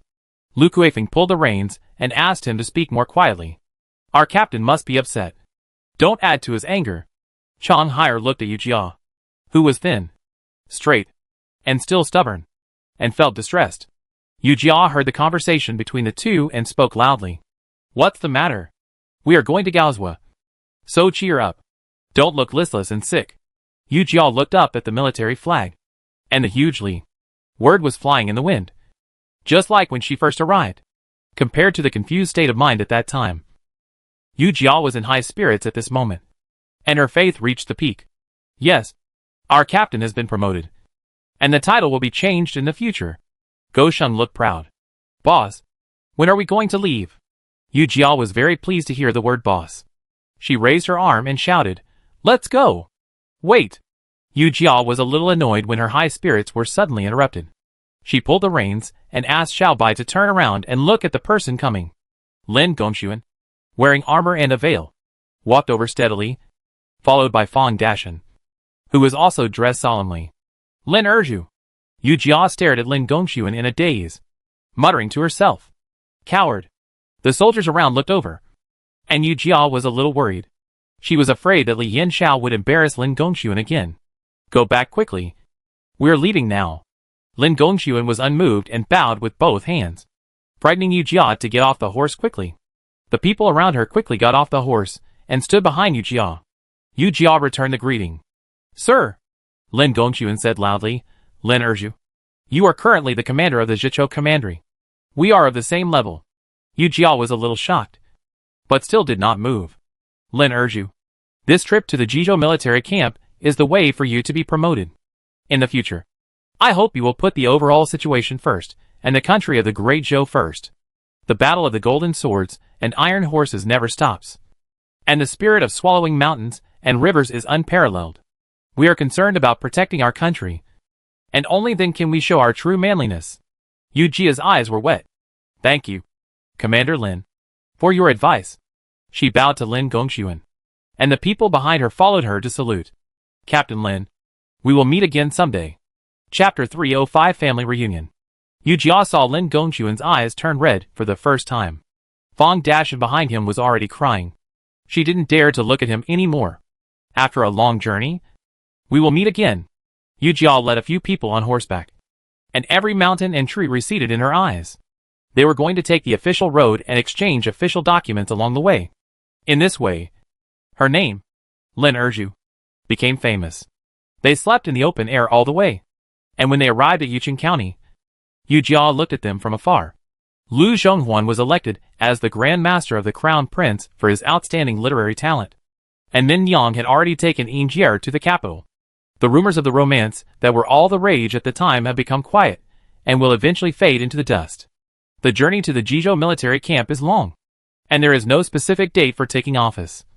So Yu Jia decided to go home. He left home in a hurry, and can't remember the way now. Yu Jia and his friends asked, and groped along the way before they got home. Looking at the Lingjia village in his memory, Yu Jia felt a little timid while touching Xiao Bai's mane. Is this the feeling of being timid when you are close to home? Captain, should we keep going forward? Go Sheng asked when he saw Yu Jia hesitating. Hey, I wonder what my parents are like now. Yu Jia looked down at her clothes, feeling a little guilty. After years of fighting in the military camp, she is now very different from the weak and frail Lun Yang. Wouldn't it be embarrassing if Lin's father and mother didn't recognize her? Lu Kuifeng knew what she was thinking when he saw her like this. We have to face the superiors eventually. Yu Jia patted Xiao Bai's neck fiercely, as if he had made up his mind.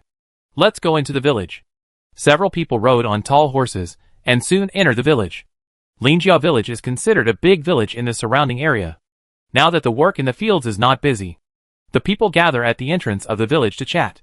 Suddenly, they all stopped talking when they saw several tall horses entering the village. They looked fierce and a little ferocious. Several people were mumbling in their hearts.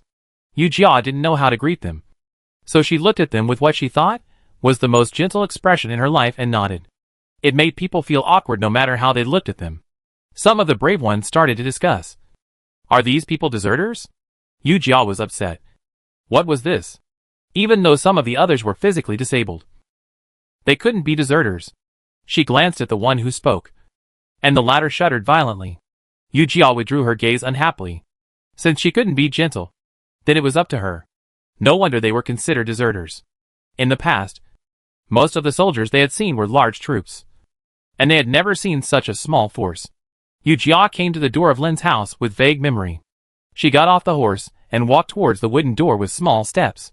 Suddenly, with a creak, the door was opened and a tall and strong man walked out. He looked at Yu Jia with a wary face. "Who are you? What are you doing at our door?" The man quickly picked up the shovel at the door and held it in his hand for self-defense. He looked at the people behind Yu Jia fiercely and slowly backed away. Yu Jia looked at the man in front of her, and her excitement was beyond words. Thinking of the scene in her childhood, Yu Jia's eyes soon moistened. Second brother. The man stopped suspiciously and tilted his head to look at Yu Jia. Suddenly, he threw away the shovel in his hand and shouted with joy. "Lu Nyang." The man rushed towards Yu Jia in one step, and the people behind Yu Jia rushed towards him quickly. Yu Jia hurriedly gestured to the people and stretched out his arms to walk towards the man. "Second brother. It's me. I'm Lu Nyang." The man hugged Yu Jia and spoke incoherently with excitement. "Where did you go? You dead girl? Why is there no news at all? You are so worried about our family. Every time my mother mentions you, she cries. You are really heartless." The tall and mighty man cried while shouting, and Yu Jia was already in tears at this moment. "Second brother. I'm sorry. It's my fault." The people in the yard heard the sound and went out one by one. "Erlang. Who is it? What's wrong with this kid? Why are you yelling?" Lin Erlang suddenly let go of Yu Jia and shouted to the people at the door. "Dad? Big brother? Look who's back. Who is it? You're so startled. Be careful or I'll break your legs." The old boy stopped abruptly when he saw Yu Jia. "Lu Nyang." Father Lin looked Yu Jia up and down, with a look of disbelief on his face. "It's really Lu Nyang. Old man, who did you say is back?" Then, Mother Lin went out and saw Yu Jia with the same disbelief. Then, a loud cry sounded, and Lin's mother hugged Yu Jia tightly. "Lu Nyang, my son, you are still alive." Then, several people in the Lin family hugged each other and cried together. Chang Haier wiped his tears and said to Go Sheng, who was also beside him with red eyes, "Oh, our Shangfeng family is so nice." The large-scale recognition of relatives ended after half a quarter of an hour. Yu Jia introduced the people she'd brought to her family and said that these were also her family. Several people were a little embarrassed and nervously bowed to Lin's father and mother. Lin's father looked kind. Okay. They are all good children. Let's go in." Several people followed the Lin family into the house.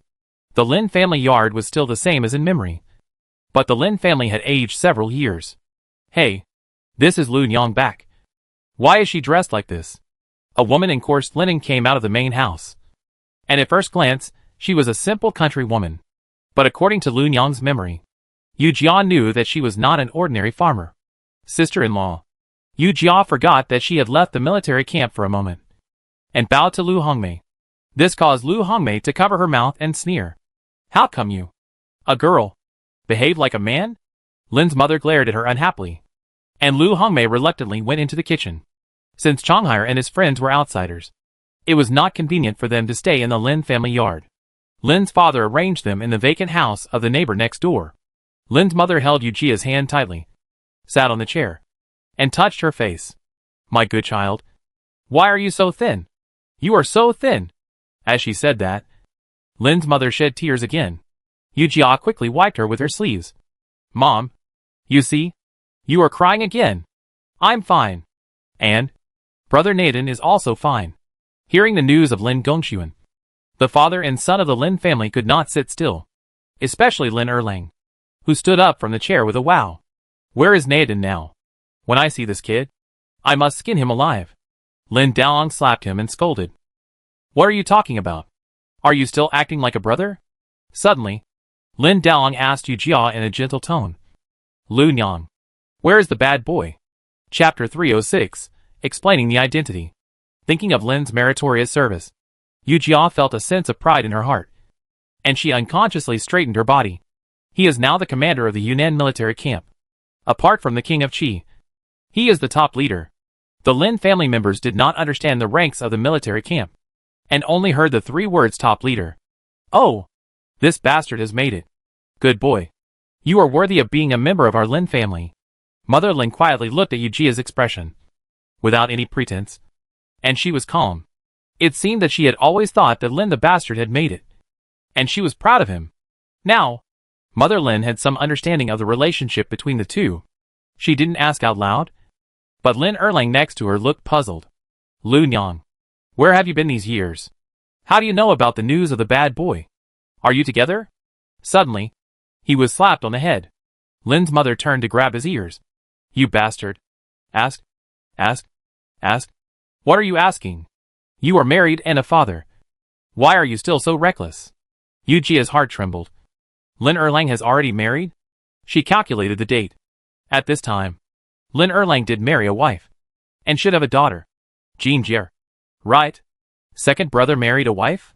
What about the second sister-in-law? Yu Jia only saw Lu Hongmei, but not the second sister-in-law Zhang Lanhua.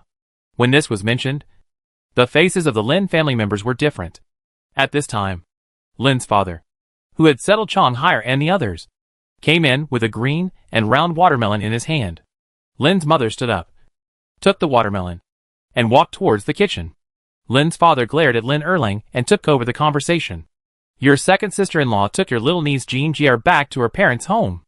Well, looking at the way several people looked, there was no need to ask. It was Lin Erlang who made Zhang Lanhua angry. And Zhang Lanhua took the child back to her parents' home. Second brother, why don't you go and comfort her?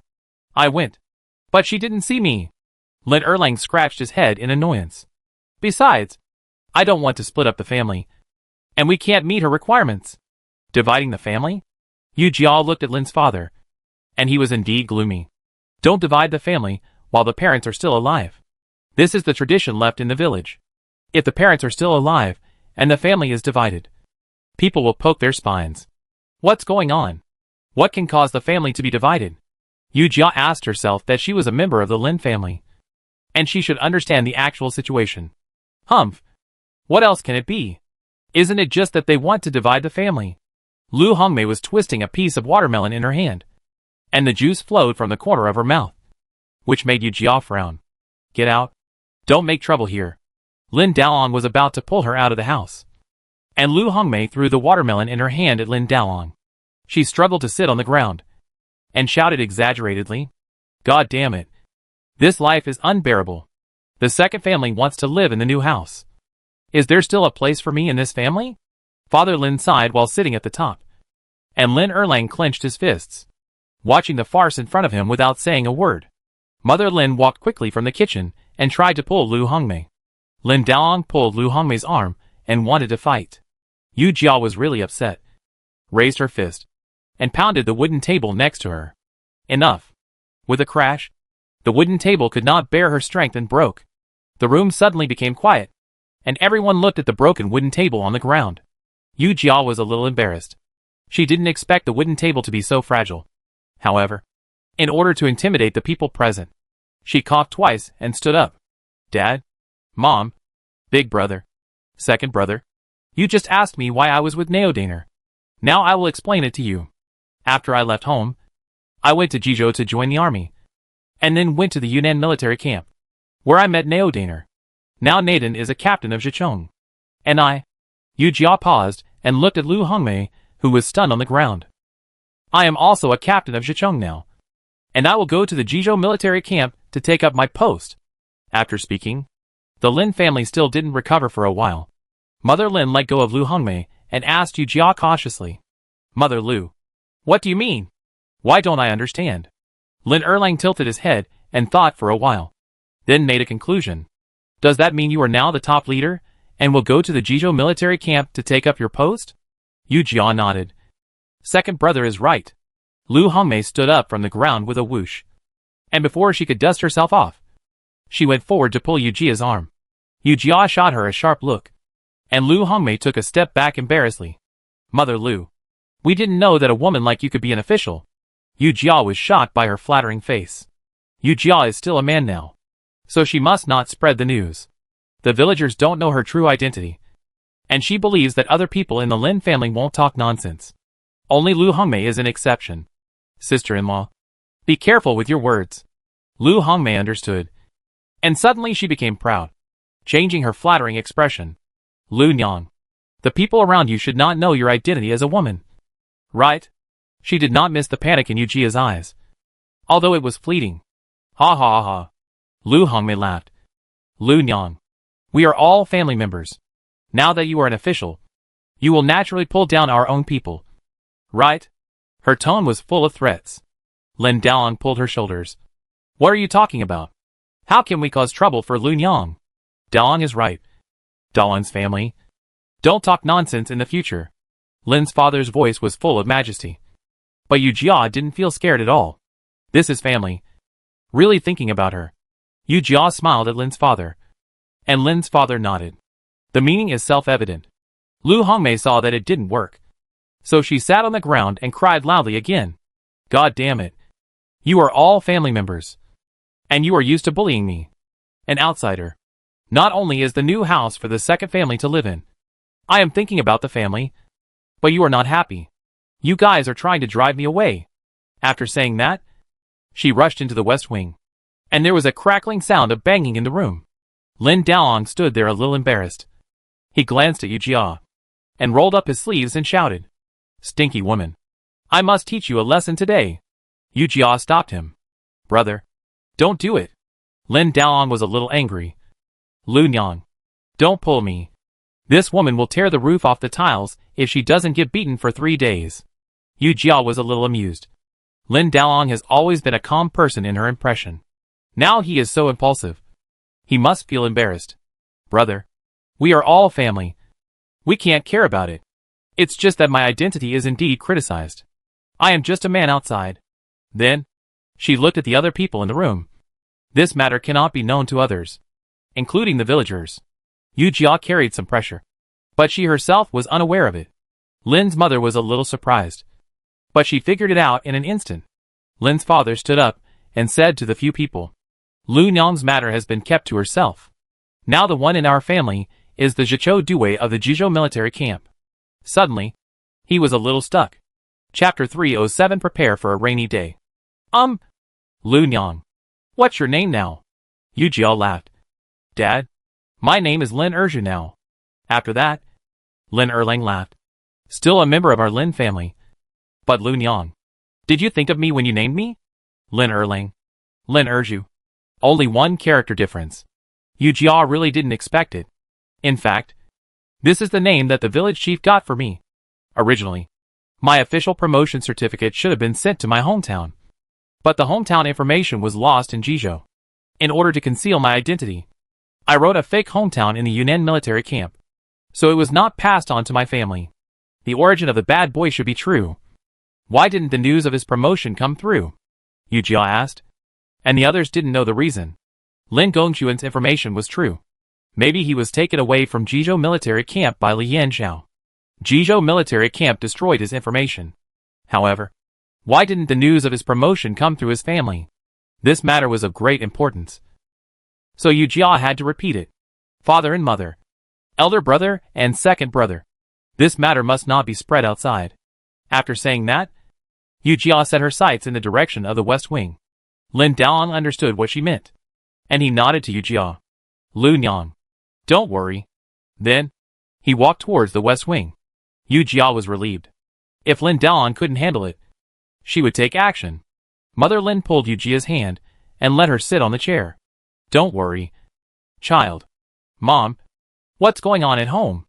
Mother Lin sighed and told the whole story. It turned out that this conflict had already existed when Lin Erlang got married. Originally, the Lin family had 3 rooms. The main room, the left and right side rooms. The 3 boys of the Lin family and Lin's father lived in the right side room. And Lin's mother and Lu Nyang lived in the left side room. Building a new house when getting married is a tradition preserved in the village. When Lin Daong got married, he built a new west wing. Naturally, Lin Erlang had to build a new house when getting married. Lin's father and mother decided to build another east wing.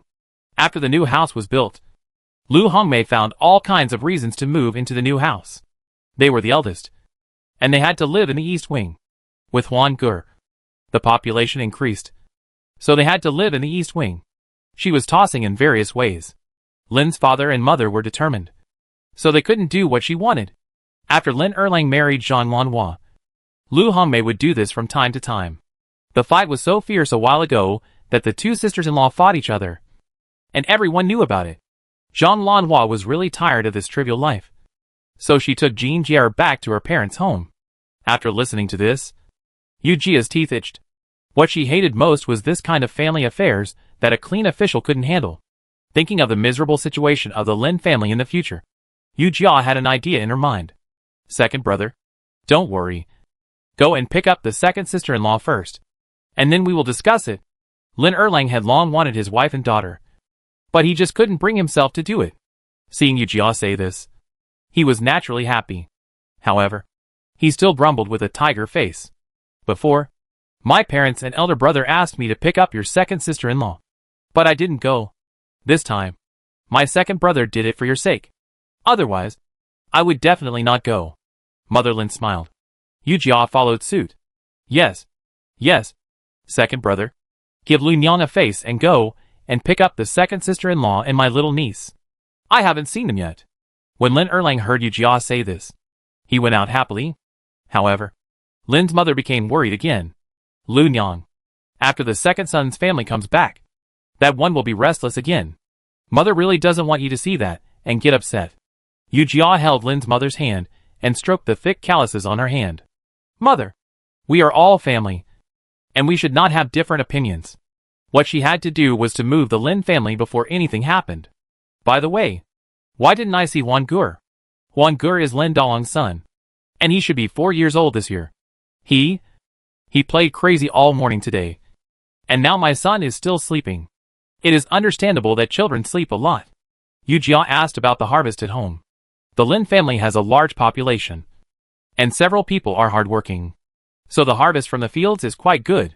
Dad, Mom, if you leave Lingjia village, will you be reluctant to leave the fields at home?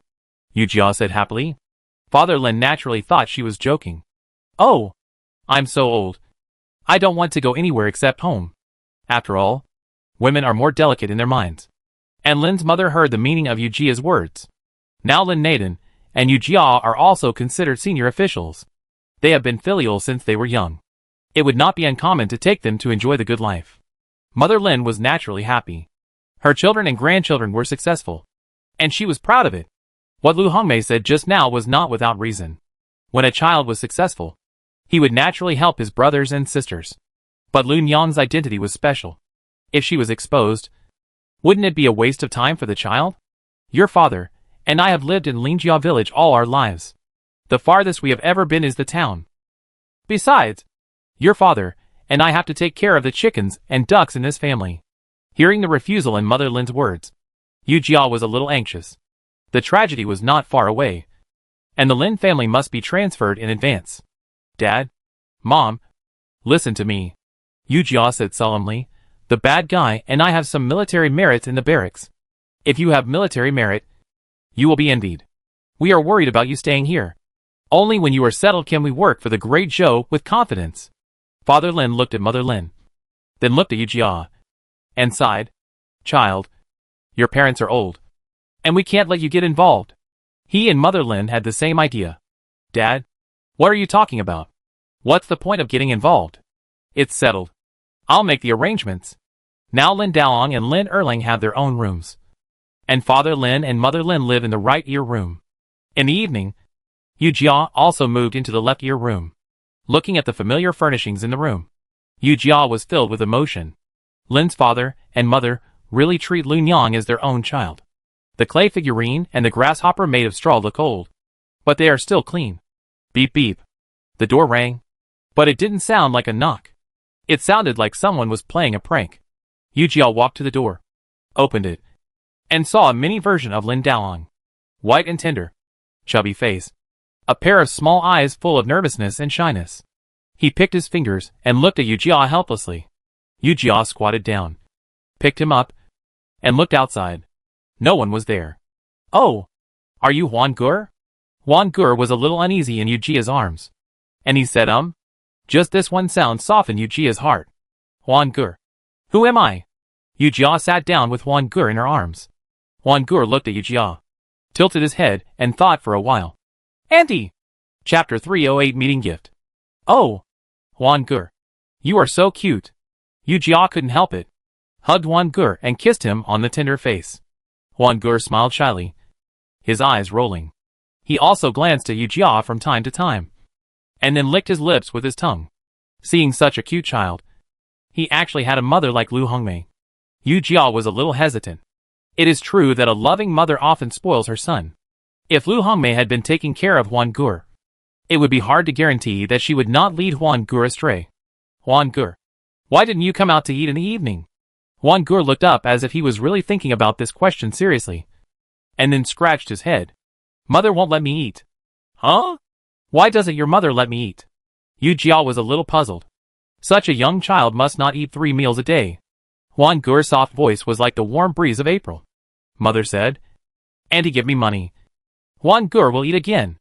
In an instant, the softness in Yu Jia's heart was blown away by the cold wind. She naturally understood what Huan Gur meant. Huan Gur did not appear at the dinner table in the evening. It must be Lu Hongmei who pulled him to teach him to speak. No wonder he knew Yu Jia was his aunt when they met for the first time. So this is the idea. Lu Hongmei didn't need to play tricks. Yu Jia naturally wanted to give gifts to her nephew and niece. When she came out of the military camp and planned to return to Lingjia village, she had already prepared the gifts. A pair of gold bracelets for each of the 2 children. She spent a lot of money to buy them.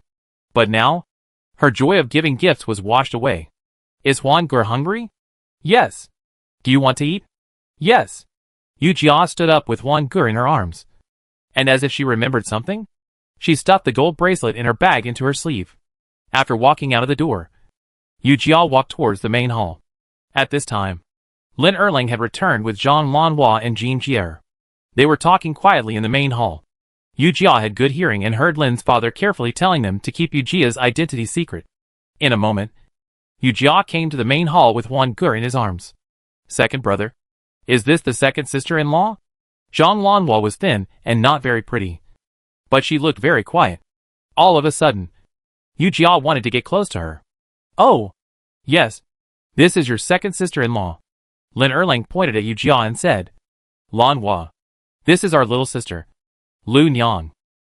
Zhang Lanhua looked at Yu Jia's outfit and shrank a little, but still called out weakly, Little sister. Yu Jia put Huan Gu on the ground and tried not to look so fierce. Don't be so reserved. Sister-in-law, we are all family. As she spoke, she saw a little girl about 2 years old leaning against Zhang Lanhua. The girl was wearing pink clothes and had 2 little buns on her head. She was not afraid of people, and her eyes were rolling around as she looked at Yu Jia.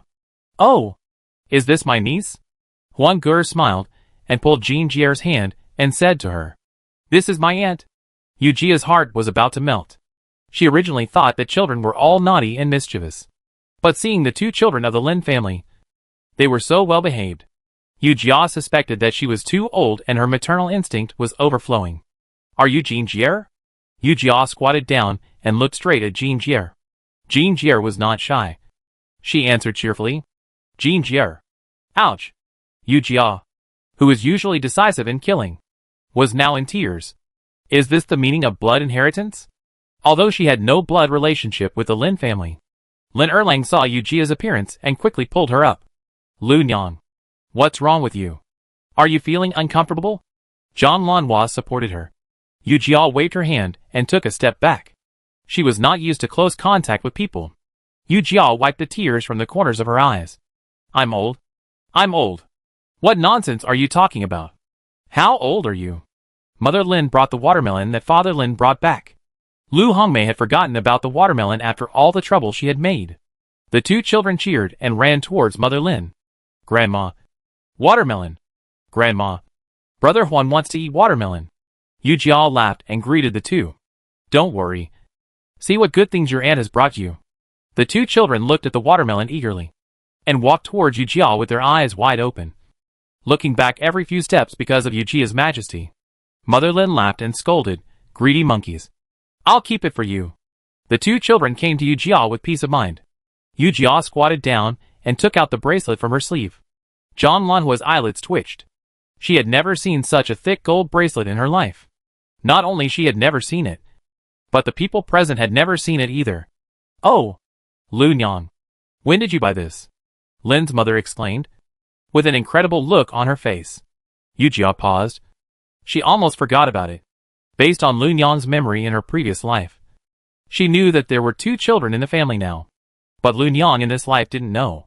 Yujia pretended to be calm and put the gold bracelet on Huan Ge's hand. And Huan Ge ran towards Lin's mother with cheers. Hey, I'm very capable. I can predict the future. Yujia continued to put the bracelet on Jean Jier's hand, while talking nonsense seriously. Not only do I know that I have nephews and nieces, but I also know that you and Dad are blessed. After putting the bracelet on Jean Jier, she stood up. I have prepared gifts for everyone in the family, and I will give them to you later. Mother Lin looked at the bracelets on the 2 people's hands, with a distressed look on her face. Oh, you suffered a lot in the military camp. Did you use all the military pay to buy bracelets? Because Zhang Lanhua was present. Yujia couldn't say anything else. Oh, Mother, look at what you said. Isn't it right for an aunt to give gifts to nephews and nieces? Mother Lu, this cost you money. Under the halo of the kerosene lamp, Zhang Lanhua's face was a little red. Yujia didn't care much and pretended to be teasing, trying to make Zhang Lanhua relax. How much does this cost? If you feel bad, you can give me some gifts when I give birth to a child. Zhang Lanhua really laughed and nodded seriously. Of course. Look at this girl. What are you talking about? She's thinking about giving gifts before she even gets married? Besides, a girl is not ashamed to talk about giving birth to a child. Lu Hongmei walked in while talking. She saw the gold bracelet on Huan Ge's hand, and her eyes were shining. Suddenly she saw Jean Jier and stared at her wrist. When did the girl become so precious? She actually wears a gold bracelet. Before Zhang Lanhua could speak, Yujia stared at her straight. Sister-in-law, this is a gift for my nephew and niece. Do you have any objection? The pressure from the superior made Lu Hongmei tremble all over. Chapter 309 Persuasion. Seeing Lu Hongmei's stunned look, Yujia withdrew his gaze with satisfaction. Seeing Yujia's look, Lu Hongmei was furious. Regardless of how high her official position is now, there is a hierarchy of seniority, and she must always be called sister-in-law in this family. Thinking of this, Lu Hongmei swelled up like a blown-up balloon. Lu Nyang, I am your sister-in-law. As the saying goes, the eldest sister-in-law is like a mother. How can you talk to me like this? The eldest sister-in-law is like a mother? Yujia is half a head taller than Lu Hongmei. She stood in front of Lu Hongmei with her hands folded on her chest. How can you make decisions for the Lin family when your parents are still here? Besides, do you act like an eldest sister-in-law? Ignoring Lu Hongmei's anxious expression, Yujia continued. I spend money to buy things. Is it your business? What a restless troublemaker. Dad and Mom. Look, this Lun Yang has become arrogant after gaining power. She actually doesn't recognize me as her sister-in-law. Mother Lin was very troubled. She knew Lu Hongmei's temper. If she didn't do what she wanted, she would make trouble. Lun Yang just came back. You should be quiet for a while. Let her go and rest. But Lu Hongmei refused to accept it, and sat on the ground and cried loudly. She cried and shouted, This life is unbearable. The Lin family ganged up to bully me. A person of a different surname. Yujia picked her ears and took over the conversation quietly. It seems that you want to drive me away. Sister-in-law, do you want to say these? Every time you throw a tantrum, you keep repeating these few words. You don't feel annoyed? Father Lin was a little suspicious. How did Lun Yang know that Dalan's family always said these words? Before he could think deeply, he saw Yujia pull up Lu Hongmei on the ground. Yujia's hands were full of strength. She took the attitude of treating the enemy and looked at Lu Hongmei fiercely. Sister-in-law, I respect you as my sister-in-law now, and you are my sister-in-law. Otherwise, I will let you know how I treat the enemy on the battlefield. Seeing the familiar fear in Lu Hongmei's eyes, Yujia felt very happy. Do you know why I got promoted so quickly? Lu Hongmei shook her head woodenly. Yujia raised the corners of his lips, revealing a cruel smile. Lu Hongmei was shaking like a sieve. Yujia's voice was not loud, and everyone in the room heard it clearly except for the 2 children who were busy fighting with watermelons. That's because I'm cruel enough. I'm cruel to the enemy, and I'm even more cruel to my opponents. After saying that, Yujia felt that what she said was too general, and was afraid that Lu Hongmei could not imagine the cruel scene. So she continued to add, I will skin the enemy alive and burn them to death, and I will chop off the opponent's limbs and stuff them into a jar as pickles. Are you scared? Lu Hongmei whimpered. Her body gradually softened. Yu Jia looked at the wet stains on her pants, lifted her pants, and fanned them with her hands. Lin's mother shouted in panic. Hey! Dalong? Dalong? Hurry up, and take your unpresentable daughter-in-law away. Lin Dalong was fetching water outside the yard. When he heard Lin's mother shouting, he knew that Lu Hongmei had gotten into trouble again. So he quickly threw down his carrying pole and ran in. But this time, the situation was beyond his expectations. In the past, Lu Hongmei always had the upper hand like a victorious rooster. Today, she collapsed on the ground with a face full of fear, letting Lin's mother and Zhang Lanhua pull her. He was a little confused. Mother! What's going on? What's going on? Father Lin slammed the table, but was afraid that he would break it like Yu Jia did. So he looked at the table again. Isn't it your bad wife's fault? Mother Lu gave the two children a gift with good intentions, but she still wants to find fault with them. Now that it's like this, won't it make people laugh at it if it gets out?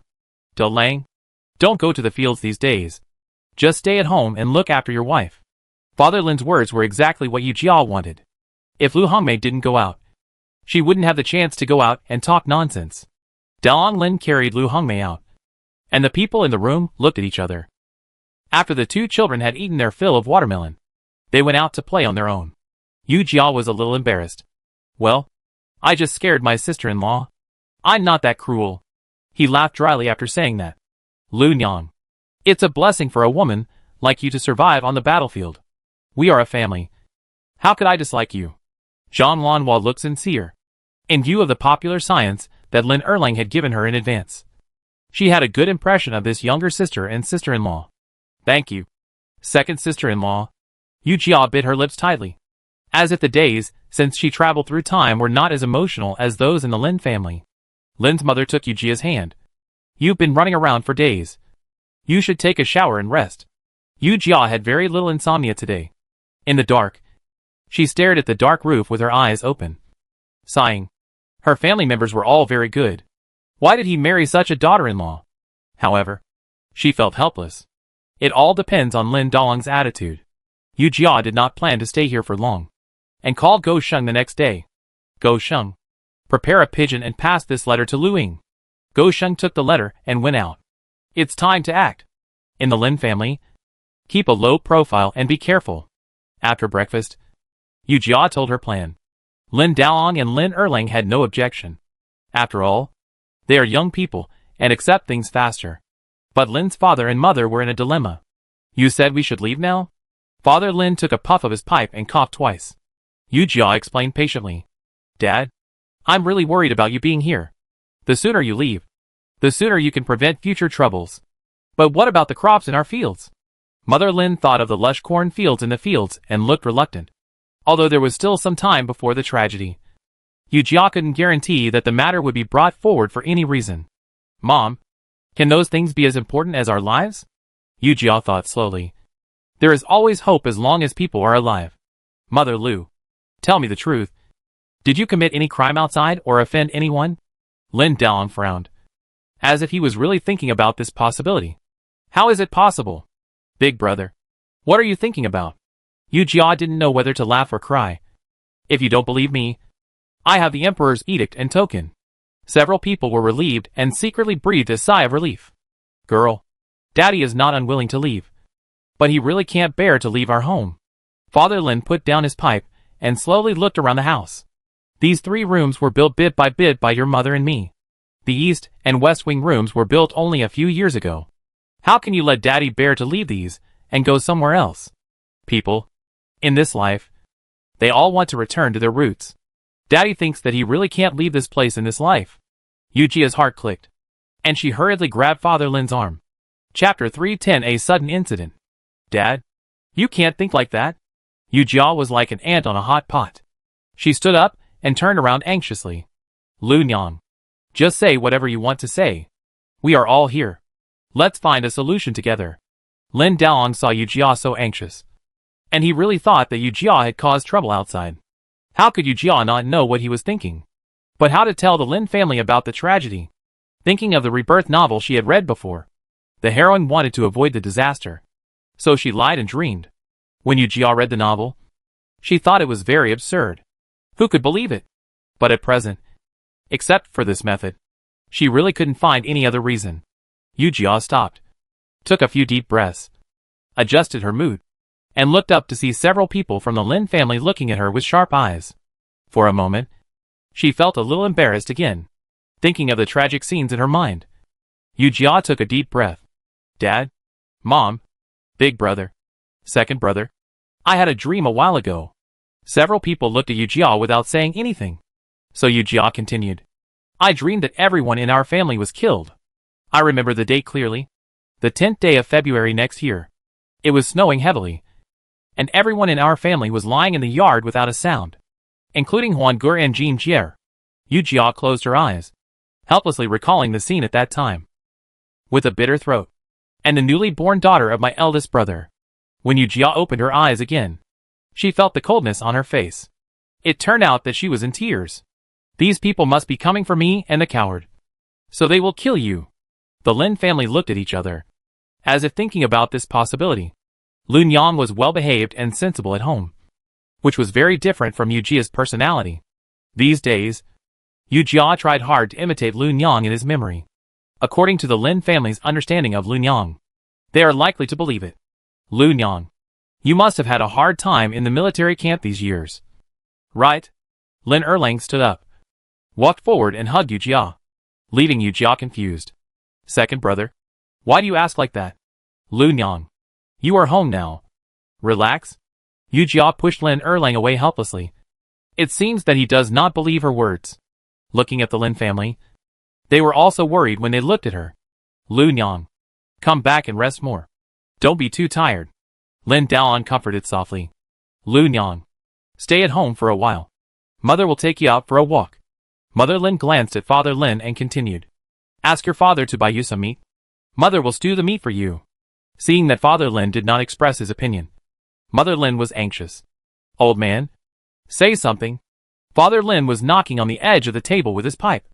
It's the 10th day of February.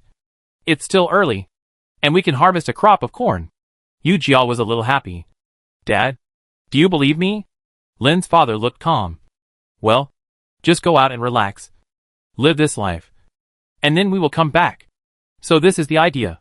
However, it is good to leave Lingjia village. Dad, I have arranged the rest of the things, and we can set off after the autumn harvest. Dad, are we really going? Lin's mother asked anxiously. What if this is really a dream of Lun Yang? Lin Daoan and Lin Erlang did not believe this statement. But it all depended on Lin's father's attitude. Lun Yang has arranged everything. Let's just follow our daughter to enjoy the good life. Lin's father's tone was firm, and could not be refused. The other people also understood what Lin's father was thinking. Yu Jia grinned and smiled foolishly. Finally, half of the stone in her heart fell. At night, Lin's mother tossed and turned in bed and couldn't sleep. Lin's father finally couldn't stand it anymore and whispered, What are you doing here if you don't sleep? Lin's mother simply sat up and saw Lin's father lying there peacefully. How can you still sleep?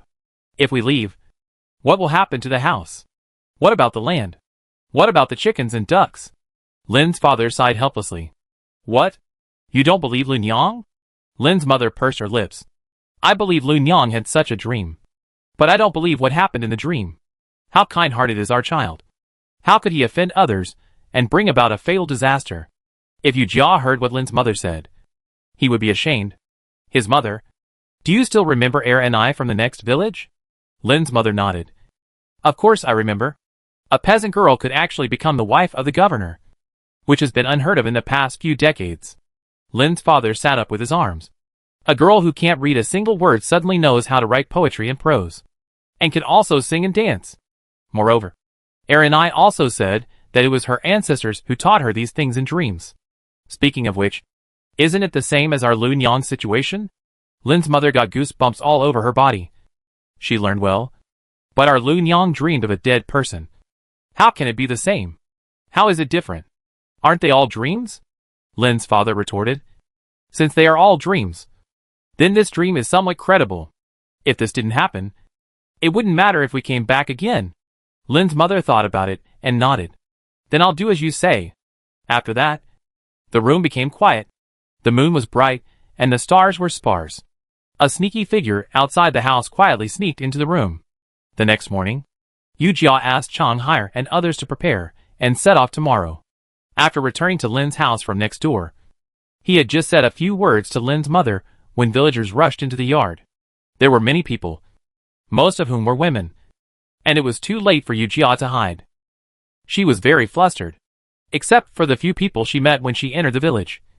Yu Jia and others had been staying at home for the past few days, fearing that something might happen. When Lin's mother saw Yu Jia getting nervous, she pulled her to hide behind her. But how could she hide? Is this person really Lun Yang? The leading lady was a little hesitant. No matter how she looked at Yu Jia dressed as a teenager, she couldn't be related to the fair and tender girl. Hey, if you look closely, they really look alike. Even if Yu Jia hid again, the villagers in front of her still saw her thoroughly. So, she stopped hiding. She spoke in Mandarin and bowed to the people in the yard. I am Lin Erju. This makes sense. Lin Erju? Who is Lin Erju? Isn't it Lun Yang? The crowd was talking, and there were many opinions. This man looked so much like Lun Yang. Could it be that Lun Yang's brother came to look for her? But why is his last name Lin? Didn't Dalong's family say that there was a monster in the family, and asked us to help catch the monster? In an instant, Yu Jia's murderous intent was revealed. At this moment, she regretted that she had not solved this problem, which led to the disaster in front of her. Mother Lin was a little anxious. She was originally a peasant woman and had never seen the world. She didn't know how to explain Yu Jia's identity, but just held Yu Jia's hand helplessly. Feeling the panic of Mother Lin, Yu Jia shook her arm and signaled her mother to stay calm. At this time, Lin Dalong and Lin Erlang came back from working in the fields and finally squeezed into the crowd. Chapter 311. What have you argued about? Auntie. Auntie. What are you doing here so early in the morning? Lin Dalong looked at the nervous Lin's mother with some surprise.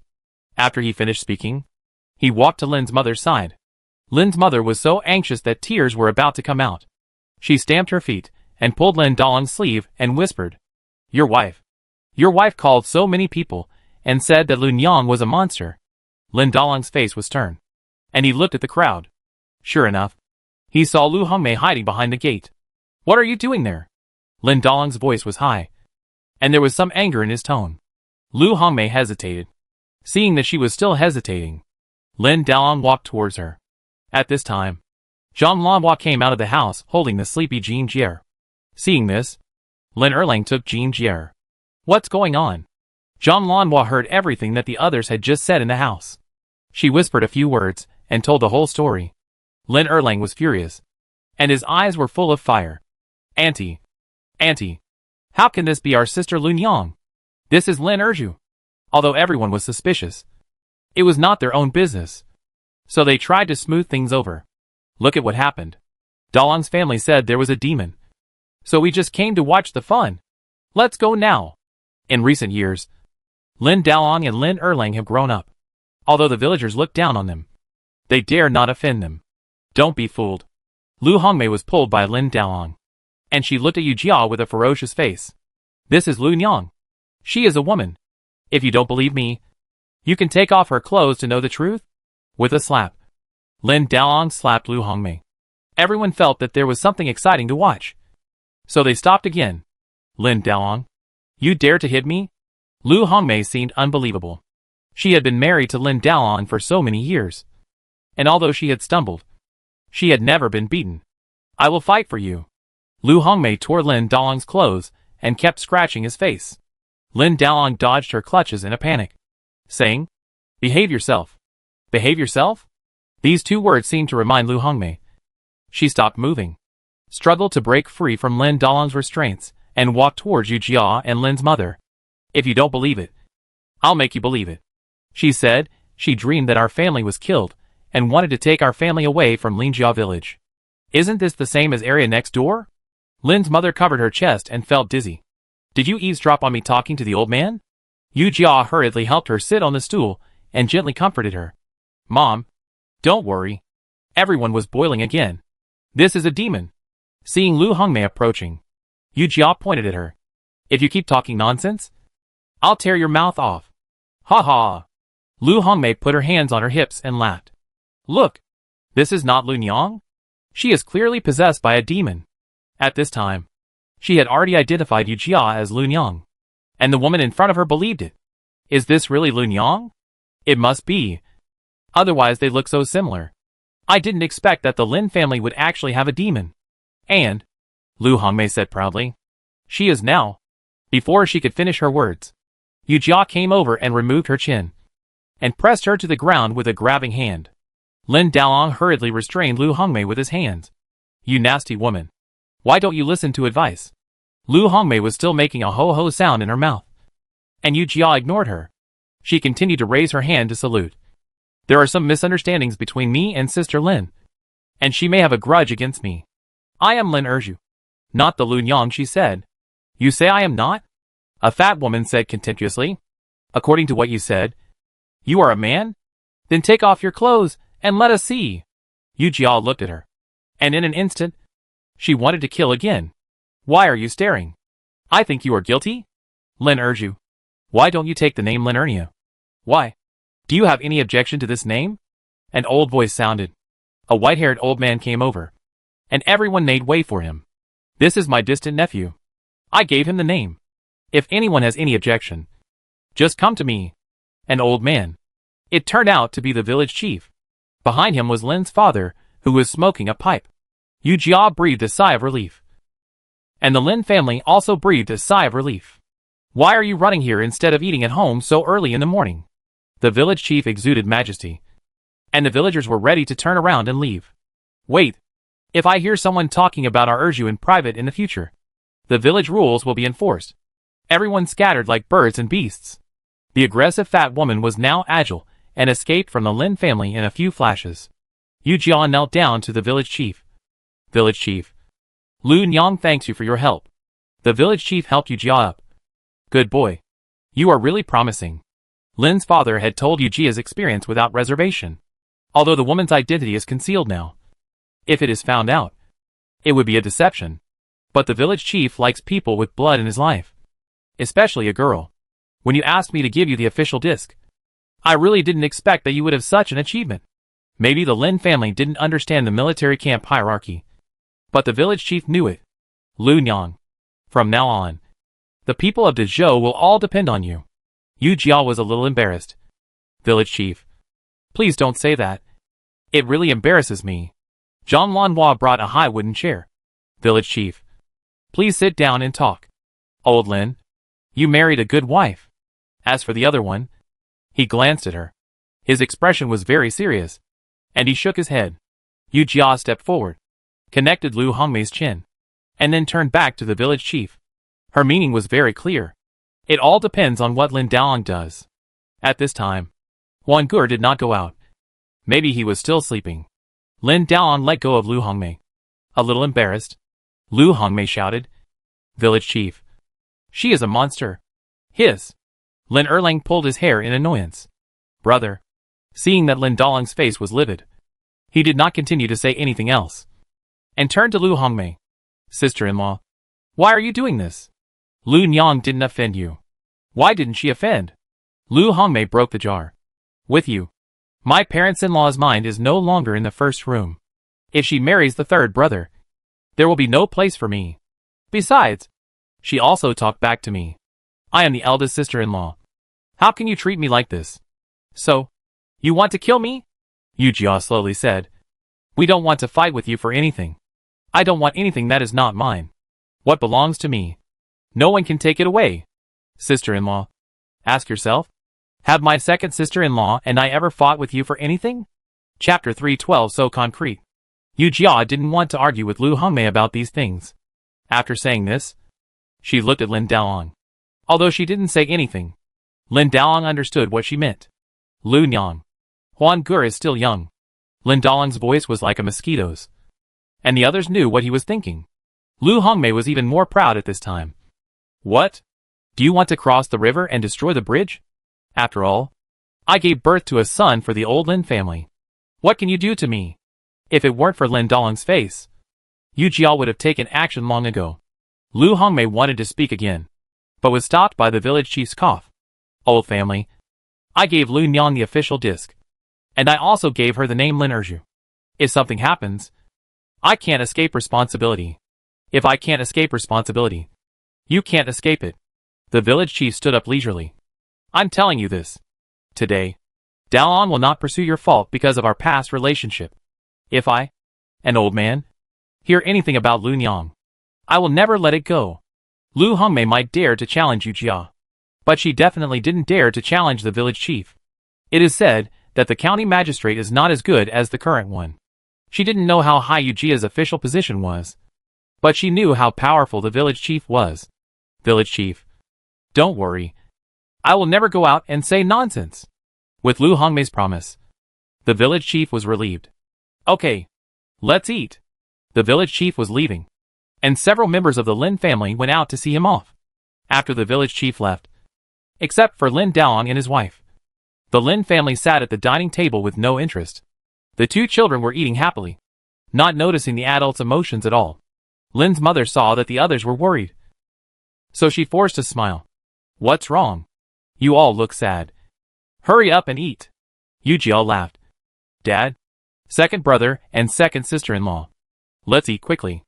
On the table was a plate of celery and pork, a plate of green vegetables and bacon, a plate of ants climbing trees, and a plate of pumpkin vines. Authentic farm dishes. Such a sumptuous meal.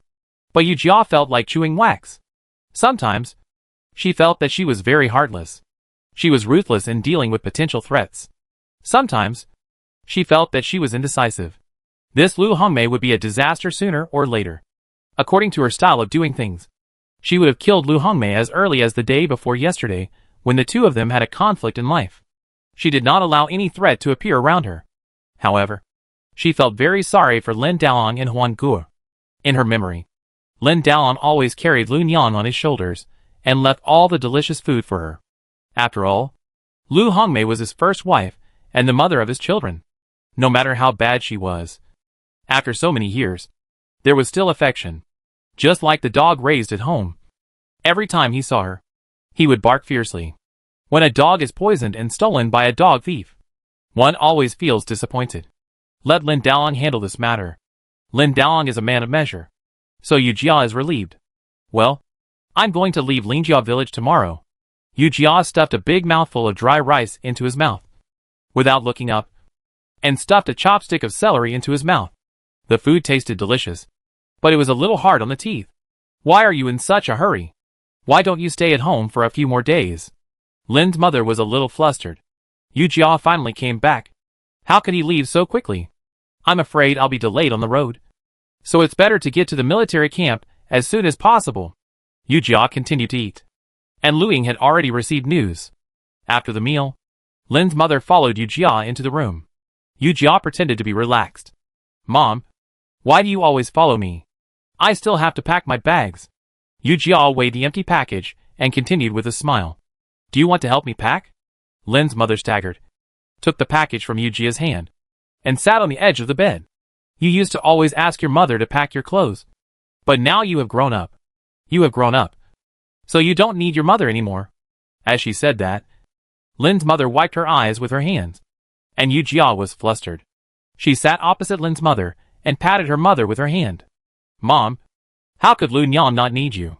Yu Jia's old illness still hasn't improved, and she doesn't know how to comfort Lin's mother. After all, it was Lu Nyan who had the most contact with Lin's mother. Mother, think about it. I'm going to make achievements, not to do other bad things. How can you still be worried? Lin's mother burst into tears and laughed. Little girl, now you have learned to make your mother happy. She looked at Yu Jia with tears in her eyes, her face full of love. After you left, my heart was like someone dug out a piece of it. Empty, sour, and it has never been filled. Lin's mother spread out the package and took Yu Jia's small clothes and folded them. Do you know how I felt when I saw you the day before yesterday? Yu Jia's heart warmed up, and the river covered with ice melted instantly. What does it feel like? I feel like the ancestors of the Lin family have appeared. Ha ha! Yu Jia laughed to save face. Mom, where are the ancestors of our Lin family? Definitely not in Lingjia village. Knowing that Yu Jia was pretending to be relaxed to make her happy, Lin's mother still laughed. You are talking about the ancestors of our Lin family, but they are 1,000,000 miles away from us. But in this dark, I feel like they have appeared. Lin's mother put Shioi in the package and rubbed it over and over again with her hands. When you go out, you must pay attention to safety as a girl, especially in a military camp full of men. Ah, Mother Lin sighed. I don't know how you survived. Yujia placed her hand on Mother Lin's hand and held it carefully. Mother, I might have done it now. Look, this morning, I was able to remove Lu Hongmei's jaw in one go. Also, I can kick people away with one kick. Old man, don't worry about me. I won't suffer any loss.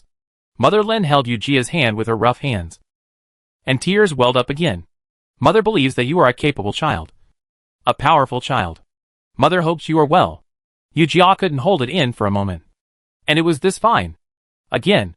She choked up, swallowed her saliva, and said slowly, Don't worry. Mother, I will be fine. Nyadanur will be fine too. In a few years, when the situation stabilizes, our family will never be separated. Mother Lin laughed, let go of Yujia's hand, and continued to tidy up her clothes. Silly child. How can we stay together forever? It is important for our family to be together. But it is more important to defend our country.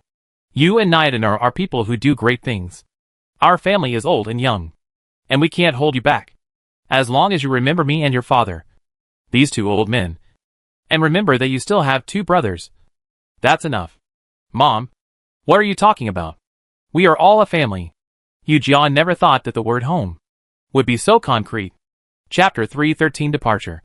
The next morning, before dawn, the Lin family had already lit up the kerosene lamp.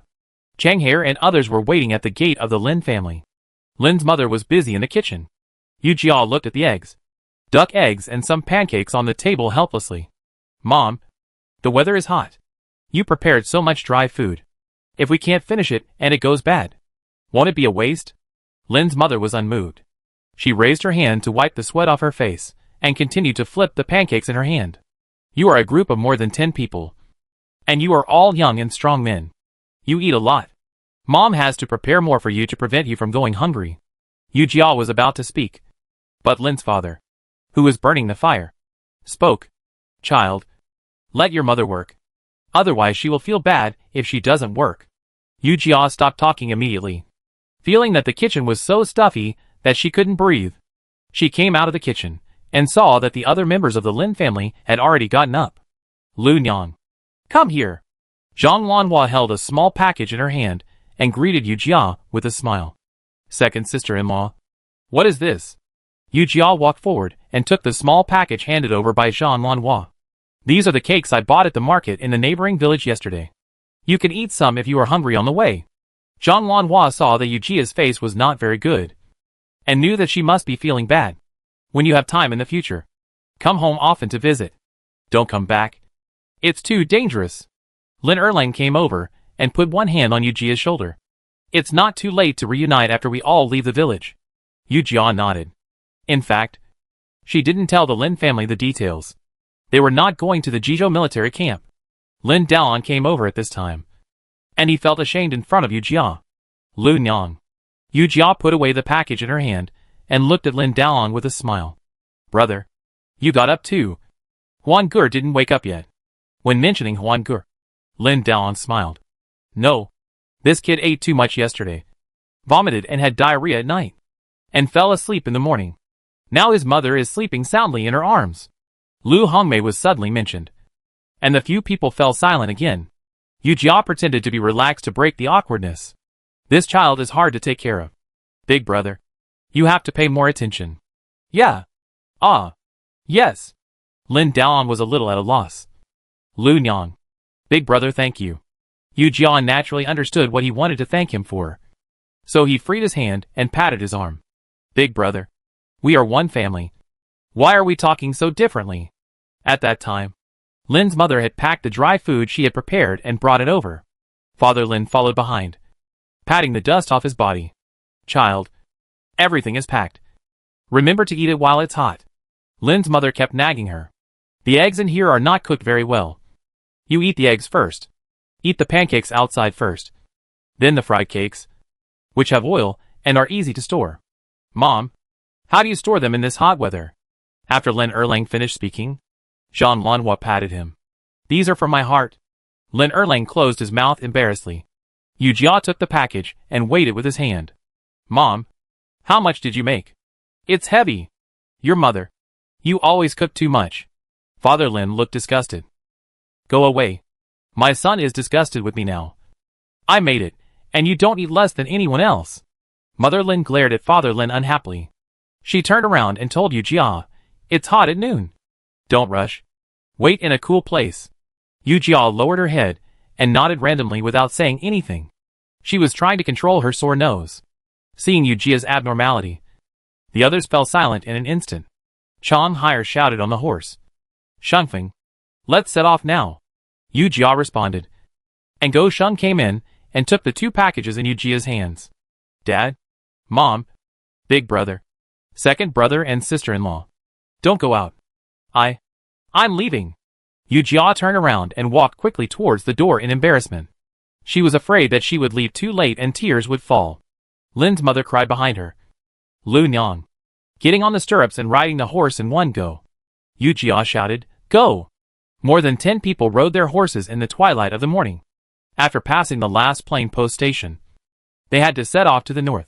This meant taking the mountain road. Shunfeng, this plain is really a good place.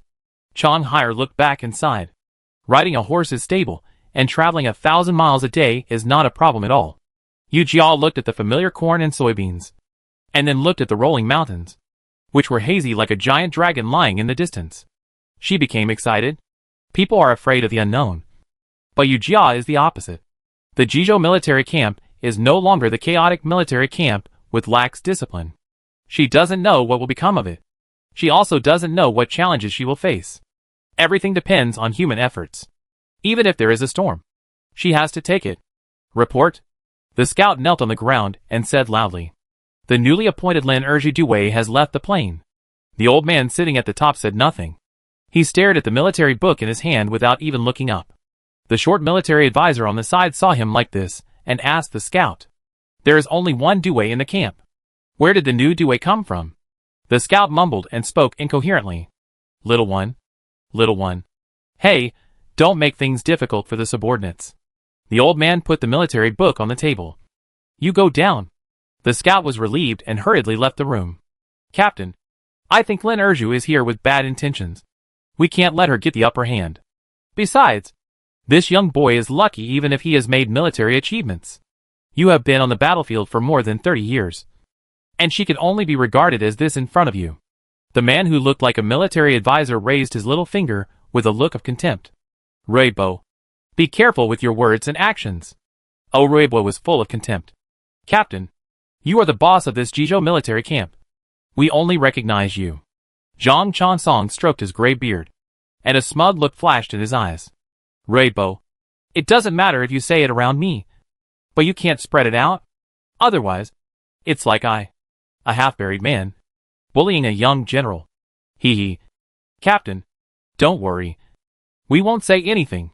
Oh, Ruibo naturally knew what Zhang Chansong meant. Not long after, the news that Lin Erju was about to arrive at the military camp spread. Zhang Chansong listened to Lin Erju's unofficial history and hummed a little song with satisfaction. He knew Ruibo very well. The more he was told not to spread something, the more he spread it. A capable general under the king of Qi? I want to see what you can do. Yu Jia didn't know that before she arrived at the Jizhou military camp. Her achievements had spread throughout Jizhou. What about using beauty to please others? Being ambitious. And being two-faced. If Yu Jia knew about this, she would definitely rush to deal with these gossipers. Chapter 314 Arrival at Jizhou military camp. The military camp was within reach, and Yu Jia was filled with emotion as she looked at the flag of the Jizhou military camp in front of her. This is where the story begins. For years ago, she was confused and anxious, and wanted to find Lin Gongxuan and return to the modern era. So much so that she stood in front of the Jizhou military camp, full of hope and wanting to escape.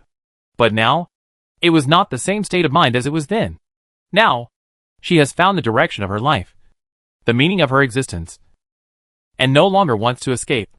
Go Sheng rode forward, raised the token in his hand, and shouted at the sentry. Shichou Due Lin Erju is here. You guys open the door quickly. The two sentries at the sentry post looked at each other and did not move. Goshing shouted again. Shicho Due Lin Erju is here. You guys open the door quickly. The two sentinels whispered to each other when they saw this.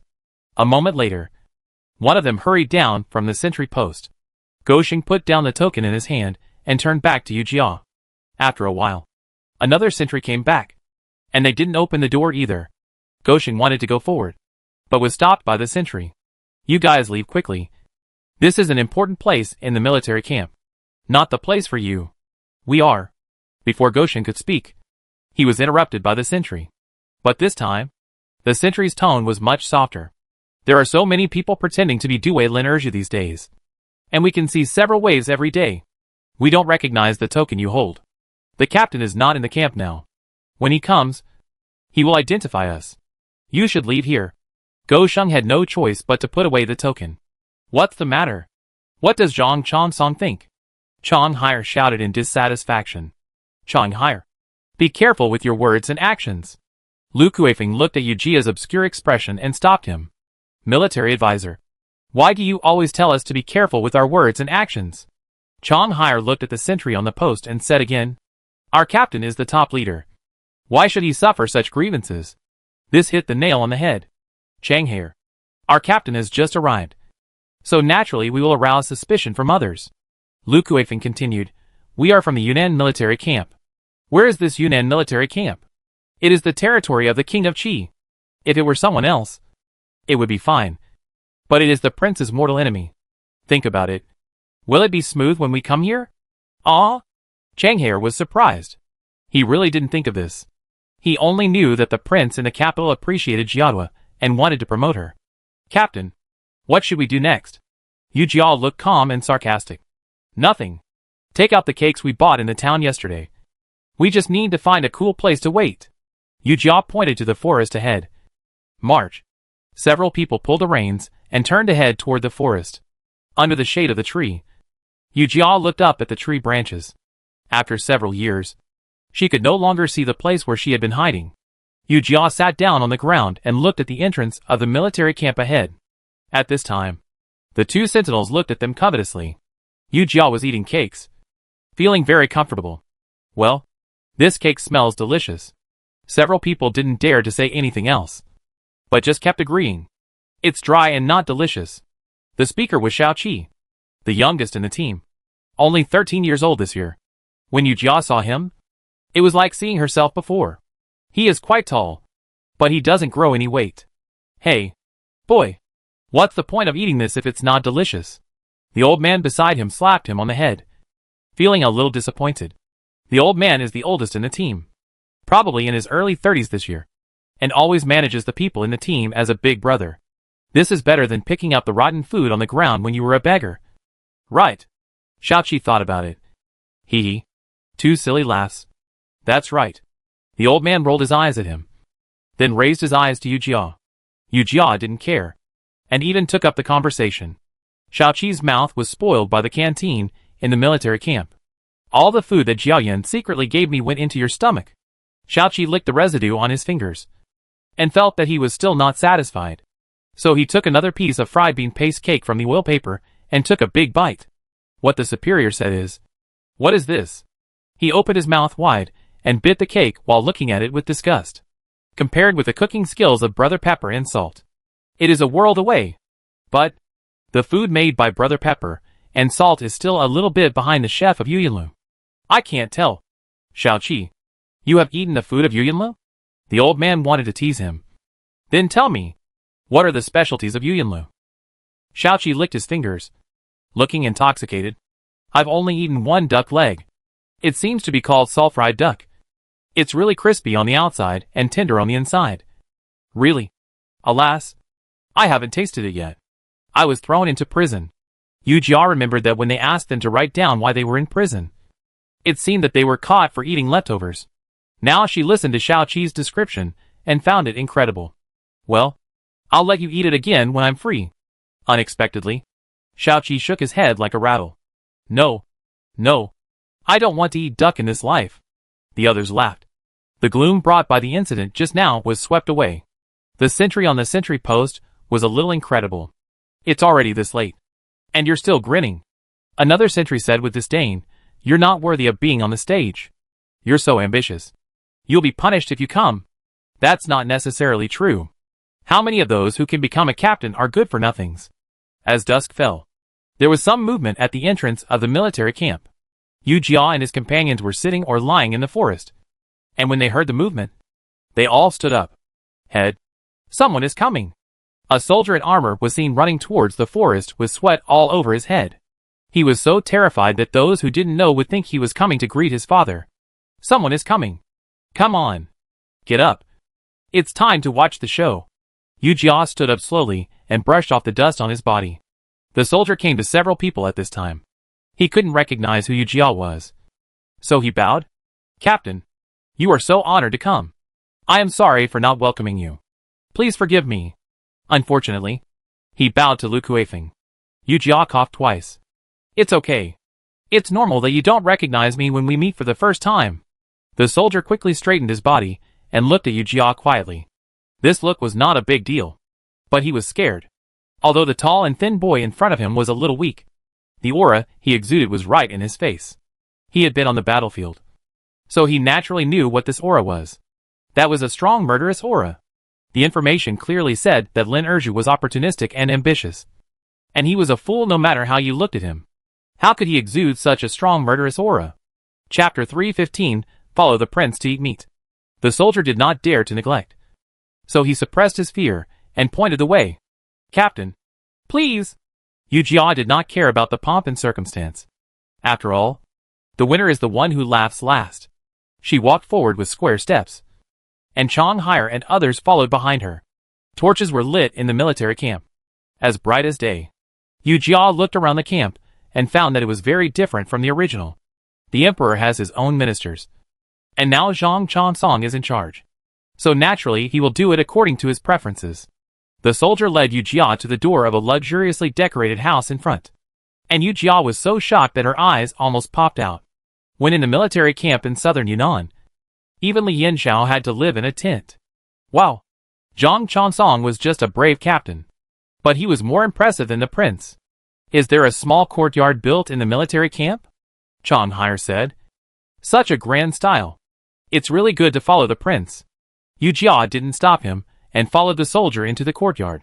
This is a 2-entry courtyard, which is smaller than the layout of ordinary people. After passing through the front hall and coming to the backyard, the soldier signaled a few people to wait for a while. Yu Jia looked at the furnishings in the house. All kinds of antiques and calligraphy and paintings were available. The table was filled with a complete set of 4 treasures of the study, revealing that the owner was an elegant person. If Yu Jia hadn't known Zhang Chansong in advance, she would have been fooled by him. Captain Lin, I'm not feeling well. I'm sorry for not coming to meet you in person. Despite this, the person who spoke didn't seem to be panicked at all. Yu Jia turned around with a warm smile on her face. Captain, you're not saying that? Zhang Chansong was in high spirits and didn't look ill at all. Since everyone was not in harmony, Yu Jia didn't have to worry about it. She took the same approach as before and attacked first. Seeing the captain reminded me of Captain Zhang Chanxian. After saying that, Yu Jia sighed. What a pity. Fate is playing tricks on us. Zhang Chansong's face changed suddenly, and he stared at Yu Jia with a sinister look. It seems that the captain has investigated my family thoroughly. Zhang Chansong sent someone to arrange Chang Haier and others, and then sat at the top. Yu Jia didn't bother with him, and sat down on the chair on the right. What do you mean by investigation or not? The information was given by the prince. He wanted me to get familiar with the military affairs of the Jizhou military camp as soon as possible. Seeing Yu Jia bring up the prince, Zhang Chansong's face became even gloomier. He and Zhang Chanxian, the former Gui captain, are brothers. Since Zhang Chanxian was promoted and used as a scapegoat, he knew that the Zhang family had already declined. But since the destruction of the Jizhou city, Jizhou has become a place of determination, and he was appointed in times of crisis. Now the Zhang family appeared in front of the prince again, even appeared in front of the emperor. Now, the young man in front of him actually mentioned his brother Zhang Chanxian without any scruples. This is obviously not a good intention. But he forgot that he was the first to think about it. In the past, the court had sent people here, but they just couldn't stay here for a long time and left in disgrace. This time, there is no exception. It seems that the captain is deeply loved by the prince. Zhang Chansong said something with a deep meaning. And Yu Jia understood it. But she still played a riddle. Hey. Who said we are capable? Zhang Chansong almost spit out the tea in his mouth. He had seen thick-skinned people. But he had never seen Yu Jia as thick-skinned as him. Zhang Chansong placed the teacup on the table and looked at Yu Jia. Yu Jia was tidying up her clothes as if nothing had happened. By the way, Captain Zhang, where will you live in the future? Captain. Zhang Chansong changed his address. Where do you want to live? Yu Jia was thinking hard. Well, I think your place is good. Seeing Zhang Chansong's face change again, Yu Jia said with a smile. Captain, are you serious? I'm kidding you. Last time I went back to Beijing, the prince told me to make the decision. But I am not someone who doesn't know the rules. She comforted Zhang Chansong. You are an old man on the battlefield. And I have to call you senior based on seniority. As for me, although I was born in the Jizhou military camp, you have only been in the Jizhou military camp for a short time. But I respect the elderly and love the young. After all, I have to listen to your opinion. Right? This sentence made Zhang Chansong feel mixed. People only listen to his opinion because of his old age. In the military camp, age is just an additional factor. And military merit is the foundation. Isn't this a satire on his age but no military merit? Thank you for your compliment. Zhang Chansong was really angry and picked up the teacup again. Seeing this, Yu Jia said, when I came here just now, I saw a small courtyard next to it. Who lives there? Zhang Chansong stroked his beard and tried to calm down. Oh, that's good. I'll live there from now on. Yu Jia's tone was unquestionable. And he didn't give Zhang Chansong any time to react. Seeing that he didn't respond, Yu Jia tilted his head and looked at him. Would the captain hide something shameful? No. No. Zhang Chansong wiped his forehead without leaving a trace. If the superior wants to live there, then live there. Yu Jia curled his lips proudly. The information provided by Lin Gongxuan showed that Zhang Chansong had no other black material. Only one. That is love of beauty. This small courtyard must have been built for the beauty.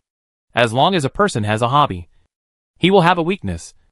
And as long as there is a weakness, it is a shortcoming. Old thing. I can't cure you. When Yu Jia went to eat, Zhang Chansong was so angry that he swept the teacup on the table to the ground. Ruibei entered from the small door behind the screen and came to Zhang Chansong's side. Captain, this person is a trouble. Zhang Chansong said unhappily. Do you need to say that? Who was not polite to him in the past? But this Yu Jia. Every word is stabbing him in the chest. Every word is poking his lungs. He has lived for so many years. And he is not afraid of dealing with people who are hypocritical. I'm afraid of this greenhorn who knows nothing. No wonder everyone says Lin Erju is reckless. This is more than reckless. She simply doesn't understand the ways of the world. You say she doesn't understand the ways of the world. But she's using the prince to pressure you. Zhang Chansong was so upset. Captain, don't be angry. We have to give her a warning. A hint of viciousness flashed across Ruibei's face. We have to let her know that the name of this Jizhou military camp is Zhang. Zhang Chansong's eyes were deep. Then leave it to you. Yu Jia was struggling with a wild vegetable pancake in front of her. She didn't care about the emotions of the other people at all. After she was full and drank enough, she burped without any image. And then she spoke slowly. What's wrong? You all look so gloomy. If someone doesn't know, they would think I sold you out. Boss, didn't we get sold out? Xiao Qi was about to cry. Didn't you say that we could eat meat if we followed the prince? Look at what we are eating. Chapter 316. It is easy to change a country, but difficult to change one's nature. Yu Jia chuckled, with a look of confidence. We are eating bran and vegetables now to give them face. After a while, they will offer wine and meat. Xiao Qi was very disappointed. This was not the treatment he should have when he took office. When he first arrived, he was only led by a soldier. There was no expected welcome, nor cheers and encouragement. And there was the food, not to mention the good wine and food to entertain them. They were actually asked to eat wild vegetable dumplings. They could eat it. But Yu Jia had to eat it too. Isn't this obviously bullying? Seeing Yu Jia still laughing, Xiao Qi was so angry that he almost cried.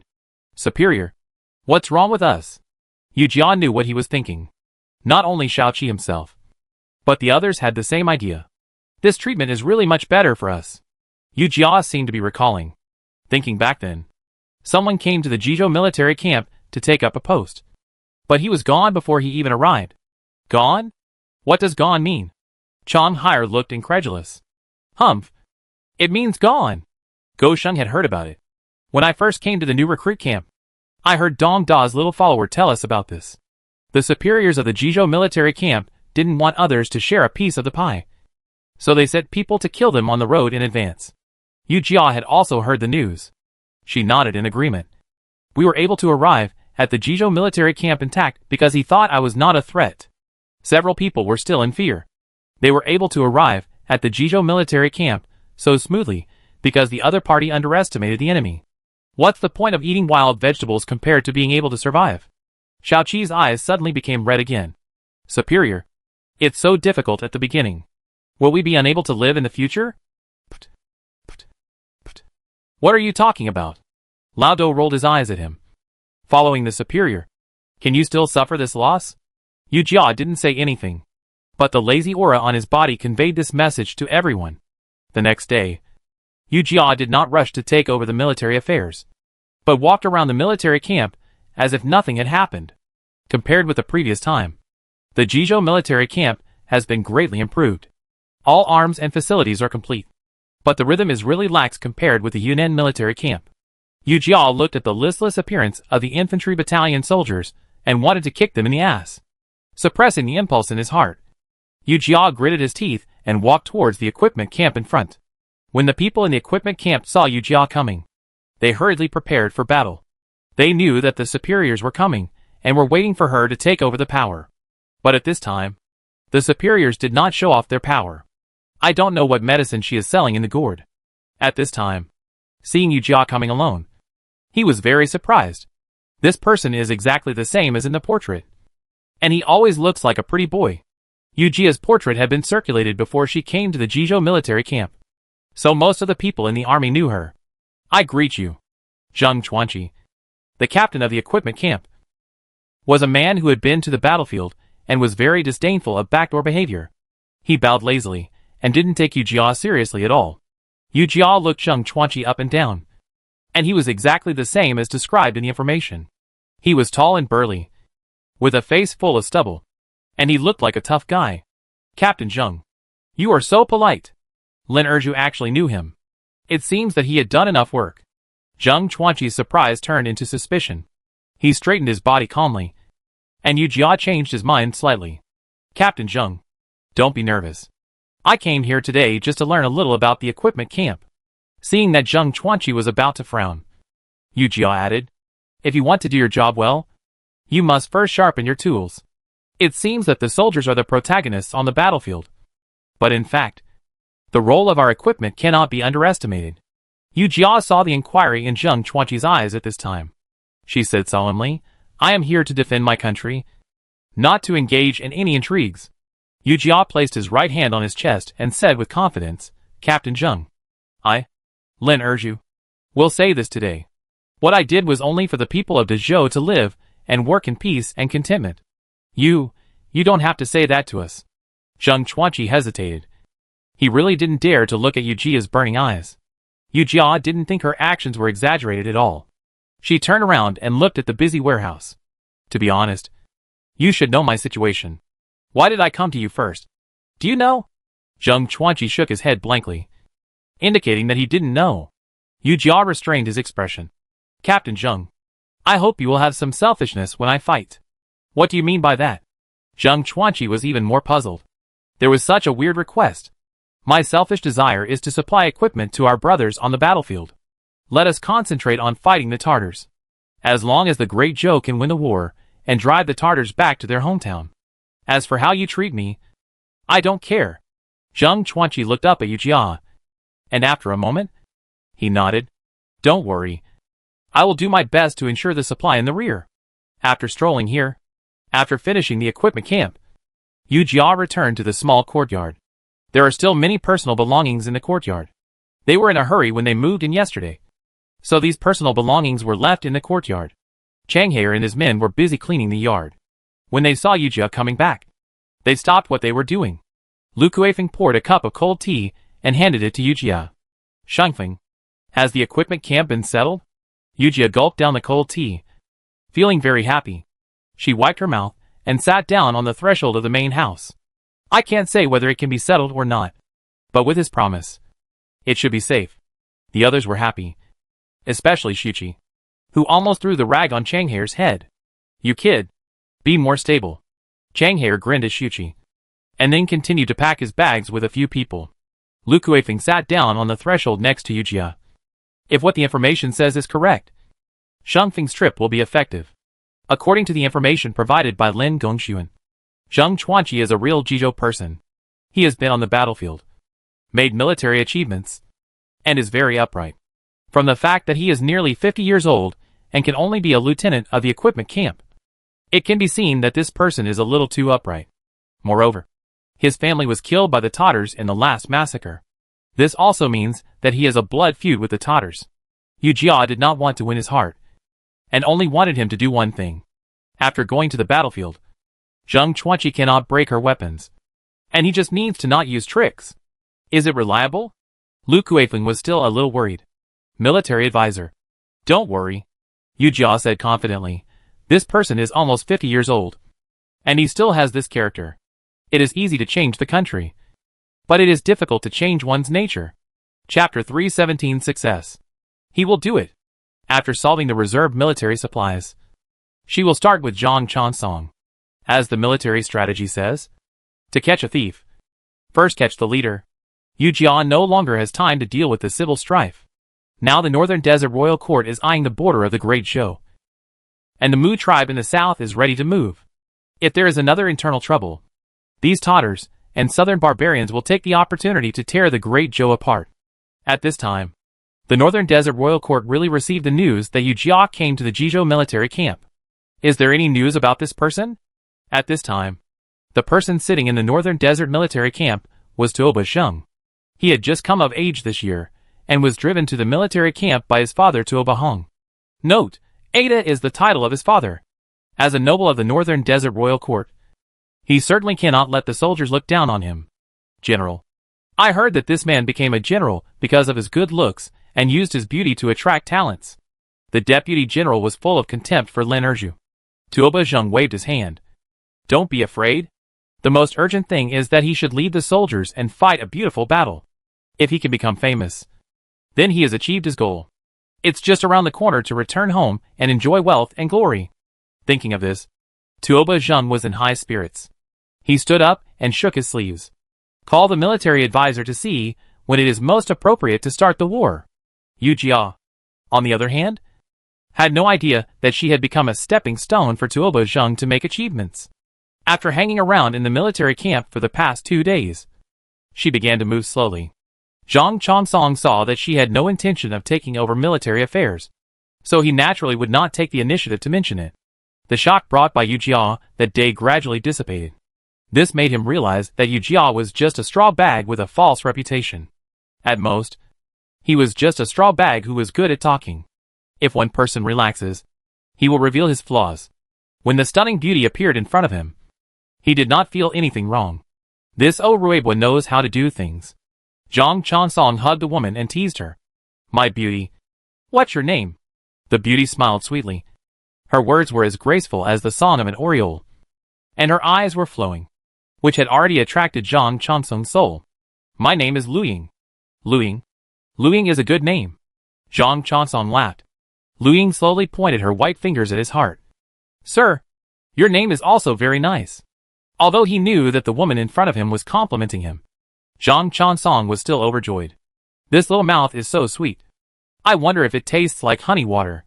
After speaking, Zhang Chansong leaned towards Luying's face, but was stopped by Luying. Sir, I don't have the interest to enjoy myself in public. What do you mean? Zhang Chansong thought Luying was playing hard to get, so he was ready to take ruthless action.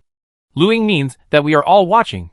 With a swish, the screen in the room fell down, revealing Yu Jia and others. Ruebwa, who was standing by, had his hands tied behind his back by Go Sheng. Looking helpless, Zhang Chansong saw that he didn't speak, so he knew that he had been mute. After that, All the big and small battalion officers of the Jizhou military camp should be here. At this time, their faces were flushed, and they felt ashamed for Zhang Chansong. Zhang Chansong was stunned in the same place, while Lu Ying stood up slowly, tidied her clothes, and walked out the door. Before leaving, she didn't forget to throw a wink to Yu Jia. Yu Jia winked at her with a sly look on her face. This plan was simple, just to let the camp officers see Zhang Chansong's dissolute side. Although they knew that Zhang Chansong's personal style was problematic, no one could put it so blatantly in front of everyone. Of course, Yu Jia was the exception.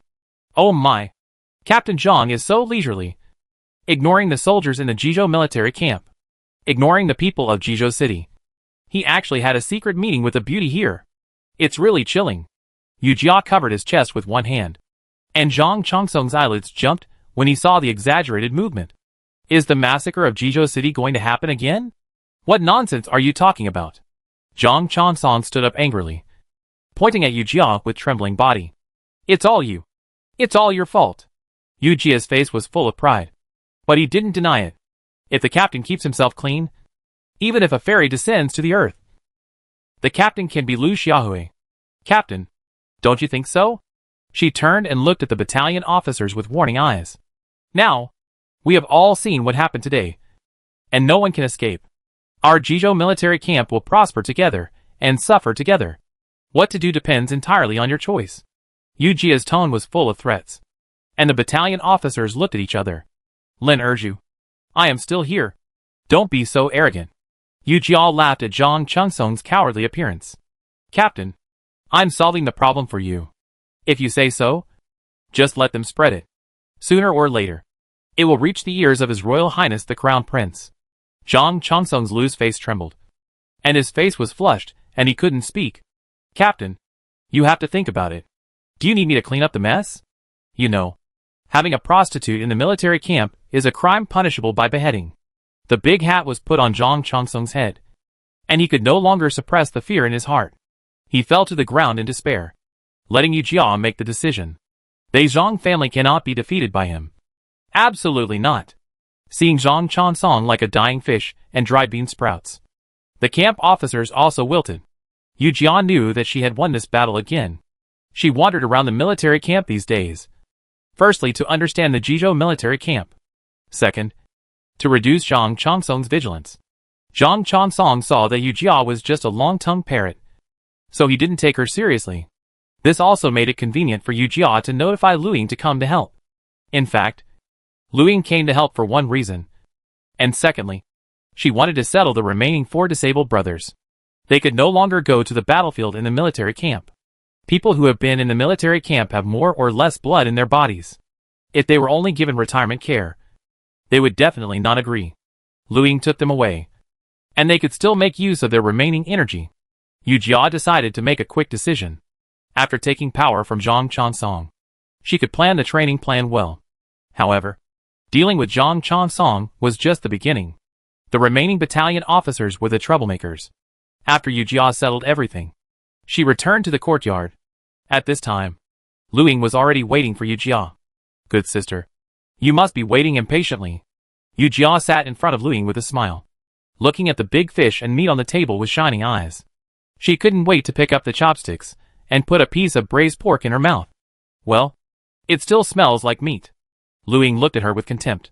You don't do good things as a girl, but make yourself like this. Yu Jia stuffed another piece of tender tofu into her mouth, sighing that Go Sheng's cooking skills were getting better and better. Isn't this for more girls? To look like a girl? Yu Jia continued to struggle with the food in front of her. Sister, is everything okay? Chapter 318 Sincere Heart. Everything is fine. Business is booming, and the family is growing. Yu Jia put down his chopsticks and wiped his mouth, laughing happily. That's good. It's just... Lu Ying paused.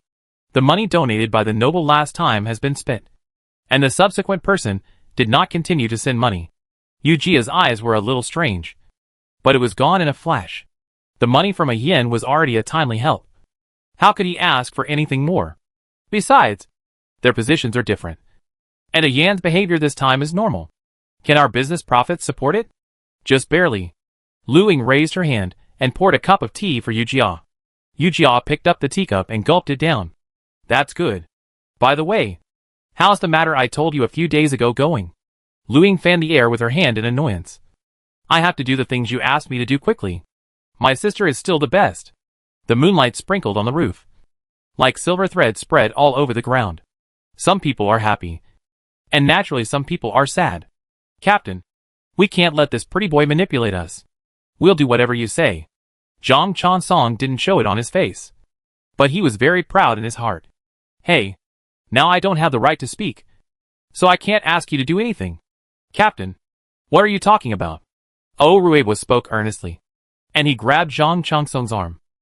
Captain, you are our backbone. You can't encourage others' arrogance. Oh, Ruibo didn't want Lin Erju to take power.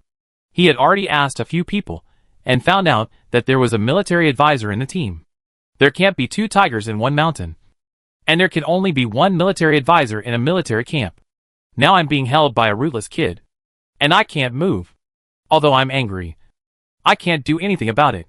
Everyone, just take care of yourself. After saying this, everyone knew what Zhang Chansong meant. Yu Jia had just sent Lu Ying and several other brothers away when the drums of war sounded in the military camp. Her blood was boiling. She never expected that the Tartar would take the initiative to provoke her. Yu Jia had no good men under her command, so she could only go ahead. She quickly summoned the vanguard camp and prepared to fight. But Zhou Liu, the captain of the vanguard camp, was nowhere to be seen at this time. Looking at the scattered soldiers in front of her, Yu Jia was furious. Brothers, the Tartars are invading. We must muster up our strength to meet the enemy. Think about our brothers and sisters who were massacred in the city. Think about the humiliation we suffered in the past. How can we tolerate it? Brothers, follow me today and let the Tartars know what resentment is. After Yu Jia finished speaking, the soldiers of the vanguard camp looked at each other. Then, some people started to discuss quietly. She said to follow her? Who can't say polite words? Even Zhou Liu would be lazy, let alone the captain of the Zhicheng army. Yu Jia didn't give them the opportunity to discuss. Divide the troops into 3 groups.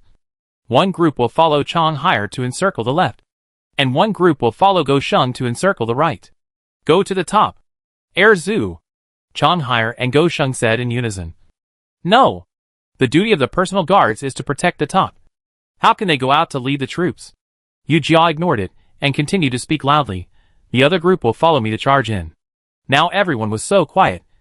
The captain of the Zhicheng army not only had to go to the battlefield, but also had to fight on the front line. Go Sheng was very panicked, and he didn't want to leave Yu Jia's side. In the past, they only needed to pay attention to the enemy's attack. But what about now? Even their own people could stab him in the back. He rode his horse to Yu Jia's side, and before he could speak, Yu Jia raised her hand to stop him. Shao Qi and Lao Do are following me. You don't have to worry. Besides, Yu Jia turned her head and looked at him seriously. I don't have anyone around me to use. Go Sheng naturally understood the latter part. No one can be used, so I can only rely on you. Go Sheng nodded. I will follow the order of the superiors. Lu Kuifeng was in the rear, and his task was to prevent anyone from stabbing him in the back. Yu Jia held his head high and shouted, Let's go! Yellow sand rolled up. Yu Jia grabbed the reins and galloped in front. The soldiers of the vanguard camp followed closely behind. Yu Jia had not dealt with the Tatars for 4 years. She was stunned for a moment when she saw the ferocious Tatars in front of her. She seemed to remember the time when she first entered the Jizhou military camp. Brother Erju, this chicken leg is so delicious. Taidan looked at Yu Jia with a smile on his face, and suddenly closed his eyes and lay on the straw mat. Yu Jia shook her head and drove these scenes out of her mind. Taidan, Brother Erju is back again. Thanks to his previous understanding of the Tatars, Yu Jia held a long sword and was brave. With the sword in his hand, one Tatar after another fell from the horse. This undoubtedly inspired the soldiers of the vanguard camp behind them. Who doesn't have blood in their bodies? It's just that they haven't been inspired. A thin and weak boy is like this. What qualifications do they have to retreat? For a time, the vanguard camp surged with unprecedented ferocity. In a moment, Go Sheng and Cheng Haier led the team to encircle them. The Tatars looked at the scene in front of them and felt a little uneasy. They were shocked by the bravery of the soldiers of the Great Show. Before they could recover, they were attacked by the encircling team. However, although they lost the initiative, They still had the upper hand with their bravery. After the three teams of Yujia, Gosheng and Changhair joined together, they were slowly defeated. Retreat. A brave man never suffers a loss in front of him.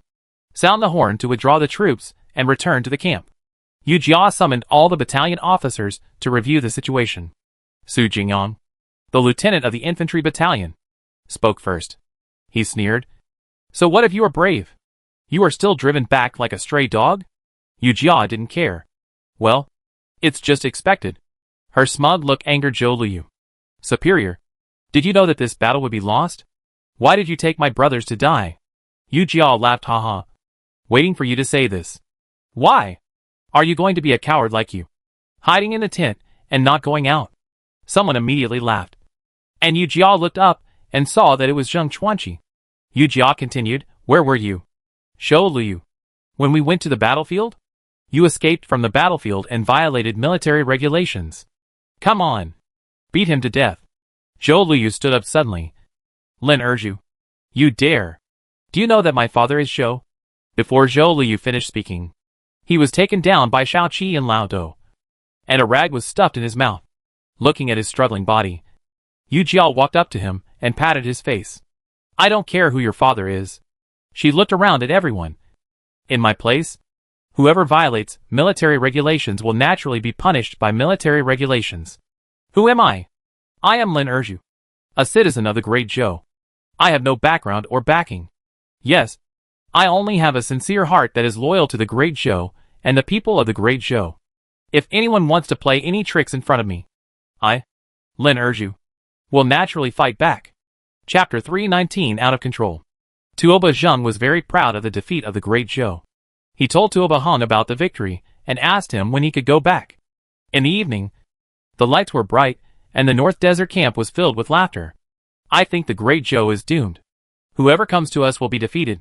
That's right. I heard that the southern barbarians were defeated by her. Isn't that nonsense? Don't you know that people who like to show off like to work hard on false reputations? Another person covered his mouth. Are you saying this to stop wanting to live? The person who spoke was shocked after realizing it. If this gets to Tuoba Zheng's ears, it would be strange if this young master didn't want to kill him. Tuoba Zheng, who is ambitious, doesn't have the time to care about this. He is so happy with the jade in his arms. For him, he has achieved success and fame at this moment. And it is just around the corner for him to become famous in the future. The news of the Battle of Beimo attacking Dazhou has been reported to Lin Gongxuan. Fang Dashan carefully observed Lin Gongxuan's face and didn't dare to speak. Lin Gongxuan arranged the training plan as if nothing had happened. Dashan, notifying Tian tomorrow and tell them not to train in the morning and follow me to the battle in the afternoon. Yes. Fang Dashan saluted out of habit, and only realized it belatedly did he realize what he meant. Captain, you said we're going to the battlefield? Lin Gongxuan threw the paperweight impatiently, and Fang Dashan caught it with a quick eye in hand. He silently wiped the cold sweat off his forehead.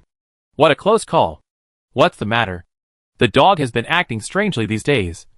And now his ears are not working well. No. Fang Dashan carefully placed the paperweight on the table. I heard it. I'll go and tell him. Fang Dashan walked out of the tent and found that the clothes on his back were wet. Since Lin Erju left, Lin Gongxuan has become more moody. He has never felt that Lin Gongxuan is so difficult to serve. All day long, he either studies military books or trains in person. Those who don't know would think he was possessed. Hey, Erju, you have taken away the captain's soul. Lin Gongxuan did not report this campaign to Li Yanxiao. This time, the entire army of the Yunnan military camp fought directly to attack Mu Shurha's lair. The soldiers of the Great Zhou were coming fiercely, and Mu Shurha did not dare to underestimate the enemy. Sir, after Lin Erju left, Lin Gongxuan seemed to be crazy. In recent days, he has been biting us like a mad dog. Mu Shurha looked at the distance.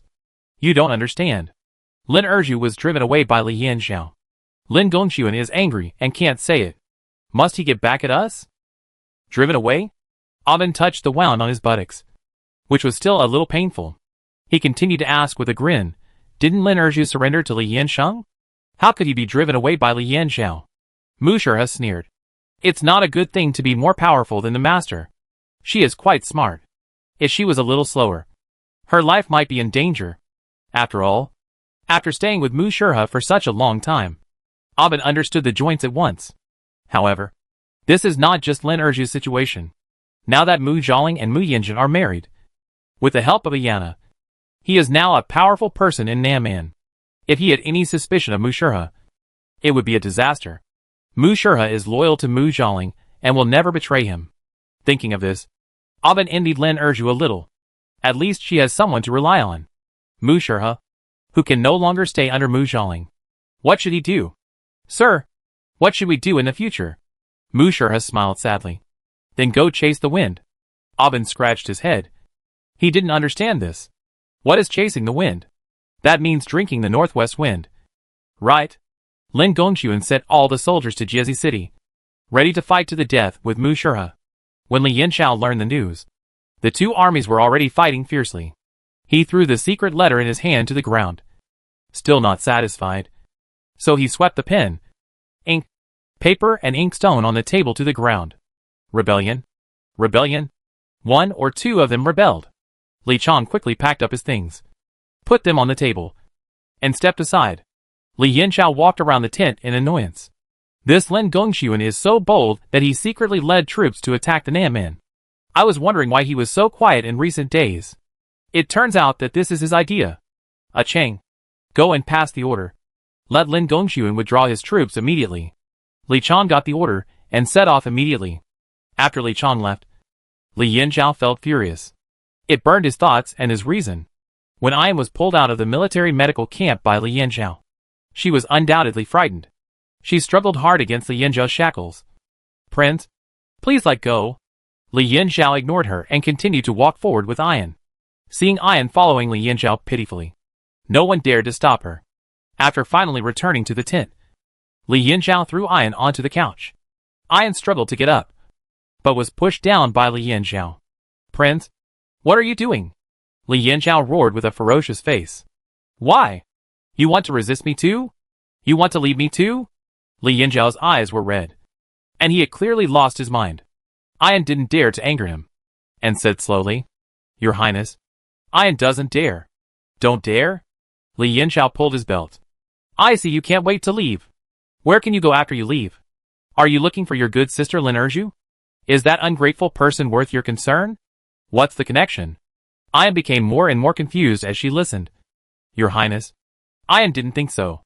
The more she argued, the angrier Li Yanxiao became. Until Ayan was shackled by Li Yanxiao again. She closed her eyes in despair. She shouldn't have resisted in the first place. And she could have suffered less. When Li Chong came back from Mustard Seed City, it was already evening. Just as he was about to enter the tent, he was stopped by Wang Xiaobo. Li Chong looked puzzled. Why? I want to report to the prince. Wang Xiaobo shook his head.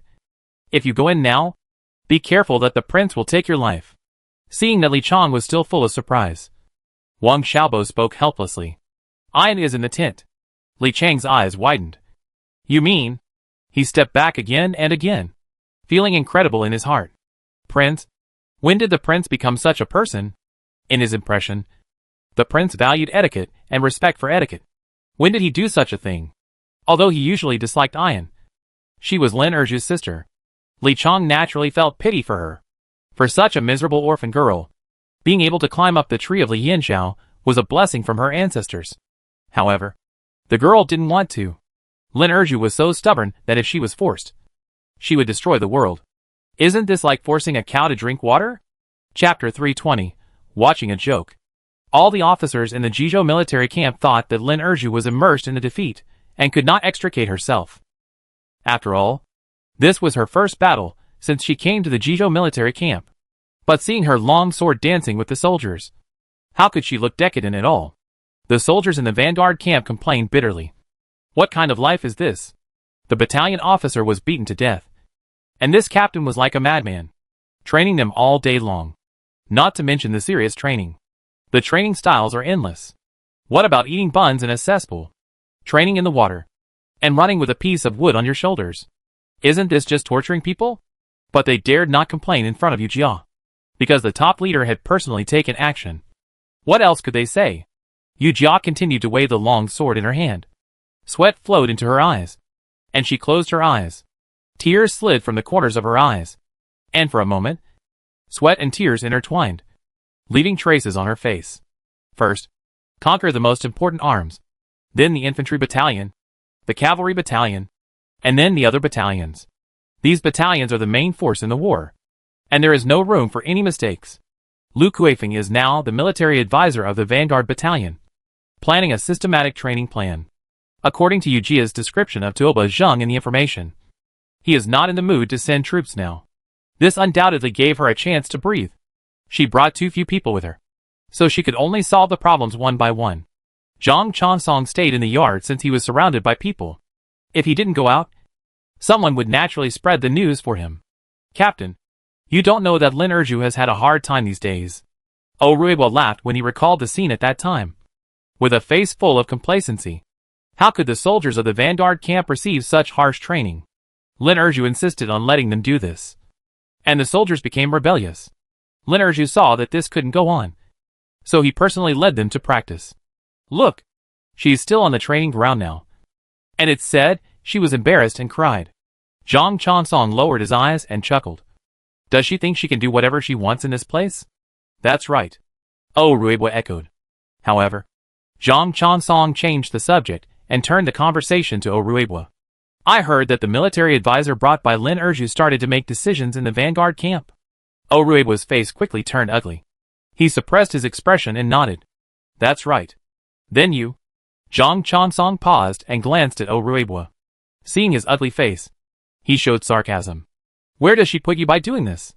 Although Ruibo knew that Zhang Chansong was fanning the flames, what he said was the truth. Suddenly, Ruibo became irritated.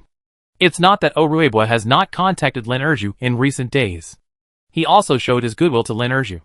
But he just didn't accept it. He who knows the times is a hero. He doesn't mean to follow Zhang Chansong. But Lin Erju refused to change his mind, which made him look eager. I understand what the captain means. Don't worry. The captain, Ruibo, will only recognize one superior in this life. Ruibo said solemnly. If there is anything you can do for me, the captain can just speak up. Zhang Chansong stroked his beard and nodded with a smile. After Ruibo left, Zhang Chansong's eyes instantly turned cold. 2 factions and 3 swords. Ruibo came out of Zhang Chansong's yard, looked around, and saw no one. So he turned and came to Yu Jia's yard. Sir, we just came out of Zhang Chansong's yard, and I'm here to report the situation to you. Yu Jia had just returned from the training ground and was drinking water in big gulps. It's great. After drinking the water, she put down the teapot and slumped in the chair. Military advisor. You've worked hard. Is there any important news?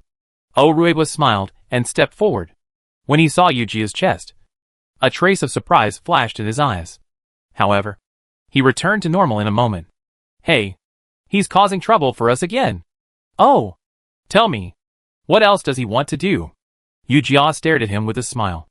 Ruibo was frightened by Yu Jia's eyes, and he laughed dryly. Sir, when you first came, we surrendered to you. You should know our sincerity. Yu Jia nodded. Yes, indeed. If it weren't for you, I wouldn't have caught Zhang Chansong so easily.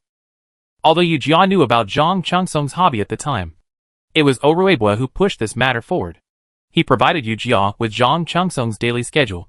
The time for doing things was presented to Yu Jia in detail. When Yu Jia saw these details, she said it was eye-catching. Zhang Chansong is so old, but he still has such good physical strength and is so good at playing. It's really rare. Now that we know his work and rest routine, it will be much easier to plan. Yu Jia stood up, and Ruibo followed her with a nod and a bow. She immediately found it funny. Military advisor. Aren't you afraid of failure? Ruibo stood up. Sir, you are different from other people who have come before. He smiled. At a glance, I know you are a man who can do great things. I will not regret betting on you. Yu Jia really likes this kind of smart people. She likes smart people more when they use their smartness in the open. It is said that it is better to associate with villains than to confide in gentlemen. Now that she knows Ruibo's intention, Yu Jia will not beat around the bush. Okay, since you think so, I can't let you lose. Wait until I conquer the others, and I will arrange a place for you. Ruibo bowed his hands and saluted. I thank you very much. Don't worry. Ruiba will not fail the mission. After Ruiba left, Chang Hire took 2 steps at a time and ran in from the back door. Shunfeng, you can't trust this kid. He gritted his teeth and stared at the direction where Ruiba disappeared. Pooh. What kind of important task can such a fence-sitter take? Yu Jia squinted at Chang Hire. What's wrong with you? Why are you so angry? Don't worry. I know what's going on. Such a smart man has put all the chips on the table. We just need to act according to the chips he provides. As for the two-faced fence-sitter you mentioned, I don't value him. So why should I care so much about him? But Chang Hire is still worried. It's not easy along the way. And we can't let such a person ruin things. Yu Jia put his hand on Chang Hire's shoulder. Don't worry. I have my own arrangements. After pacifying Chang Hire, Yu Jia went to the vanguard camp again. Now that the captain of the vanguard camp was beaten to death, it was like a group without a leader. And a talented person had to be nominated as soon as possible. The captain's subordinate was the brigade commander. So Yu Jia summoned the brigade commanders of each brigade to gather. Yu Jia looked at the strong men in front of him and lowered his voice. I think you should know the purpose of asking you to come here today.